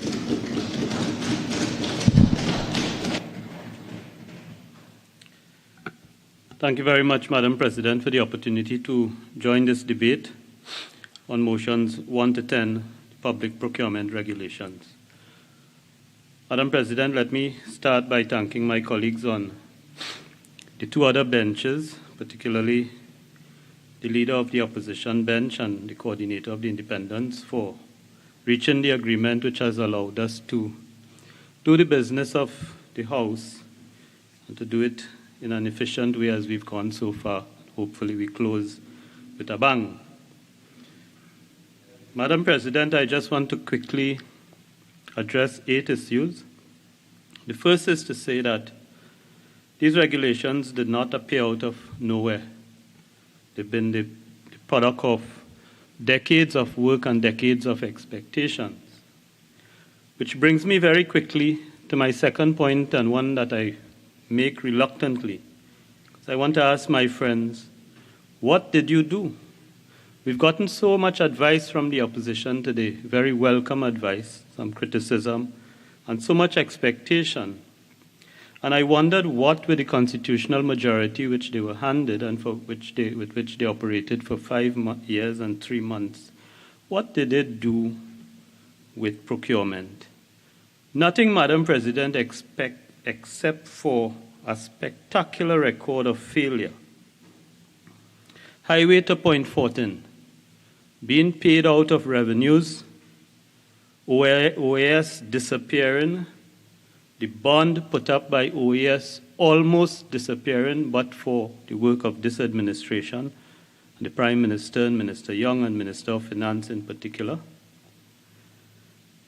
The Beetham Wastewater Project. We've made a lot of jokes about pipe in Trinidad and Tobago. But there's pipe strewn all over central Trinidad on account of a complete failure, $1 billion failure, a contractor who has run away to Panama. And may I say, Madam President, in the lead up to the award by NGC to SIS, there was a big procurement debate, SIS being the contractor of the last two with the higher bid, but the chosen bid. So I want to ask my friends, exactly what did you do? I would not even venture into live sport. I would not go into the small ones, the big ones, and you see on the playgrounds all around the country. I wouldn't go into that. I would not even go into the land down in the west under then Minister Botiwari, subject of a court matter, very, very, very detailed decision of the lower court and an appeal. I would not go into the HDC procurement of the land. I would not go into that, but I just want to say that sometimes we forget. The framework for these regulations, as you know, Madam President, are rooted in the Procurement Act of 2015, which was amended, and amended by us on 3 occasions to deal with matters as they came up. And I would say, Madam President, that when we look at where we're starting from in relation to the obsolete procurement system that we have, Central Tenders Board, and the obsolete procurement system in the state enterprises in particular, we must recognize that these regulations are not going to be perfect, but they represent a very significant counterpart to the legislation that we wish to proclaim. And as we go along, as we did, for example, with the DNA regulations, spent, I remember, nights in the other place dealing with the DNA regulations, and other regulations which have had to be updated on account of the actual practice, putting them to use, and in some cases based on decisions and directions from the judiciary. So the fact is, Madam President, this represents the Act and the 3 amendments to that Act which we have undertaken, including the one that has been maligned and misrepresented by Senators Mark and Roberts, that is 27 of 2020. And I want to say, Madam President, and I did make this point in the debate on what is now the Act number 27 of 2020, I did make the point that we've had a hodgepodge of tendering process and procurement processes in Trinidad. And if you consider that in state enterprises and in procuring institutions in the state right now, many of them, a significant amount of procurement and purchases are still being done by 3 courts, the 3-court system. And that alone represents a potentially corrupt and outmoded, a system that lacks transparency, that lacks oversight, and that alone, that system of having a procurement process that is overseen by a board, a procurement process that resides in a purchasing department, a procurement process that is overseen by the Central Tenders Board, procurement processes that are overseen at departmental levels based on limits of authority, the opportunity for sole select, the opportunity for emergency procurement, the exception in the RHA Act, where the RHAs do their own procurement under that procurement regime, the Defense Force exception. It's really a hodgepodge of procurement that has really run its course, that has cost the taxpayers and the people of this country significant amount of resources that remain unaccounted for when you look at the prosecutions and the dismal track record and even being able to apprehend people and call them to account. And this represents to me a significant development, and we must leave here tonight knowing that as legislators we have yet again done what we've been called upon to do. Madam President, reflecting on the contribution of Senator Mark, a lot of it the usual talk that Senator Mark gives us in relation to an allegation without a shred of evidence or without reference to anything, an allegation that the cabinet of this country is engaged in planning, bidding, evaluation, and implementing in relation to procurement. And I know Senator Mark has no evidence, he has nothing to put forward, and that is absolutely not true. He's spoken about the Office of the Procurement Regulator being compromised, whittled away, undermined, and we make specific reference to the legislation, the amendment of 2000. Senator Roberts made the same allegation. And let me remind you that what was called watering down, whittling away, and what there's a lot of discussion in the public domain related to changes that the government made in relation to the legislation. And one which I said then and I repeat now, one that remains undisputed is this issue of government-to-government procurement. And I made the point that we were giving life to agreements that we had entered into before, we had long before. And based on the difficulties, when you enter into government-to-government relations, it's very difficult to overcome some of the provisions which are contained in the existing legislation which we wish to proclaim. And there should be no dispute on government-to-government contracts. The other one, which I accept, is open to dispute is in relation to legal services. And again, it was a very reluctant position that we came to have in regard to the nature of legal services and sometimes the inability to compete. I have to stop you here because you are straying from and I just want you to get back to the regulations and not go into history, okay? Very much, Madam President. So that I want to say that the legislation and the Office of the Procurement Regulator, contrary to what Senator Mark has said, has not been watered down or whittled away. The third point I want to make is this. Senator Mark talks about the need for specialized training and the readiness of the state entities.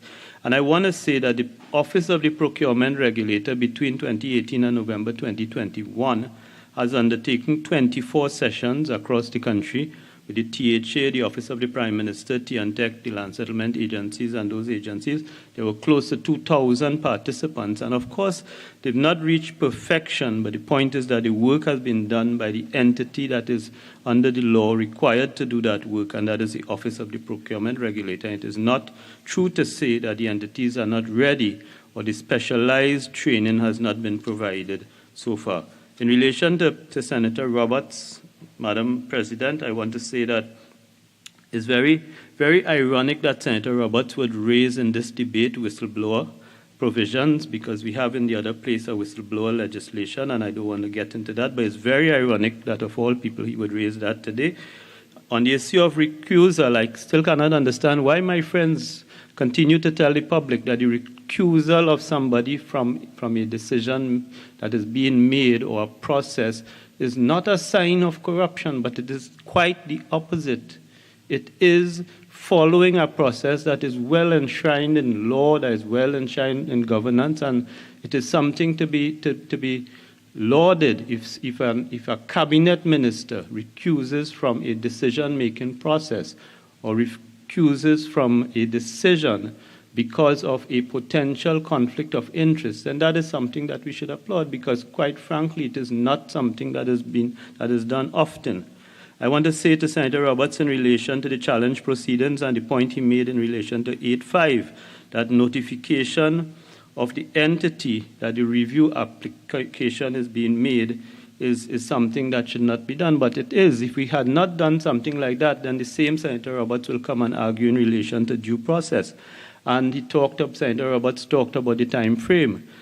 The challenge proceedings 8.5 allows or requires that the notification be made to the party in respect of whom the review is made. That party has 3 days to respond, and if, as Senator Roberts fears, that there is some interference, there's alteration, there's fabrication, there's something, there are other means in which you can address the interference in a tender process of the alteration of tender documents in relation to a tender process by a procurement party that will not impede the working of the challenge proceedings, and I don't think it is an objection that ought to be given much weight. The next point I want to make in relation to Senator Roberts and the challenge proceedings is that, and that is in relation to 13.2. Well, there is no way that it is unconstitutional for providing in the process of a quasi-judicial tribunal that the tribunal, having given a party the opportunity to appear, having had before it evidence of the notification, the awareness of the party, and having satisfied itself that the party has not appeared, having been given notice, the tribunal is entitled to take the appropriate action. The tribunal is not supposed to wait in vain. Otherwise, this is review proceedings that will interfere with commercial relations, and they have to strike the balance. And it's not unusual for these tribunals to set out due process, which also gives it the power to dismiss or to take action in the absence of a party. And it is always open in relation to these matters for a party who is aggrieved by a decision to take a different course of action if they show. And nothing is unusual with this. And Madam President, I would close by saying that when you go through the regulations, you would see that it was a deliberate decision of the government back in 2004 that in choosing a model for procurement legislation in Trinidad on account of the 2004 Green Paper, it was a deliberate decision that the government would adopt the approach of the principled model, and that is reflected throughout the regulations, where you see 4 themes appearing consistently, and that is the issue of transparency, the issue of value for money, oversight, and accountability. And I'll close with this point in relation to Senator Hazel Thompson-Ahye. I want to tell you that having worked in the state sector, I have had in all my jobs in the state sector, including this one, to confront all this property, all the property, equipment, vehicles, and so on, outside the barracks, for example, and in other places, in all my jobs, and it has to do with the unwillingness of the bureaucracy to work and to dispose, to treat with it. I know Senator Roberts talked about this principle of preserving property and having a responsibility enshrined in the regulations to do that. And we have failed significantly under the current arrangement in disposing obsolete equipment, in getting rid of it. And these regulations, out of all of them, the one relating to disposal is the one that I think this country will welcome the most, so that we could get rid of decades and decades of junk. And I thank you very much, Madam President. Minister in the Ministry of Agriculture, Land and Fisheries.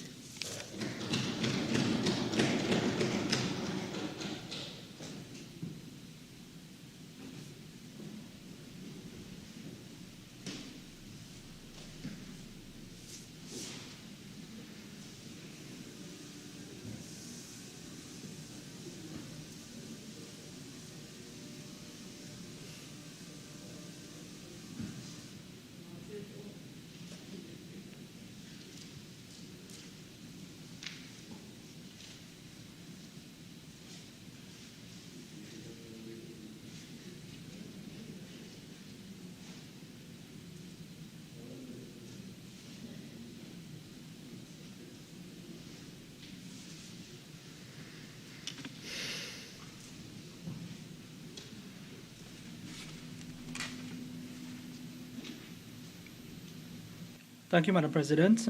Madam President, it is with a distinct sense of pride and privilege that I rise in this august chamber to deliver a brief intervention on the Public Procurement and Disposal of Public Property Regulations 2021. And in particular, I'm going to concentrate on the aspect which treats specifically with the record of proceedings. Before I go in, Madam President, it would be remiss of me if I did not commend my colleagues on both the government and independent benches and the opposition for some of their sober-minded contributions, constructive, insightful, and conscientious contribution to an important debate.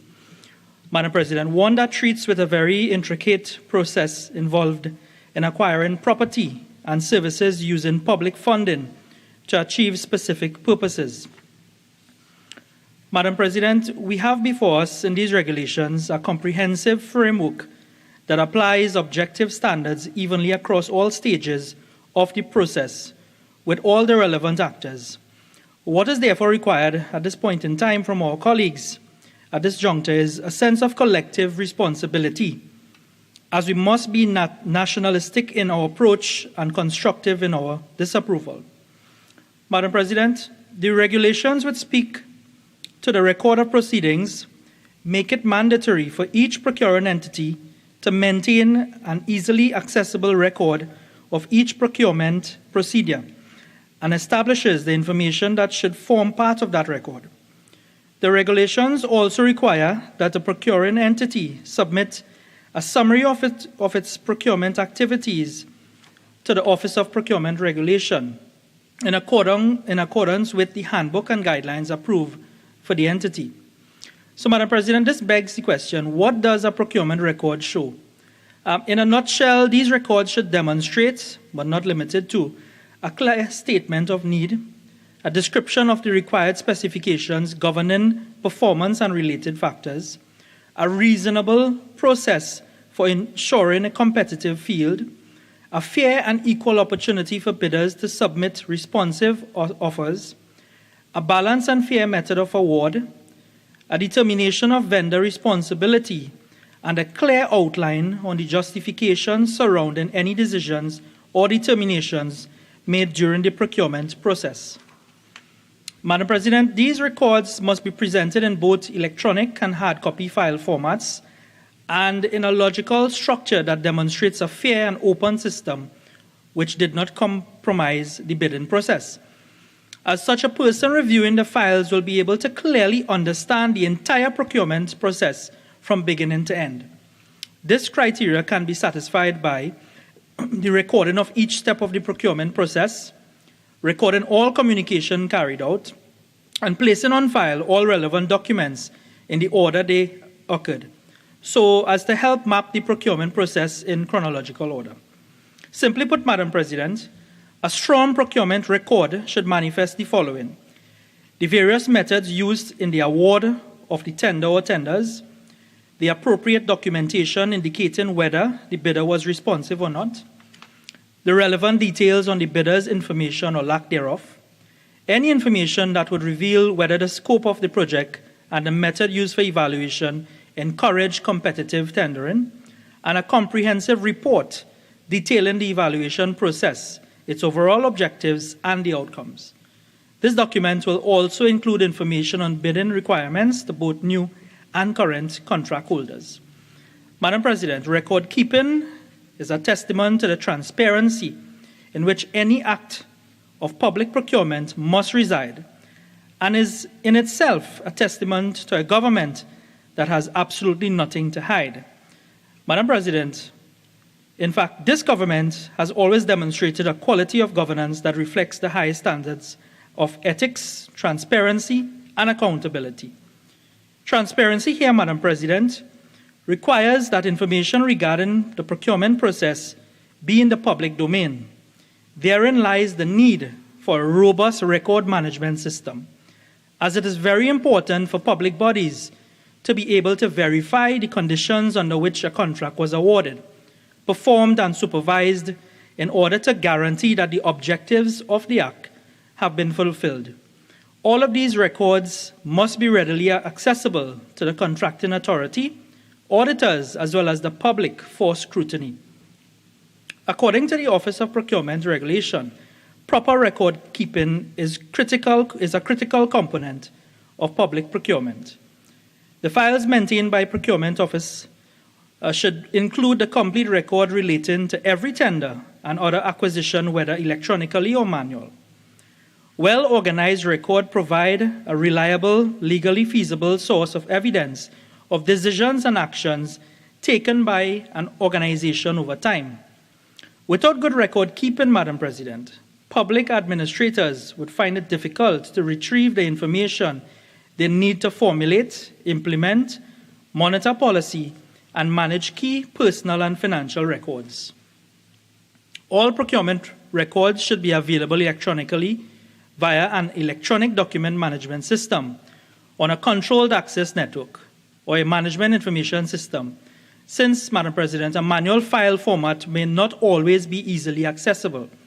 On this latter note, I am very heartened by the contributions by my colleague, Madam President, Minister of the Digital Transformation, that the public service under its current administration is moving expeditiously towards fully digitization of its record-keeping management systems. This indeed is excellent news, Madam President, and it will now enable citizens to retrieve and store information without some of the challenges that we currently face. Madam President, it is therefore incumbent on public bodies to ensure that they create and maintain authentic and reliable procurement records, which are accessible and compliant with all legal and regulatory requirements. All procurement files should be kept together to facilitate easy record and information retrieval, Madam President. Madam President, as I close, I must also add that the regulations on which I speak on today should be read in conjunction with the parent legislation and the Office of Procurement Regulation General Guidelines, which really addresses the issue of record keeping and the maintenance of procurement files. I must also add, Madam President, that I want to pay my deepest gratitude to the Office of Procurement Regulation for the work that it has done thus far. And, Madam President, I look forward to the passage of these regulations and the support from all colleagues here this afternoon. Madam President, with these few words, I thank you. Senator Lyder. Thank you, Madam President. And Madam President, first of all, thank you for this opportunity at this very late stage to enter this debate, to debate these public procurement and disposal of public property regulations. And Madam President, in contributing to this debate this evening, the purpose of these regulations are to ensure that the Office of the Procurement Regulator is equipped with the necessary capabilities to ensure transparency, accountability, and good governance in the procurement process and disposal of public property. But, Madam President, when we look at these 10 sets of regulations which are before this House today in debate, it is evident that each of these 10 regulations, which is made up of a number of distinct regulations, to me warrant a separate debate, a detailed debate, to ensure that the issues at stake are addressed individually and thoroughly. Madam President, the manner in which the government has set this debate, in my opinion, to truncate and curtail our presentations, is indicative of their lack of interest in this piece of legislation and their attempt to trivialize an unotherwise significant legislation. Madam President, when we review these 10 sets of regulations, we see that they suffer from a lack of substance and address the procurement process in a bare bones and it's insubstantial manner. Madam President, this is very much in the same way that the government gutted and emasculated the parent legislation by removing key provisions away from the oversight of the procurement regulator. 46.1, please, we're not debating the parent legislation. Senator Lyder, I have to agree, and I think I've made that ruling previously in this debate. When the Parent Act and what has happened with the Parent Act, the amendments, that those are not amendments, are not the subject of this debate. Thank you, Madam President. And with the greatest respect, I'm making a comparison because they're both dependent upon each other. These are regulations for the Parent Act. So I'm simply stating for the record that these regulations have been gutted and emasculated in a similar fashion to the Parent Act. Thank you, Madam President. And with the greatest respect, Senator Lyder, what you are saying has already been said by previous speakers from the opposition bench. Thank you, Madam President. Madam President, weak governance in managing public property and assets can have grave consequences on multiple sectors of the society, such as national economic development, alleviation, the environment, political legitimacy, national peace and security, and the overall development of a nation, Madam President. It has both direct and indirect impacts on the security of private and public property rights, on access to land, and on revenue generation and depletion of assets from the state. It directly diverts public funds and assets away from the public sector into the hands of a select few. And if ever there was a time to see assets go into the hands of a select few, one only has to review the last 6 years under this government, Madam President. Moreover, if these assets are mismanaged, it directly undermines the public trust in the ruling government of the day and its governance processes, a factor which is essential to good governance and sustainable, long-lasting development reform. Madam President, corruption and looting of state assets at the very top sends a negative signal to ordinary civil servants and can breed a culture of corruption and unethical conduct throughout the civil service and the country at large.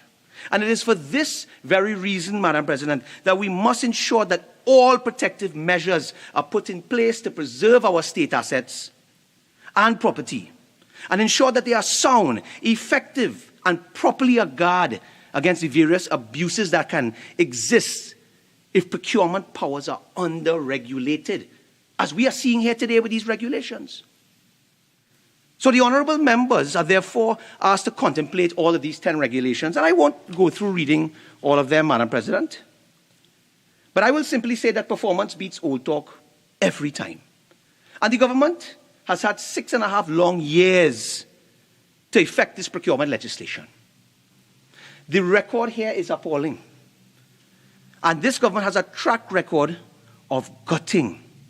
Now, Madam President, I will not come back at the Parent Act, but simply to say that the consequences of gutting caused the then Deputy Chairman of the Office of the Procurement Regulator to resign in January of last year.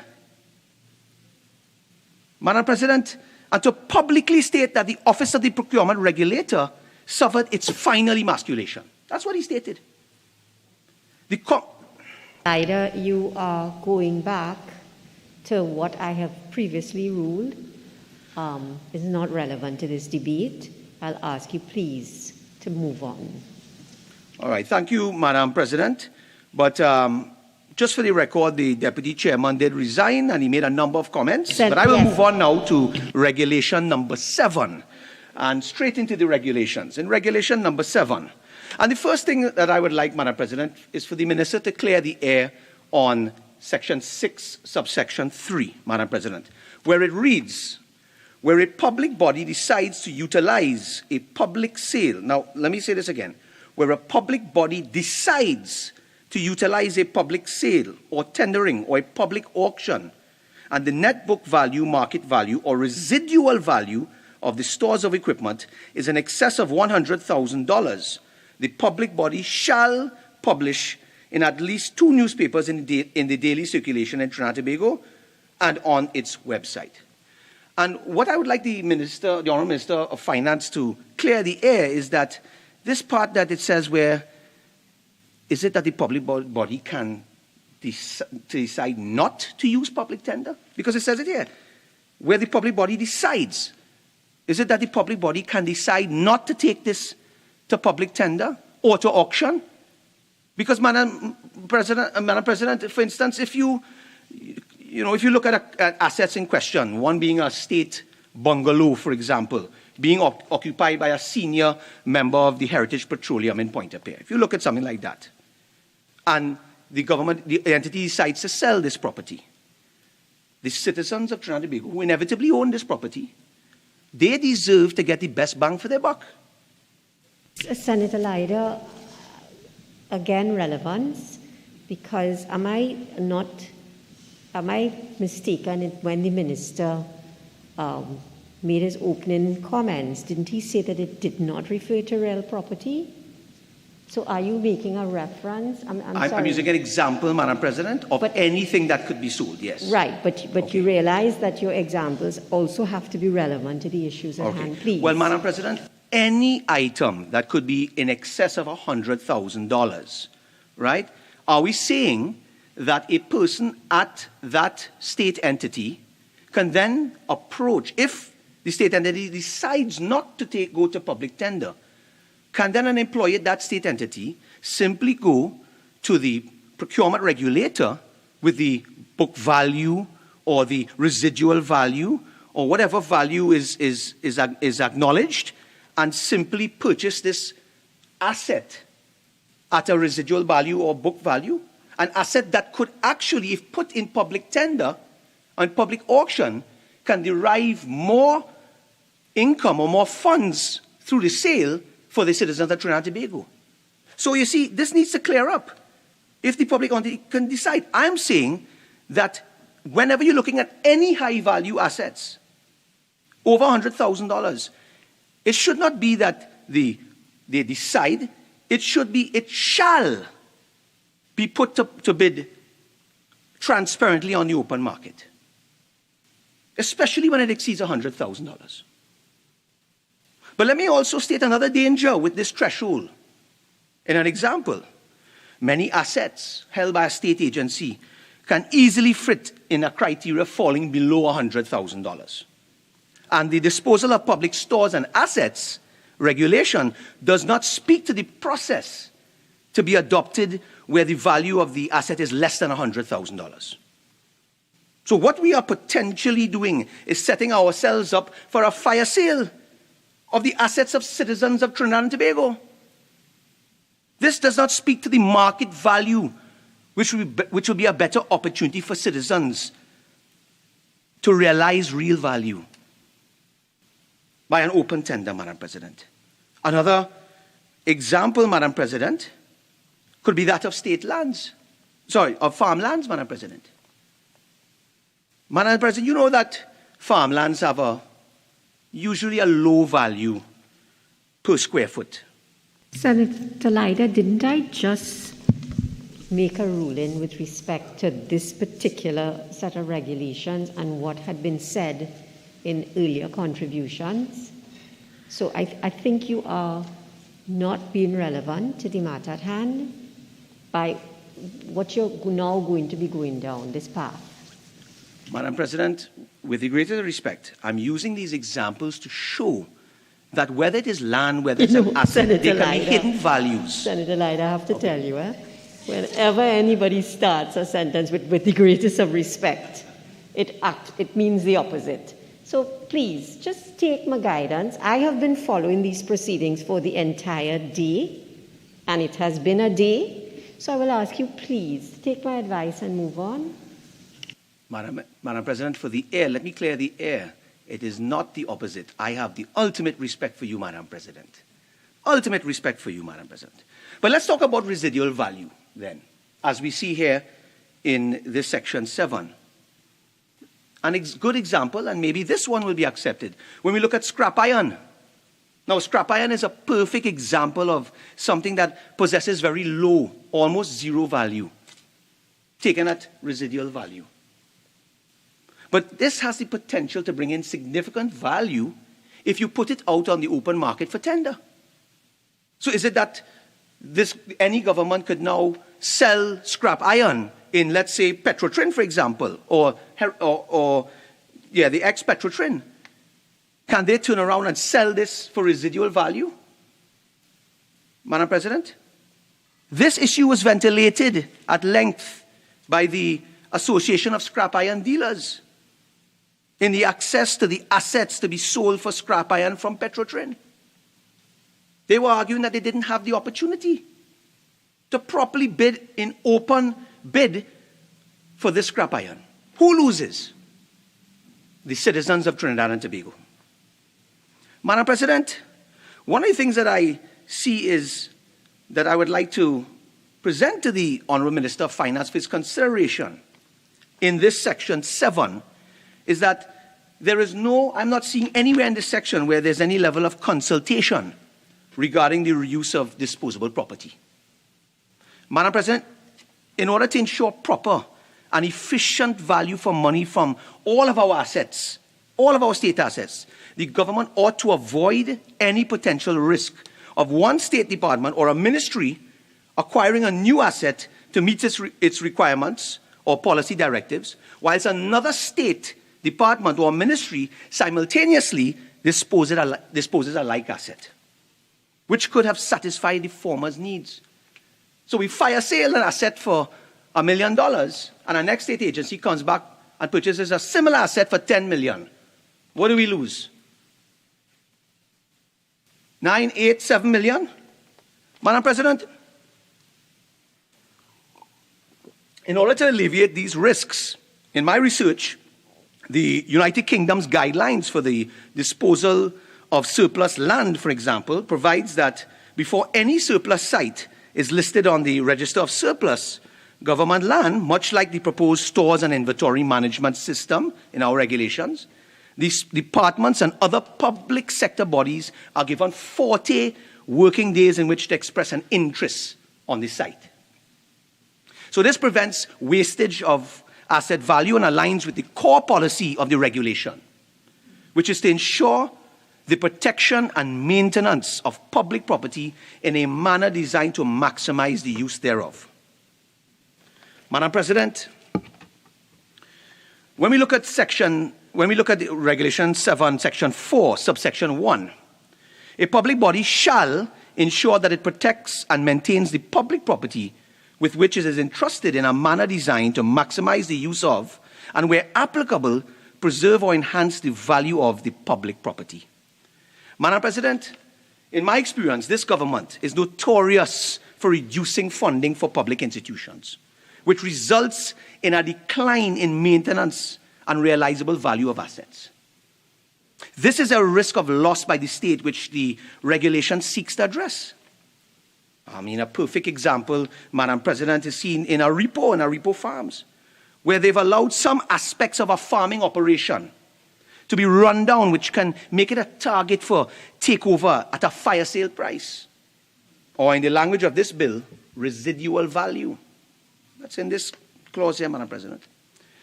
When I look at the artificial insemination plant, which sits next to the Aripo farms, the artificial center was a recipient of previous government investment where farmers were able to utilize the facility for the benefit of improving the quality of their livestock. Now we see it underfunded and a shadow of its former self, where the property itself is falling into disrepair and is not maximized fully for its purpose.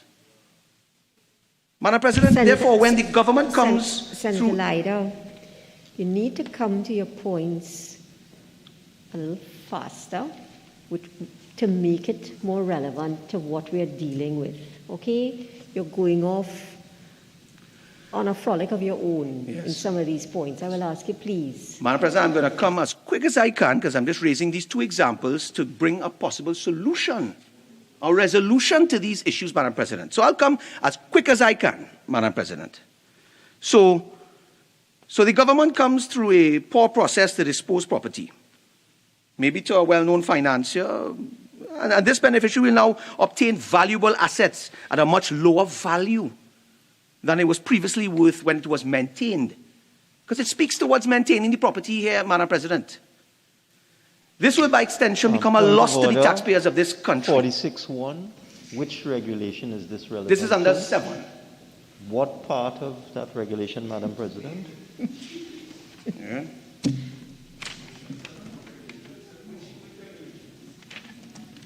So, beg your pardon?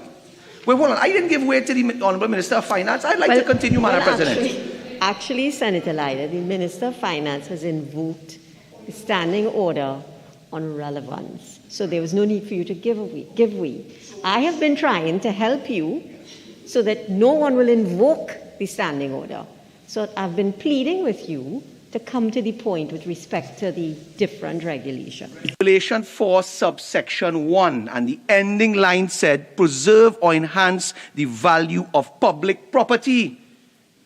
That is what it states there. Madam President. So I don't understand why we are puzzled about this. It states it right here in section... Senator Lyder. Senator Lyder. Please, Madam, on a point of clarification, please. Is it motion 4 the Senator is speaking about, or is it regulation 7, or could you identify it by name for us, please? President, could I continue my presentation? I just identified 4 subsection 1. No, but Senator Lyder, each of the, if you look, you will see that each of the regulations, you have regulation, evaluation, you have miscellaneous. So what is being asked of you is to identify which set of regulations you're treating with. Yes, thank you, Madam President. Okay, so shall I read over regulation No need to Regulation read it. 7, right, for subsection 1. Madam President, I'm losing my presentation here now, my ability to contribute. Regulation 7 for subsection 1.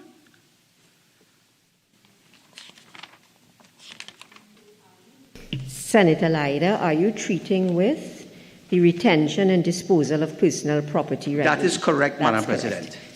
Members, that is what Senator Lyder is treating. But, Madam President, I have been robbed of my time. They have not been listening properly. It is Regulation 7 for subsection 1. I'm being robbed of my time. My goodness.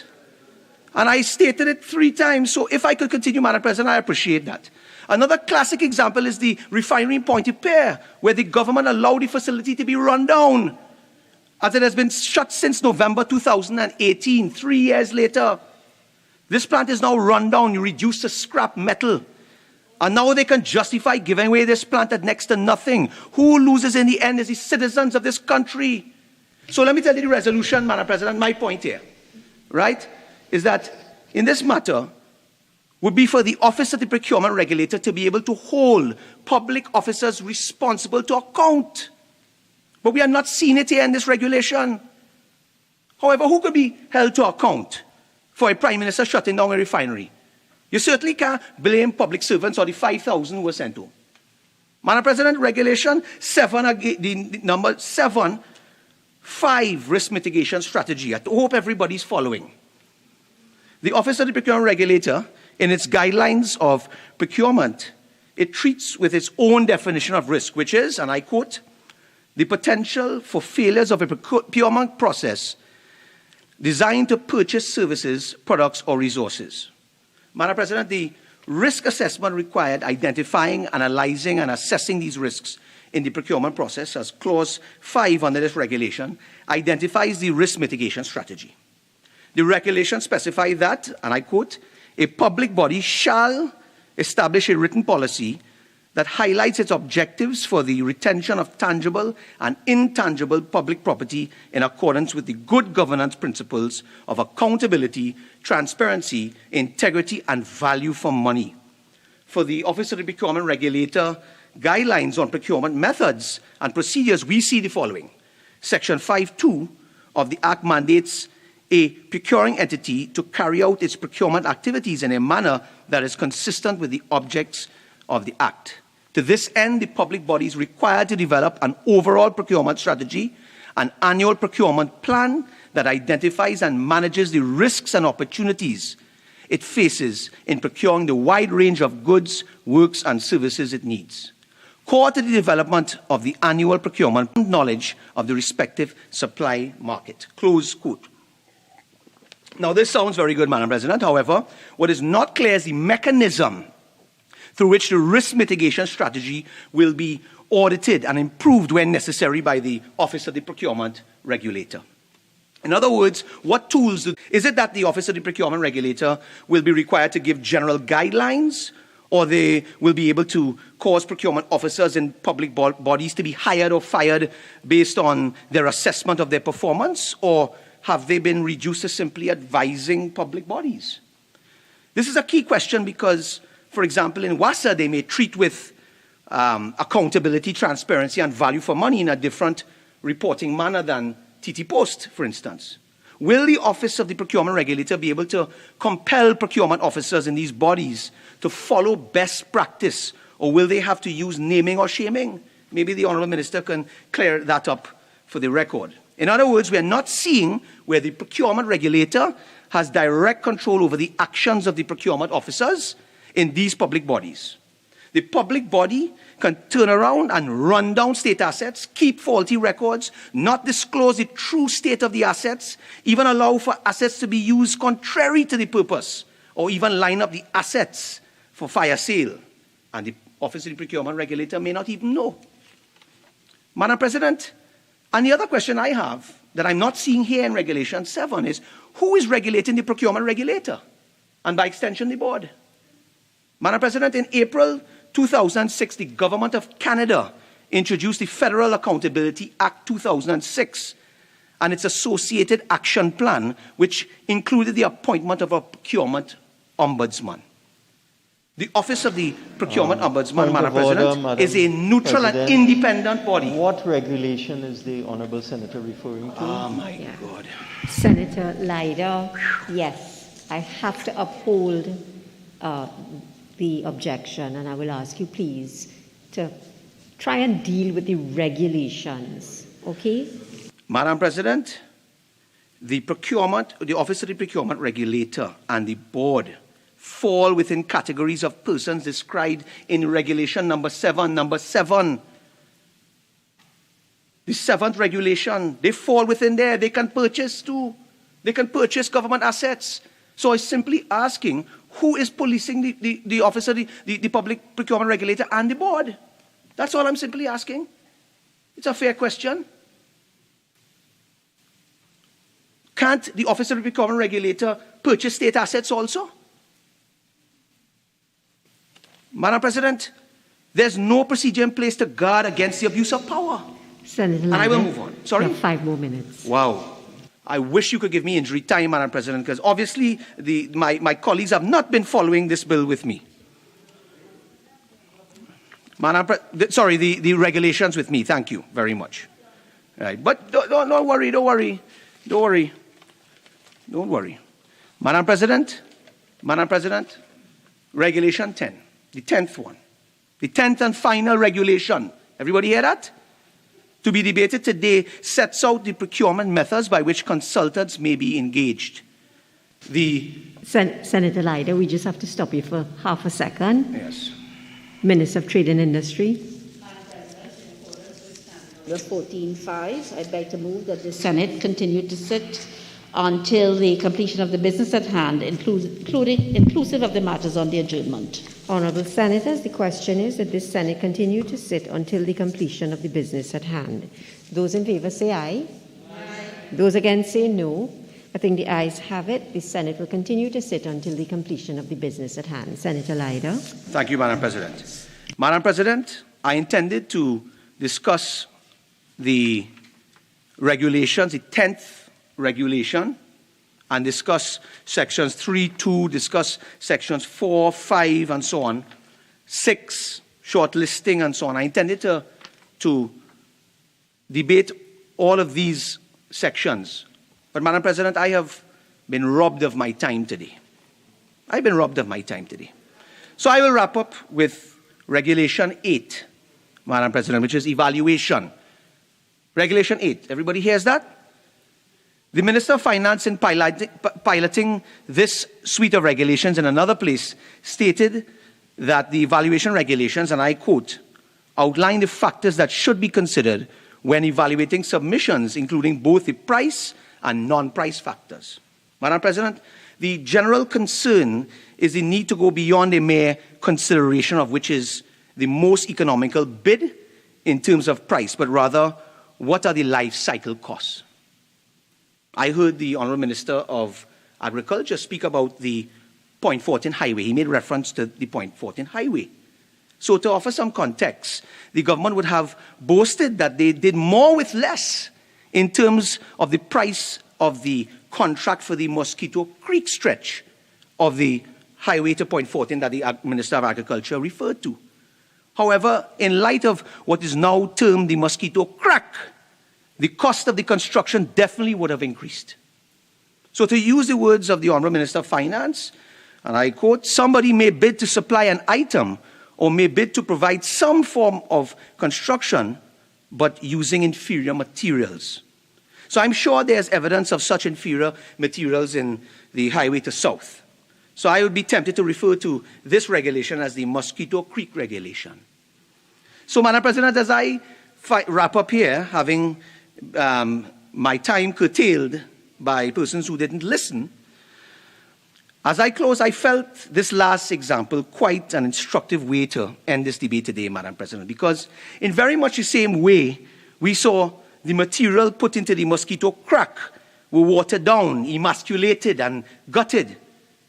We are every much in the same way seeing not only the Parent Act emasculated and gutted, but now too the government is asking the Senate to lend their approval perpetrating the grievous error of accepting mediocrity and inferiority in creating law through these regulations.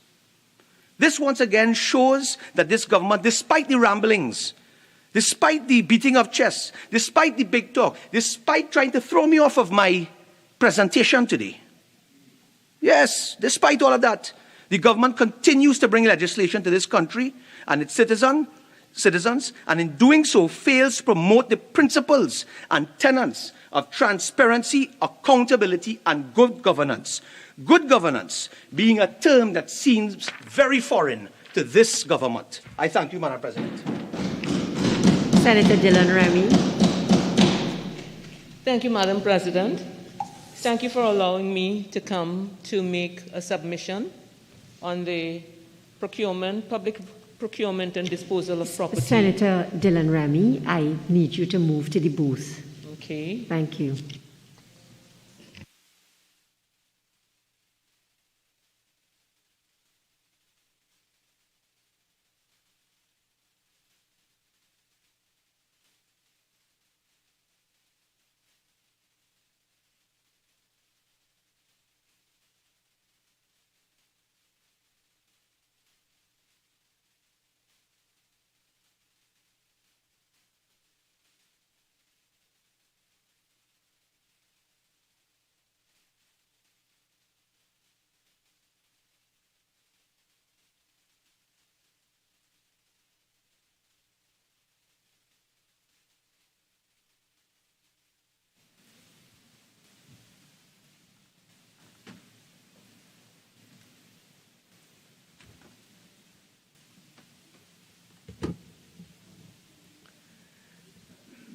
Thank you, Madam President, for allowing me to make a short contribution to this debate. It has been a long day, and I must congratulate the persons who have contributed so far to this debate today. We have had some, I have considered, very good contributions. I've learned quite a lot.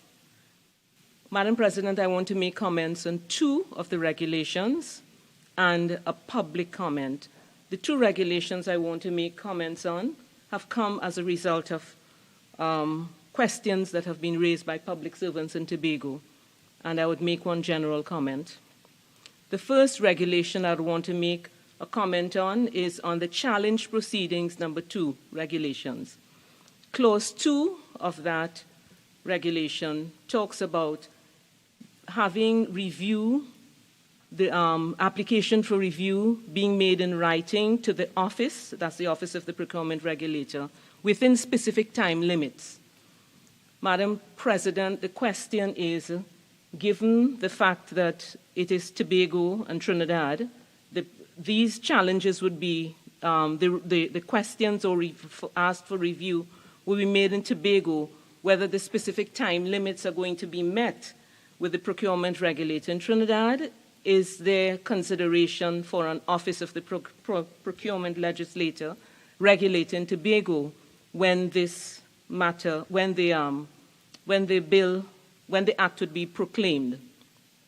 Clause 4, again, of this regulation speaks to dismissal of applications if they are not submitted in a timely manner. And then Clause 9 of the same regulation talks about that the application for review must be made in a short time, 3 working days, whether the specifics of the procurement regulator, whether there will be a consideration for an office in Tobago. Madam President, the second comment I would like to make is on the procurement methods and procedures regulation, and Clause 5 of that speaks to a public body utilizing open bidding. And the question here, well, Clause 7 also talks about bidding to be utilized either nationally or regionally or internationally. The question from the public servants in Tobago, specifically as it relates to the small contractors within the Tobago space, the requirement of the national and international bidding.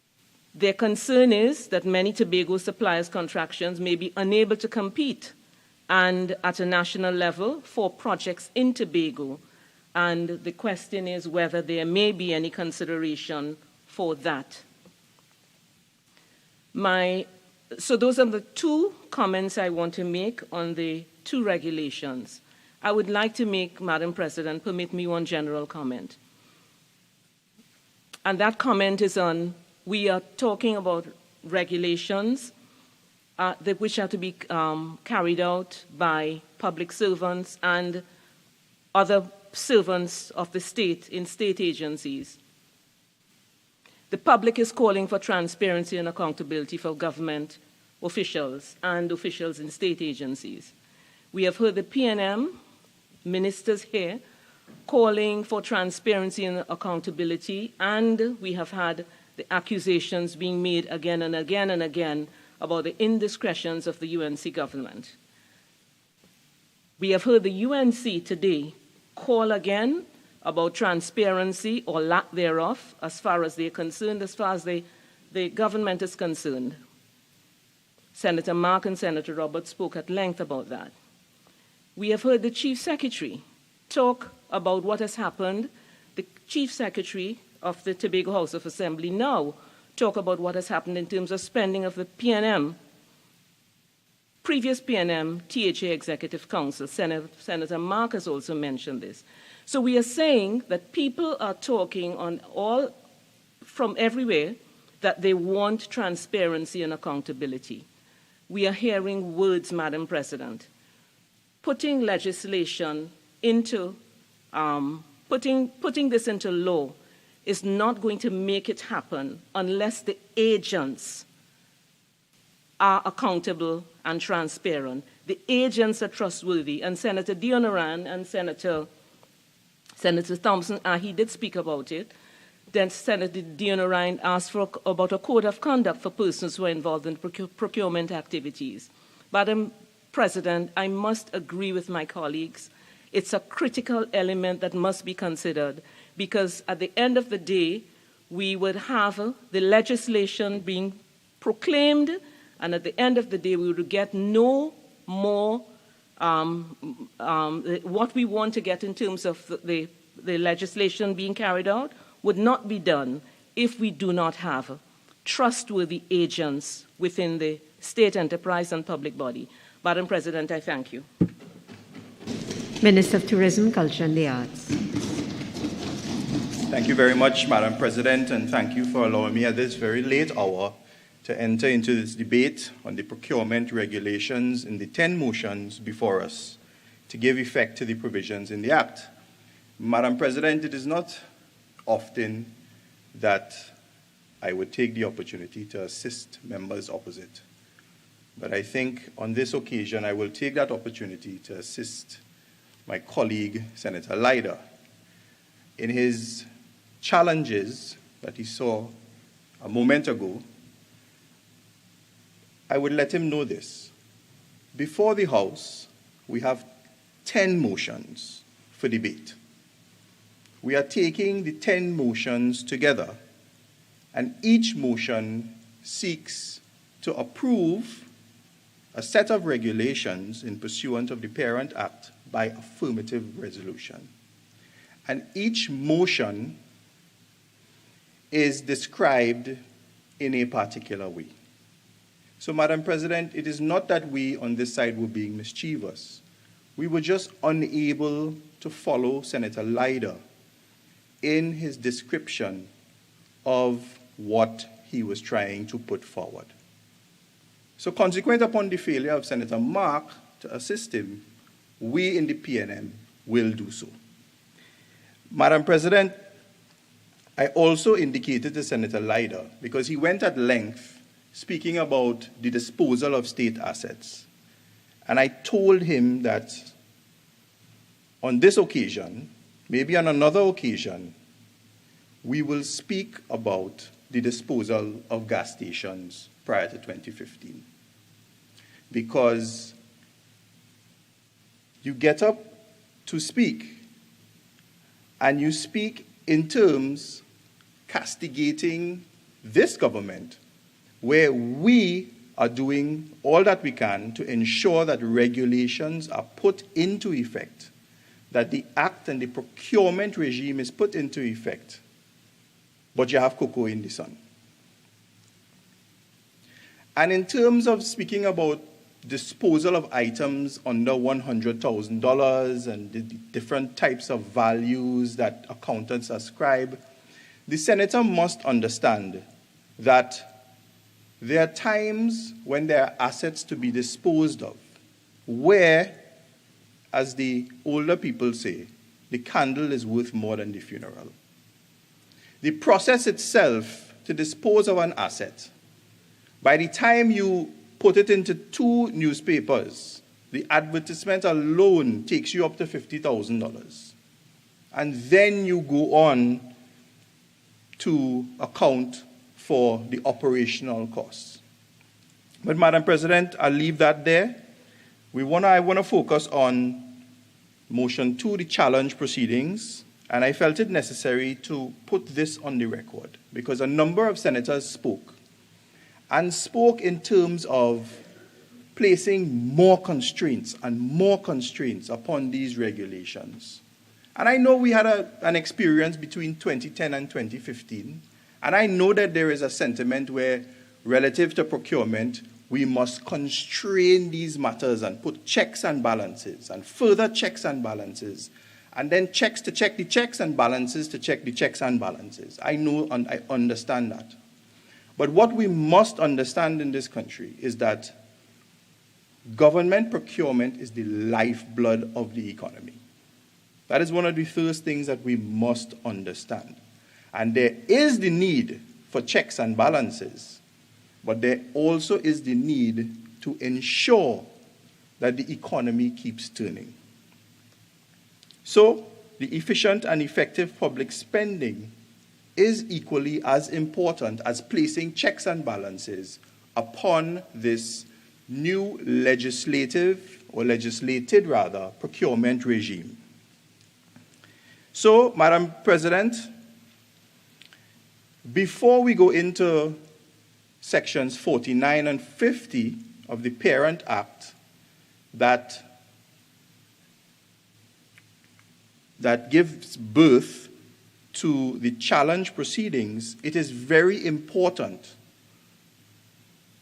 to pay focus to section 13.2 of the Parent Act, which indicates, Madam President, and I'm tying it into the general point, that in the exercise of its functions, the office shall act expeditiously and take other steps as it thinks fit in order to minimize any negative economic impact arising out of the performance of its functions.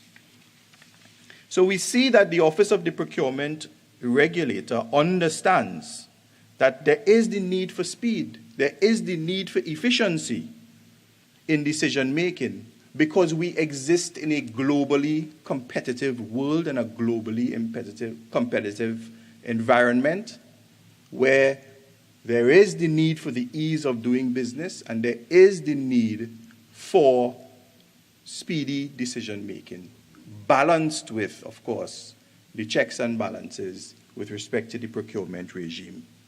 So, Madam President, there are timelines. And if we look at all the timelines globally, I didn't get a chance to do the mathematics, but if you are to take the Honorable AG and what he said in the other place, if you stretch the timelines out with respect to the challenge proceedings alone, the challenge regulations, you come up with a maximum of 51 days. And where during the course of a challenge, a contract, or the award of a contract rather, may be suspended, you're talking about 51 days delay. 51 days to repair a sewer. 51 days to repair a broken drain that has the potential to cause a crack and to demolish or to destroy somebody's house down the hill. 51 days delay in terms of procuring food. So that is what we're talking about. So I understand the need to let's give more time, but in this electronic age,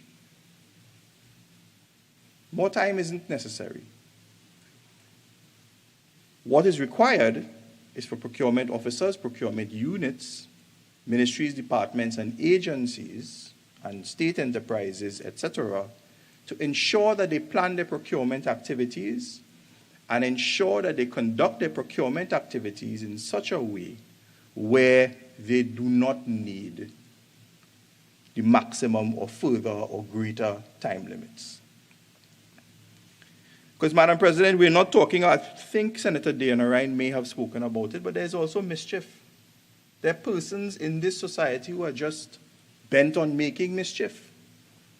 And persons who would use the law, if we fall for the increase of time limits, etc., persons who will use the law to frustrate government's economic program.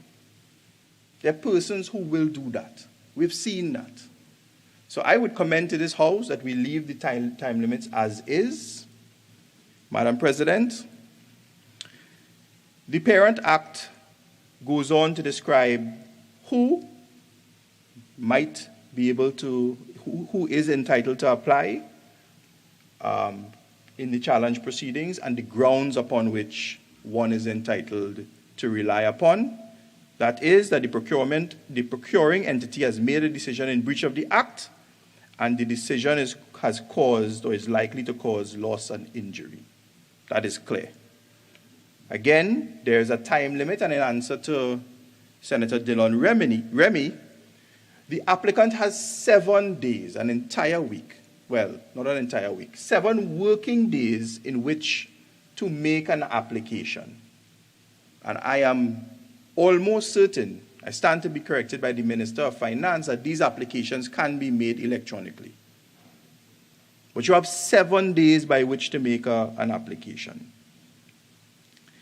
And, Madam President, when you look at the rest of the regulations,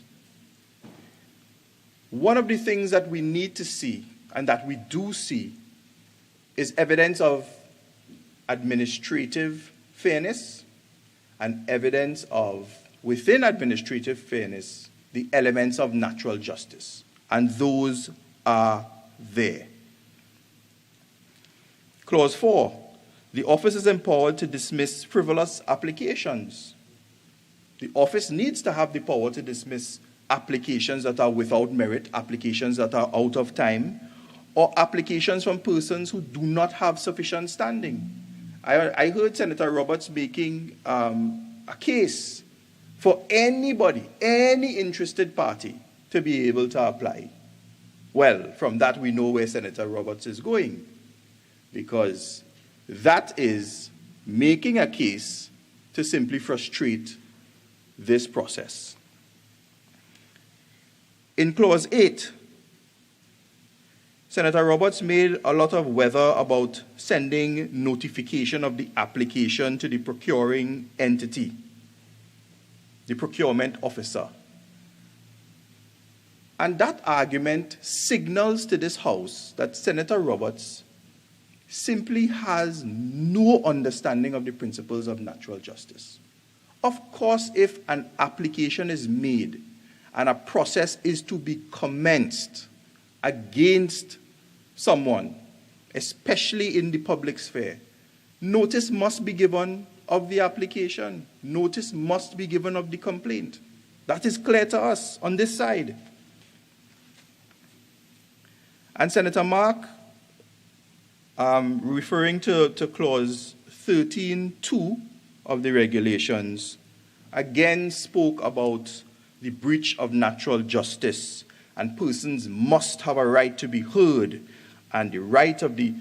But, Madam President, we went through this time and time again. It was the same argument Senator Mark made in a privileges motion. You have the right to be heard, yes, and you must be given opportunity to be heard. You must be given proper and ample opportunity to be heard. What if you do not avail yourself of those opportunities to be heard? All right? You're a booming voice. You are at home. You do not wish to avail yourself of the opportunity to be heard. You do not wish to avail yourself in terms of submitting witness statements that these regulations allow you to do.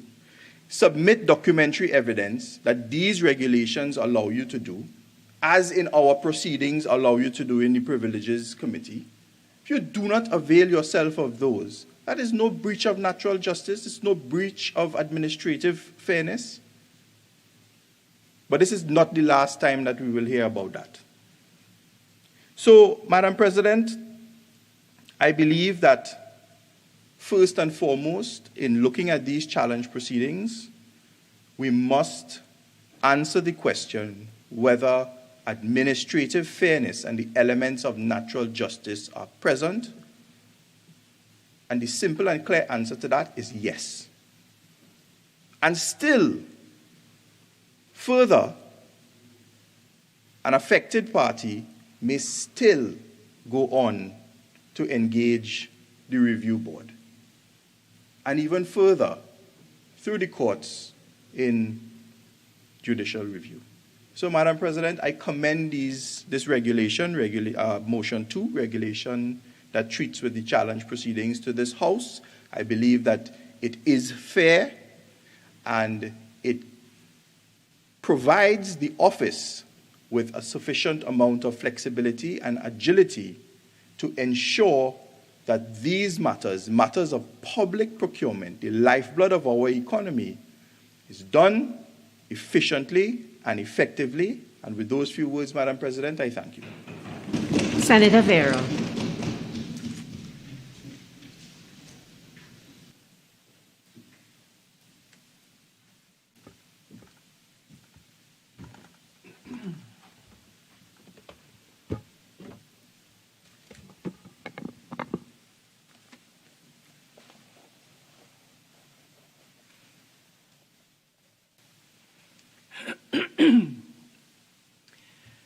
Thank you, Madam President. Public money is held in trust for the benefit of all citizens of Trinidad and Tobago. And as stewards of the public money, government has an obligation to ensure that it is managed prudently in support of the general public interest. This means government must seek to obtain maximum value for the money it spends. Value for money, however, as important as that may be, cannot be the be-all and end-all. As the Act and the regulations recognize, public administration is not just about the bottom line. Value for money considerations must be balanced with ensuring equal access to procurement for all Trinidad and Tobago suppliers and contractors, the promotion of fair and open competition, having an effective and functioning review system, relevant non-price factors for matters which are not readily quantifiable in monetary terms. Reconciling these variables, sometimes at odds with each other, is a real challenge falling to us here today as legislators and also to the Procurement Office. So it's really important that the procurement regulator is well-versed, astute, and sophisticated. These regulations are born out of, and they will give life to, the Public Procurement and Disposal of Public Property Act by operationalizing the Act. They provide the framework for the Procurement Office to govern procurement in the public sector. Madam President, this has been a long time coming. The objects of the Public Procurement and Disposal of Public Property Act, set out at Section 5, are what guide and animate these 10 regulations. And those objects are to promote local industry development and sustainable development in public procurement and the disposal of public property, to promote efficiency, fairness, equity, public confidence, and to promote the principles of accountability, integrity, transparency, and value for money. The objects and the principles, maximizing public benefit, the promotion of fair and open competition, value for money, transparency, integrity, they require contracting authorities procuring goods and services to comply with the prescribed procurement processes. When public funds are spent effectively, the country benefits. And more than that, if properly implemented, these regulations will go a long way towards curtailing the scourge of corruption, which has been plaguing us for so many years, where friends, family, and the well-connected get plum government contracts, whether or not they have the ability to deliver effectively and efficiently. The Act and these regulations apply to all public bodies and public-private partnerships, including this Parliament, the judiciary, municipal corporations, the Tobago House of Assembly, the regional health authorities, and state enterprises, just to name a few. And before getting to the meat of my contribution, just a short observation arising from one of the contentious points canvassed when passing the recent amendments to the Procurement Act, the government-to-government point.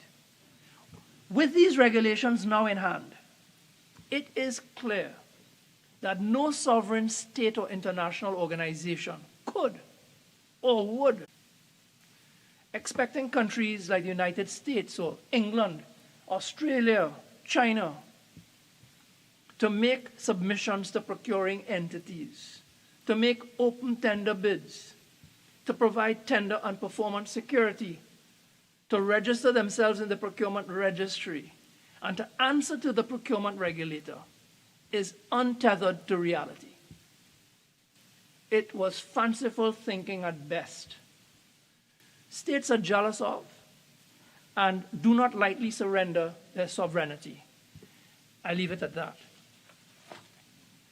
Now, clearly a great deal of thought has gone into the drafting of these regulations. 11, subsection 3 and subsection 4 of the Procurement of Consultants number 2 regulations, which I'm hoping someone can clarify for me, I am generally comfortable with all these regulations from a drafting point of view.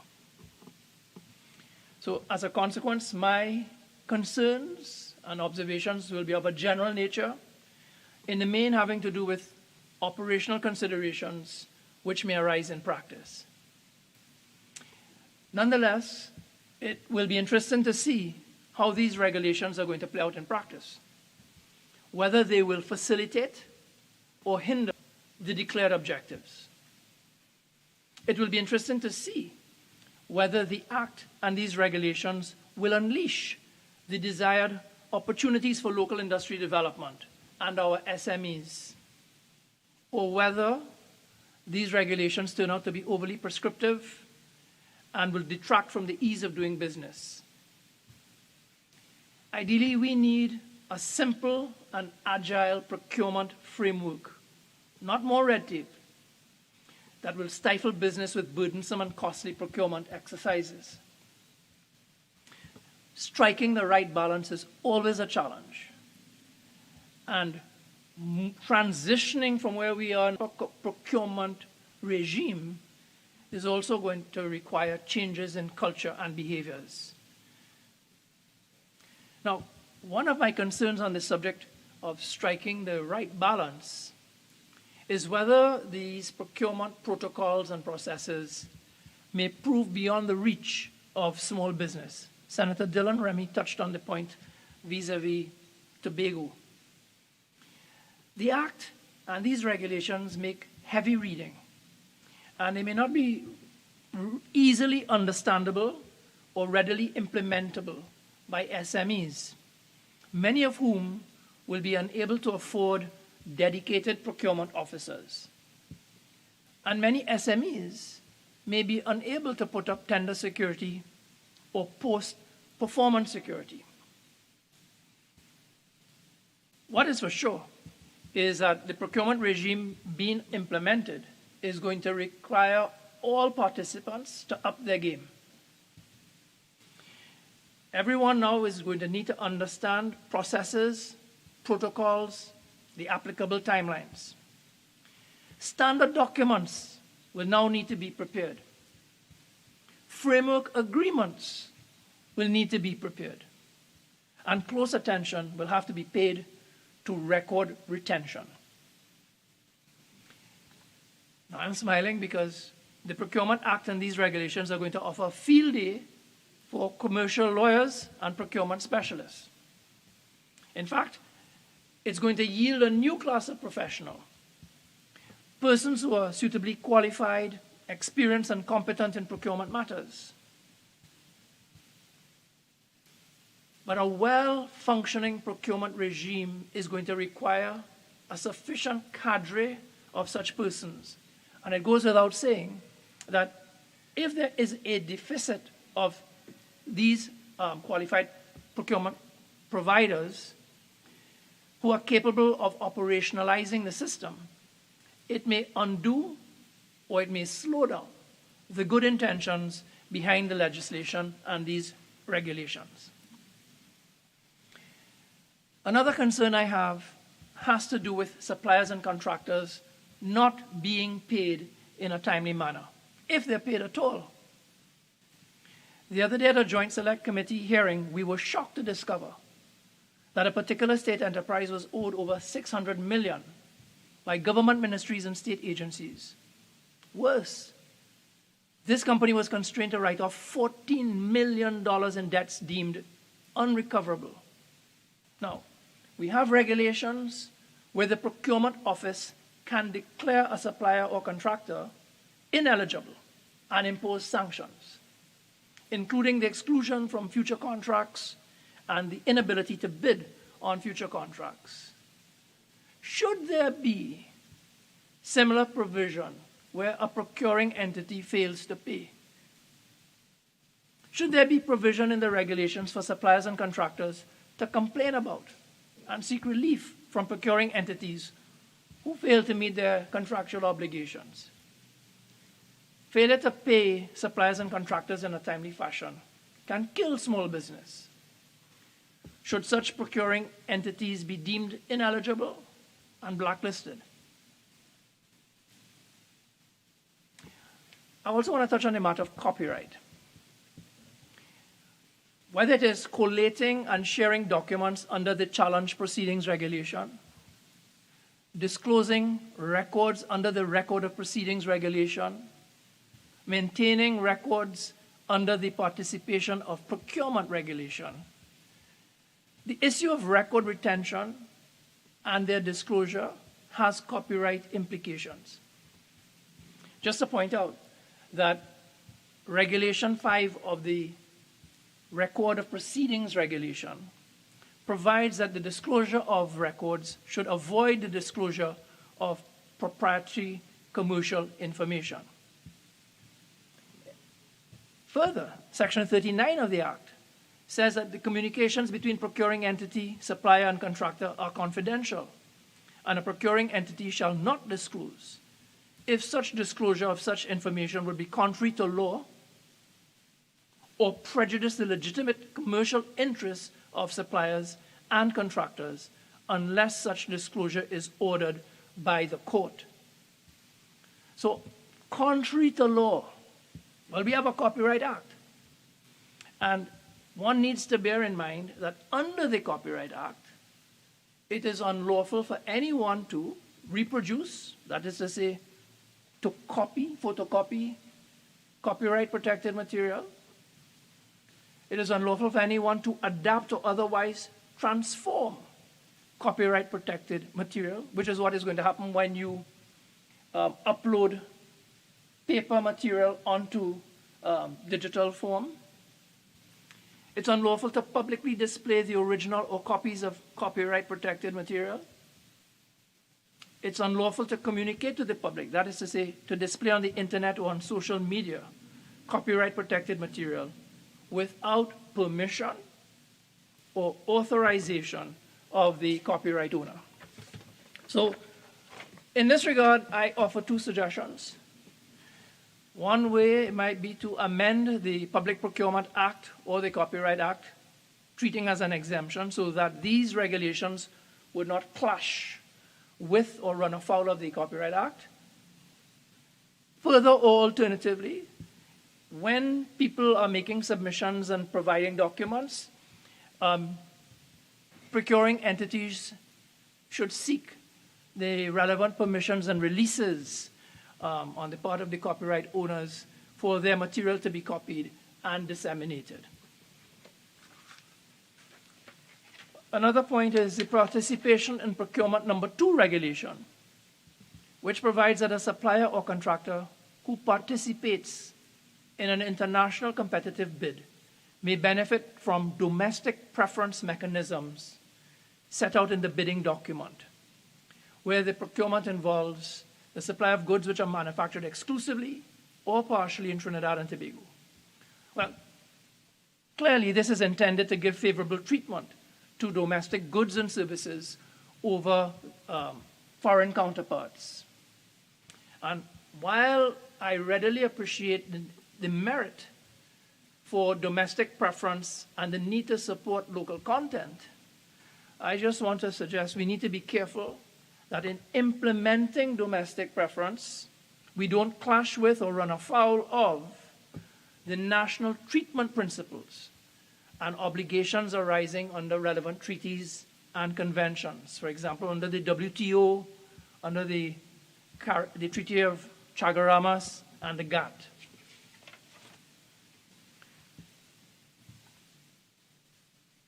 Section 7.5 of the Act exempts services provided to public bodies and state-controlled enterprises where there is an emergency or crisis.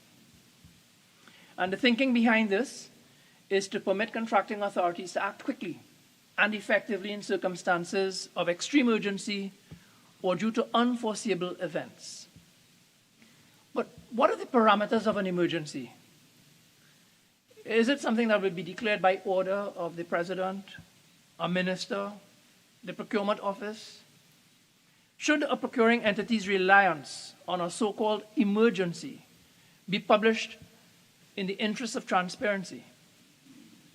What happens when a procuring entity has relied on the emergency exemption, but the underlying facts don't support their arguments? Can this be a valid ground for challenge under the challenge proceedings regulation? Section 35(2) of the Act requires that unsuccessful bidders be notified of their procuring entity's selection. There is provision for transmission of a notice of decision to unsuccessful suppliers and contractors, for example, as at Regulation 6 of Evaluation Number 2 regulations. Further, Regulation 34 of the Procurement Methods and Procedures Number 2 regulations requires procuring entities to evaluate substantially responsive submissions to determine the successful submission. So my question is whether, when giving an unsuccessful supplier or contractor the notice of decision, and inasmuch as the procuring entity has already evaluated the competing bids, whether the unsuccessful bidder should get feedback of the evaluation to enable comparison against the winning bid. Such a practice can offer suppliers and contractors insight on how they might do better in the future. Turning now to the Challenge Proceedings Number 2 regulations. Well, I seem to be going in a different direction to a lot of the other speakers because I very much like this regulation. I think it will avoid costly and involved applications to the court, while at the same time allowing for early dispute resolutions by specialist tribunals at the Procurement Office. One of the vexing issues faced by procurement professionals is the way challenges in the High Court can be used as a tactical means to delay, to frustrate the outcome of a procurement. Challenges should be genuine. They should not be meant to frustrate and to delay. The Honourable Minister correctly identified the state of the law and the constraints in judicial review proceedings where commercial contracts are involved, where there is no fraud, and where there are no public law elements. The Minister correctly stated that one must first exhaust all available remedies before being able to avail oneself of judicial review. These challenge regulations, I think, set out fair and comprehensive alternate dispute resolution remedies, and they also, where an aggrieved challenger is still not satisfied, having gone through all the remedies set out in the Act and regulations, we now are actually opening the door to that challenger being able to access the courts for judicial review. So this very much is in favor of just and transparent resolutions, and I think it's a good thing. The regulation allows for a quick, inexpensive, and generally effective way at resolving disputes. You have to know, now the minister is a very experienced engineer, contractor, and he's been involved in some of the most complex and hard-fought construction disputes. Procurement issues can be very complex. It's contentious terrain, and it's evolving in light of practice, case law, and policy. So contracting parties are often faced with discrete legal issues where there is no black and white answer, and where, as a result, they either proceed at risk or they don't proceed at all. A system which will allow for the Act, applicable rules, contracts, and regulations to be interpreted by experts in the field at a neutral procurement office in real time will result in better procurements for both the public and private sector. The redress options available to the procurement office are pragmatic. More often than not, when an unsuccessful bidder becomes aware of a breach of procurement law, all he really wants is a fair chance to win the contract in question. He doesn't necessarily want to embark on a court application to get injunctive relief, which comes at a very high cost if you lose the case, to seek declarations, to have a court go into all the facts to look for findings of misconduct, and then awards of damages after hard-fought, protracted, and expensive litigation. Litigation which is often open to abuse when used as a tactical battering ram by those with deep pockets, and at the same time, a disincentive in terms of costs to those who are raising genuine challenges. So I think this is a very positive step indeed. Regulation 5 speaks of the hearing rules and the procedures of the office. Hopefully these will be made available in the not too distant future. Regulation 12.2 requires the office to give due consideration to preventing delay. Well, it is my hope that the office will be sufficiently and appropriately manned, and that the hearing rules and procedures will allow for efficient case management, so that when challenges start coming in, as I expect there will as we move into this system, there will be no bottlenecks. Challenge proceedings are substantially dealt with at Part 5 of the Act, which also allows for appeals to a review board established to review decisions made by the office. And you will see that that review board is headed by a judge, a former judge. Regulation 14 speaks to the evidence to be relied upon, the standard of proof being the civil standard of proof, and that when hearing a matter, the office may act without regard to technicalities and legal form, and shall not be bound to follow the rules of evidence stipulated in the Evidence Act. Now, earlier speakers have expressed concerns about the compressed timelines prescribed under this challenges regulation.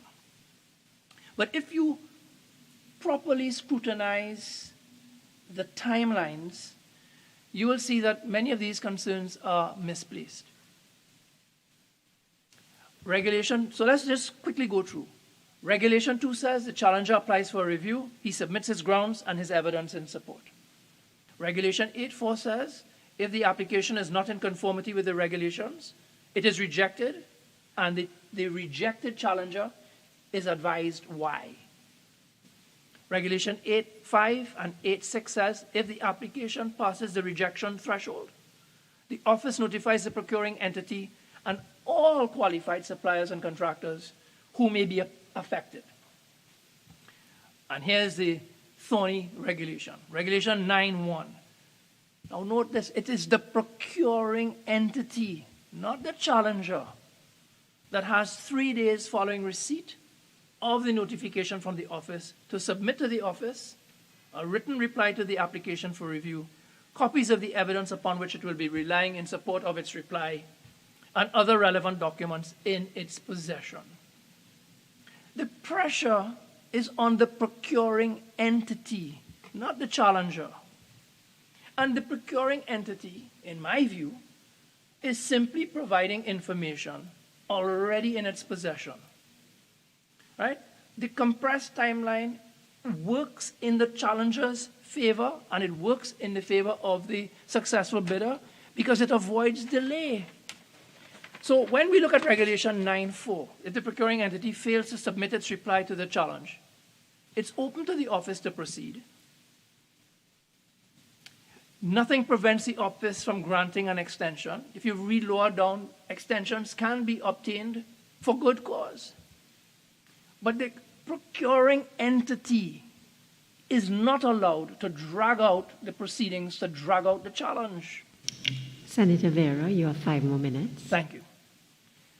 Regulation 10. Upon receipt of the reply from the procuring entity, the office collates the documents into a single case file. The office then notifies the parties of the date and case management conference, taking into account the nature of the case and giving sufficient consideration to preventing delay. I see no hardship on the procuring entity. They would have crafted the terms of reference. They would have evaluated the bids. It would still be fresh in their minds why they awarded the bid. And so they should be able to put together the papers and a written reply justifying their position in short order. In conclusion, the Act and these regulations are going to shape the future of public procurement in this country. I accept the Minister's claim that we are on the cusp of a fundamental transformation of the way we do things. What he is saying is we are going to be engaging in behavioral transformation. That is what is needed. But it's not going to be easy. These regulations, however, will create the conditions under which people are likely to change. And it's going to be a work in progress. Accordingly, I'm heartened by Section 24 of the Act, which provides that the procurement regulator shall submit annual reports to Parliament, and those reports will be referred to the Public Accounts Committee. Presumably, the PAC will have oversight of the Procurement Office with a view to monitoring how the regulations are being applied, evaluating the effectiveness of this new procurement regime, and making recommendations. For the time being, these regulations provide explicit rules under which regulatory decisions can be made on an objective, impartial, and consistent basis. They will enable the Procurement Office to oversee and regulate those under its jurisdiction. Things are going to change, and contracting parties need to get ready. I thank you.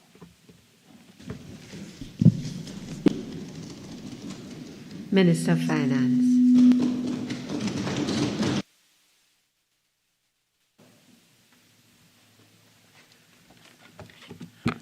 Thank you very much, Madam President. Could you tell me how much time I have? You have 30 minutes. Thank you very much. I would say at the outset that my team in the ministry has done an analysis of all of the contributions and has prepared counterpoints to deal with the issues raised. I don't think within the 30 minutes I can respond to all. I'll try my best. But I want to make a point at the outset. I heard Senator Mark say that the opposition has prepared written amendments to the regulations. I'm not surprised we have received nothing. So that appears to be in a bit of a grand charge. But I would like to inform honourable senators that I asked the Parliament to give me a brief on the procedure with respect to the amendment of statutory instruments. And this is what I have received, and it is what I know.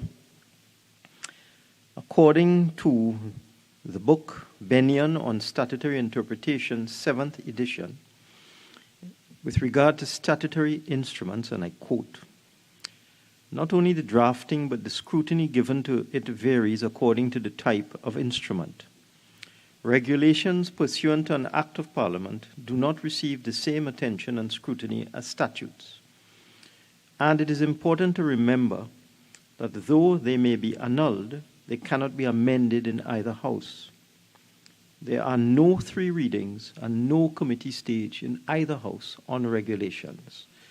So that I needed to say that to put to rest the belief by Senator Mark and others that we have a committee stage where we go through the regulations clause by clause and amendments can be made. That cannot be done. Let me go now to the contributions of honourable senators. When I made my contribution, Senator Sipasad raised a point, asked me to give way, and raised a point with respect to the readiness of various procurement entities and referred to a readiness survey issued by the Office of Procurement Regulation. And there was a concern as to whether procuring entities would be ready. I made the point that they have no choice. But I also need to put on the record that the Office of Procurement Regulation has done quite a bit of work over the last couple of years. It has addressed the issue of internal controls in its guidelines. It has also addressed and will give further guidance on the experience and academic certification for procurement officers. The Office of Procurement Regulations training standards, competence levels, and certification requirements are meant to aid public entities to identify and procure adequate human resources to perform their responsibilities or to fulfill their responsibilities. The issue of procurement positions, what we do as a government within the public service, has been addressed by the CPO years ago and also addressed by the Cabinet in 2018 and in 2017. The main point is that there is no one-size-fits-all. Some public bodies may not need more than one procurement officer, while others may require complete units. It all depends on the amount of procurement they are doing and the complexity of that procurement. Some already have units. The Ministry of National Security, for example, already has a procurement unit that supports the work of its Special Tenders Committee under the Central Tenders Board Act. So we believe that agencies will be able to quickly operationalize their procurement function. And we are satisfied that there will be continuous training by the Office of Procurement Regulation and training within procurement entities themselves using the office's document on training standards, competence levels, and certification. Financial provisions in the Audit and Exchequer Act will not change, so that the responsibility of accounting officers will remain the same. The proclamation of the Public Procurement Act will not change that. public entities have to submit an annual procurement plan after the national budget in each year. So if the act is proclaimed by our time frame by the end of March, there will be sufficient time for public entities to prepare their annual procurement plan. So we believe that the procurement entities throughout the public service will be able to very quickly get up to speed and deal with the issues. Let me go now to some of the more detailed comments. Senator Mark was his usual self. I made a series of comments that bear no relevance to reality. Let me just deal with one of them, and I think Senator Bacchus has addressed this. Senator Mark alleged that the regulations require all records to be in electronic form. That is not so. When one reads the regulation that Senator Mark complained about, it is in fact the reverse. What that regulation provides is that entities have a discretion, if they have the capacity to do so, to hold documents in electronic form. It's an option, so that the default position is paper, and what the regulations allow is for documents to be stored in electronic form if the entity chooses to do so and if it has the capacity to do so. And if an entity exercises that discretion, it must comply with Regulation 6.2 to safeguard the integrity, reliability, and accuracy of the record. So it is a complete opposite of what Senator Mark alleged. In that particular regulation, Senator Mark again complained, and that is Record of Proceedings regulations, that there's no indication as to whether the reports involved in that set of regulations have to be submitted annually. This is one of the many things that the Office of Procurement Regulation will settle in its guidelines and handbooks. This allows the office to determine, based on the risks involved, what is the appropriate time frame for any particular entity. Senator Mark also complained about the review board. However, I can inform the Senate that draft regulations for the review board have already been prepared and will be submitted to Cabinet shortly. And the chairman of the review board, a retired judge, has already been appointed. And when one looks at the process by which you arrive at the review board, you have to go through quite a sophisticated appeal process before you reach the review board. We are satisfied that the review board will be fully functional in good time. Senator Mark also complained about the absence of hearing rules and procedures. This is a function for the Office of Procurement Regulation, which has already drafted these rules. But they can't publish them until these regulations are passed.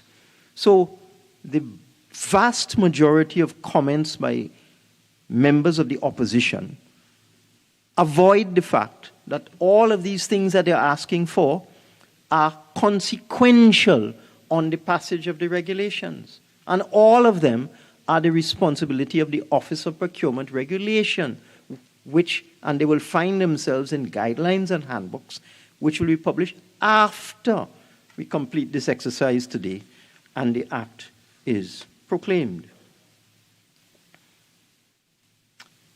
There's another complaint about nowhere in the Act does it point to an alternative member.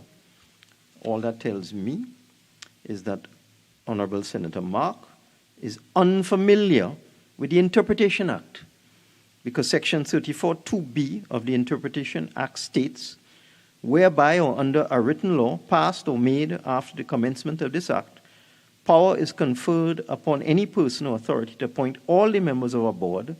That power includes the power to appoint individuals as alternate members of the board. I don't know, Madam President, who wrote that contribution for Senator Mark, but whoever that is, I would advise that if Senator Mark needs a lawyer, don't go to that person.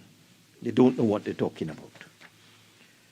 Let us go now to the question that Senator Vieira very well answered. The whole misconception about this 3 days period.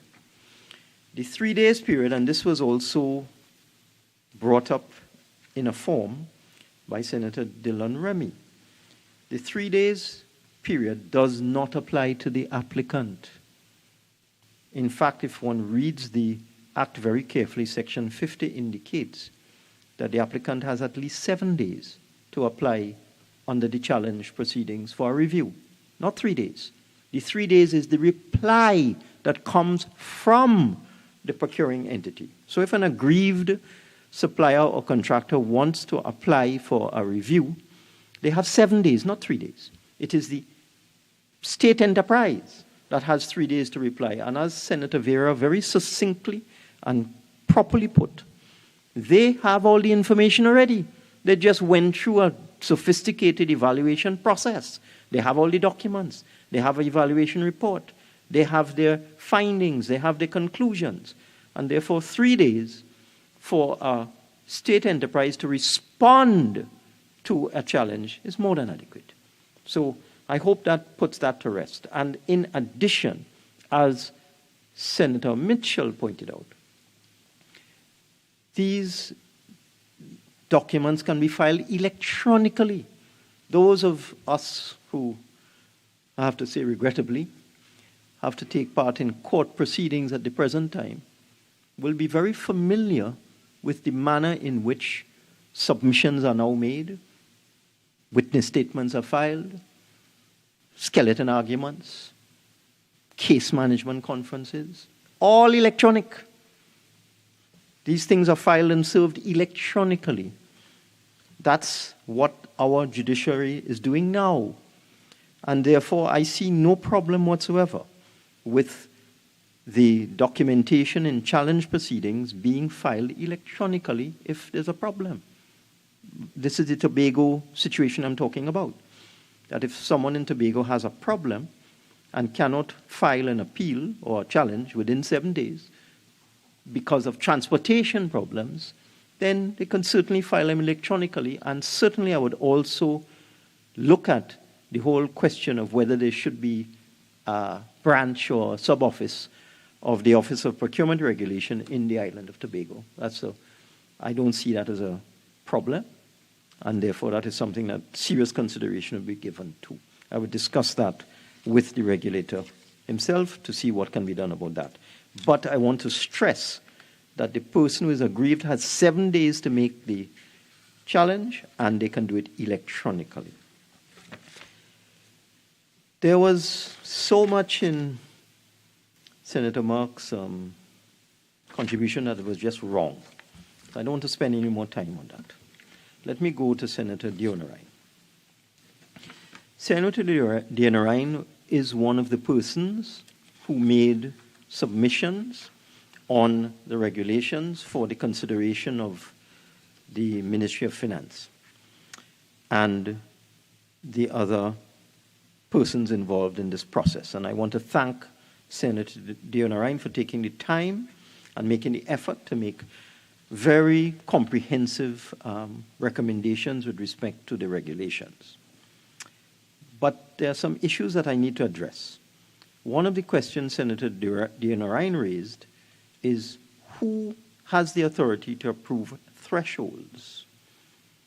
The thresholds will be prepared by procuring entities and approved by the Office of Procurement Regulation, so the regulator. So the procuring entities will propose thresholds and the OPR will approve them. So that settles that. And that will be part of the normal practice of guidelines and handbooks, and it is the practice to make all of these guidelines and handbooks public. So the whole question as to who will make these thresholds and how accessible will they be, that settles that. With respect to the probity advisor, I'm advised that the procurement and disposal advisory committees will perform that function. And therefore, the consultant has advised there is no special need to have probity advisors because that is a function of the Procurement and Disposal Advisory Committee. With respect to conflicting sole and single source, what the consultant has advised is that sole source within the context of the regulations means only one supplier, to the best of the procuring entity's knowledge, is capable of delivering the product or service. With single source, although there may be more than one, the procuring entity has decided to choose a single source for a variety of factors in terms of timeliness, in terms of quality, and this is well established in procurement literature and manuals.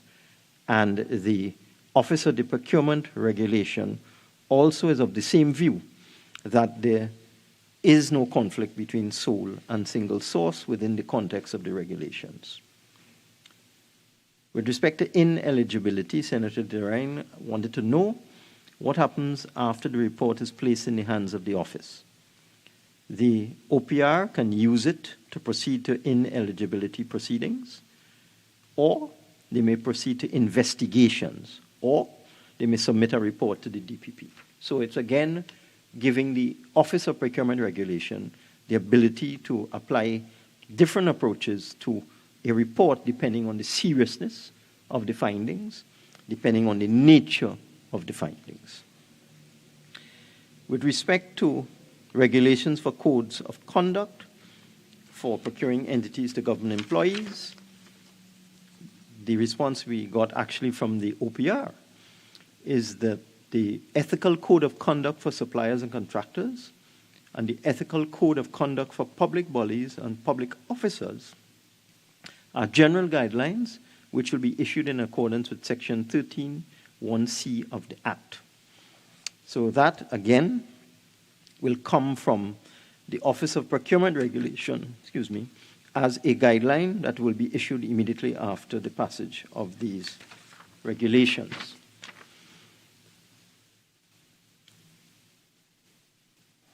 With respect to the challenge proceedings, there should be a consequence or penalty for non-responses by the procuring entity. Again, that depends on the circumstances. Whether the procuring entity intends to frustrate an investigation by the office. And it should be noted that concealing or destroying information is an offense which attracts large fines under the schedule of the Act. So we believe this is sufficiently addressed. If it is found that a procuring entity is trying to conceal or destroy information, they will be subject to severe penalties. With respect to confidentiality, this is already addressed in the Parent Act in Section 52, and it is enforceable as a criminal offense.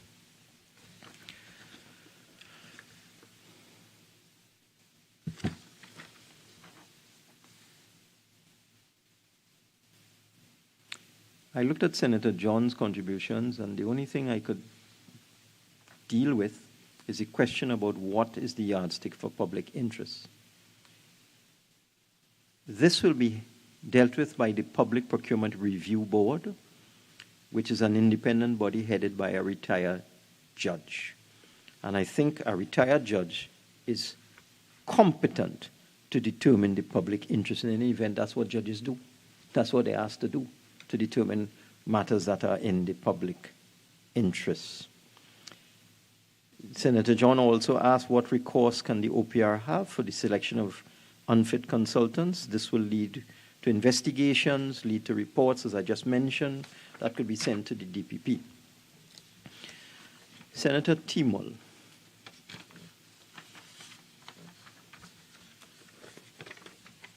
Just 1 second, Madam President.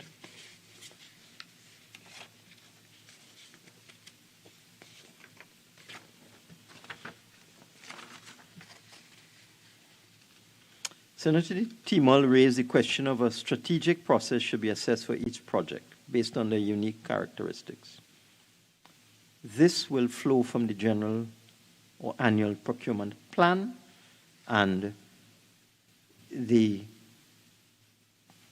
guidelines, which have already been published in draft form, state that the annual procurement plan presents a strategy through which a public body can manage its procurement, risks, and opportunities in support of the delivery of its organizational mandate.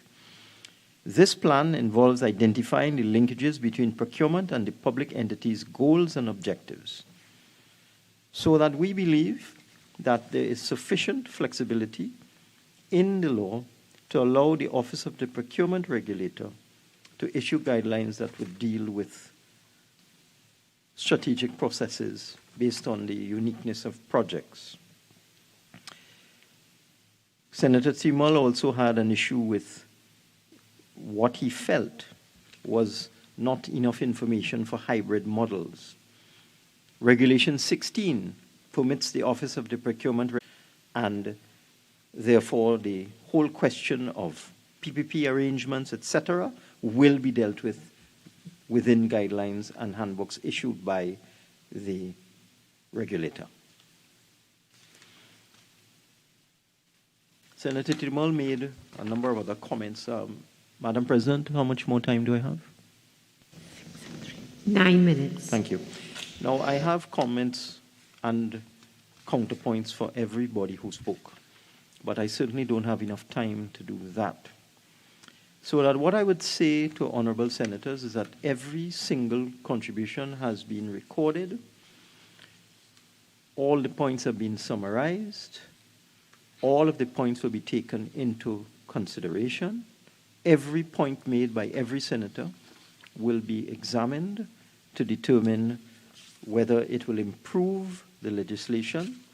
And the regulator has told us that they are going to have a transition period of approximately 6 months, during which time they will be producing their guidelines and their handbooks. So they expect that the full implementation of the Act will take place within a 6-month period.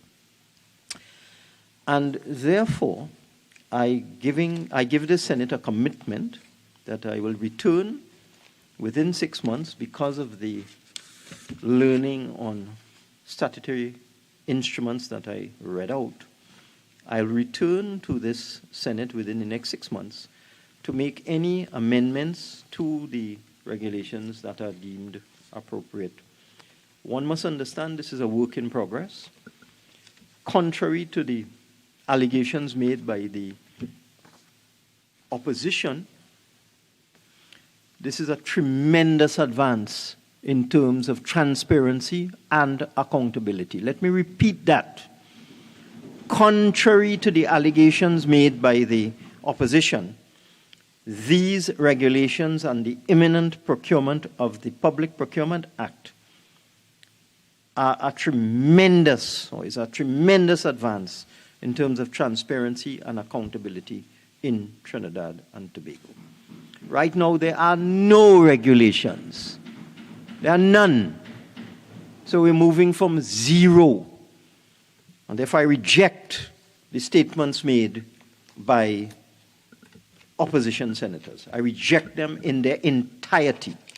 It is also unfair to the professionals in the Office of Procurement Regulation and to the highly experienced procurement consultants who have reviewed the hundreds of pages of documents required to produce these regulations, who have looked at all of the suggestions for improvement, who have applied their expert knowledge and skill to produce these 10 regulations before us.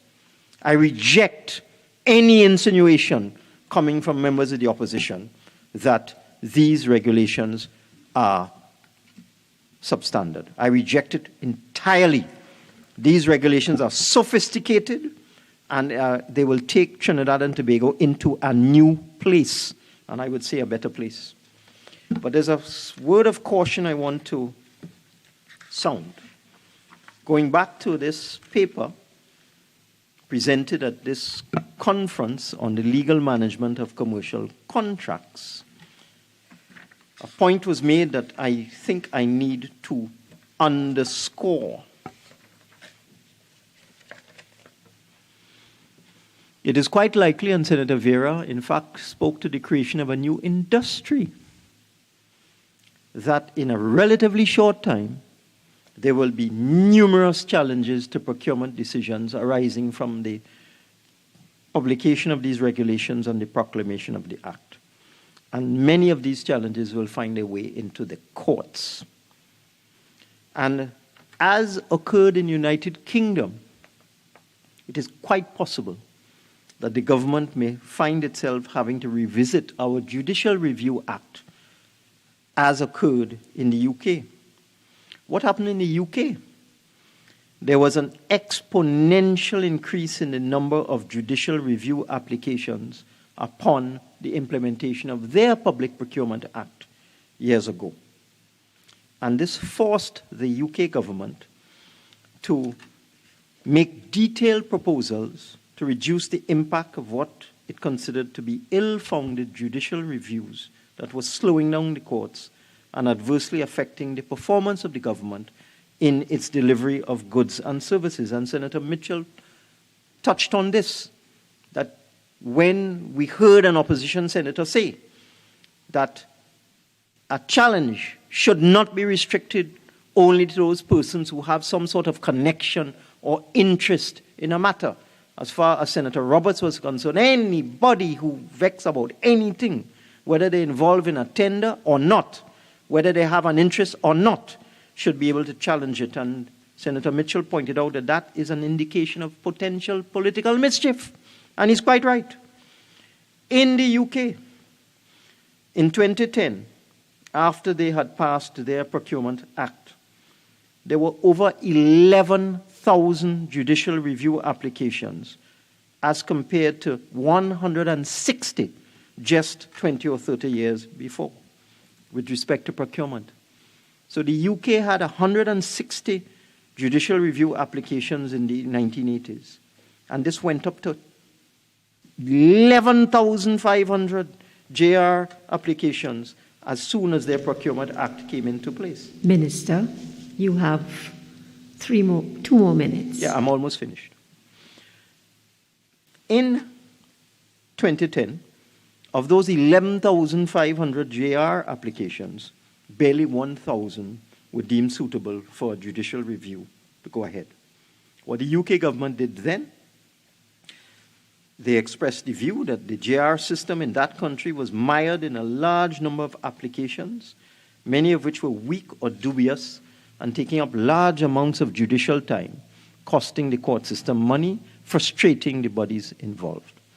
Accordingly, for procurement matters only, and I want to make this clear, I am speaking only of procurement matters.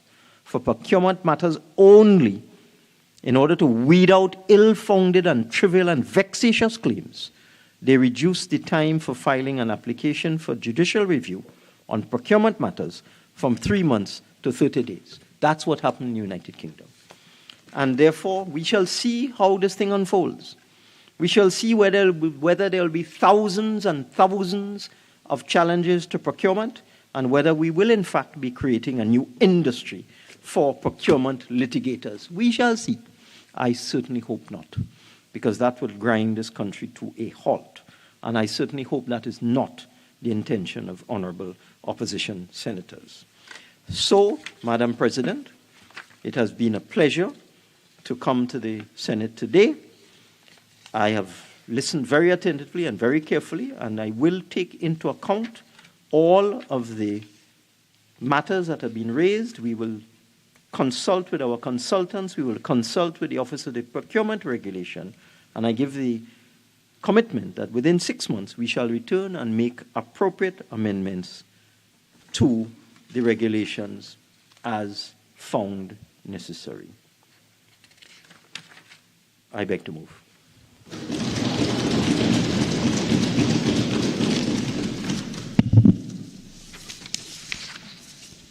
Honourable Senators, the question is, be it resolved that the Public Procurement and Disposal of Public Property Record of Procurement Proceedings Number 2 Regulations 2021 be approved.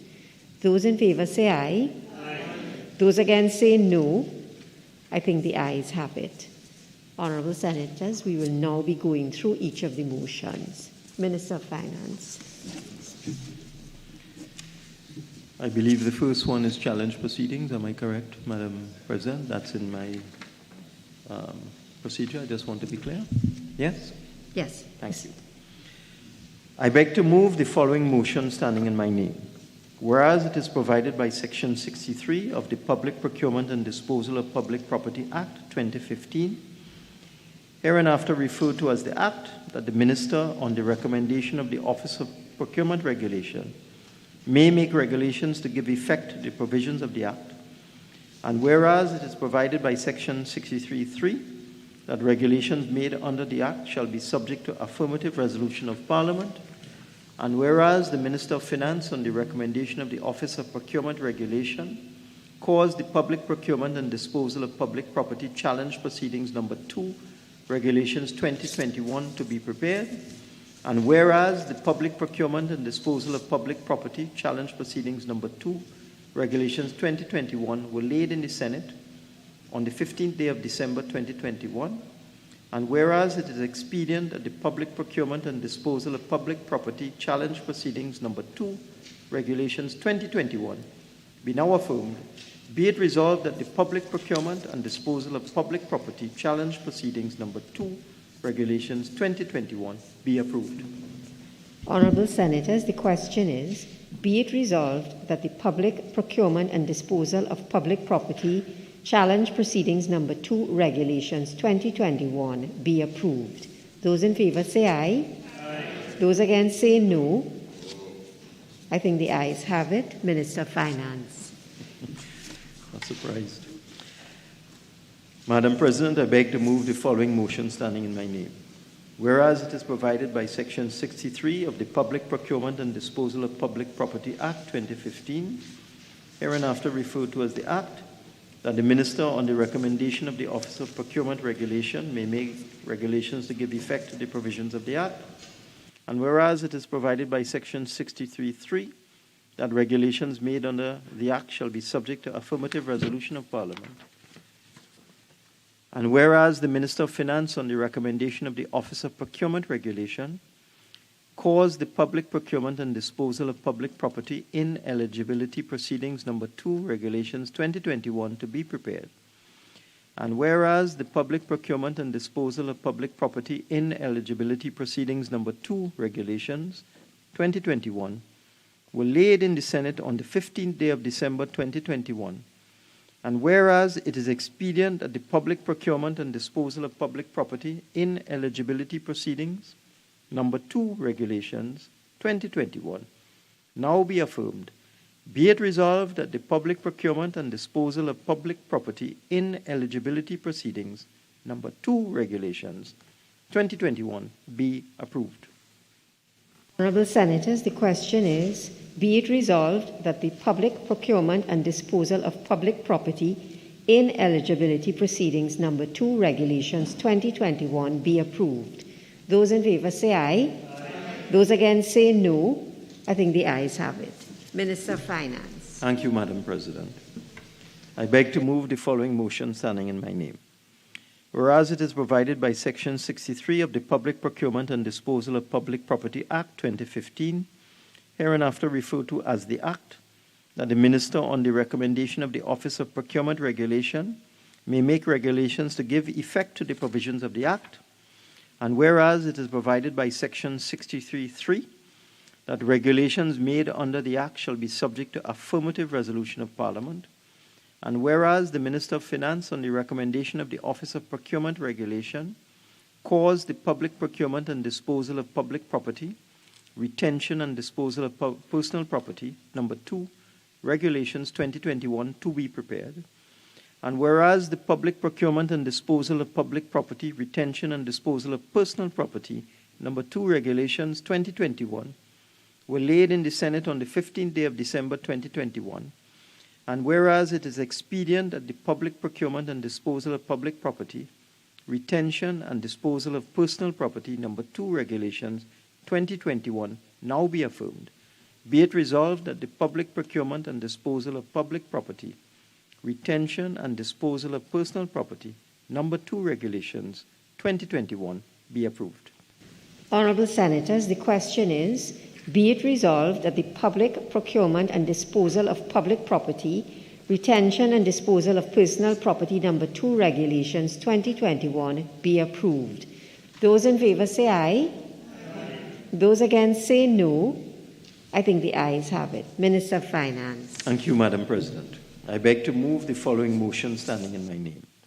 Whereas it is provided by Section 63 of the Public Procurement and Disposal of Public Property Act 2015, hereinafter referred to as the Act, that the Minister, on the recommendation of the Office of Procurement Regulation, may make regulations to give effect to the provisions of the Act, and whereas it is provided by Section 63(3) that regulations made under the Act shall be subject to affirmative resolution of Parliament, and whereas the Minister of Finance, on the recommendation of the Office of Procurement Regulation, caused the Public Procurement and Disposal of Public Property Miscellaneous Number 2 Regulations 2021 to be prepared, and whereas the Public Procurement and Disposal of Public Property Miscellaneous Number 2 Regulations 2021 were laid in the Senate on the 15th day of December 2021, and whereas it is expedient that the Public Procurement and Disposal of Public Property Miscellaneous Number 2 Regulations 2021 now be affirmed, be it resolved that the Public Procurement and Disposal of Public Property Miscellaneous Number 2 Regulations 2021 be approved. Senators, the question is, be it resolved that the Public Procurement and Disposal of Public Property Miscellaneous Number 2 Regulations 2021 be approved. Those in favour say aye. Aye. Those against say no. I think the ayes have it. Minister of Finance. Thank you, Madam President. I beg to move the following motion standing in my name. Whereas it is provided by Section 63 of the Public Procurement and Disposal of Public Property Act 2015, hereinafter referred to as the Act, that the Minister, on the recommendation of the Office of Procurement Regulation, may make regulations to give effect to the provisions of the Act, and whereas it is provided by Section 63(3) that regulations made under the Act shall be subject to affirmative resolution of Parliament, and whereas the Minister of Finance, on the recommendation of the Office of Procurement Regulation, caused the Public Procurement and Disposal of Public Property Evaluation Number 2 Regulations 2021 to be prepared, and whereas the Public Procurement and Disposal of Public Property Evaluation Number 2 Regulations 2021 were laid in the Senate on the 15th day of December 2021, and whereas it is expedient that the Public Procurement and Disposal of Public Property Evaluation Number 2 Regulations 2021 now be affirmed, be it resolved that the Public Procurement and Disposal of Public Property Evaluation Number 2 Regulations 2021 be approved. Honourable Senators, the question is, be it resolved that the Public Procurement and Disposal of Public Property Evaluation Number 2 Regulations 2021 be approved. Those in favour say aye.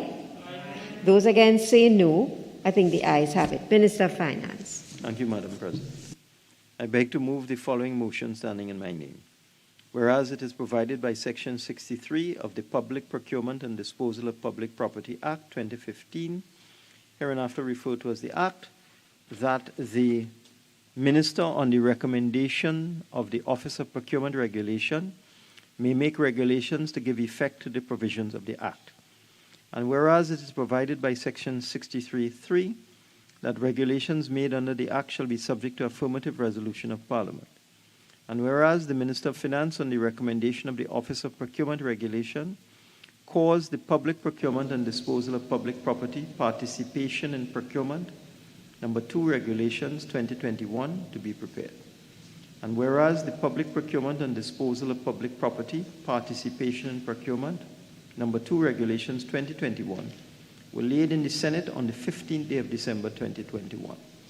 And whereas it is expedient that the Public Procurement and Disposal of Public Property Participation in Procurement Number 2 Regulations 2021 now be affirmed, be it resolved that the Public Procurement and Disposal of Public Property Participation in Procurement Number 2 Regulations 2021 be approved. Honourable Senators, the question is, Be it resolved that the public procurement and disposal of public property participation in procurement number 2 regulations 2021 be approved. Those in favor say aye. Aye. Those against say no. I think the ayes have it. Minister of Finance. Thank you, Madam President. I beg to move the following motion standing in my name. Whereas it is provided by Section 63 of the Public Procurement and Disposal of Public Property Act 2015, hereinafter referred to as the Act, that the Minister, on the recommendation of the Office of Procurement Regulation, may make regulations to give effect to the provisions of the Act. And whereas it is provided by Section 63(3) that regulations made under the Act shall be subject to affirmative resolution of Parliament.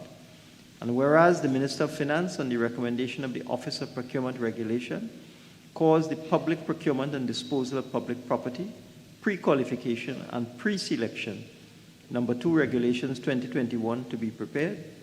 And whereas the public procurement and disposal of public property, pre-qualification and pre-selection, number 2 regulations 2021 were laid in the Senate on the 15th day of December 2021. And whereas it is expedient that the public procurement and disposal of public property, pre-qualification and pre-selection, number 2 regulations 2021 now be affirmed, be it resolved that the public procurement and disposal of public property, pre-qualification and pre-selection, number 2 regulations 2021 be approved. Honourable Senators, the question is, be it resolved that the public procurement and disposal of public property, pre-qualification and pre-selection, number 2 regulations 2021 be approved. Those in favour say aye. Aye. Those against say no. I think the ayes have it. Minister of Finance. Madam President, as we approach the finish line, I beg to move the following motion standing in my name. Whereas it is provided by Section 63 of the Public Procurement and Disposal of Public Property Act 2015, hereinafter referred to as the Act, that the Minister, on the recommendation of the Office of Procurement Regulation, may make regulations to give effect to the provisions of the Act. And whereas it is provided by Section 63(3) that regulations made under the Act shall be subject to affirmative resolution of Parliament. And whereas the Minister of Finance, on the recommendation of the Office of Procurement Regulation, caused the public procurement and disposal of public property, procurement methods and procedures, number 2 regulations 2021 to be prepared. And whereas the public procurement and disposal of public property, procurement methods and procedures, number 2 regulations 2021 were laid in the Senate on the 15th day of December 2021. And whereas it is expedient that the public procurement and disposal of public property, procurement methods and procedures, number 2 regulations 2021 now be affirmed, be it resolved that the public procurement and disposal of public property, procurement methods and procedures, number 2 regulations 2021 be approved. Honourable Senators, the question is, be it resolved that the public procurement and disposal of public property, procurement methods and procedures, number 2 regulations 2021 be approved. Those in favour say aye. Aye. Those against say no. I think the ayes have it. Minister of Finance. And finally, we reach the end. I beg to move the following motion standing in my name. Whereas it is provided by Section 63 of the Public Procurement and Disposal of Public Property Act 2015, hereinafter referred to as the Act, that the Minister, on the recommendation of the Office of Procurement Regulation, may make regulations to give effect to the provisions of the Act. And whereas it is provided by Section 63(3) that regulations made under the Act shall be subject to affirmative resolution of Parliament. And whereas the Minister of Finance, on the recommendation of the Office of Procurement Regulation, caused the public procurement and disposal of public property, procurement of consultants, number 2 regulations 2021 to be prepared. And whereas the public procurement and disposal of public property, procurement of consultants, number 2 regulations 2021 were laid in the Senate on the 15th day of December 2021. And whereas it is expedient that the public procurement and disposal of public property, procurement of consultants, number 2 regulations 2021 now be affirmed. Be it resolved that the public procurement and disposal of public property, procurement of consultants, number 2 regulations 2021 be approved.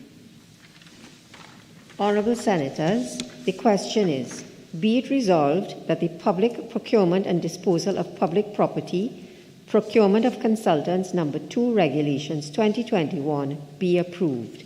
Those in favour say aye. Those against say no. I think the ayes have it. Leader of Government Business. President, I beg to move that the Senate do now adjourn to Tuesday, February 15, 2022 at 1:30 p.m. Madam President, on that day, the government proposes to deal with a bill entitled An Act to Amend the Summary Courts Act, Chapter 420. Madam President, if I may indicate, it is the intention of the House to debate that bill on Friday, February 11, 2022. And if passed, the government intends to deal with the bill at our next sitting on Tuesday, February 15, 2022 at 1:30 p.m. And in those circumstances, the clerk would do what we normally do when we adjourn with the intention of dealing with a bill that is to be debated in the other place. Thank you. Honourable Senators, before I put the question on the adjournment, leave has been granted for 2 matters to be raised. Senator Richards.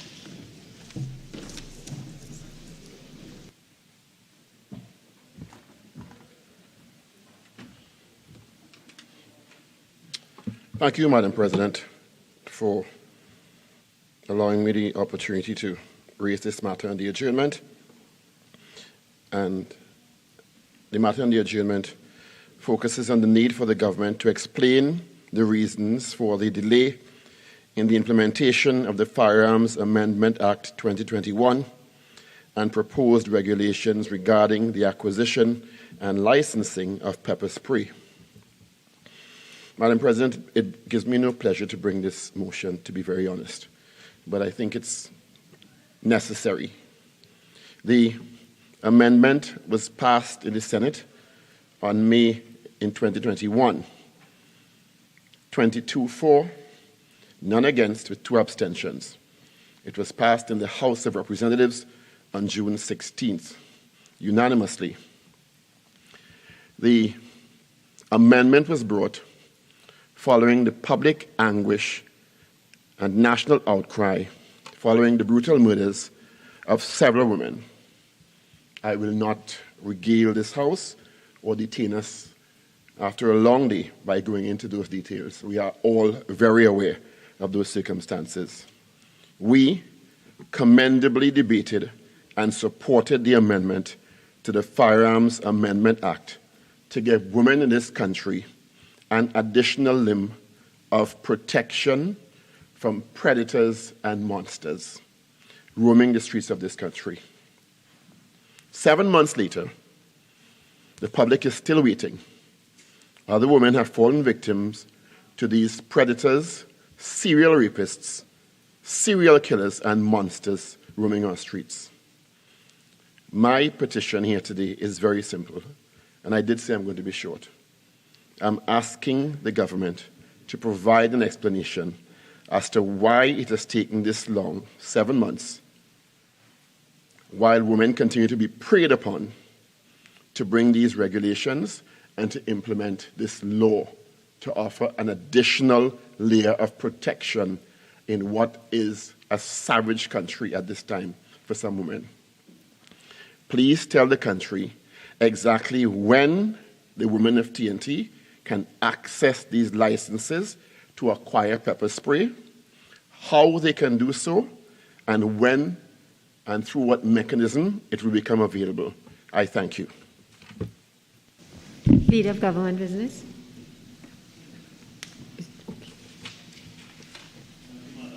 I promised that I would be no more than 2 minutes. Madam President, I thank Senator Richards. I understand his anxiety, but I want to say that there's really been no delay, and we've actually gotten to the point we are in very quick time. Just a reminder that the bill was passed in this House in May 2021, 9 months ago. In the House on June 2021, 5 months ago, and it was assented 7 months ago in July 2021. In the last 7 months since the bill was assented, there were 4 important points that we reached. The first is that the advisory committee was established. Second, in August 2021, the use of pepper spray order was published, which was important in terms of defining what, by order, what we mean by pepper spray. The third and the most important step to give effect to both the legislative work and the order was the forms which are defined in the legislation in terms of the application process and so on. And these forms were submitted by the Trinidad and Tobago Police Service in about August 2021. And in 1 month time, the Criminal Justice Unit of the Ministry of the Office of the Attorney General and Legal Affairs, 1 month, that is September 2021, the reworked forms were submitted to the Trinidad and Tobago Police Service. And the feedback on those forms were provided in February 1st, 2022. And based on the submission of those forms, the Honorable Attorney General prepared a cabinet note on February 7, 2022, that is yesterday. And once the note is considered by the cabinet and approved, it will give effect to the publication of the forms. So in the last 7 months, the government has taken this through the post-assent process, which is to make sure we've got the input of the various players, in particular the TTPS, and we are now in a position, subject to cabinet approval, to publish the forms and give effect to the work that has been done previously by this House. And I thank you very much for the motion. Senator Mark.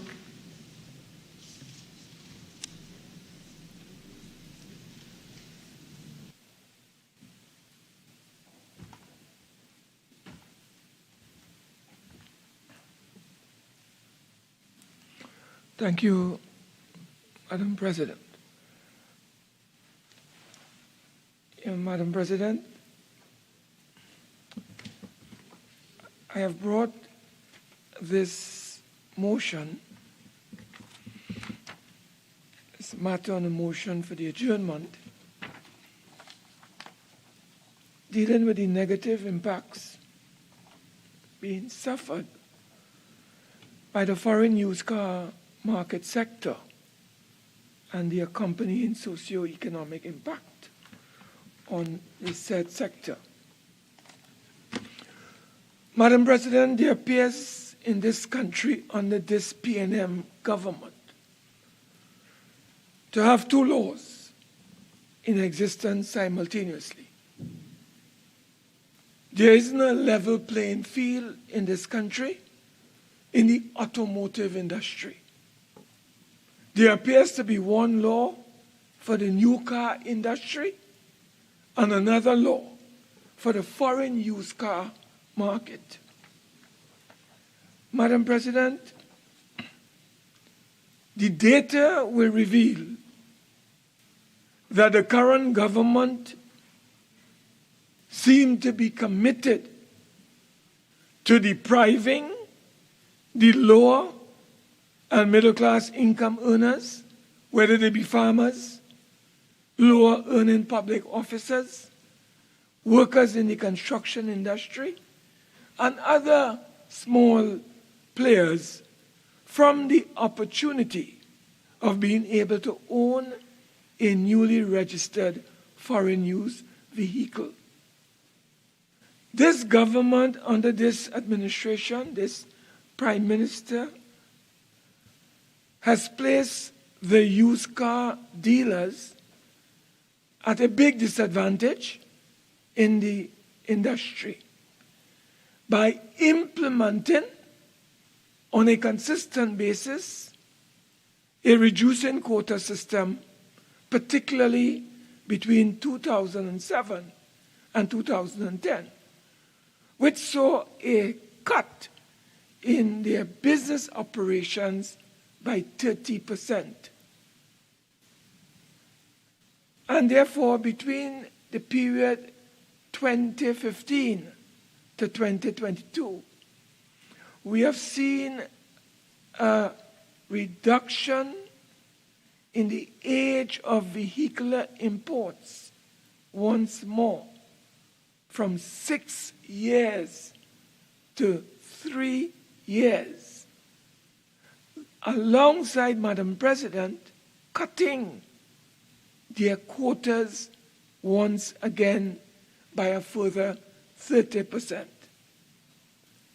So, Madam President, over the past 15 years of implementing and enforcing very, very punitive measures purportedly aimed at curtailing the foreign used car import industry, this government, Madam President, has done severe damage to this industry. And of course, Madam President, the constant refrain is 1 million cars on the road, and that is eating up the foreign exchange. Madam President, this is wrong, and the government has to take measures to bring about a more level playing field. Madam President, I have data before me from 1999, when the United National Congress under Basdio Pandey introduced this particular measure for the small people, for the ordinary people, for the middle class people in this country. And Madam President, we had a limit of 5 years when we were there. Then the PNM arrived on the scene. They left it at 5 years. But come in 2007, they brought it down to 4 years, Madam President. When we returned in 2010, it went up to 6 years between 2010 to 2015. You know, as soon as the PNM came back into office, they brought it down, Madam President, to 4 years, Madam President. And today it is 3 years. That is the age limit for a vehicle. And to compound the madness, Madam President, they have also brought down a reduction in the quotation or the quotation allocation or the quota allocation, if I may say. So, Madam President, let's look briefly at what has happened. We're going back. In 2005, 2006, Madam President, the number of cars that were allowed to be imported was around 21,860. In 2022, in 2006 rather, it was about 22,502 vehicles. Under the PNM in 2007, the allocation was 17,996. But they were only able to allow to be imported 13,991. And it went to 2008, 16,000 the allocation, being allowed 12,500. 2010, 2009, 14,602. They were only allowed 6,697 imported vehicles in the used car industry. That came about, Madam President, again because of the age limit and the quota allocation. All this happened under the PNM, Madam President. And what you had is that the small man was deprived of the opportunity to bring in new vehicles, foreign use that is. And so it continues. So right now, Madam President, as we speak, the government has imposed further restrictions on the foreign used car industry. So why it is, Madam President, the government seems only to be interested in the new car industry? So you have a monopoly, a cartel in the new car industry. And in the foreign used market, Madam President, we have about 500 foreign used car dealers in that industry. So that is why there is competitivity, and ordinary people can buy a vehicle for 10, 15, 20,000. Now with the restriction, Madam President, that has gone up to $40,000, $50,000, $60,000. It is outside of the range of many citizens, and it is getting more and more difficult for ordinary people to access a foreign use vehicle. So I have brought this matter to the Parliament today for the government to indicate, why are they punishing the foreign used car market? This market has spawned, Madam President, a lot of small spin-off industries. It has generated a lot of opportunities and employment for small people. And this government seems to be bent on destroying the foreign used car market in favor of their friends in the used car industry. What we are calling for, Madam President, is a level playing field for those persons in that industry. And we call on the minister and the government to give these people in that industry the assurance that they are going to provide them with the opportunity to live and to strive and to survive. So, Madam President, with these few words, I ask the minister to come clean on this matter and tell us what they are doing with this industry. Minister of Trade and Industry. Thank you very much, Madam President. And let me just say, by way of background, I would agree with Senator Mark that the foreign used car industry is a very, very important one in that it continues to be a significant contributor to economic activity in Trinidad and Tobago, in that it provides employment, generates income, and really it has led to the growth and development of a number of related downstream activities, the servicing and repairs of used cars, the trading of spare parts and tires, and so on. And then the provision of a lot of ancillary services in terms of the provision of alarm systems and audio systems and all sorts of accessories to enhance cars. And let me say that to the general public that this is not just about the used car dealers being able to access a foreign used car. I want to say that any individual can, in fact, get a license from the trade licensing unit in Barataria and have the ability to purchase on their own, on his or her own, a foreign used car, right-hand drive car. So that I want to say that that in Trinidad at this time we have about 387 registered foreign used car dealers. 333 of them are active, and we do have 54 inactive ones. But Senator Mark, you will know that COVID has had a terrible impact on businesses. There are several concerns with businesses over the last 2 years, and the used car dealers are not the only ones. I'm telling you that there are businesses in the manufacturing sector, tourism sector, etc., that services sector that would have suffered. So theirs has not been an easy period either. But I want to take us back to the budget in perhaps 2020 when we spoke about the critical issue of a shortage of foreign exchange.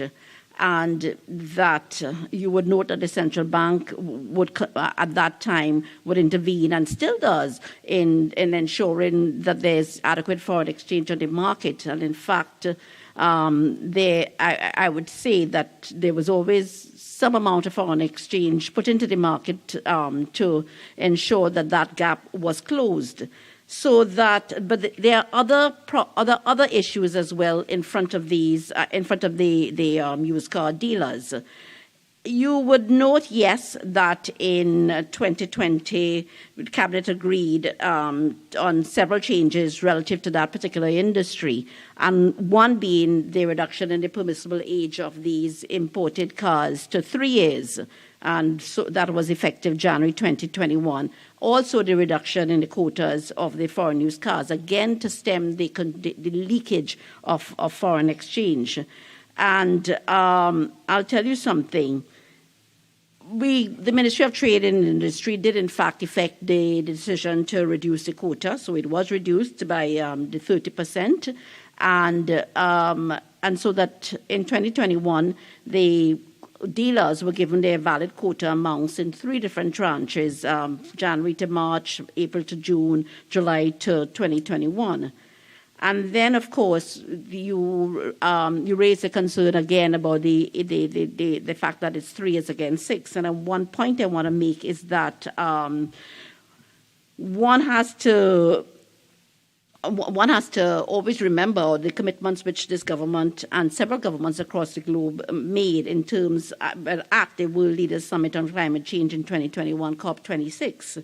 And one of the main goals in the global effort is really to reduce greenhouse gas emissions and transform to sustainable low-carbon economies by 2030.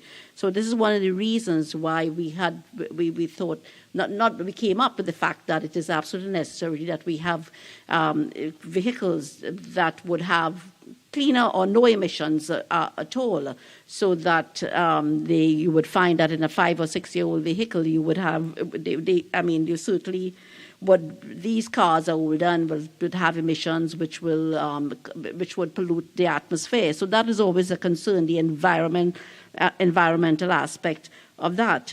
So, but I want to say that there's empirical evidence. The data has shown that the used car dealers have consistently, despite the lower quotas, they have consistently underutilized their annual quota allocation in the last few years, so that there's really no issue. There might be a concern of a few larger distributors, but by and large, those 300-odd used car dealers do have enough quotas that they can't even satisfy. And I could tell you of the figures. In 2018, there were 1,200 the number of cars approved for importation under the quota would have been 12,915 vehicles, and the actual number of vehicles imported was only 60%, 7,800. In 2019, 13,215 vehicles were allowed under the quota system. The actual number of cars imported, 74%, 9,742. In 2020, the number of cars approved for importation, 13,305. Actual number of cars imported, 48%, 6,413. In 2021, 7,974 cars were approved under the quota system. Only 2,292, a mere 29% of vehicles were brought in. So there's no concern about the quota not being adequate or anything like that. There ought not to be. It might be the case, as I said, of a few of the larger dealers. Just to avoid any further concerns, Senator Mark, I could give you the assurance that I've invited the president of the Trinidad and Tobago Automobile Dealers Association, Mr. Babwa, and the vice president, Mr. Fields, to see me next week, and I will share with them the numbers to show them that there really ought not to be a concern about quotas, because they are being given quotas that they haven't even sought licenses for bringing these vehicles in. So there should be no issue there. And then, of course, I register again the environmental concern in having very old vehicles in this country. I think we have discussed this on many occasions through many bills and motions before us. I think we have to be concerned about the environment. Senator Mark, and therefore, once again, I give you the assurance that there's an open door in the Ministry of Trade and Industry to the used car dealers, and I will have that meeting with them just to alleviate any concern concerns which they have and sort out any needs that they may have. Thank you.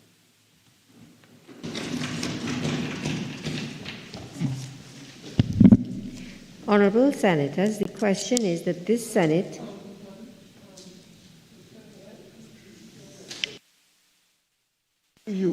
to the Honourable Leader of Government Business. In the event that the bill that is supposed to arrive here does not arrive here, does the Minister have an alternative for us to consider? I just want to ask through you, Madam Chair. Do you have an alternative? Madam President, we would know on Friday, at the end of the sitting in the House. And if we have to make alternative arrangements, I'll indicate that to the clerk and to my friends on the other side as soon as possible.